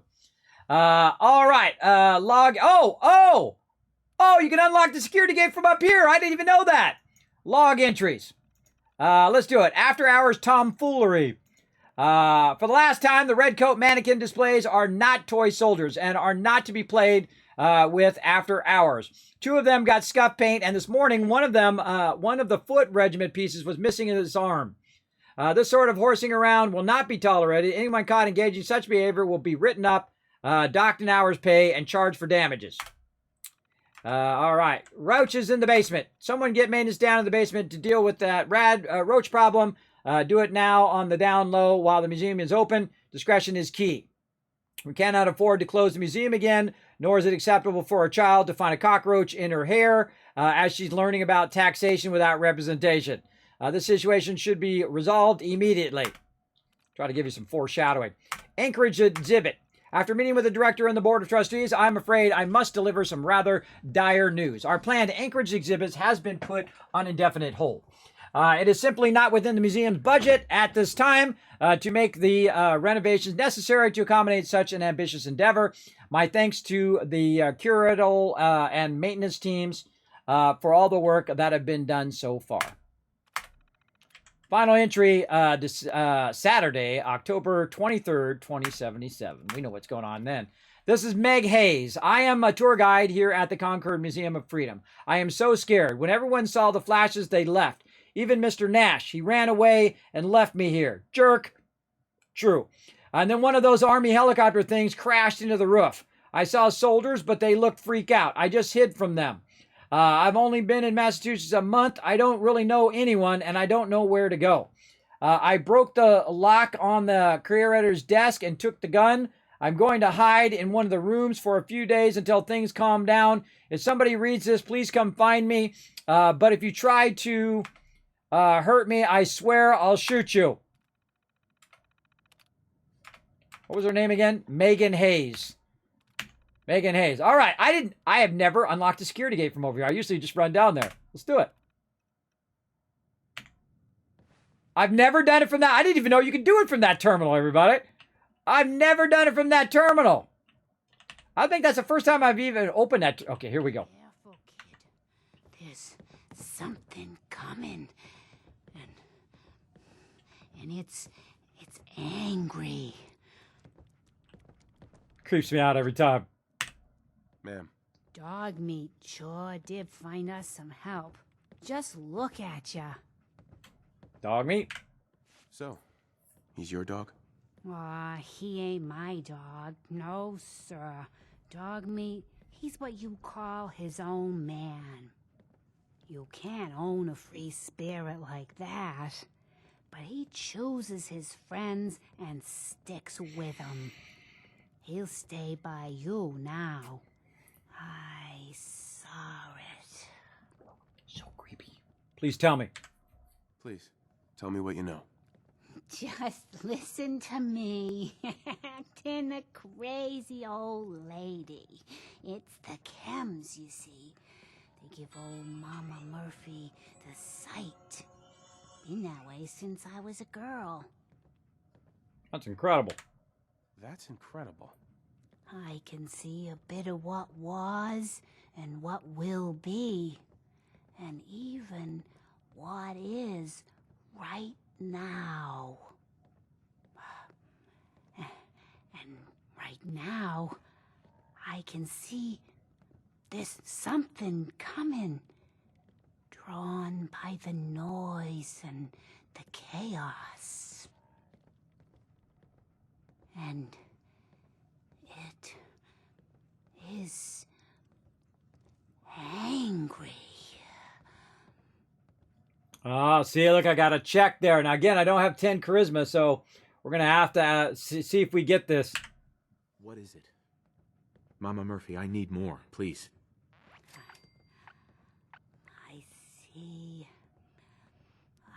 I see. Oh. It's horrible, kid. Claws and teeth and horns.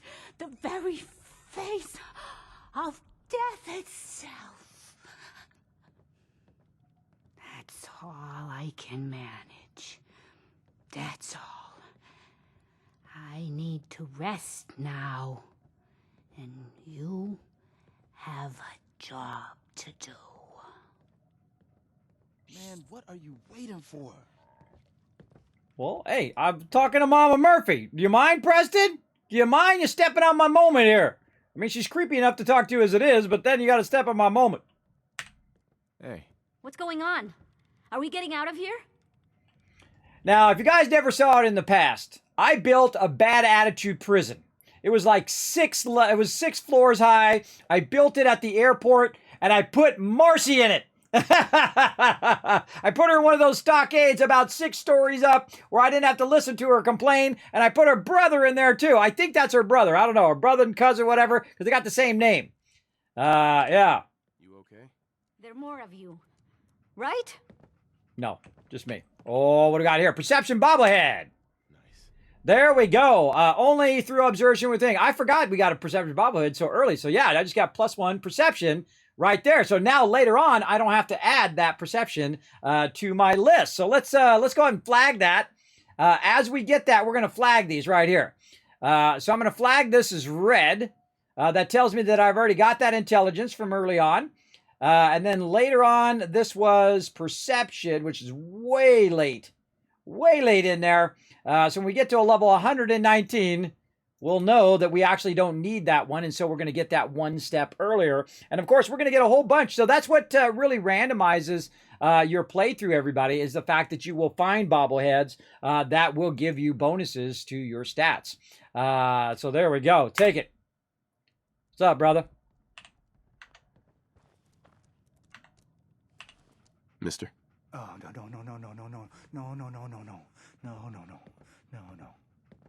That guy's a mess. That guy is a mess. Silver pocket watch. Out of the way, Marcy. You okay? These are our lives you're playing with. Are you listening to me? No. Not at all. Every time I see her, everybody, I just get triggered. That's how you know that they put a great emotion in a game, that when you just see the NPC, it ticks you off. She has such a bad attitude, everybody. But she's been through a bunch of stuff, though. So you got to give her a little bit of something, right? She's been through a bunch of stuff and whatnot. Now, somebody is locked in some room somewhere. This girl, I don't know where she at. Said she's locked in some room somewhere. She's hidden in the room. I forget where that is. Is it down below? I forget. Over here. Scissors and some duct tape there. Wow, I don't even remember getting that before. We're just going to take our time in this playthrough, everybody. Anything on top? Always look on top. Yeah, we unlocked a security gate from upstairs. I've never remember doing that before. Normally I go to this, and I want to do it just to get the XP. But normally I do it on this one. Now again, same thing, everybody. First one, yes. That's it. That's all you do. You press the first one. Easy, right? Just takes a second. That's just luck, everybody. That's just random luck. 2 for 2 right now. 2 for 2. All right, Fusion Core.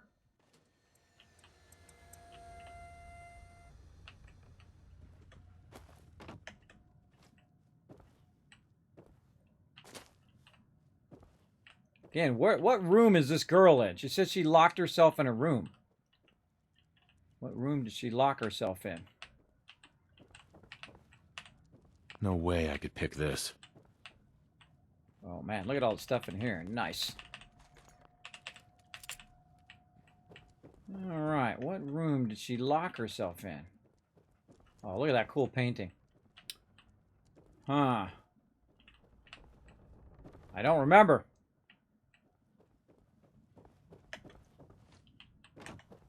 I always forget about that shortcut there, too. Oh, God, this game is so good. All right, I'm going to look at that terminal. Out of the way! All right, let's read this again.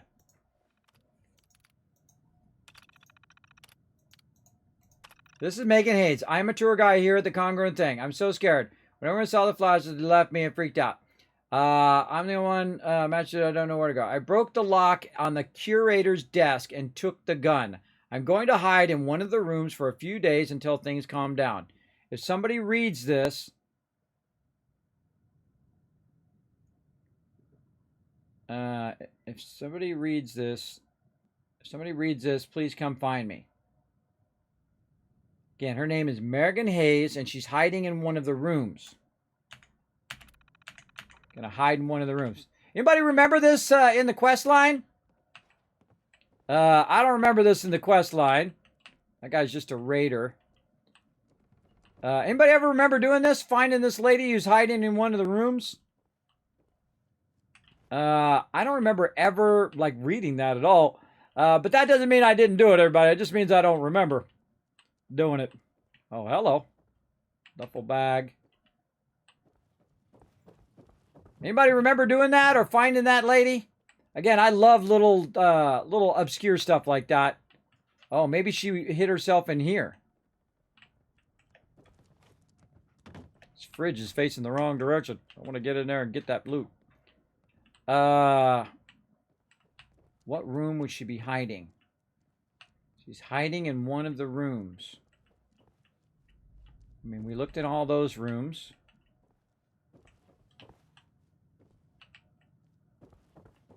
Let's go look down here again.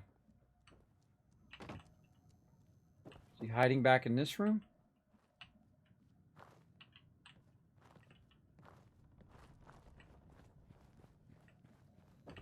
She's hiding in one of the rooms.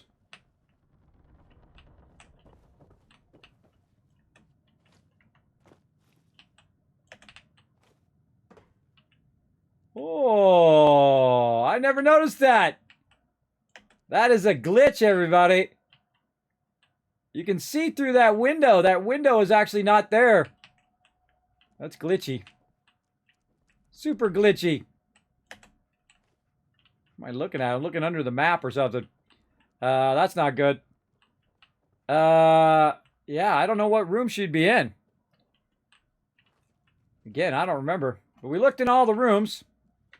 Oh, can we do this? Jump up? No. Gotta run back around. Take my little shortcut. Yeah, it's supposed to be just white out there. Any other? I'm gonna like discover a room I've never been in.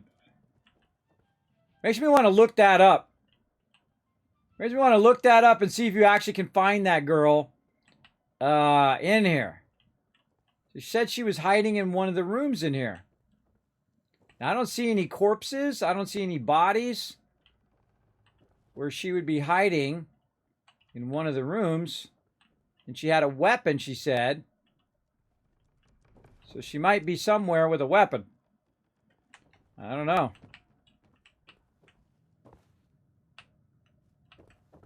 Bird crashed there.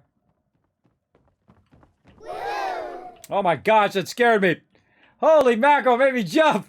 Thank you so much for that love to St. Jude's right there. Brando coming in with a $35 donation. Thanks for that. And again, thanks to Gaming's Fun earlier. Oh my God, you made me jump. That was a jump scare. That was a jump scare right there. Now again, you're going to get your name on a settlement, as well as you're going to get your name on the Tower of Hope because you did donate more than $15 towards St. Jude's. So you can tell me which settlement you want. Of course, right now we've only got the 2 settlements going, but if there's a specific settlement, first come, first serve, you have chosen. You're the first one to choose, so you can go ahead and let me know in the chat, or you can whisper me, let me know, and I will go ahead and add your name as the founder of that settlement. Think I saw an icon this level? What does that mean? What does that mean? I don't know. All right, here we are. Oh.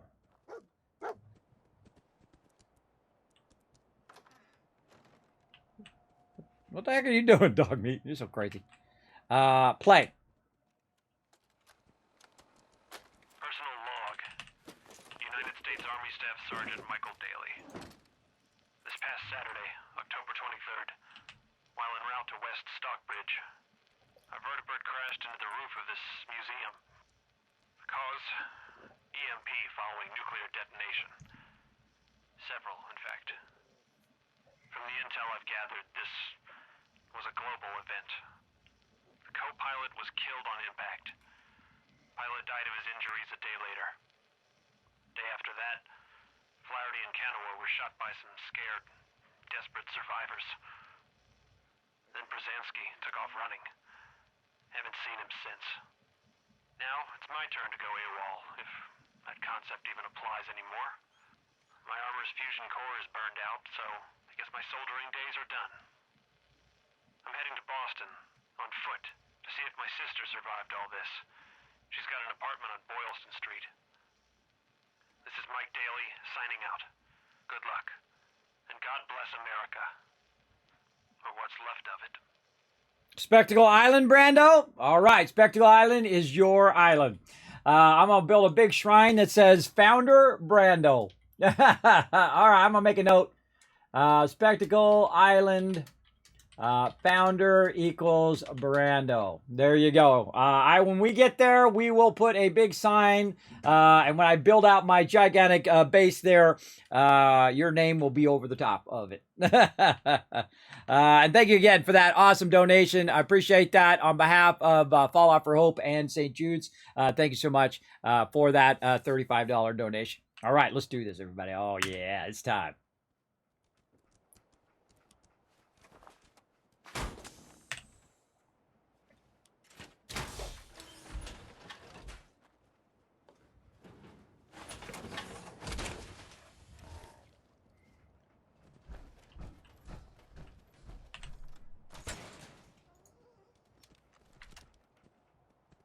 Hold up.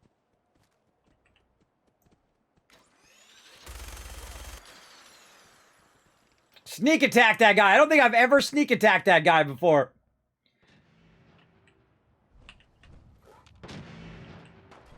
Get all the loot first.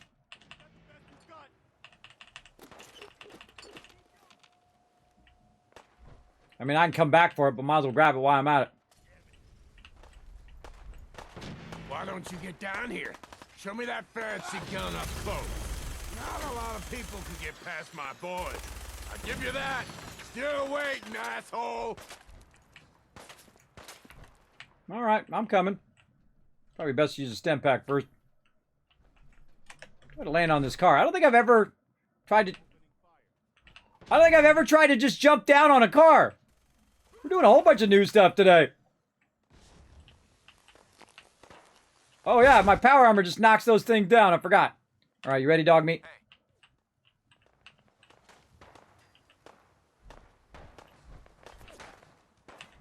Get into position.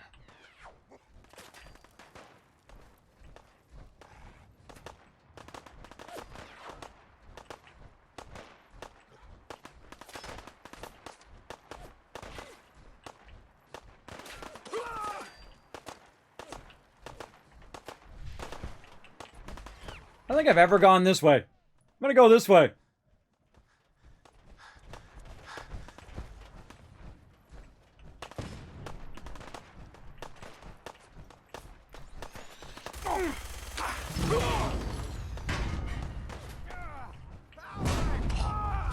Don't you die on me.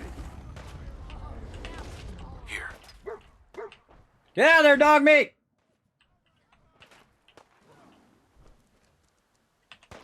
Over here. Head over there. Get out of there, dog meat!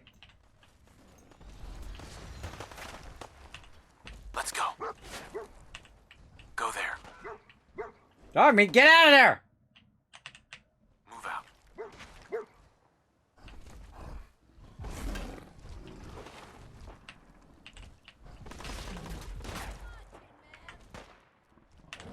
Hey. Hold.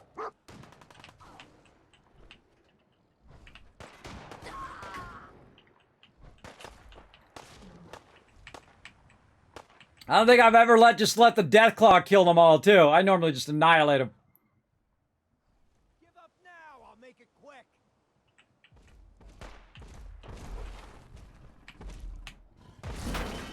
Oh, ouch! She broke my left arm. You're nothing. Nothing. Nothing there now.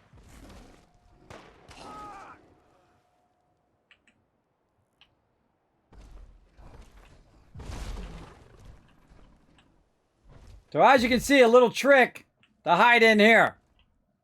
I don't think I've ever tried to go up here and kill him either. Get the high ground. Where'd he go? Oh, sneaky Deathclaw.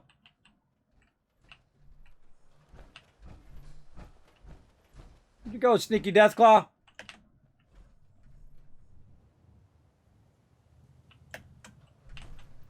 Did you see where he went, dog meat?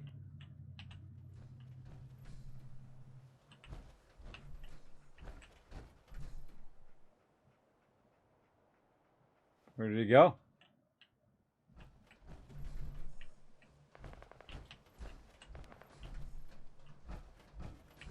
God, that's even scarier. Oh, there he is.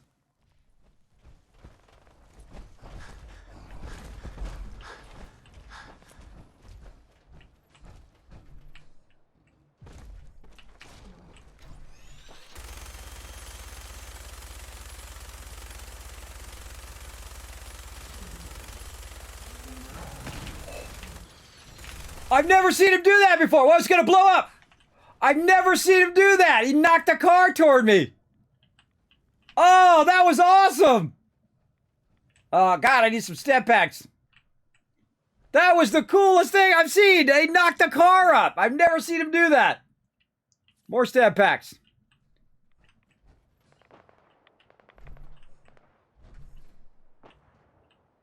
I was trying to get the high ground so I could shoot down at him. Now I can just kill him in the doorway, which I normally do. This is so scary, everybody. This is scary when he disappears. You don't know where he went.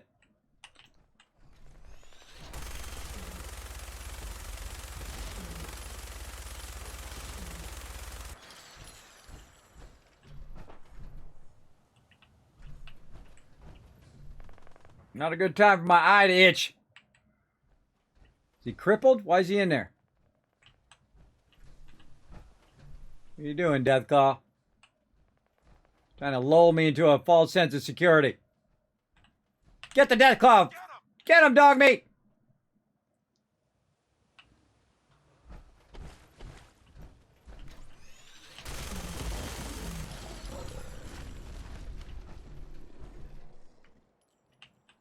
Ooh, mama.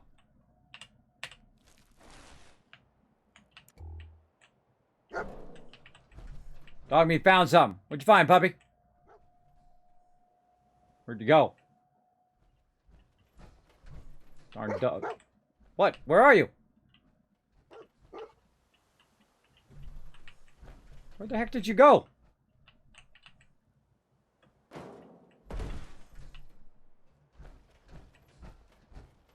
Over here? What'd you find, boy?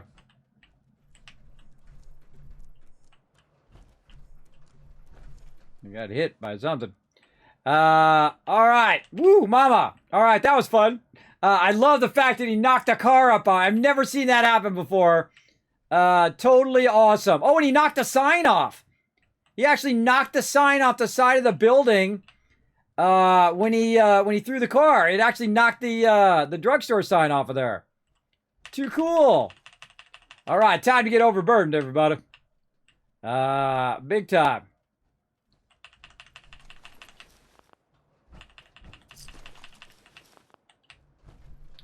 And see, I just let him do all the work, and then I saves me ammo. By the way, see that stuff on the ground there? If you just loot them, that stuff comes off of the ground, which it doesn't do. It doesn't do in Fallout 76, by the way. If you have weapons on the ground, it doesn't automatically just pick up the weapon along with looting the peeps. I'm like massively overburdened now. Bruh. Massively overburdened. Gotta get that loot, though. Gotta get that looty loot. Alright. Anybody else who got slaughtered that we can loot? Man, an AoE loot right now would be great. I'm totally spoiled by Fallout 76 AoE loot. That's awesome. I love their AoE loot. Big time. Amazing, right? Yes. I mean, that's a fun fight every single time. By the way, there's also a bit of a fight like that in other Fallouts, which I'm not going to tell you which. But I highly suggest you go check it out. Gristle got absolutely owned by that Deathclaw. I'm carrying too much. I can't run. Let's just loot all this while we're here, I guess. If you're going to be overburdened, you might as well be really overburdened. At least that's what I think. Dogmate, you're in my way, bro.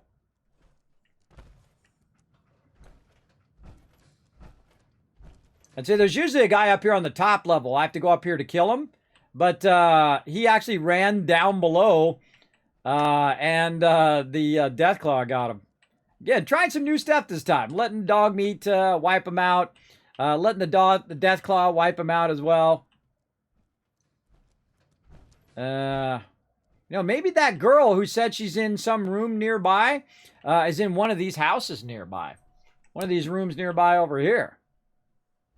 Yeah, we'll have to go look for her later. I don't got time to do it right now.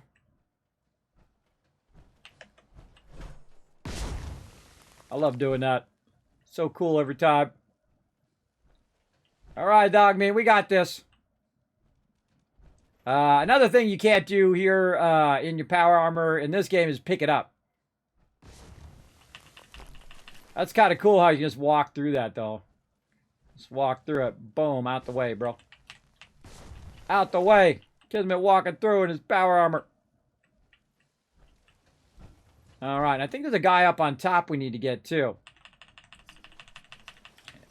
You're like, Kismet, leave all that stuff behind. Absolutely not. You never watch one of my streams. You think I'm going to leave any of this loot behind? You have never watched one of mine. Now, a lot of the loot I can leave behind, but the actual people who die, the actual NPCs who die, they will fade and their loot will be lost. All the other loot that's here inside the buildings, that stuff I can come back for later. In fact, I could even put the stuff that I have in one of those containers and come back for it later on. But in this case, I definitely want to go up here. And again, since I'm up here, I might as well loot a little bit of this. And I'll come back and loot the entire town next time. Now, the toughest thing I need to do is I need to get up there and get that loot of where I shot across and hit that guy right there up on the top here. Now, I can try to jump across. But I'm overburdened, so that's going to make it really tough. Now, if I miss out on a little bit of loot, that's probably not going to be that heartbreaking. But there's not an easy way to get up there.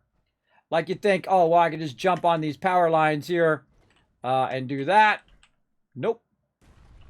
My power armor's fusion core is low. Now, another thing you can see is there's a scaffolding right here, right? That maybe we could get on that scaffolding and climb our way up. Of course, if we had a jetpack, that would be really helpful. But we're just going to go. We're good. And there we go. We'll just get our peeps going back because, again, we gotta get some rest. We got to come back and do this all again. Super excited, everybody. I'm having a super fun playthrough. I hope you guys are enjoying it. We're doing a definitive playthrough. We need one more, by the way, one more retweet. Right here, everybody. Follow that last link. Click that last link and get that retweet going on. And I'm just going to put the power armor, I think, right over here so I'm not in dialogue. A pretty amazing display. I'm just glad you're on our side. I know, right? What's Marcy got to say?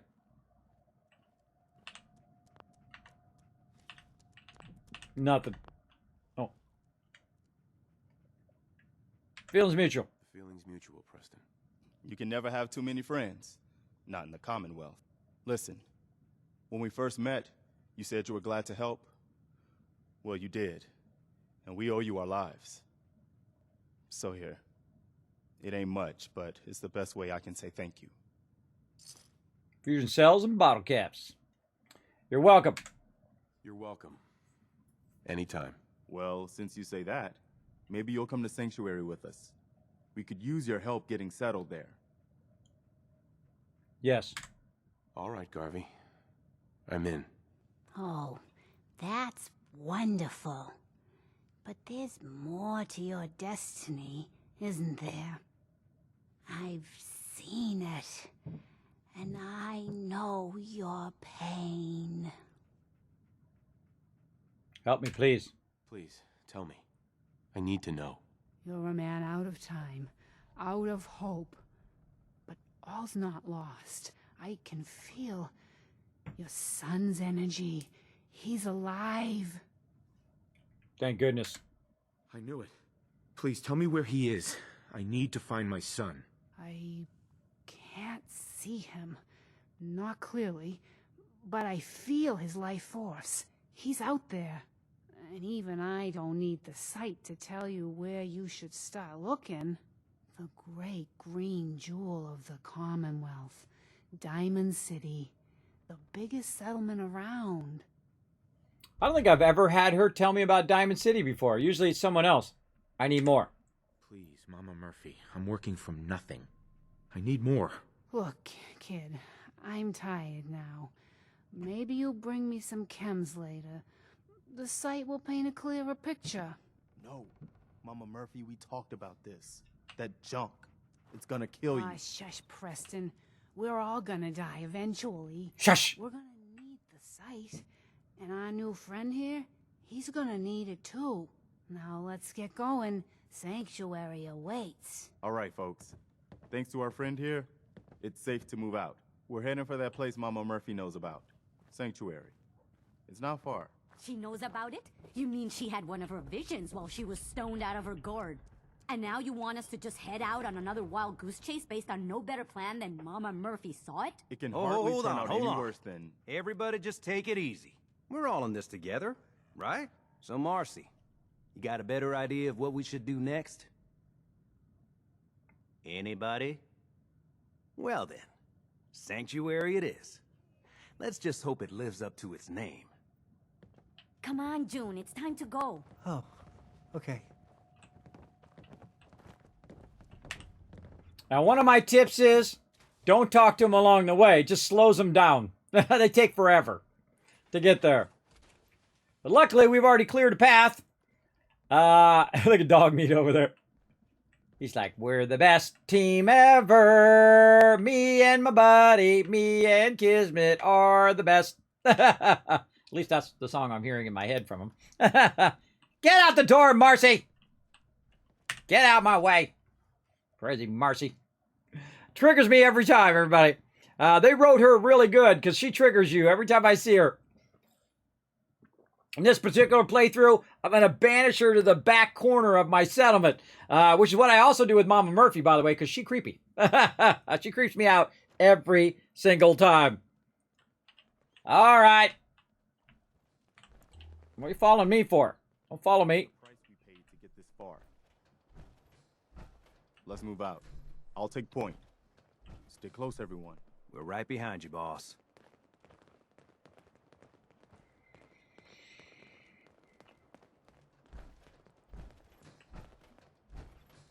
I'm right behind you, but I'm going to walk real slow, which is good because I actually overburdened in my power armor walk faster than these people walk. That's why it's fine to be overburdened if you want to just walk with them. You can't. I can just teleport and run up ahead. But another good reason to be overburdened is simply because these people walk slow. And I try not to talk to them along the way, but I like to listen to the dialogue and then, how it develops. One of these things up close. I'm very glad it's already dead. Because you have different dialogue triggers as you go through, which is cool. If you like all that stuff like I do. I don't do it every time, but, I feel like since we're doing a definitive playthrough, we're going to do it. Mom Kim's Murphy. Yeah, blank to blanks. Oh, he's blocked by that car that the Deathclaw hit. Can I move the car out of the way? No. They're blocked by the car. Oh, that's not good.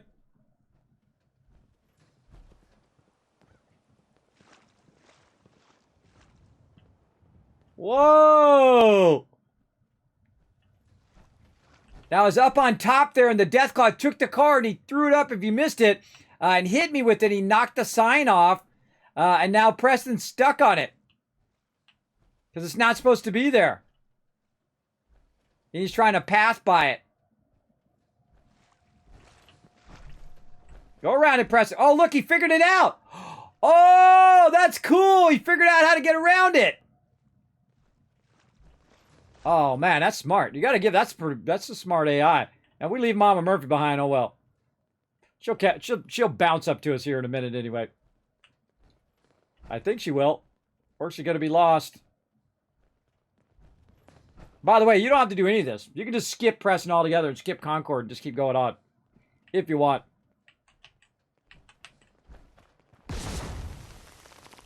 How we doing back there, Mama Murphy? There she is. Finally found her way around.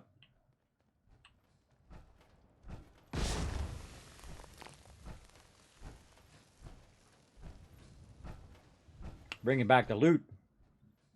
I can't say I'm gonna miss this festering boil on the ass end of the Commonwealth.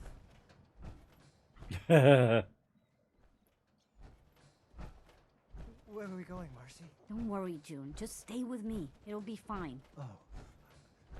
Okay. One time I met a person from the Atom Cats over by Sanctuary, and I followed him all the way to Diamond City, and then I lost him. I mean, I followed him all the way across the entire Commonwealth. It was a real fun playthrough.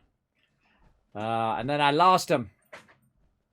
But I know where he went eventually, because I eventually found that where he went. I think that might have been in my first playthrough. I don't think about it, or maybe it was the second one. I can't remember.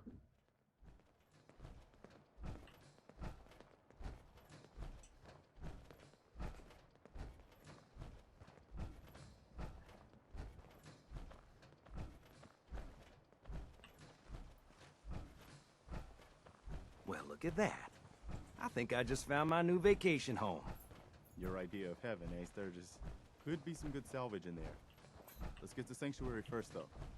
I think we're close. There ain't no salvage in there. I already salvaged all of that. I already salvaged it all. I'm slowly walking across the wasteland because I would be walking this fast anyway because I'm overburdened. That's why I grab tons of loot while I'm at it, and I just overburden walk it back, so I'm listening to the dialogue as I'm walking back too.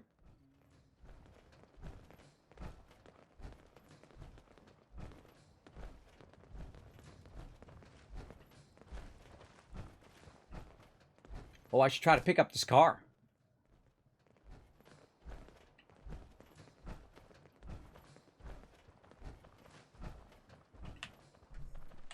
Item's too heavy.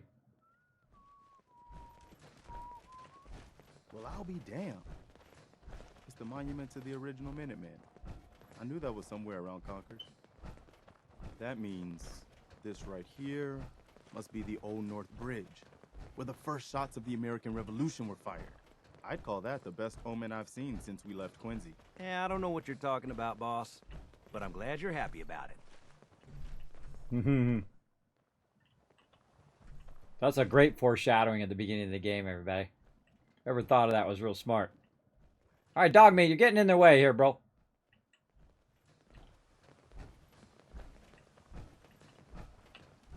Come on, party people. We got a settlement to build. Dog meat just constantly getting in the way. Yeah, there you go. Push Mama Murphy off. Push her off into the water.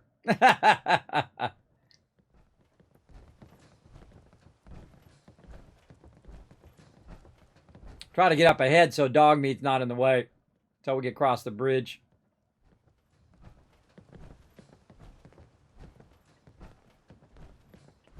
Fusion core is almost up.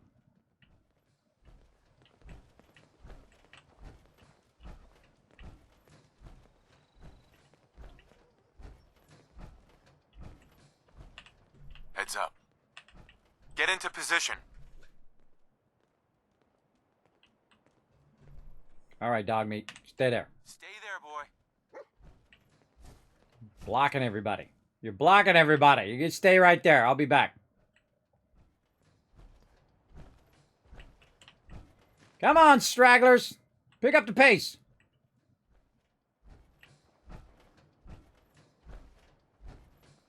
I don't think I've escorted them in a bunch of playthroughs there, but I can't remember like the first or second playthrough. I don't think I've ever followed them this long. in a long time. Oh, look, more stuff I missed. Abel.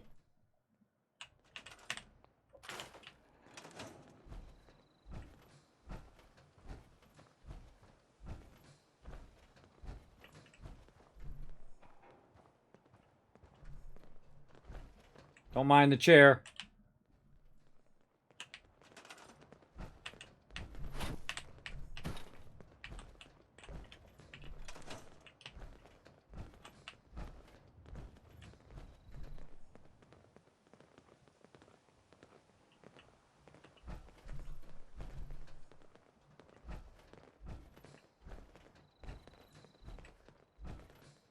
If you're looking for scrap, I can tell you there's none left. I got it all. So one of the first things I do is I scrap Sanctuary before I leave. Oh. There's a tire. I stand corrected. They found a tire for me.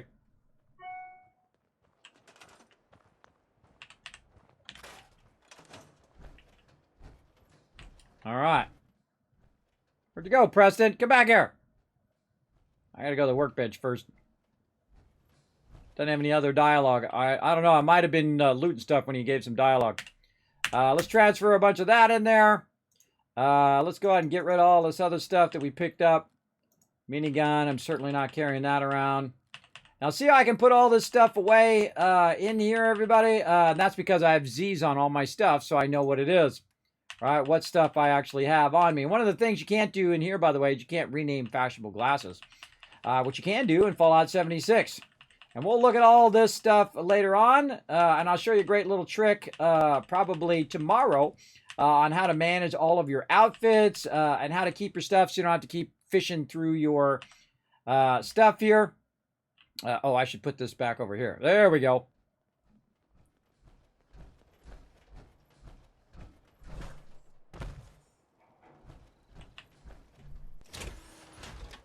Now, one of the things about your power armor, everybody, always take the fusion core out. Why? Because if you get attacked, one of these yahoos are going to jump into your power armor and go running off with it. So keep those fusion cores out of your power armor. There they all go. Where'd Preston go? Preston! I'm glad you decided to come with us. I should have listened to Mama Murphy all along. Pretty nice place she's found for us. I think we could settle down here. Make it a place to call home. What do you think?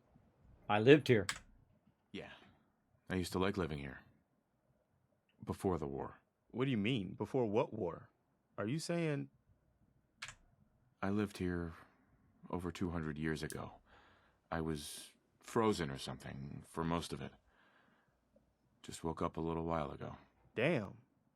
Like one of those old pre-war ghouls. You say you were frozen. Anybody else make it out with you? My son. My son.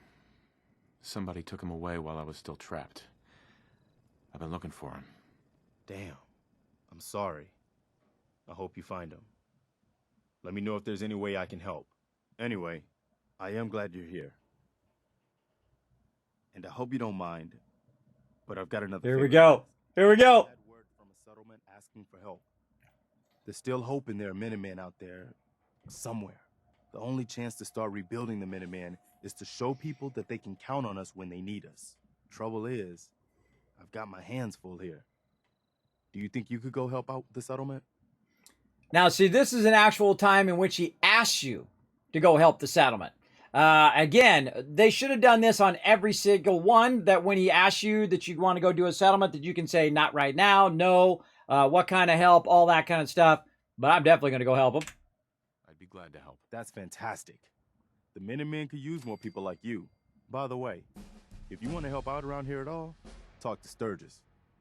I'm sure he'd be glad for all the help he can get.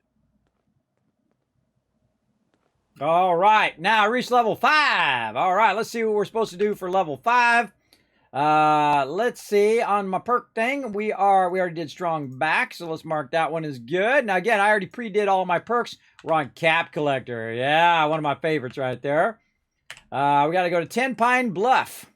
But let's go ahead and do our caps collector right here. So we are getting better buying and selling because we're going to be getting into talking to vendors soon. And I got to talk to Sturgis. Let's go talk to him. Sturgis. What up, Sturgis, my brother? Sturgis, you willing to do some work? Yeah. I'd be glad to help. Just tell me what you need. Well, for starters, we could use some real beds. We've been sleeping on the ground for too long. Just make sure we can sleep with a roof over our heads. Some of these old houses still look solid enough to do the trick. There's a workbench over there you can use. Give me a holler if you need anything. Funny, I already moved all of the stuff. I hate it when they're banging on the house, everybody. Look, there he goes. Makes me want to just shoot every last one of them. Don't make me do it. Don't make me do it. That's all I'm saying. All right, now, let's go ahead and begin with our settlement basics. First, we got to have a little place for the doggy meat to hang out. So we're going to go ahead and put his little house right outside here. And we're going to go ahead and put his little dog dish right out here as well. So we'll have somewhere to eat some food and chill out. Now we got our power armor out. We grabbed all of the resources throughout this area, but our problem is we don't have enough resources to finish this out, right? We don't have enough concrete to make this happen. So if we go into concrete, we go into concrete walls, we can see that we can make one more concrete wall. And the concrete wall I would probably make is the rounded walls. I think I might have one stored. Yes, I do. I would do the rounded walls like this. And what we're going to do is we're going to kind of partially make this out of the concrete kit because we don't have enough stuff. And then we're also going to go and make the rest of it out of wood because that's all we can afford at this particular time. So let's go ahead and try to get another curved one. We need one more curved one right here. So I'm just going to put that down randomly right there. Now, if you didn't know, you can actually mix and match your different sets together. Now, it gets a little tricky when you get into the vault-tec set, but you can actually mix and match these. But it does take a little bit of finagling sometimes to get them to do what you want to do, right? And there's a bed right there that we got. And somebody is already in the bed. Now, what I'm going to do, again, until I have enough concrete, is just kind of build this out like so.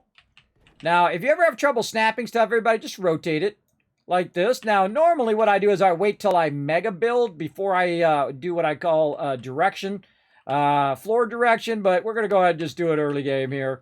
We're going to have all the wood floors going in this direction.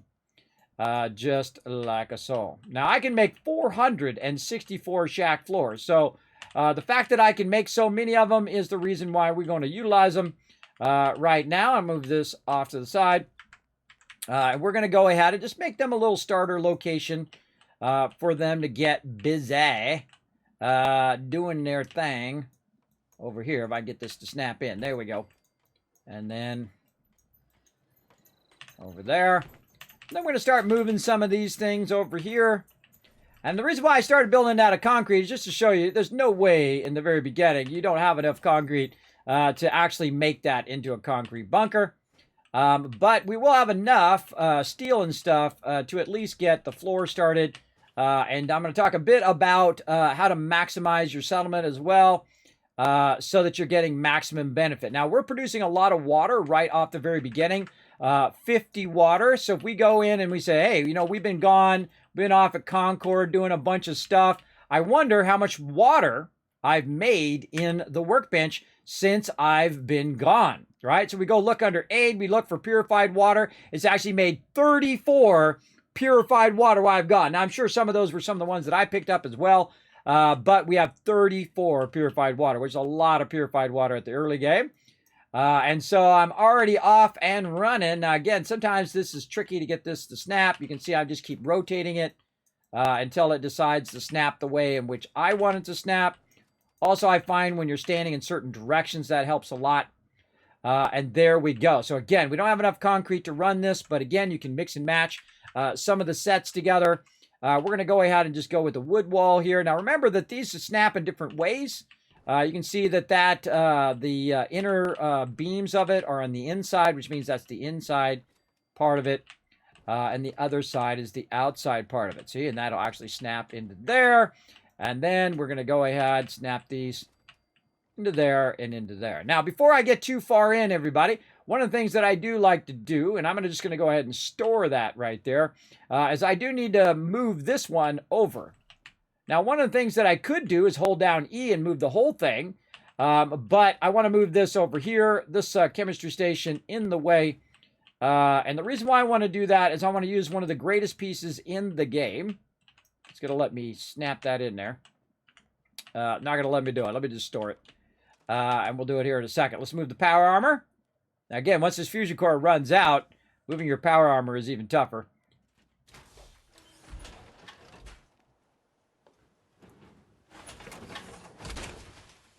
Okay, so I'm going to take this power armor and I'm going to move it to this side because this is going to be my crafting side over here. By the way, I've never built a base here before. Not once. Not in 9 playthroughs have I ever built it at this location, so we're trying something new here. Now, of course, before I get way into the building, we're going to go ahead and forward time a few hours here so you guys are not watching me work in the dark right over here.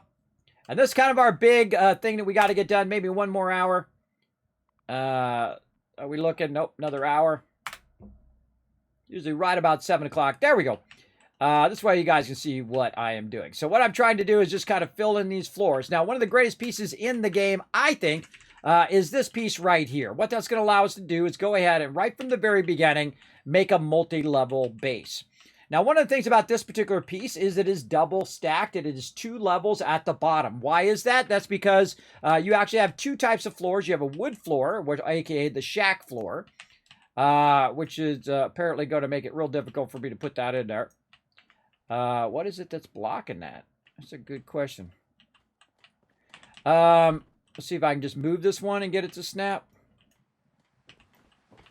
Nope, that's going to be a problem. That's going to be a problem. Now, one of the things, if I'm having trouble, everybody, is I can go out here and lift the whole thing up as one. Hold down E, and boom. See how it jumps up like that? That's because the power armor is causing it to jump over there. So I'm going to go ahead and have to move my power armor once again. So I can move the whole building at once. If you hold down E, you can move the entire building if you're on PC. There's also another one on PS4 and on Xbox. That will allow you to actually move all your stuff. So I'm going to go ahead and put that, probably not the best place to put that, actually. But we'll go ahead and try that.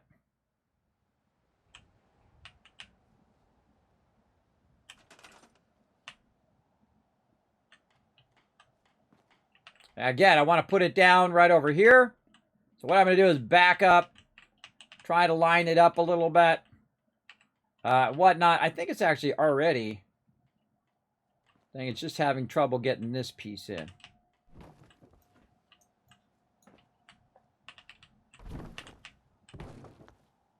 That worked. Might be a crafting bench thing. Now, sometimes it's going to act funky, everybody. The best thing to do is just try to fuddle with it.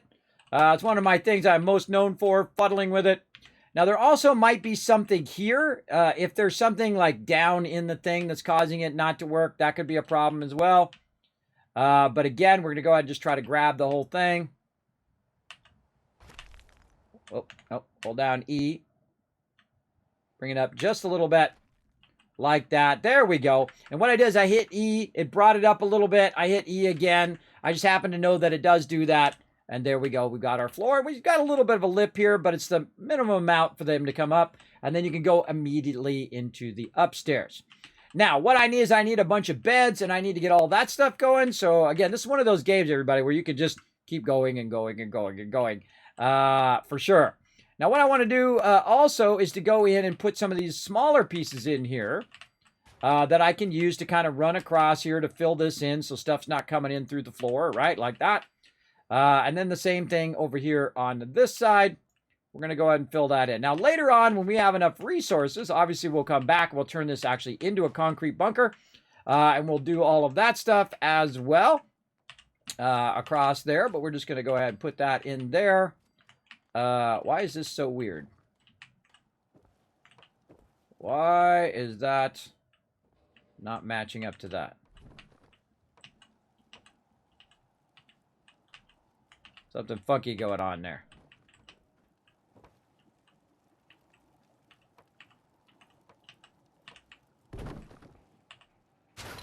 That does not match all the way across. Oh, this is inset. See? That's a dead giveaway that you did something wrong right there. They should match up across the whole distance. But notice also that, by the way, I could clip that through there if I wanted to. There we go. All right, there we go. We got the beginnings of a place. Now, one of the things you need to do, of course, one of the things you just heard Sturgis talking about, and that is beds. Now, there's a whole bunch of different types of beds. You can give them the fancy, nice-looking bed if you want. But again, this is a bunkhouse. That's the way I like to build my settlers and give them a little bunkhouse, a nice, safe place for them to sleep. Now, if you look at the actual beds themselves, there's a high side and a low side. The high side is going to be the head side, the side they lay down toward. So we're going to go ahead and start giving our people some stuff here, right? So I can go ahead and put these beds down right here. But what I really want to do is I want to, first, by the way, your named NPCs are among the toughest NPCs to get to do what you want them to do. What I really want to do is take Marcy and take all of these people, Mama Murphy, and put them way in the back over here, way back here, all by themselves back here in the corner. I'm going to do that a later time. I'm going to put them way back there and just let them sit back there and stop being annoying. Now, right away, by the way, if you have the DLC for Fallout 4, you don't have to just put the food in the ground, which is what I normally do. I'll put the food in the ground right here and back here, and then have them all start getting food and all of that. But in this playthrough, we're going to do something even cooler as we go along. We're actually going to build ourselves a bunker that's going to have all of the things that we want them to do. Now, I want them to be by right where they can actually do their job, all right? So the first floor, I'm going to leave that for crafting, going to leave that for stuff, and I'm going to come up here to the second floor. Now, one of the things when you are putting beds down, everybody, is they can't be exposed to the elements. And this is a great tip. This is definitely one you want to listen to when you are doing this. If you've been having trouble with your happiness in there, if I go in and just put in some floors as the ceiling, those do not count. The rain actually comes through the floors and they get wet. They don't, it brings their happiness down. So you actually want to use your roofs, right? And I'm just going to use a nice flat roof here. And I'm going to put it here, and I'm just going to run it around the various locations here. Because I have a ton of wood here, but I can make a lot of this at the very beginning. And just start with something simple. Just something that's a one-story with a lot of space here. And again, I've never built in this spot before, and I'm wondering why I never did, because this is a huge area. This is a really big base as opposed to the other side, where the base is a lot smaller. So I always like to try new things, and you can see that I'm actually rotating the things there to match. This one this way, and there we go. Now we got problems here in the corners, right here, and again we're going to go ahead and use our concrete kit for that, so that we have our thing. Now there's no like ceilings for the concrete thing, so we're just going to use that over there, and then on these small little spots. We can go ahead and just fill that in there. And the same thing over here. And so we'll get our rounded one. That in there. Put this in here. Full-size roof one. Under wood, roof. There we go. Flat roof, please. Oh, that's already in there. Hold on, I got to use the small one. I got to use the smally one. Wait a minute, why did that other side work? Now that I think about it. We'll have to go back and look at that other side. It just dawned on me that that shouldn't have worked. That piece is probably wrong. Yep, that piece was wrong. So I'm just going to store that back in the workbench, not scrap it. Storing it so I can use it later. There we go. Now we've got a proper roof, except for in the center, so that our people can get in the beds. So now what I'm going to do is go ahead and take these beds, and I'm going to go ahead and, again, put them right over here. What I want them to do is I want them to be able to get out of bed if something's going on, run out this door, and take care of business of whatever's going out over here. Oh, and I forgot to get my fusion core out of there. Almost forgot. Get my fusion core out of there before something bad happens. So there's one bed. Now I need to go ahead and work on more beds. Now these are our settlers, everybody. These are our first settlers that you typically get in the game, though you don't even have to get them. Now these need to be a certain distance apart as well. If you want to know how far apart, just try to see if you can walk through there. Right there. It looks good. There's number 1, number 2. Let's put down number 3, number 4. And there we go. I went to level 6. Now what I'm going to do is I'm going to actually keep this going. I'm going to go number 5, number 6, number 7, number 8, number 9, number 10. That's because I'm going to shoot for 10 settlers here in the early game. Now, another thing I want to do is go ahead and take my power armor frame. I just kind of stick it around in such a way where I can just have my power armor really close. Now, by the way, you don't even have to move your power armor over here. You can just go ahead and say craft if it's nearby. It's a little bit too far, so let's go ahead and put that fusion core back in there. Let's go ahead and get in the power armor. Now, again, if you leave the fusion cores in there, or if you leave weapons and whatnot out where your peeps can get them, they'll actually pull them out of the workbench. They'll actually go and grab the weapons out of the workbench and grab your power armor, and you can kiss that goodbye. I've even had Trash Can Carla come and steal my power armor. So that's why I always take the fusion core out of there. There we go. Now I can say craft. I'm not going to actually craft the power armor, but I'm just going to basically put it over there. I'm going to go ahead and see if I can repair this stuff as well. Just a little bit of steel. A little bit of steel there. Then go ahead and equip that back onto the power armor. Like that. We'll just go ahead and repair the whole thing here. I don't think I'm actually going to use this power armor, but you never know. Well, let's just repair the whole thing while we're thinking about it.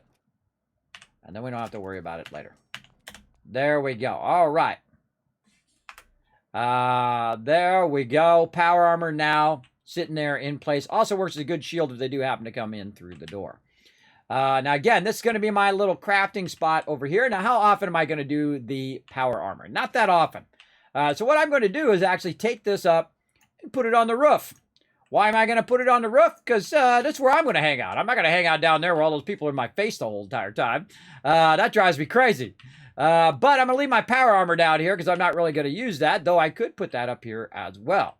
So what I'm going to do is basically put these up on the top where I can go ahead and utilize these. Notice that, by the way, I'm putting them in toward the middle of the settlement and not on the outside.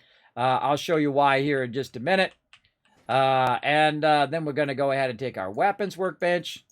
But I usually like to have that next to my armor workbench over here. By the way, you want to leave some room around these because what happens is other settlers are over here fuddling with it. And they're sometimes in your way, so you can't get to the one that you want. Cooking station as well up here because these can be out in the open. Doesn't really matter.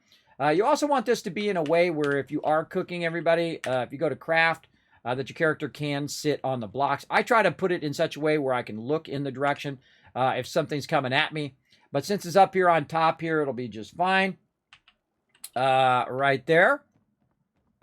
And I think that is it. We got all of our workbenches other than the power armor up here at the top looking good. Now, let's go ahead and grab the power armor frame. And notice that the power armor does not come with it. And then we'll go ahead and say, you know what? We'll just put our power armor right up here. Now, if you don't want your people to get to your stuff, a good thing to do is to put it up really high in a place that they normally can't get to. Though, sometimes when you come back to your base, those peeps will be up on the roofs, or they'll be wherever you put your workbenches. So they're going to end up there anyway. I'm just going to leave a nice little walkway for them to be able to get up here just in case. And again, I'm going to put that power armor right there. I'm going to take that fusion core out of there so they don't get all crazy. I'm not going to take my fusion core and put it into the workbench because there's no reason to, because in the normal mode, it doesn't weigh anything. This way, they don't go to the workbench, grab a fusion core out, run over here, and grab my power armor, because that sucks. And again, craft over here. And again, notice it doesn't put the fusion core in there when you craft. Great way to basically just get that thing to snap right in into there, and then you know where that's at. Nice and hanging out over there. All right, so that's it. So now we got all of that going. We've got our basics going down here. All of our beds. I like to get a lot of beds in the early game. Because, again, as more people come in, we're going to need more of that. Now, we need some food, everybody. Now, one of the things that, if you do have the DLC, if you've never noticed it, it's one of the greatest things, I think, in the game. And that is the ability to put down here under miscellaneous these things right over here called a garden plot. Now, the problem is we don't have any fertilizer. We don't have the ability to put those garden plots down. Now, how do we get fertilizer? Well, what we're going to do is we're going to do a sequence of things that are going to help us get that going on. Now, one of the first things that I like to do, of course, is get the Brahmin trough. And one of the fun things that I've never tried is try to put the Brahmin inside here. Right there. I'm going to put the Brahmin trough in there. Now, I'm also going to put another one in right there. And another one over here, which I've never actually put them inside the building before, but I'm going to go ahead and do that, try to protect them a little bit. And now 3 Brahmin troughs is about maximum you want to do because that's the maximum amount of fertilizer that you typically get from Brahmins. So I'm going to put that down and hopefully some Brahmins come along and pop up in there. We'll see how it goes. Now, another thing that I'm going to need is I'm going to need the ability to call all of my peeps to my base. Now, by the way, everybody, this is part of my overseer, overseer thing here. I got to go down here. There we go. My settlement overseer. So one of the things that I want to do eventually is get a supply line, get some beacons, some quick travel. And then one of those things is the quick shop. Some workbenches, which I've already got. I need to get a bell. There it is right there, a bell. So let's go ahead and copy this little spreadsheet, which is going to help me manage whether I've done this, that, or other thing, because I can't remember all this stuff. Is I'm going to go ahead and get a bell in the center of this area. And it's right here. Also in the resources menu is this bell. So now I don't like to have it in the road because they typically walk up and down the road. Very rare do they walk actually on the sidewalk. But if I want to call everybody over here to assign them to something, I'm going to go ahead and put that bell down. I'm going to hit the bell, and they're going to walk their way here. Now, it's going to take them a little while because Sturgis is too busy banging on that house over there, which is a little annoying. So if you want to speed up the process, what you do is you put a chair right there, you hit the bell, you sit in the chair, and then you simply forward time by 1 hour. And poof, there they all are. Right there, you're welcome. I just saved you a whole bunch of your life right there. And then hit the bell again right away. And they should all turn around and come back. And of course, Marcy has wandered off somewhere and can't hear the bell. But now we got a bunch of peeps that we could go ahead and assign. There she is way over there. We can assign to different things, right?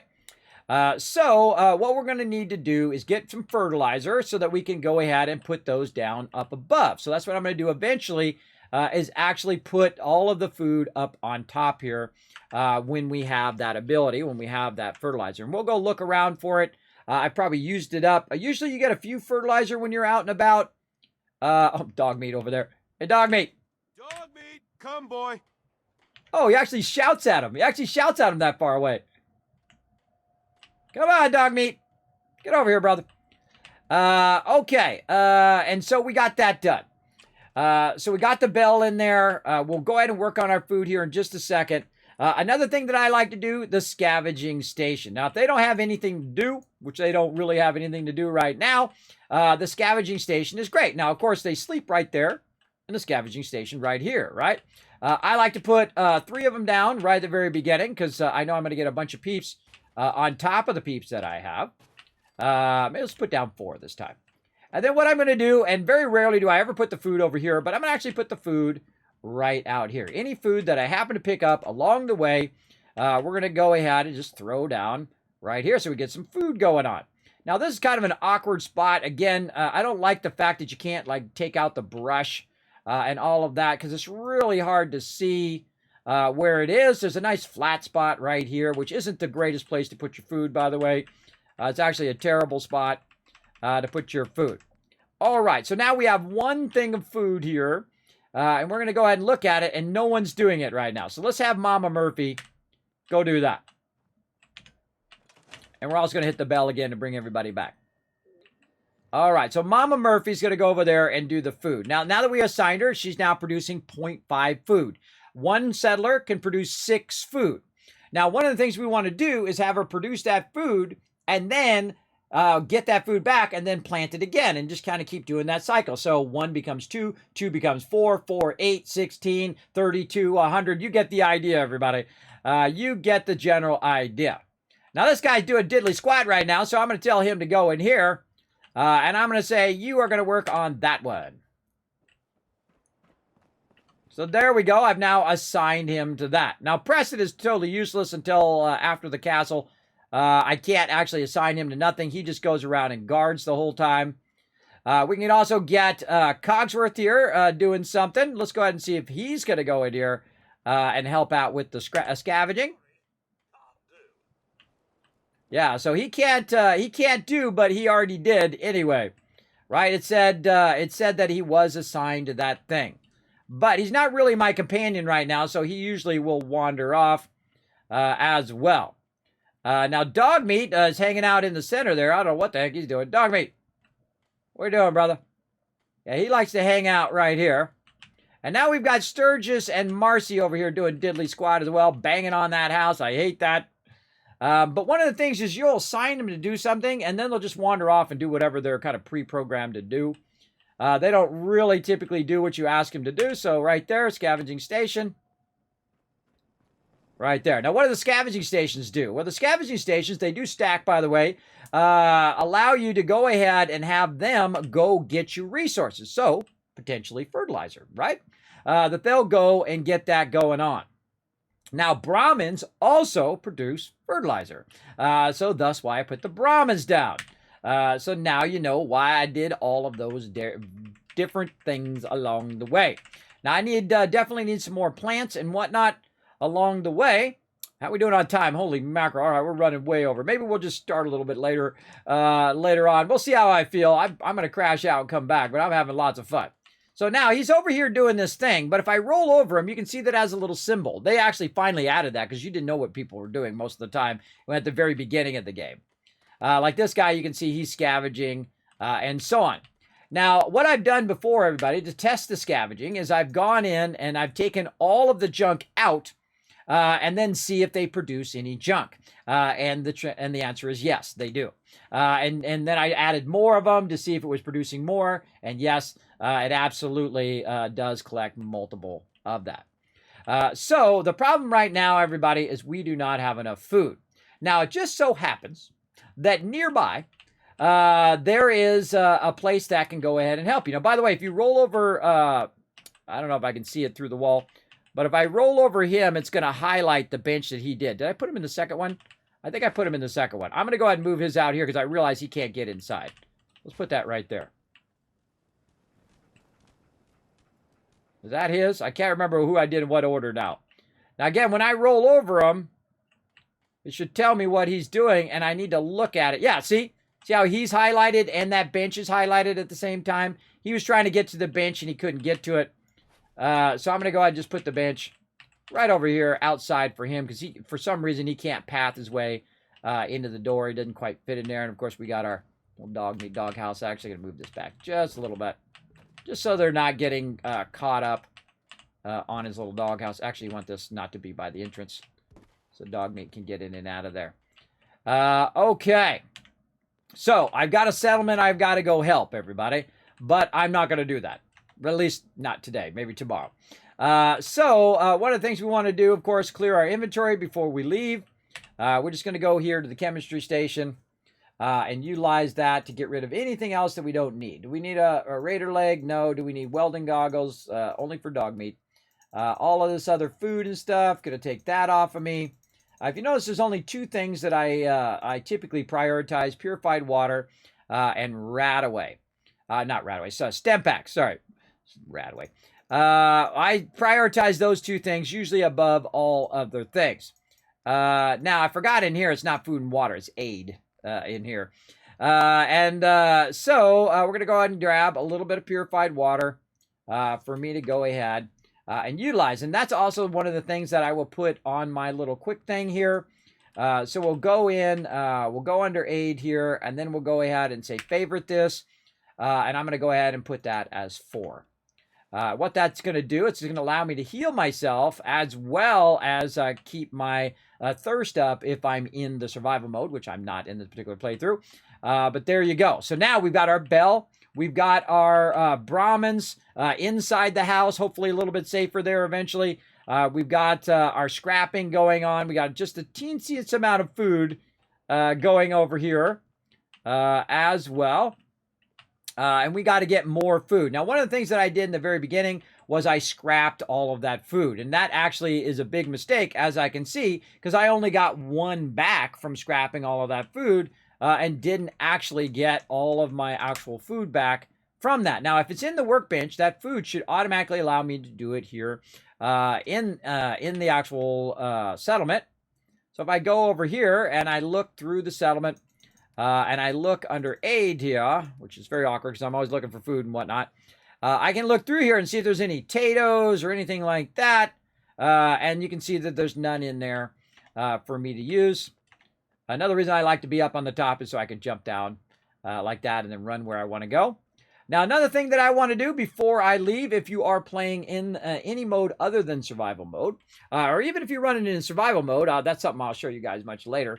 But you want to go ahead and do a fast travel target. I also discovered, by the way, the other day, which I guess I had known but forgotten, that, oh, we got our retweets as well. Hold on. 1,000, 2,000, 3,000, 4,000, 5,000, 6,000, 7,000, 8,000, 9,000, 10,000 caps. And I got to do this giveaway too. I'm totally in the zone here, everybody. Don't worry, we're going to do plenty of giveaways. We're going to do more tomorrow as well, all month long.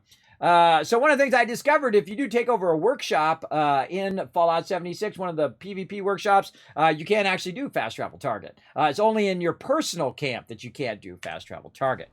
Now, this is one of the greatest things in the game. That means if I teleport from anywhere else, what I'm going to do is I'm going to end up right there. Bam! I'm going to teleport into my base right here, and I'll be somewhat defended against just appearing on the ground or appearing randomly throughout the settlement.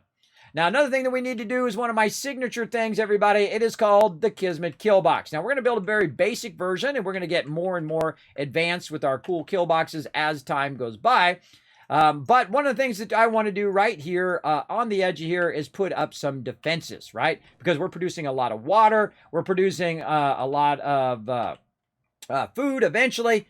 And this is the thing that you want to do, and you don't need people on defense, everybody. Here's what you need. You need some serious Kismet kill box action going on. So what I do is I get a high point like this, and I eventually, you can put them way up as well. The turrets in Fallout 4 shoot much further than the turrets in Fallout 76, by the way.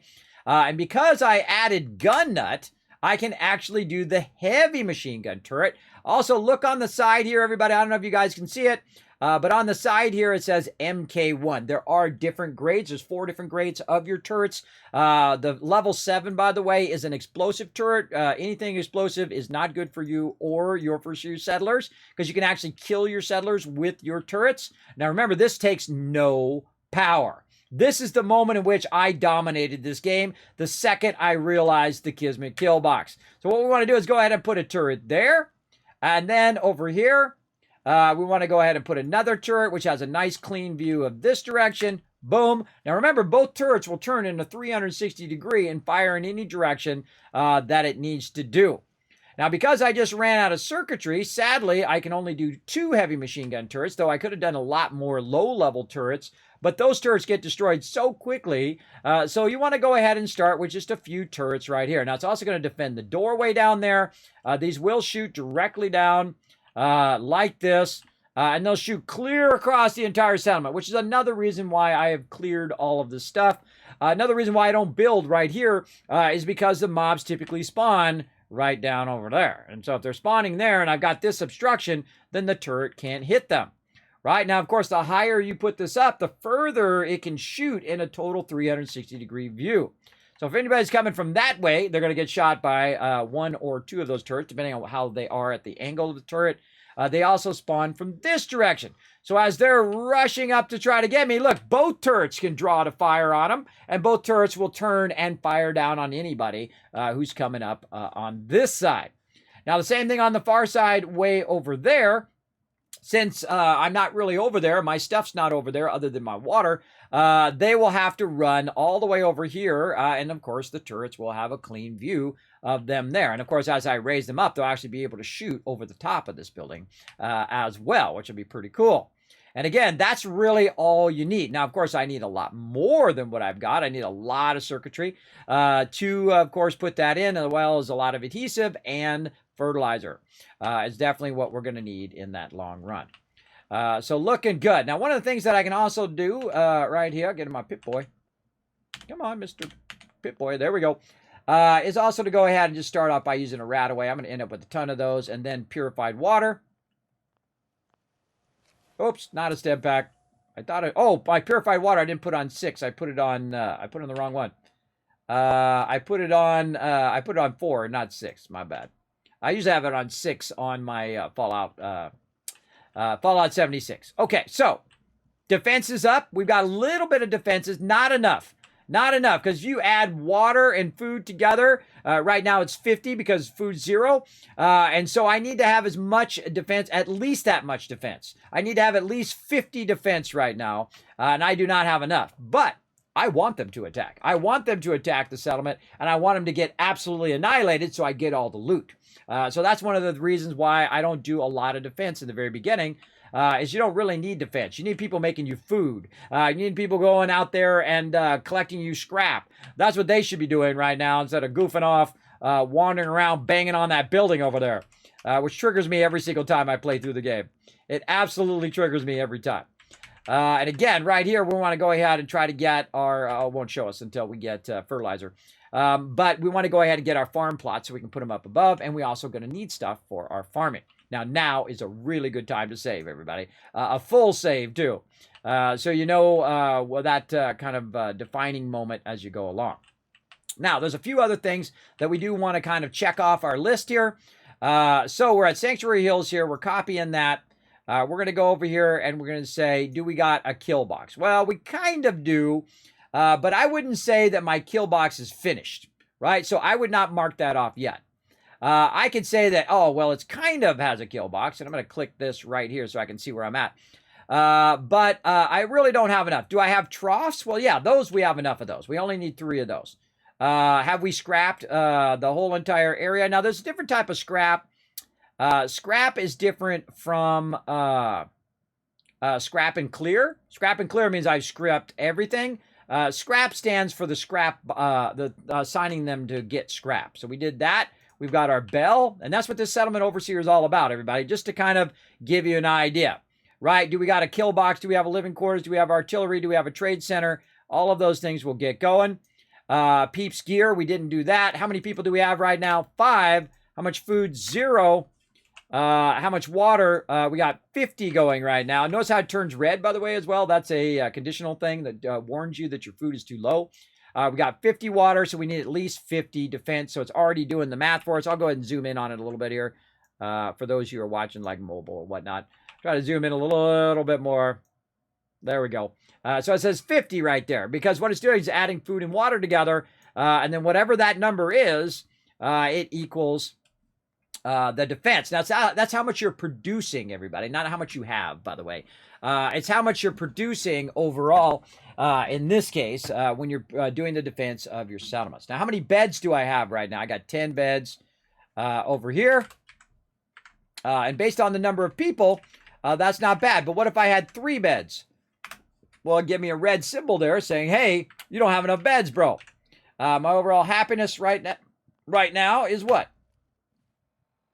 Let's go look. Data, workshops, sanctuary. By the way, never trust this thing until you're actually there, by the way. I would actually be at the location. This thing's always kind of wonky. Right now, our happiness has actually gone down. It's actually 42. It was 50 when there was nobody here, but now it's actually gone down. So we're now our happiness is 42. So we got to get more food and all of that stuff. Has it been maxed out? No. What's this? This is definitely going to be water. Sanctuary is one of the greatest places for water in the game. There's actually 2 other places that are even more so. And there we go. Now, one of the things I use notes for is who do I have there? Dog meat. I'm going to send there eventually. And then, of course, Preston, right? is there. So it kind of lets you know where your companions are at, or other notes that you're trying to remember to do maybe later on. So again, our defense right now is what? Our defense right now is 0. No, that's not right. It's 16. Okay. So 16 right there. Our power, what's our power looking at? Our power is 10. Again, this is how I manage my settlements. I'm that hardcore, everybody. I'm very, very hardcore in this type of game. So, oops, I need the yes. Do I have workbenches? Yes. Do I need to get more? No, I've got enough. Do I got quick travel? I have done quick travel. Did I do a beacon yet? No. Have I created a supply line yet? Well, I haven't unlocked that yet. Right? I haven't unlocked that. In fact, we got a level up. That'd be good. We do have a level up. All right, let's do a level up. What are we at? Level 6. All right, what are we doing on level 6? Again, I've already pre-picked my perk order. We've already done Caps Collector. Right over here. And speaking of local leader, there we go. So now we're gonna be able to connect Red Rocket and the Sanctuary. So now I'm going to go right. See how I've got it perfectly timed so things happen at the right times? Yeah, that's because I've played through many, many times, and that's what this is all about. This is the definitive playthrough where I'm unlocking things at the moment in which I need them, I first need them in the playthrough. So here we go. So we're going to establish supply lines between both areas right there. So there we go. Now, one of the things I would typically do with circuitry early, but not in this particular playthrough, is instead of putting down scavenging stations and all of that stuff, is I would go in and I would go to power, and then I would go down here to miscellaneous, wherever it's at right here, and I would try to build a radio recruitment beacon, because that radio recruitment beacon is going to bring more people here to this particular settlement, but I don't have enough circuitry. So I need to find a little bit more circuitry so we can get that going on. Now, I could have put down one turret and then done the radio beacon, but I'm going to let them just do their thing here, and I'm going to go on a little bit of an adventure here. So let's save that. Again, another save that we've done all of that stuff. We got that squared away, and we're going to go on an adventure up the road here. Me and Dogmeat going to run up here. We're going to try to unlock another settlement, because another settlement needs my heart. Nice chart. I bet that's really helpful. Yes, it took me hours. It took me like 5 hours to go through and pick all the perks that I normally play through with, and then try to figure out in which exact order I should do them. And then, of course, it tells me exactly what perk points to put in which stats at the very beginning, so I don't have to accidentally put them and realize, oh God, I need 2 more intelligence, and then put 2 in intelligence, which makes it take longer for me to get to that stat, right? That's this particular playthrough that I'm doing right here. It's already pre-thought out. And I've been promising to do that kind of playthrough for a long time. So this is it, everybody. This is the definitive playthrough right over here. I'm going to come back to that over there later on. We're going to run up this way. Always have your weapon out. Have it loaded. We're going to run toward this water tower right here. There we go. Bunch of purified water there. Very nice. We got some loot. I love this water tower. I wish I could get up on top of this water tower in the early game. Kind of... we got a follow there. Thank you so much for that follow. I appreciate that, Deets. VNS as well. A while ago. Thank you so much for the follows. Oh, yes, I got to hydrate. That's right. Sorry, lazy. I just thought of it. Stretch. All right, getting my stretches in. I don't always do them right away, everybody. Obviously, I'm focused on a whole bunch of stuff here. Now, what we're going to do, everybody, is we're going to run over here. We're going to go ahead and do a little bit of this, and then we're going to do that giveaway, all right? So what we're going to do is just kind of wander this way. We're going toward the water tower here. You can see we got some gigantic power places over this way. There's some sort of blowfly that got killed there. I don't know if Dogmeat just did that. But as you're wandering around the wasteland, everybody, I would, kind of take a little peek, because you never know what you might find just laying around in some sort of grave or something right there. I don't know what that was all about. But there you go. Now, you also might harvest some wild mute fruit when you're around as well, looking for plants and other things. Remember, they do not spoil in Fallout 4, so you can keep them in an indefinite amount of time. Remember that if you are in survival mode, that you can't quick travel, as well as all the enemies are going to be a bit tougher, and that's okay. That's okay. That means you're going to get more legendaries in the beginning. And it's definitely harder in the beginning. You will die a lot more in the very beginning. Now I'm kind of just walking toward these little power poles, just kind of following these little power poles in this general direction because I happen to know that there's some of my buddies who happen to live right over here. So we're going to go over here and we're going to talk with them. Now, another thing it's good to do is they have a bunch of food and they're producing fertilizer because guess what? They got a moo-moo. They got some moo-moo. Now, me and Dogmeat are going to go over here and say hi. That's close enough, stranger. We're a peaceful farm. We don't want any trouble. I'm friendly. It's okay, I'm friendly. Not looking to cause any trouble. If you say so, but be warned, we're armed here, so don't try anything. Let me tell you, farming ain't easy. Out in the field all day, every day, and every minute of it spent watching your back. Hard work. Farming's hard work. Won't argue with that. Blake Abernathy, you new to the Commonwealth? Yes. Yeah, you could say that. Good to see a new face. How about you? Ever think about working the land? Yes. I'm sure I'll give it a try someday. Well, good luck to you then. Maybe I'll see you at the Diamond City Market someday and we'll do a swap. Word of advice, though. If you do start up a farm, be ready to deal with the raiders. Why do all the hard work when you can just take what you want at gunpoint? Bastards. All of them. Last time those raiders hit us, my daughter Mary tried to stand up to them. Now she's buried out back of the house. Only 21 years old, and they shot her down without a thought. That's why we need the Minutemen back. And the sooner, the better. There's nothing worse than losing a child. Believe me, I know. I'm sorry to hear you say so. I don't have much to offer, but those raiders that killed Mary, they took her locket too. It's been in Connie's family for generations. If you could get it back, it'd mean a lot to us. Don't worry. Don't worry. I'll get that locket back for you. Good. Connie feels like it's a part of Mary. I don't think she'll rest easy again as long as it's gone. All right. All right, we talked to them. We're good to go. Now we're going to steal all their food. Dogmeat, get out of the way. Now we're going to take all their potatoes. Now, if it's green, everybody, you can grab it. If it's red, not so good. But hey, they ain't telling me not to grab it, so I'm going to grab some serious amount of potatoes here. I got people to feed. I got people to feed. Now, potatoes is actually the very first thing that most settlers will grab as their primary food. So a good thing to know. Now, I also happen to know that back around here, around the back, they got some more stuff. They got some melons going back here. So I'm going to go ahead and snag a bunch of those as well. And I'm going to talk to Connie over here, who's one of my favorite people. Other than Trash Can Carla. New here? Well, if you've got anything worth trading, you can talk to me. All right. What's for sale? What have you got? It ain't a lot, but I've got a few basic supplies. Ammo, meds, that sort of thing. Ammo and meds? Ammo and meds? What kind of basic supplies are those? Very basic. You want to survive out here? You need ammo and meds. So, you up for a trade or not? Barter. Sounds good. All right. Now, this girl's got some stuff, everybody. She got some stuff in the early game. And, of course, my favorite thing that Connie's got over here is, of course, all of the loot.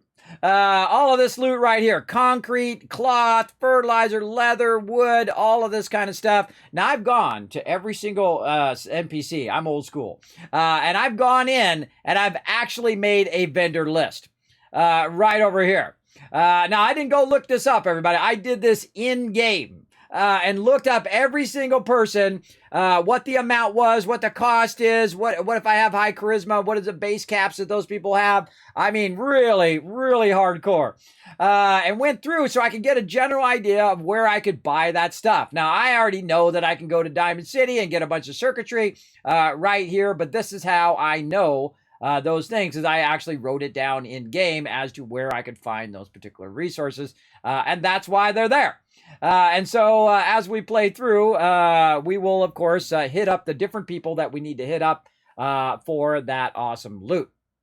Now, again, in the beginning, I just kind of like to run over here and say barter. All right. And then let's see how much I got. 275. Now, These shipments are really expensive in the early game, everybody, especially like getting cloth and things like that. I don't have enough for concrete. But what it is, the thing I'm looking at more is the fact that she has 253 caps. And if she has 253 caps, and I've got something that I can sell her, I can sell her stuff too. Like leather right leg there. Do I already have a right leg? I do. I have multiple right legs. I go like this, sell those. And then what else do we got here? We got some purified water, some stuff like that we could sell her. We got bobby pins, and we've got ammo. Now, one of the things that I find all the time, everybody, is that people who play through Fallout and they're just struggling for caps. They have no caps most of the playthrough, but they have 10,000 ammo that they're never going to use. So if you're not using this ammo, like I'm not going to use the 5mm ammo, I can just tell you already I'm not going to use it. So I can go in and I can dial in the amount of caps that she has. So I'm just going to guess. I'm just going to get close like that. And then see, it actually does the calculation for you, which Fallout 76 should do, right? How much that thing that you're selling to her is worth it. Now, I've done my caps collector, so I'm actually getting a better trade rate with her. I can also get a discount later on with her, but you can see that I need about 250 to 221. I have 221 is what she's going to give me in caps, and she has 253 caps. And I always try to max their caps and get as much caps, because next time I come by here, she's going to have all her caps again, and I get more caps. So again, I'm going to sell some of this stuff right here. In fact, I'm going to sell all of it. I'm going to sell all of it to her. And you're like, Kismet, 637. But now I can go in and buy some concrete on the way back. So now what we're doing is we're doing bartering. So I take some concrete, I give her a bunch of ammo, and we're doing the bartering. This is how in Fallout 4, you can do trades that are worth literally hundreds of thousands of caps. And I've done it many, many times. And you'll see me eventually just come into every single vendor and just get everything. And toward the end part of me playing through Fallout 4, you will see that I can buy out every vendor in the game every couple days. In game. Yeah, every couple days. Absolutely. And after a while, I just stopped buying stuff because I have so much stuff. But there we go. So now we've got a little bit of that we need. Do we need any wood or fertilizer? Yes, we could definitely use some fertilizer, but the fertilizer is 661. I seriously doubt that we're going to have enough. Nope, we don't have enough caps over here because, again, I have, let me move this way. I have 275 caps. And that's going to cost me 355, so I have not traded her enough. But I'd love to get some of that fertilizer, and I'd love to get that. Now, these are very expensive in the very early game, but again, I'm not going to use this 5mm round. Let's trade that. Am I going to use this fusion core? It has only 2%. The thing about fusion cores, everybody, run them down to those low as they can possibly get, and then sell them off. Because then when you buy another fusion core, you can buy a 100% fusion core for basically it's usually double that price. So I'm going to go ahead and sell her the fusion core as well. Fusion cells, am I going to use those right now? Probably not. So I'm going to go ahead and sell those as well. Now I only owe her 100 caps. 45 round, probably not going to use those, especially 38, everybody. 38 is one of the ones that really build up. You're going to get a mass amount of those. And since I use scavenger, that means I'm going to get a lot of loot along the way. The one I typically use in the beginning is the 10mm because it is very far away and I can mod it pretty easily in the early game. Now I have to figure out the math, everybody. I have to kind of figure out the math. She has 253 caps. I want to get those caps, but I also want to get all these resources. So what I'm going to do right here in the very early game is start to get rid of my 38 ammo. And again, remember, I just started, everybody. I've gone to Red Rocket, I've gone to Concord, I've come back, and that's it. That's all I've done so far. So what I want to do is get those 253 caps there, plus I'm going to need an additional 34. So if we just add that together, 5, 6, 7, 8, 4, 5, 6, 7, 2, 8, 7 is how many we're going to need to do. Now, the cool thing about 38 ammo, and very much I use bobby pins in Fallout 76, but here it's just worth 1. So it's very, very easy. Let's see, 278 right there. Oh, I didn't do the math right. Close, though. Very close. You get the general idea what we're trying to do. So let's see. We need 9 more caps right there. There we go. So now I'm getting 2 shipments of stuff. Again, we can go over here and we can look at what we're getting. We're getting concrete, we're getting fertilizer, and we're also selling a bunch of our extra ammo. I'm getting a massive amount of stuff. That's 50 concrete and 25 fertilizer in the beginning. That's a lot of fertilizer. Pretty awesome. As well as I'm getting her caps at the same time. Now, if she does have some food, like mute fruit or something like that we could use, I would grab that, razor grain, anything of that nature. I would grab that from her as well, but I don't need any of that. I just want to get her caps. So here we go. There we go. Now I have 528 caps for something that I don't have enough to trade with. I can just use my caps. But having caps doesn't help you in the long run. It doesn't help you in the long run. What you need is you need... Hopefully, you won't need it. Huh? Mr. Abernathy? If I had to guess, that satellite station's northeast somewhere. At least that's the direction they headed when they left. We'll go get them probably tomorrow. What are you looking at? Never seen hard work before? She got that Boston accent. Oh, I came to a complete halt right there. Oh, there's a cat. Kitty. What are you doing, little kitty? I can't go on the workbench to see what its name is. I always forget what its name is. I think it's Whiskers or something like that. Now, by the way, you can't access the workbench because I'm not allied with this settlement. And that's okay. Let's go over here. Watch out. Nothing there. And I don't think there's anything else over here that I want for right now. All right, let's run back. Oh, wait a minute. I don't need to run back. I'm not in the survival mode. I'm so used to running back that I typically would run back. Because in survival mode, you can't quick travel.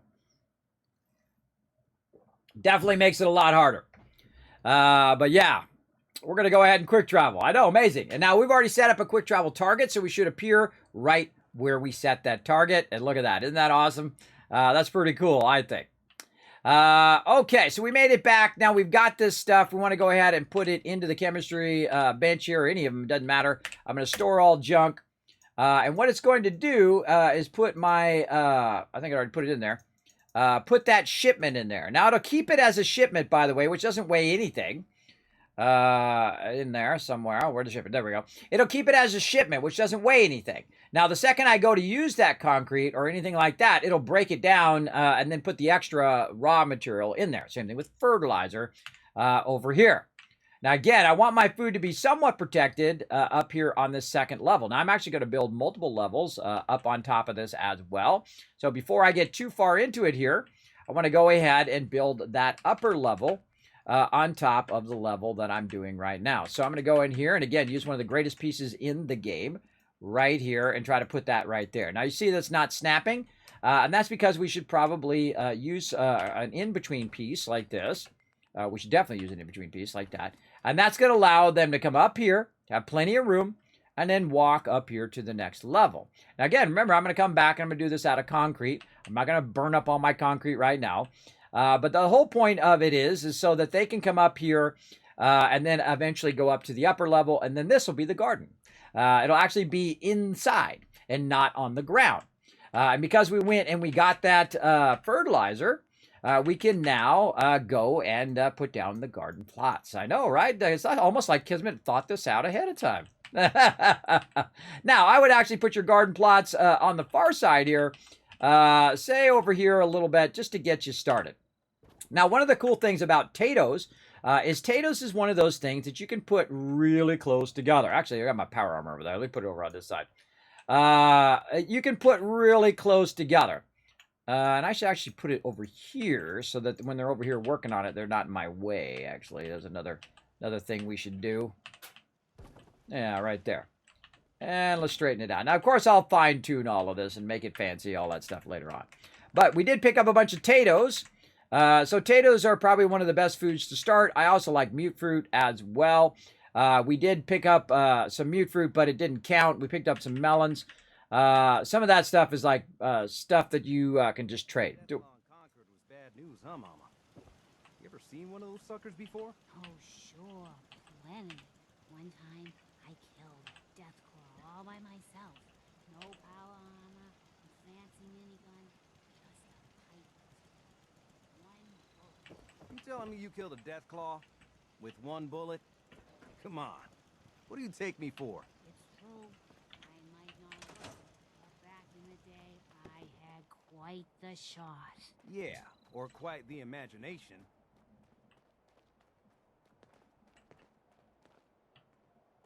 Where's he talking to Mama Murphy at? Over here. Oh, over there. Sometimes it's hard to tell where they're at. I got this cool, I don't think I've ever used this before. I've got this thing which has got the light on the top. That's cool. All right, what was I doing? I just get distracted. Oh, I knocked his bowl around. Sorry, sorry, dog meat. Let me put that back for you, bro. I'm gonna put that right over there. There you go. Okay, so again, we're trying to put down some food. I was listening. I love all that extraneous storyline stuff. Okay, everybody. Now what we want to do is we want to produce enough food for the amount of people that we have. Now, one of the things that I can do is figure out a calculation to how to do it. Because remember, one person can produce 6 food. Now, food is actually has a ratio. Right here, Tato's has half, right? Half a food unit that it can produce right here. So I'm going to go ahead and put 1 right there. Then I'm going to put 2 right there. And that is 1 unit right there. So there's 1. You've been through a rough time, man. The worst. Just, let me know if there's anything I can do to help. Oh, okay. Yeah, hey, I know I haven't been pulling my weight around here, and I'm really trying to do better. Okay? Come on, there's nothing to apologize for. You worry about you, and everything will take care of itself. Okay. Thanks, Sturgis. Thanks for checking in on me. Of course. We look out for our own. Always. Okay, so if you put these in pairs, everybody, this would be 1, that'd be 2, 3, 4, 5, and then 6. Now, why do I want to do that? Because whoever's doing this right now, and I don't even know who it is, who's doing the food, somebody just triggered in on food, even though I didn't tell them to do the food. So somebody around here is doing food. Who is collecting the food? Well, wait a minute. I know who it is. It just dawned on me. Mama Murphy. Mama Murphy's over here doing this food right here. Now, I'm going to take this food, I'm going to put it in the workbench. This way, Mama Murphy is only doing the food that is up here, right? Now, she's not doing all the food. As you can see, one of these is red, which means she's not doing it because she doesn't automatically recalculate what kind of food that she's doing. So I need to go get Mama Murphy. I need to bring her back over here where I am working. So I'm going to go ahead and hit the bell. Hit the bell. There we go. And then I'm going to go ahead and forward time. I just go forward time to the daytime. So we're 11, so 7, 8 hours. Oh, wait, we're going to cancel. Hold on, we'll just do this. Got a better idea. Better idea. Let's go get our well rested while we're at it. Going here. Because if I use the bed, what it's going to do is it's going to get me well rested, so I'm getting bonus XP as well. And then they'll also be right here. So there's Mama Murphy. So what I'm going to do is try to grab Mama Murphy right there. And I'm going to reassign her to the food. Now notice my food up here at the top is at 5. So I'm going to aim at the one that she didn't already get right there. And watch the number change.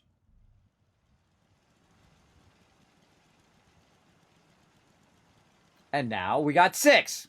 Right, so now she is perfectly assigned as the food person, and she's getting all 6 units right there. Now, of course, when I do need to get another person, I can put another one over here, and I can spread these out as well. But as you can see, you can actually get them in pretty compact. I could also do 2 more units on that side, 2 more of this, and then go ahead and fill up another side, and so on and so forth with the food. But you can see we got all of our food in the same place. So now we have 6 food, 50 water, we need 56 defense.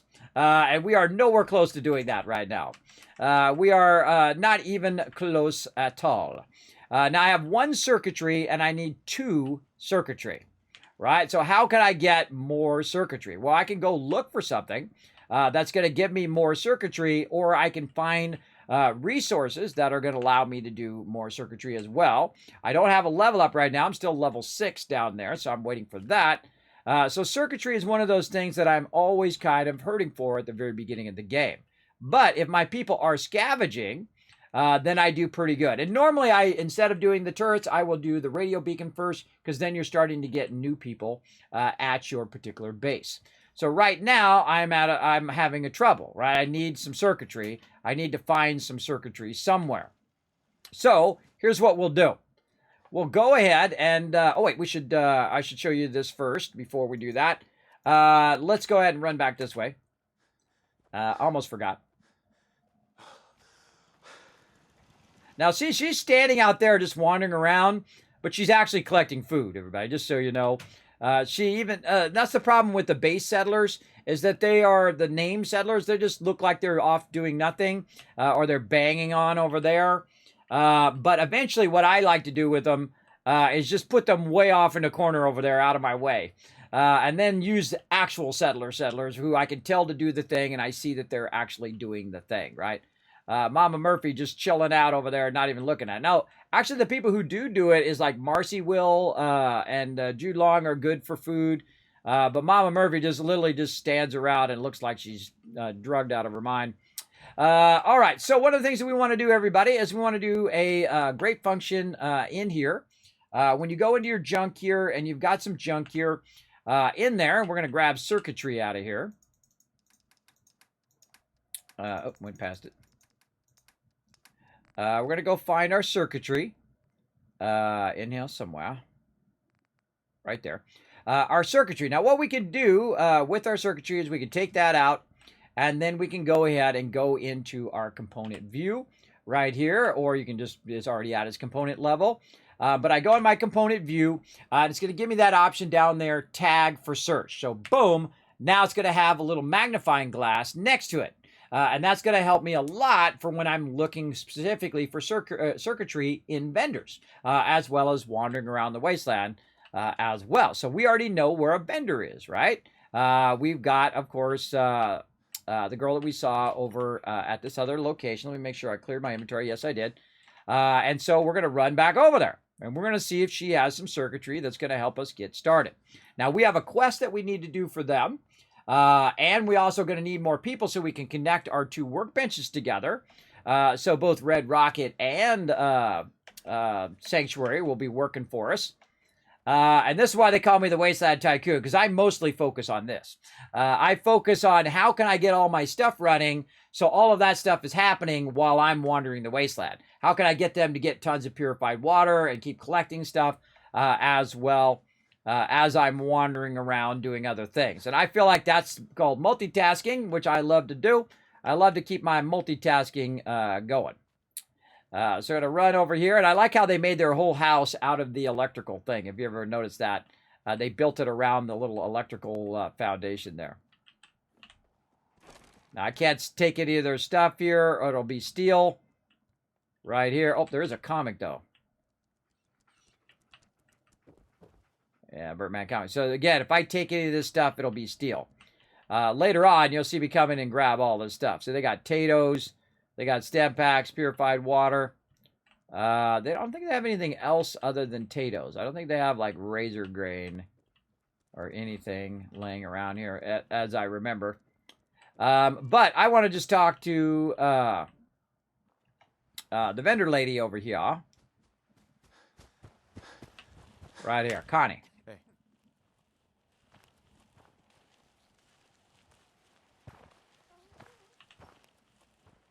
I take it you want to trade? Yep. Sounds good. Okay, now when I go into her junk here, if there was something in there that was circuitry, I would be able to basically see that right away. And if I roll over, I can see this is steel, this is gears. Nothing in here is circuitry that I could trade to her and get that. So bummer, bummer, bummer. Big love, little girl. Big love. I do emotes, but those are only in Fallout 76. All right, now me and my buddy here, we're going to run over here and see what's in this shack back here. start looking around the wasteland here. What do we got? We're scavenging, right? We got to scavenge for some loot. What do we got? We got a broom. We got some shotgun shells. We got some jet, duct tape, some rataways. Now, remember, each container represents that same kind of thing that you're looking for. Uh-oh. What do we got here? Look at that little, that magnifying glass. Now, that's telling me that the hot plate, both in Fallout 4 and in 76, is circuitry. So we just found some circuitry right here in there. Now, just so you know, I did not remember that was there. I had no idea that was there. I was just going to run around and look for it. But I just lucked out, and now you guys know that it's there, and now I'm going to know it's there in future playthroughs, hopefully, if I remember. But I just came over here, I just used my instincts, and I just found what I'm looking for. Uh-oh, ragstags. Hey.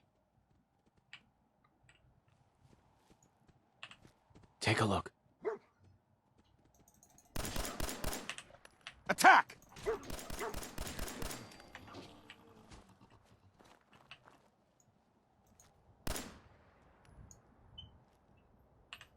Right here, boy. Don't go running off after that ragstag. All right, we got hub flowers here. We're going to grab those. I normally sell all of this food stuff, everybody, but I'm going to try to keep some of it. In fact, I'm going to have it auto do a bunch of this later on.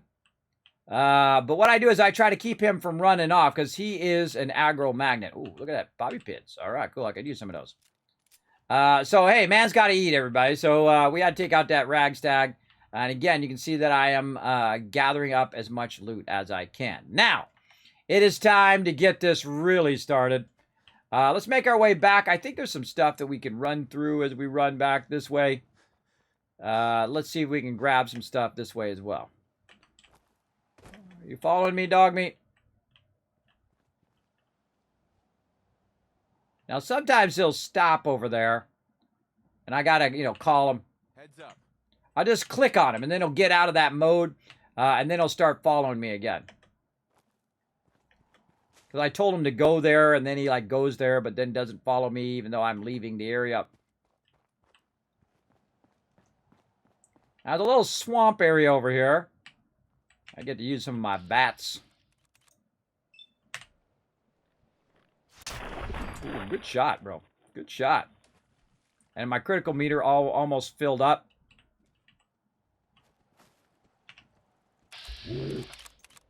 Now, if you look at it, if I get that hit, everybody, he's going to die. So I might as well just shoot him at the highest rate. Instead of trying to shoot him in the head and all of that. I feel like that's one of my biggest mistakes in the early game is I was doing that too much. Oh, hello. Hello. Oh, I forgot there was Bloodleaf over here. So I was trying to shoot everybody in the head all the time. And it was completely unnecessary.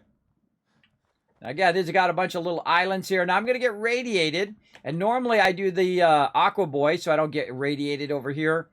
And by the way, there's a bunch of random encounters that you might happen over here as well. I know I'm really going to get radiated right here.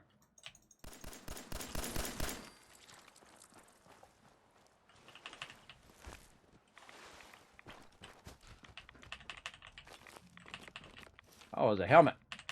Glowing fungus.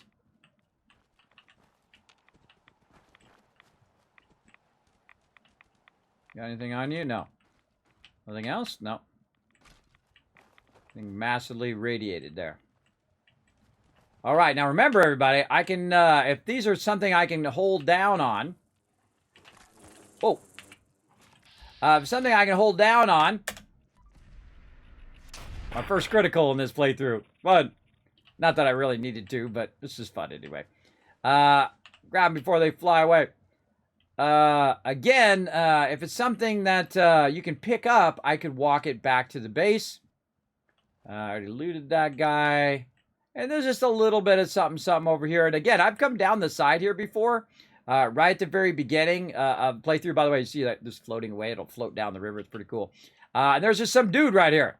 I came down the thing, and it was some raider trying to kill me. Right at the very beginning of the game. I literally had just come out of the vault. So watch out for those random encounters. Trying to sneak up on you. Can't think of anything else that's over here.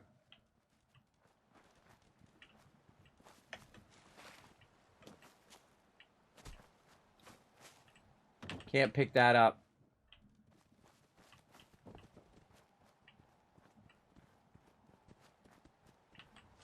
Bit of debris there.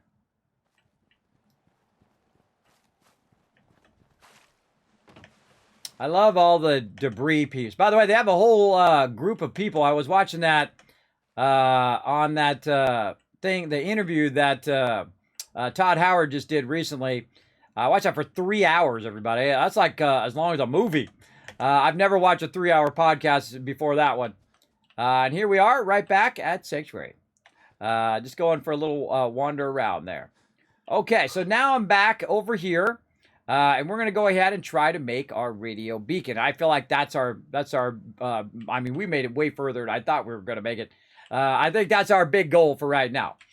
So we're going to go ahead and go into power. We're going to go into here, into miscellaneous. And here is our recruitment radio. Okay, don't make it awkward, bro. Don't make it awkward. You just made it awkward.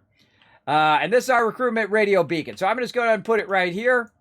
I don't know if how far up it is makes a difference. But I'm just going to... Really? I feel like everybody in the wasteland who's in your settlement is purposely trying to troll you. Purposely trying to get in your way when you try to do stuff. I don't know what's up with that, but there you go. All right, radio recruitment beacon is now going. So now what I'm going to do every so often is I'm going to get new people show up at Sanctuary. And what I need to do is get my first person who's not one of these. Now, right now, I could use one of them as a provisioner. I absolutely could, but I rarely ever do. In fact, later on, I sometimes send them to other settlements just to get them out of my face. Because I'm tired of hearing of Marcy's BS and listening to her complain all the time. So I'll send her to the airport, the absolute most useless, except for something I've found is a good use for, but mostly useless settlement. So I'll send these people out of here and just get all my other settlers, and eventually my robots, which are really awesome, will run my settlements for me. So there we go. Look at this. We got a whole bunch of potatoes as well, so we can double up on our potatoes here. So I'm just going to grab a bunch of these. Right there. Look, Mama Murphy over here doing her job. Nice job, Mama Murphy. And there we go. And that's really an incredibly great start, everybody. That's an amazing, amazing start on Fallout 4. And as you can see, we've already got ourselves a bunker. We've already got ourselves our beds. We've got ourselves enough food. And now we're getting a recruitment beacon so we can get more people to come in. Now, of course, I'd love to have more defenses and things like that. And if you're having trouble with your defenses, then you definitely could go and start using your, over here, you can start using your guard posts to try to get your defenses up, to try to get them from attacking. But I want them to attack. I want them to come over here and feel the wrath of the Kismet kill box, everybody. Now, this is just a tiny kill box, but later on, we'll be making some more extravagant ones that are awesome. But look how far it can see, everybody. It can see all the way down the road there. You can see anybody coming up the front here. Anybody that tries to hide behind these houses, it's going to shoot down there. Anybody who's coming up the side over here is going to get double blasted by both turrets. So that's why this is one of the dog meat. That's why this is one of the most amazing spots in Sanctuary to defend all the different areas. Even over there where my purified water is, way over there, I got it right down here, everybody. Even down there, this is going to go ahead and keep on firing. Now, one of the tricks I suggest you do as well is to eventually I'll put it over there, but for right now I'm gonna put it right here. And normally that's why I have my stuff over there, by the way, because someone's gonna be dropping by my base from time to time. But I'm going to go ahead and just do a container here. And I like to use, a lot of times, different types of containers, but I typically will use the lockers. There they are. I'll typically use the lockers to hold my stuff. Now, they'll go into your lockers and get stuff out of there, just so you know. They'll go into your containers and grab stuff.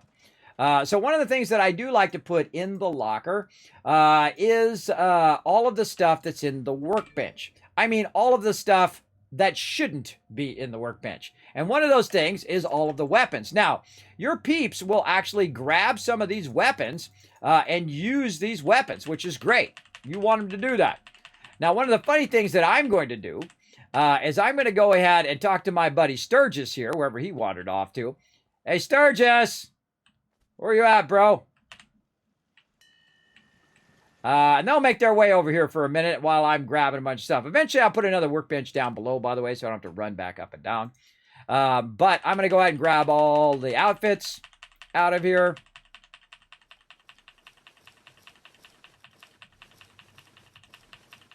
Because I don't want them to go in the workbench and start grabbing stuff out of there. I don't like it.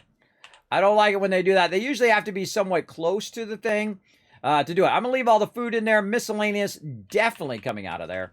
That's one of those ones that you don't really ever work with. Now, when you're in there, all you got now is just your junk, right? Your ass or your food and water, and then your junk. And you'll see me actually start taking all that out of there as well.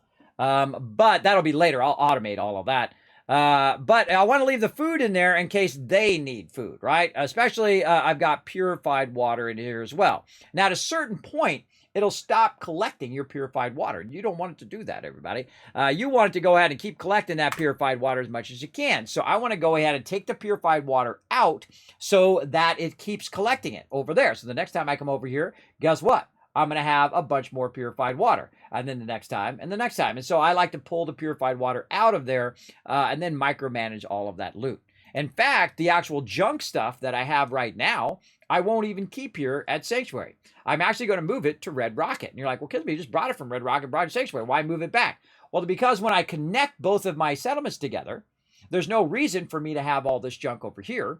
I can go ahead and actually use it from over there. It'll automatically work through all of your supply lines. Once you set up your supply lines, even if you have a bunch of stuff way in some settlement way off to the side, it'll actually let you use the junk from over there as well. So I usually centralize all my junk and I slowly move it across the wasteland so it's no longer at Sanctuary because I don't need to physically grab it out of Sanctuary. I can actually use it no matter where I am. And thus, I like to see how much junk that's being produced at that location, right? So if I have a bunch of people doing scrapping and things like that, I want to see how much junk they're actually producing over that time. And it's a great test as well to see if your junk things are working.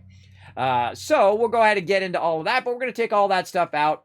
And what I'm going to do is see if anybody showed up over here. They might have walked off. We got Preston over here chilling out. But we want to get Sturgis over here. Sturgis!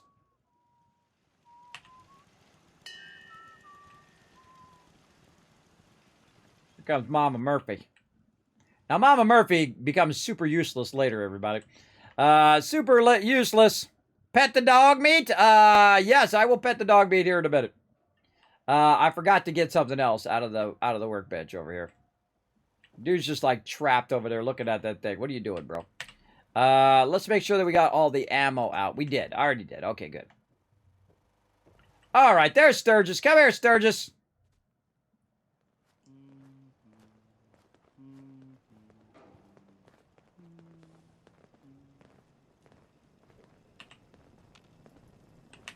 Sir, welcome back, sir. I do hope you were able to find some assistance in Concord. New friends. I made a few new friends. Can't have enough I was trying to get him, but I got him instead. I realize that I'm no Mr. Gutsy, but if needed, I'd be honored to accompany you throughout the Commonwealth. Just say the word. All right, come with me. Yes, of course. As you wish, sir. Don't worry, dog meat. Not to worry there, pup. Your martyr is in good hands. All right, where am I sending dog meat? Where I'm at, Sanctuary Hills. I forgot to do that. It just dawned on me I have to do that too. Sturgis, come back here. Sanctuary. I knew you'd join us here, kid. Your energy is tied to this place. I lived here. I used to live here. A long time ago. Ah, but the distant past ain't so distant for you. I saw you leave that icebox. This whole world is like some bad dream you can't wake up from, isn't it? The sight can help you, kid. It always has answers. Just gotta bring me some jet so I can see what it wants to tell you. Maybe later. Maybe. Let me think it over. Well, ain't like I'm going anywhere. The sight will be here when you need it. I don't think we've met yet. I wanted to personally thank you for giving us this opportunity. I'm ready to help with whatever you need. Just say the word. Yes. Yeah. Let me show you. Sure. I'm new here. Let me just stop what Did I'm you doing have to anything talk you to wanted me to do? I'm being sarcastic. Leave me alone. Yes. Yeah. Let me show you. Go ahead. You remind me. Oh, I got 2 settlers. I got 2 of them at the same time. Because I hit the bell. Okay, everybody's being creepy. Come here, Sturgis. Having a place to sleep will improve everyone's spirits. What we need now is a reliable source of clean water. I'm already on it. I'm on it. I'm on it. Clean water coming up. Great. Thanks again. Nothing I hate more than raiders. Hey, Sturgis. I If feel you're better willing to, already. put a few down Knowing for we me. have a reliable supply of clean water. I hope you don't mind me asking for some more help, but our food supplies are running low. If we're gonna settle here, we'll need to get some crops established. I already did all these ahead of time, so I could just go through this dialogue pretty quick. I'll get started. I'll start planting right away. Good deal. Just when you think you're safe, you're not. That's how Hey, they always Sturgis. get ya. This place is starting to feel like home. Now that we can grow our own food, I think we can really make a go with this. Trouble is, the more we establish ourselves here, the more of a target we become. What we need is to get some defenses set up. Then maybe Preston will be able to relax a little bit. I'm on it. I'm on it. Thanks. It'll make everyone feel more secure here. Sturgis. Thanks for doing that. We'll all sleep better at night knowing we have some defenses set up. It's been a long road. But yeah, I think this is it. Home. Feels good. I was glad to help. Well, I appreciate it. Of course, you know you're welcome anytime. My door's always open to you. Windows, too. Some of the walls, actually, come to think of it. I guess I better get back to it. Take care now. All right, so now we got that done. Come here, Sturgis. I just want to trade a few things. All right, Mr. Sturgis. I got something special for you, bro. So I'm going to give Mr. Sturgis a pretty nice weapon right here. That's right, I'm going to give him the minigun. And I don't think I have enough ammo because I got rid of all the ammo. Let's see. I do have some 5mm. Now, people who are not your companion only need 1 ammo. So I'm going to go ahead and give him 1 ammo. I'm going to tell him, not to grab it back. I meant to equip that. There we go. 1 ammo. I'm going to tell him to go ahead and equip the minigun, equip the ammo. I'm going to take this other ammo out. I got to do this in order. I think it's like, I got to put that in first or something like that. It's like you put one in and then the other one kicks in. Doesn't matter. I'll put the minigun in and tell him to use that. And now, dude. I've got nothing else I need right now. I think Preston may want to chat, though. The decisions you make will affect your companions. Okay, so I got that done. Now, I got to get my peeps back over here because I got to talk to them as well. Let's go. Now, again, this is my favorite thing, everybody, is I just go in the chair and I just forward time by 1 hour, and then all of a sudden, boom, everybody's there. I don't have to go chase them down because I'm overburdened right now. And you hit the bell again when you get up so they don't walk off. All right, now I got 2 new settlers. Normally I get 1, but I got 2 new settlers. Who do I want to do? Murphy, the mad woman. Let's get this girl right here. Let's trade some things. Of course. All right, so what I'm going to do is I'm going to hook this girl up as well. Let's see. I got to make a weapon first. I got to go walk very, very slowly and go make a weapon. I forgot to do it. Now I'm going to show you a little bit of a trick, everybody, that I use to know what my provisioners are doing. And what I do is I go over here to the weapons workbench, and I go in like I'm going to craft something. Now, what do I got that she could use right here? Let's see. That weapon, all those weapons suck. Maybe a 10mm. Let's give her a 10mm. Okay, so what I'm going to do is I'm going to rename one of these 10mm, and I'll put a P in the front for provisioner. And then I'm going to put S-A-N, and then I'll put an arrow, and then RR. Now, what that stands for is Sanctuary to Red Rocket. She's a provisioner, and she's going to go from Sanctuary to Red Rocket. So I'm going to go ahead and name it that. Then I'm going to go ahead and exit, like so. And I'm going to have to go ahead and try to get them before they wander off again. She'll be the one that wandered off. Nope, she's still there. All right. I don't know why they got their guns out. Usually that happens when a synth or something shows up. Come here, girl. If I can catch her. I just want to trade a few things. Sure thing. Okay. So there we go. So now what I do is I make them special weapons before I make them into a provisioner. And this will help me a lot later on. And so I'm going to go ahead and give her that weapon. I'm going to take all the other stuff that she has. Razor gain. She could have the trophy hat. And then I'm going to go ahead, give her that 10mm pistol. And again, give her 1 ammo. That's all she needs is just a 1 ammo. So it's going to save you a lot of ammo in the long run. Right over here. 1. Good to go. Now she's good to go. Now another thing that I can do, since I have all of this other stuff that I have on me here, and I'm going to probably keep that for myself, is I can go ahead and give her some outfits. Now, my people I like to, who are wandering around, let's see if we can find it. Well, I forgot what the name of it is now. Not Long John's. Where did it go? Drifter? Was it Drifter outfit? What's the one I usually give to them? Another chest piece. Long John's. I think it's Raider Leathers. I think that's what it is. Road Leathers. There it is. Road Leathers. So I can give her Road Leathers. But I got a whole bunch of other stuff in here that I can give her. All this leather armor as well. So what we want to do is compare our leather chest piece, which is 310, to the Raider chest piece, which is 4-2. Now, of course, this is going to have more regular damage, but that's going to have more resistance. Also got a Minuteman outfit, which gives your agility perception. She don't need that, everybody. That you could use that. That'll help you.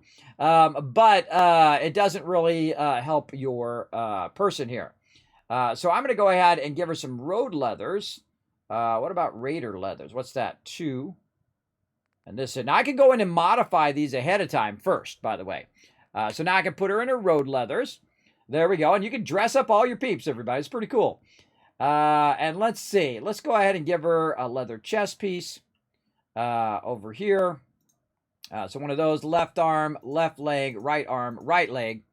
And just give her 1 of those. There we go. And then again, we're going to go ahead and equip all of these with T. And now she's got, I give her that weapon. Road leathers. Take her pale blue jacket off. And again, they always show up with a certain amount of outfit. We can go ahead and give her some eyeglasses if we wanted to fancy her up. I'm going to keep the army helmet for me. Gas mask might help.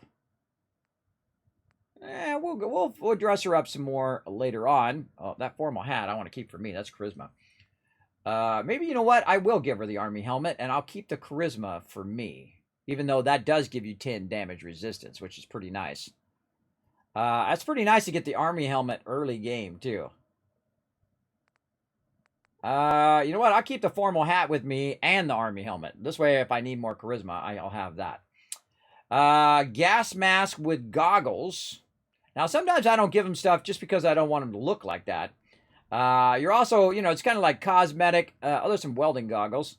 I can give her that. But again, if it gives them more perception, it's going to help them do, again, more stuff. So leather right leg. Got to put all these back on again since I swapped out her outfit and it took that stuff back off. Because you got to have stuff that she can wear underneath her current stuff, right? So she got all of her leather armor there. And then she already has her road leathers on. We can't see that. It doesn't show up in the list. As well. And I think that's probably good enough to get her started. And now, there she is. She's looking good. And then I'm going to go ahead and go in here and I'm going to say supply line. Now, her job, this particular lady, is going to be to go between Sanctuary and Red Rocket. And off she goes. And now, if you look on the map, you can see that I have a supply line. When I hit C here to see my supply lines between Sanctuary and Red Rockets. I always do small supply lines between small areas. I don't make them run from one central area to everywhere and then come back. I feel like in real life you wouldn't want to do that. You would want to do small supply. One person does the small, and then the next person takes it a little bit more, and the next person takes a little bit more. This way they're not walking completely across the whole wayside, because they physically walk all the way across. The whole entire world is in a simulation. So all of that stuff's going on at the same time. Now, obviously, they're more dormant than they are when they're right up next to you. But all of that simulation is running at the same time. That's basically what Fallout 4 is a giant simulation as well. Now, I feel like one of these two people is a synth because those people were getting triggered. Could be this girl. Just wanted to trade a few things. Okay. Okay, now what I can do is I can trade out with this lady right over here, give her some stuff as well. So we're going to do the same thing. We're going to give her some of these road leathers. We're going to have her wear the road leathers versus her survey outfit. I'm going to take her bobby pin. I'm going to take her bottle caps and see if I have a better weapon than her 38. Now, she doesn't need all of that ammo, by the way. And again, you can go through and do this with each and every person in your settlement. What am I looking for? Weapon. I think I'll give her a nice 10 mil as well. Take this out. Now, I don't need to name this stuff. If this is my companion, by the way, I'll also rename all the weapons with a Y on it. Ys will drop to the bottom of the list. But if it's just some random person that is in my settlement, I don't go through that much effort. I mean, I'm pretty hardcore, but I don't go through that much effort to get it going on. Thank you a lot for streaming. Thank you. Thank you. I've been going right now for 9.5 hours. That tells you I like me some Fallout 4. I mean, it feels like just a few minutes have gone by. Do not give them grenades, everybody. Do not do that. So let's give her a 10mm pistol. Let's go ahead and load her up. Again, so she can help defend the settlement. Now we're going to go ahead and give her one bullet right over here because that's all she needs. Right over here. Now, when the people get attacked, they will take. There we go. Yeah, you put the pistol on first, and then you trade it in, and then it activates. That's what it was. And so they will get attacked and they will get downed. And you don't want that to happen. You don't want your people to get downed. You want your people to be able to go ahead and defend the settlement. So it might be a good idea to go in and start putting your peeps in. So they're good to go right over here. Leather chest piece, left arm, left leg, right arm. And you'll see me rename all of this stuff later on my own personal gear as well. And I'm going to go ahead and take the mining helmet off. And I'm going to give her my mining helmet. And then she can walk around and get that going on. Let's see. What else do I want to do here? I think I could give her some glasses. If we have, some eyeglasses. Let's just go ahead and give her those eyeglasses so she'll have high perception and whatnot. Now, this particular lady, since she's chilling out, she's looking good now, is going to help us defend the settlement. Now, I normally don't use the defend thing, everybody. I usually build a Kismet kill box. But since we're going a little bit faster here, what I'm going to do is just go ahead, just for fun, we're going to go ahead and put down some guard posts like this. So we'll put down one guard post right here. We'll put a guard post right over there, like that. And we'll go ahead and try to put a guard post way on that other side, but I'm going really, really slow right now.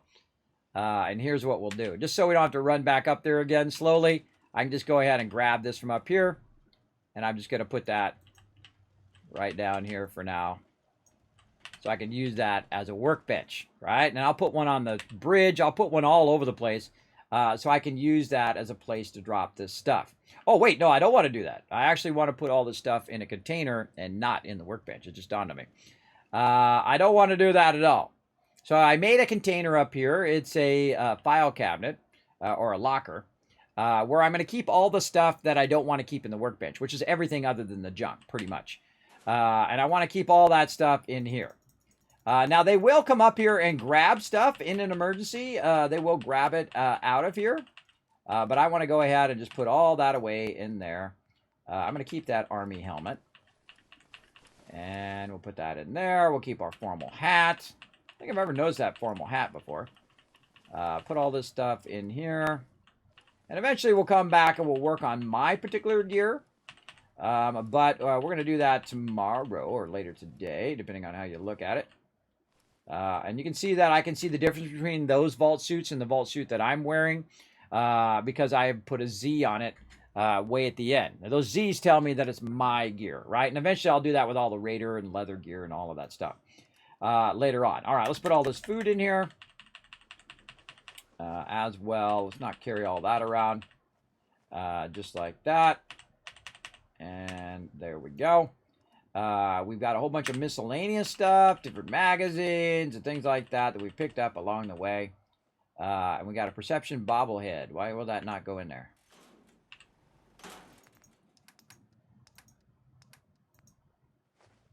Oh, that's right. You can't do that in this one. You can do that in Fallout 76. You can't do that in here.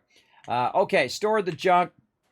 All that stuff's in there now. How's my inventory looking? Looking good. All right, so I'm going to go ahead and put on this army helmet, which is going to help me later on when I go take on some baddies. Keep my noggin nice and safe. Plus, I have another hat, which is for plus charisma when I'm trying to convince people to do stuff. All right, I got a bunch of purified water on me there. I can go ahead and downscale that a little bit as well.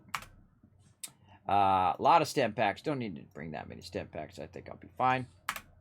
There we go. And of course, I'm just reducing my overall weight, which I have 32 of 285. You're like, Kismet, you're blocking the thing. Well, eventually when I start using my power armor more, it'll no longer block because it'll be in a different spot. You know what I'm talking about. Okay, so what we want to do is find that girl. She wandered off. Find that girl again, now that we can move around. There we go. We want to find that girl, and we want to put her to work. Not you, Marcy. There she is. All right, lady. You're going to have a job. Now, you don't want anybody to be unassigned. If you have 4 or more people unassigned, it'll stop sending dwellers or settlers to your location. So what I'm going to do is I'm going to go ahead and assign her right here to this guard tower. All right, and while she's running over there, I'm going to make another guard tower. I'm going to put it, let's say, right over here. Now, one of the things you're going to notice about this guard tower right now is it's not occupied. But look at that. I looked at her. I looked back there. Guess what? She's still going to not only go here, she's going to go here and stand here for a little bit. Then she's going to go over to this other one, and then she's going to stand at that one for a little bit. I did not hit E, by the way. She automatically kicked in, and what it does, it looks around that area of where she's at and see that she can go ahead and do that. Remember, one person can do 3 of these in total. And here comes our provisioner. Where's your Brahmin? Can we trade a few things? Go ahead. Now, again, once you're in your area, you can get that going on. Let me go ahead and take that 10 mil out, just because I don't like to see that it looks like they're not using it. And give her 1 back. There we go. I like it to be equipped, you know what I mean? All right, you're good, girl. Now, again, you're going to see her go up there, and she's going to defend the base. Now, I have 1 person will do all 3 in there, and I like the high ones here, so she's up watching. Now, I happen to know that they do attack from this direction. Remember the last time I had clean fingernails? And then they also attack from this direction, so good thing to, and I could put it further away if I wanted to. And then, of course, 1 over on that far side, and eventually you'll see me build out big old defenses as well. Now, another thing that we want to do here in our defenses, I think it's under power. Yeah, it's under power. Is it in here?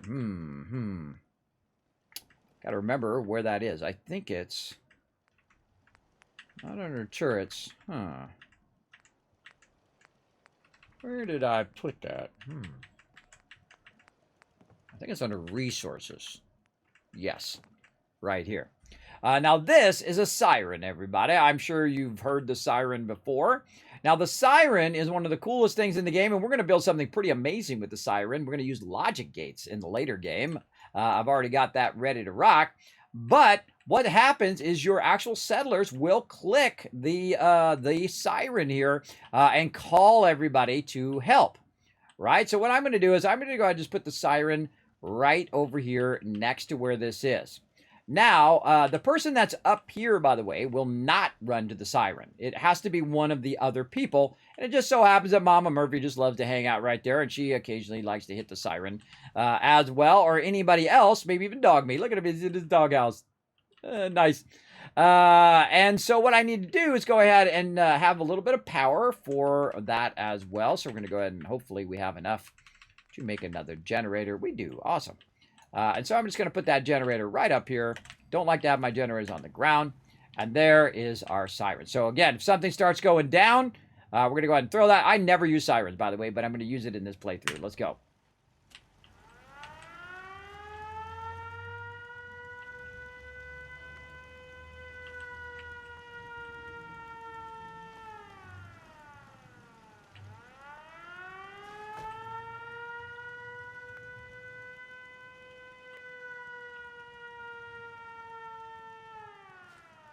They come running. Now, I find the sirens to be really annoying, so I don't really flip the sirens. Kismet, have you ever removed the space in front of the Z in your 10mm pistol? No, I don't like to do that. I don't want it to get messed up. Also, I don't use special characters either. Now, another thing that we can do is also on this side, also put a siren. So if they're attacking from this side, they can go ahead and throw a siren down over here. I highly recommend multiple sirens, by the way. I'm going to remember where that's at now again. Resources. Miscellaneous. Yes, okay. And again, I normally don't use the sirens, but I think in this playthrough, we're going to give them a try. We're going to see how well they work. Now, again, I'm producing a lot of purified water, so we're going to get attacked, absolutely, and I'm counting on it. I want them to attack. I want them to bring me a bunch of loot. And again, I'm just going to put this right up on the roof here. It's going to have its own individual power. And there we go. So they can very easily run up here and hit the siren and say, look, we're getting attacked from over here. Now, of course, I'll go in. I'm going to move this over just a little bit, just so people can have easier access to run up and click it.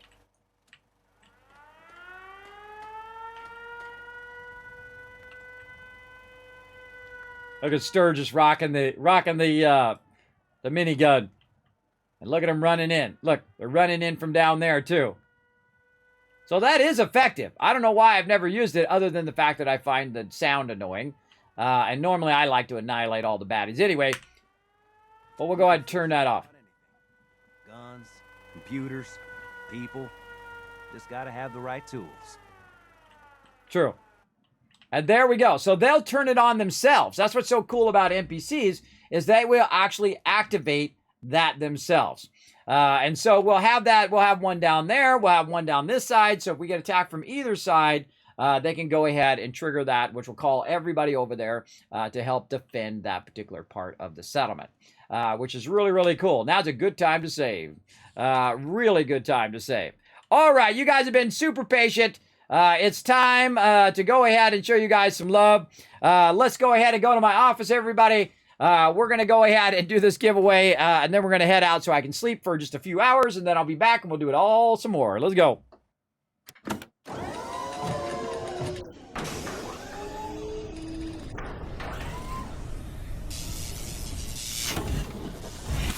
Oh, we just getting started, Blanky Blank. We're just getting started. I got so much more I got to show you guys as well. I consider that a pretty incredible first day. Again, I hope you guys like my new backdrop for the holidays. I hope you guys dig that. Let's go ahead and get you guys in right over here. Eventually, come on, Stream Deck. Bring my peeps in here. Or not. Feel free not to do it. Come on. There you are. All right, there we go. Gosh, so slow lately. Now, again, everybody, if you want to know my schedule, right over here, it is going to be every single day. Every single day, I will be streaming for the next 23 days now, because now we're on the 2nd. Forever the next 23 is up to the 24th, December 1st through the 24th, for St. Jude Children's Hospital. We've had an incredible, incredible start to the thing. I forgot where we at now. Let's go see where we're at on our overall goal. Now, again, people think I'm crazy when I set these really high goals, everybody. But we are already easily over 1,000. Let me see where we're at. God, I don't even know where to look for that. Overview, maybe. Overview. So, yes, we have raised. Let me refresh. Refresh. We have raised $1,415 on the first day, everybody. On the first day, Sword St. Jude. Now, we have a lot of giveaways to do. We've already unlocked a ton of them. I did not get to anywhere close to getting them all done today, but we're just going to be giving away every 20 minutes tomorrow, all day, or today, later today at 1 p.m. I'm going to try 1 p.m., everybody. Again, I got to think my schedule is going to be pretty fluid. If I stay up really late, obviously, I'm going to need to rest to come back and do it again. But we're going to keep it rocking, all right? We're going to keep it rocking for sure. Big time. Let's go ahead and do this giveaway, though. I appreciate everybody hanging in there. I know I got all involved in what I do. This is typically what happens to me. I get all involved. Let's do it, everybody. We're going to go ahead and do this Vault Boy hand puppet giveaway right now. Let's do it. Boom. Brando is the winner of that vault-tec hand puppet. Make sure to go ahead and say something in the chat. You got 2 minutes to do that. Right in the chat. Now, don't go anywhere, everybody. Make sure to put some GGs in the chat so you can earn yourself some Kiz Caps for the next giveaway. The more GGs I see in the chat, the more love I'm going to give to all of you. Remember, we got massive tons of giveaways to do. Our buddy Dog Meat, which we got to meet today in Fallout 4. We got to have some fun with him. Of course, Brando just won one of these, which is pretty cool. We're going to send that out to him, as well as we got a bunch of other stuff to give away, everybody. We're going to give away Nuka-Cola. This is actually super cool. It's like a cap. It's like a bottle cap on top of it. Pretty cool. It's made out of ceramic. It is awesome.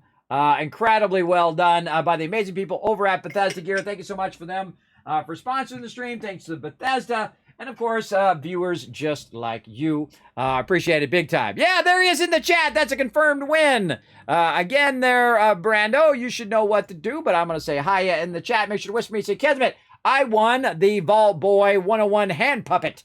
And I will, of course, need to get your full name, address, and phone number to send that out to you. Make sure to whisper it either on Discord if you don't prefer to whisper it via Twitch, all right? You can go ahead and just whisper me over there and let me know.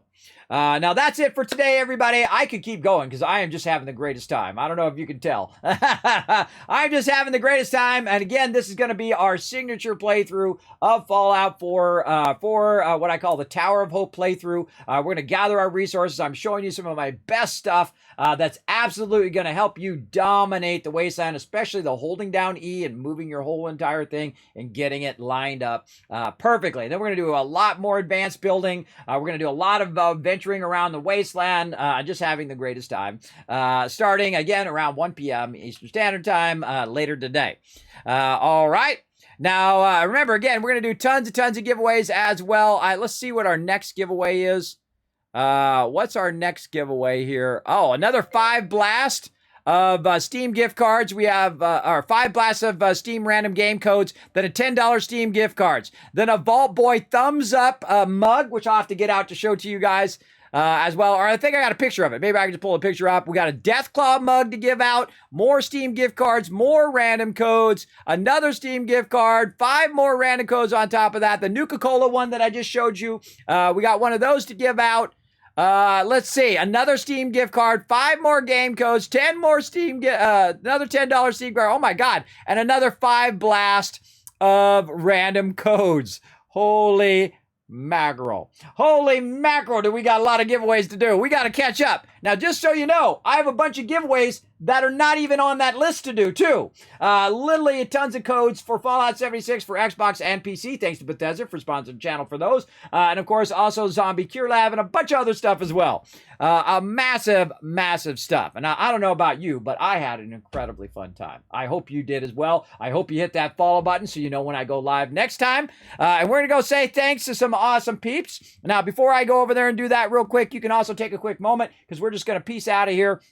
Because I've run way over the stream. Normally I stopped streaming like 3 or 4 hours ago. I said I wasn't going to run over, and I did anyway. Now, you can help support the stream, everybody, for free by running over to youtube.com/KismetBP and hit that subscribe button. If you are watching this on the future, hello from the past. Hope you're enjoying this playthrough. It's really fun. Make sure to hit that like button over there, and, of course, hit that bell while you're in there. And go down and leave me a comment. I always love to hear from peeps who do watch these videos back as well. And then, of course, on twitter.com/KismetBP, you'll go over there and hit that that follow button. Of course, the more you guys do this, the more epic stuff I get to do like this all throughout the year. So make sure to go over there and show some love if you haven't already done so. Also, go ahead and pop on over to Discord. Check out kismet.gg. Let me go ahead and remove that logo for just a second. And then go ahead and pop on over to patreon.com/kismet. That is the best place to help support the stream. Not only the stream here, but also stream on YouTube and also videos that I put out, like guides and other fun things like that I do. I'm hoping to come back and do a guide, some updated guides on Fallout 4. We are definitely going to be working on that eventually, but I got so many things going on right now, I don't got enough time. As well.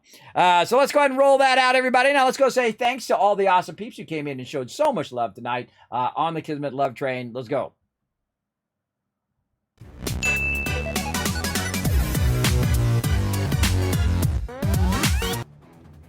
All right, everybody. Kismet Love Train getting fired up. Let me show you guys some love for those GGs earlier. 1,000, 2,000, 3,000 caps. Never leave the stream, everybody. Never leave the stream until the end, because here's what you're going to do is you're going to get lots of love from me right here. 1,000, 2,000, 3,000, 4,000, 5,000 caps toward all of those giveaways that you just heard me talk about, and a whole lot more, all going on later on today, 1 p.m. Eastern Standard Time. That's in how many hours from now?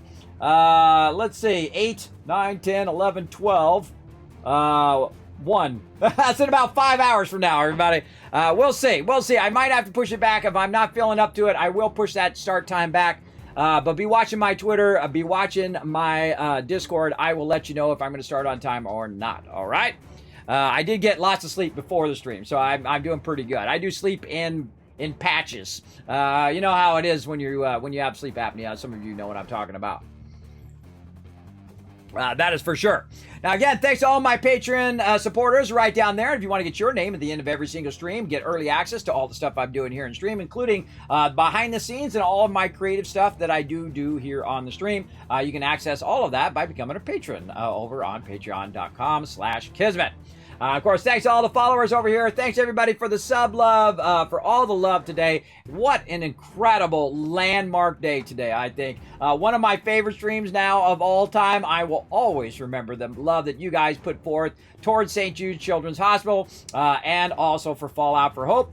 And again, we're only on, that was only day one. It's only going to get more epic the further we get into it. So again, everybody, I will see you all later on, about 5 hours or so, maybe, or maybe a little bit later than that, depending on how I feel when I get up. But we definitely going to be playing some Fallout 4 all day long. So make sure to be around so you can get yourself epic loot. All right? I appreciate all of you. I will see you all again. You guys are the ones that made this possible. And again, thanks to my sponsors, Bethesda Gear. Of course, the awesome people at Manscaped and also Zombie Cure Lab. All right. See you guys in just a bit. Bye, everybody.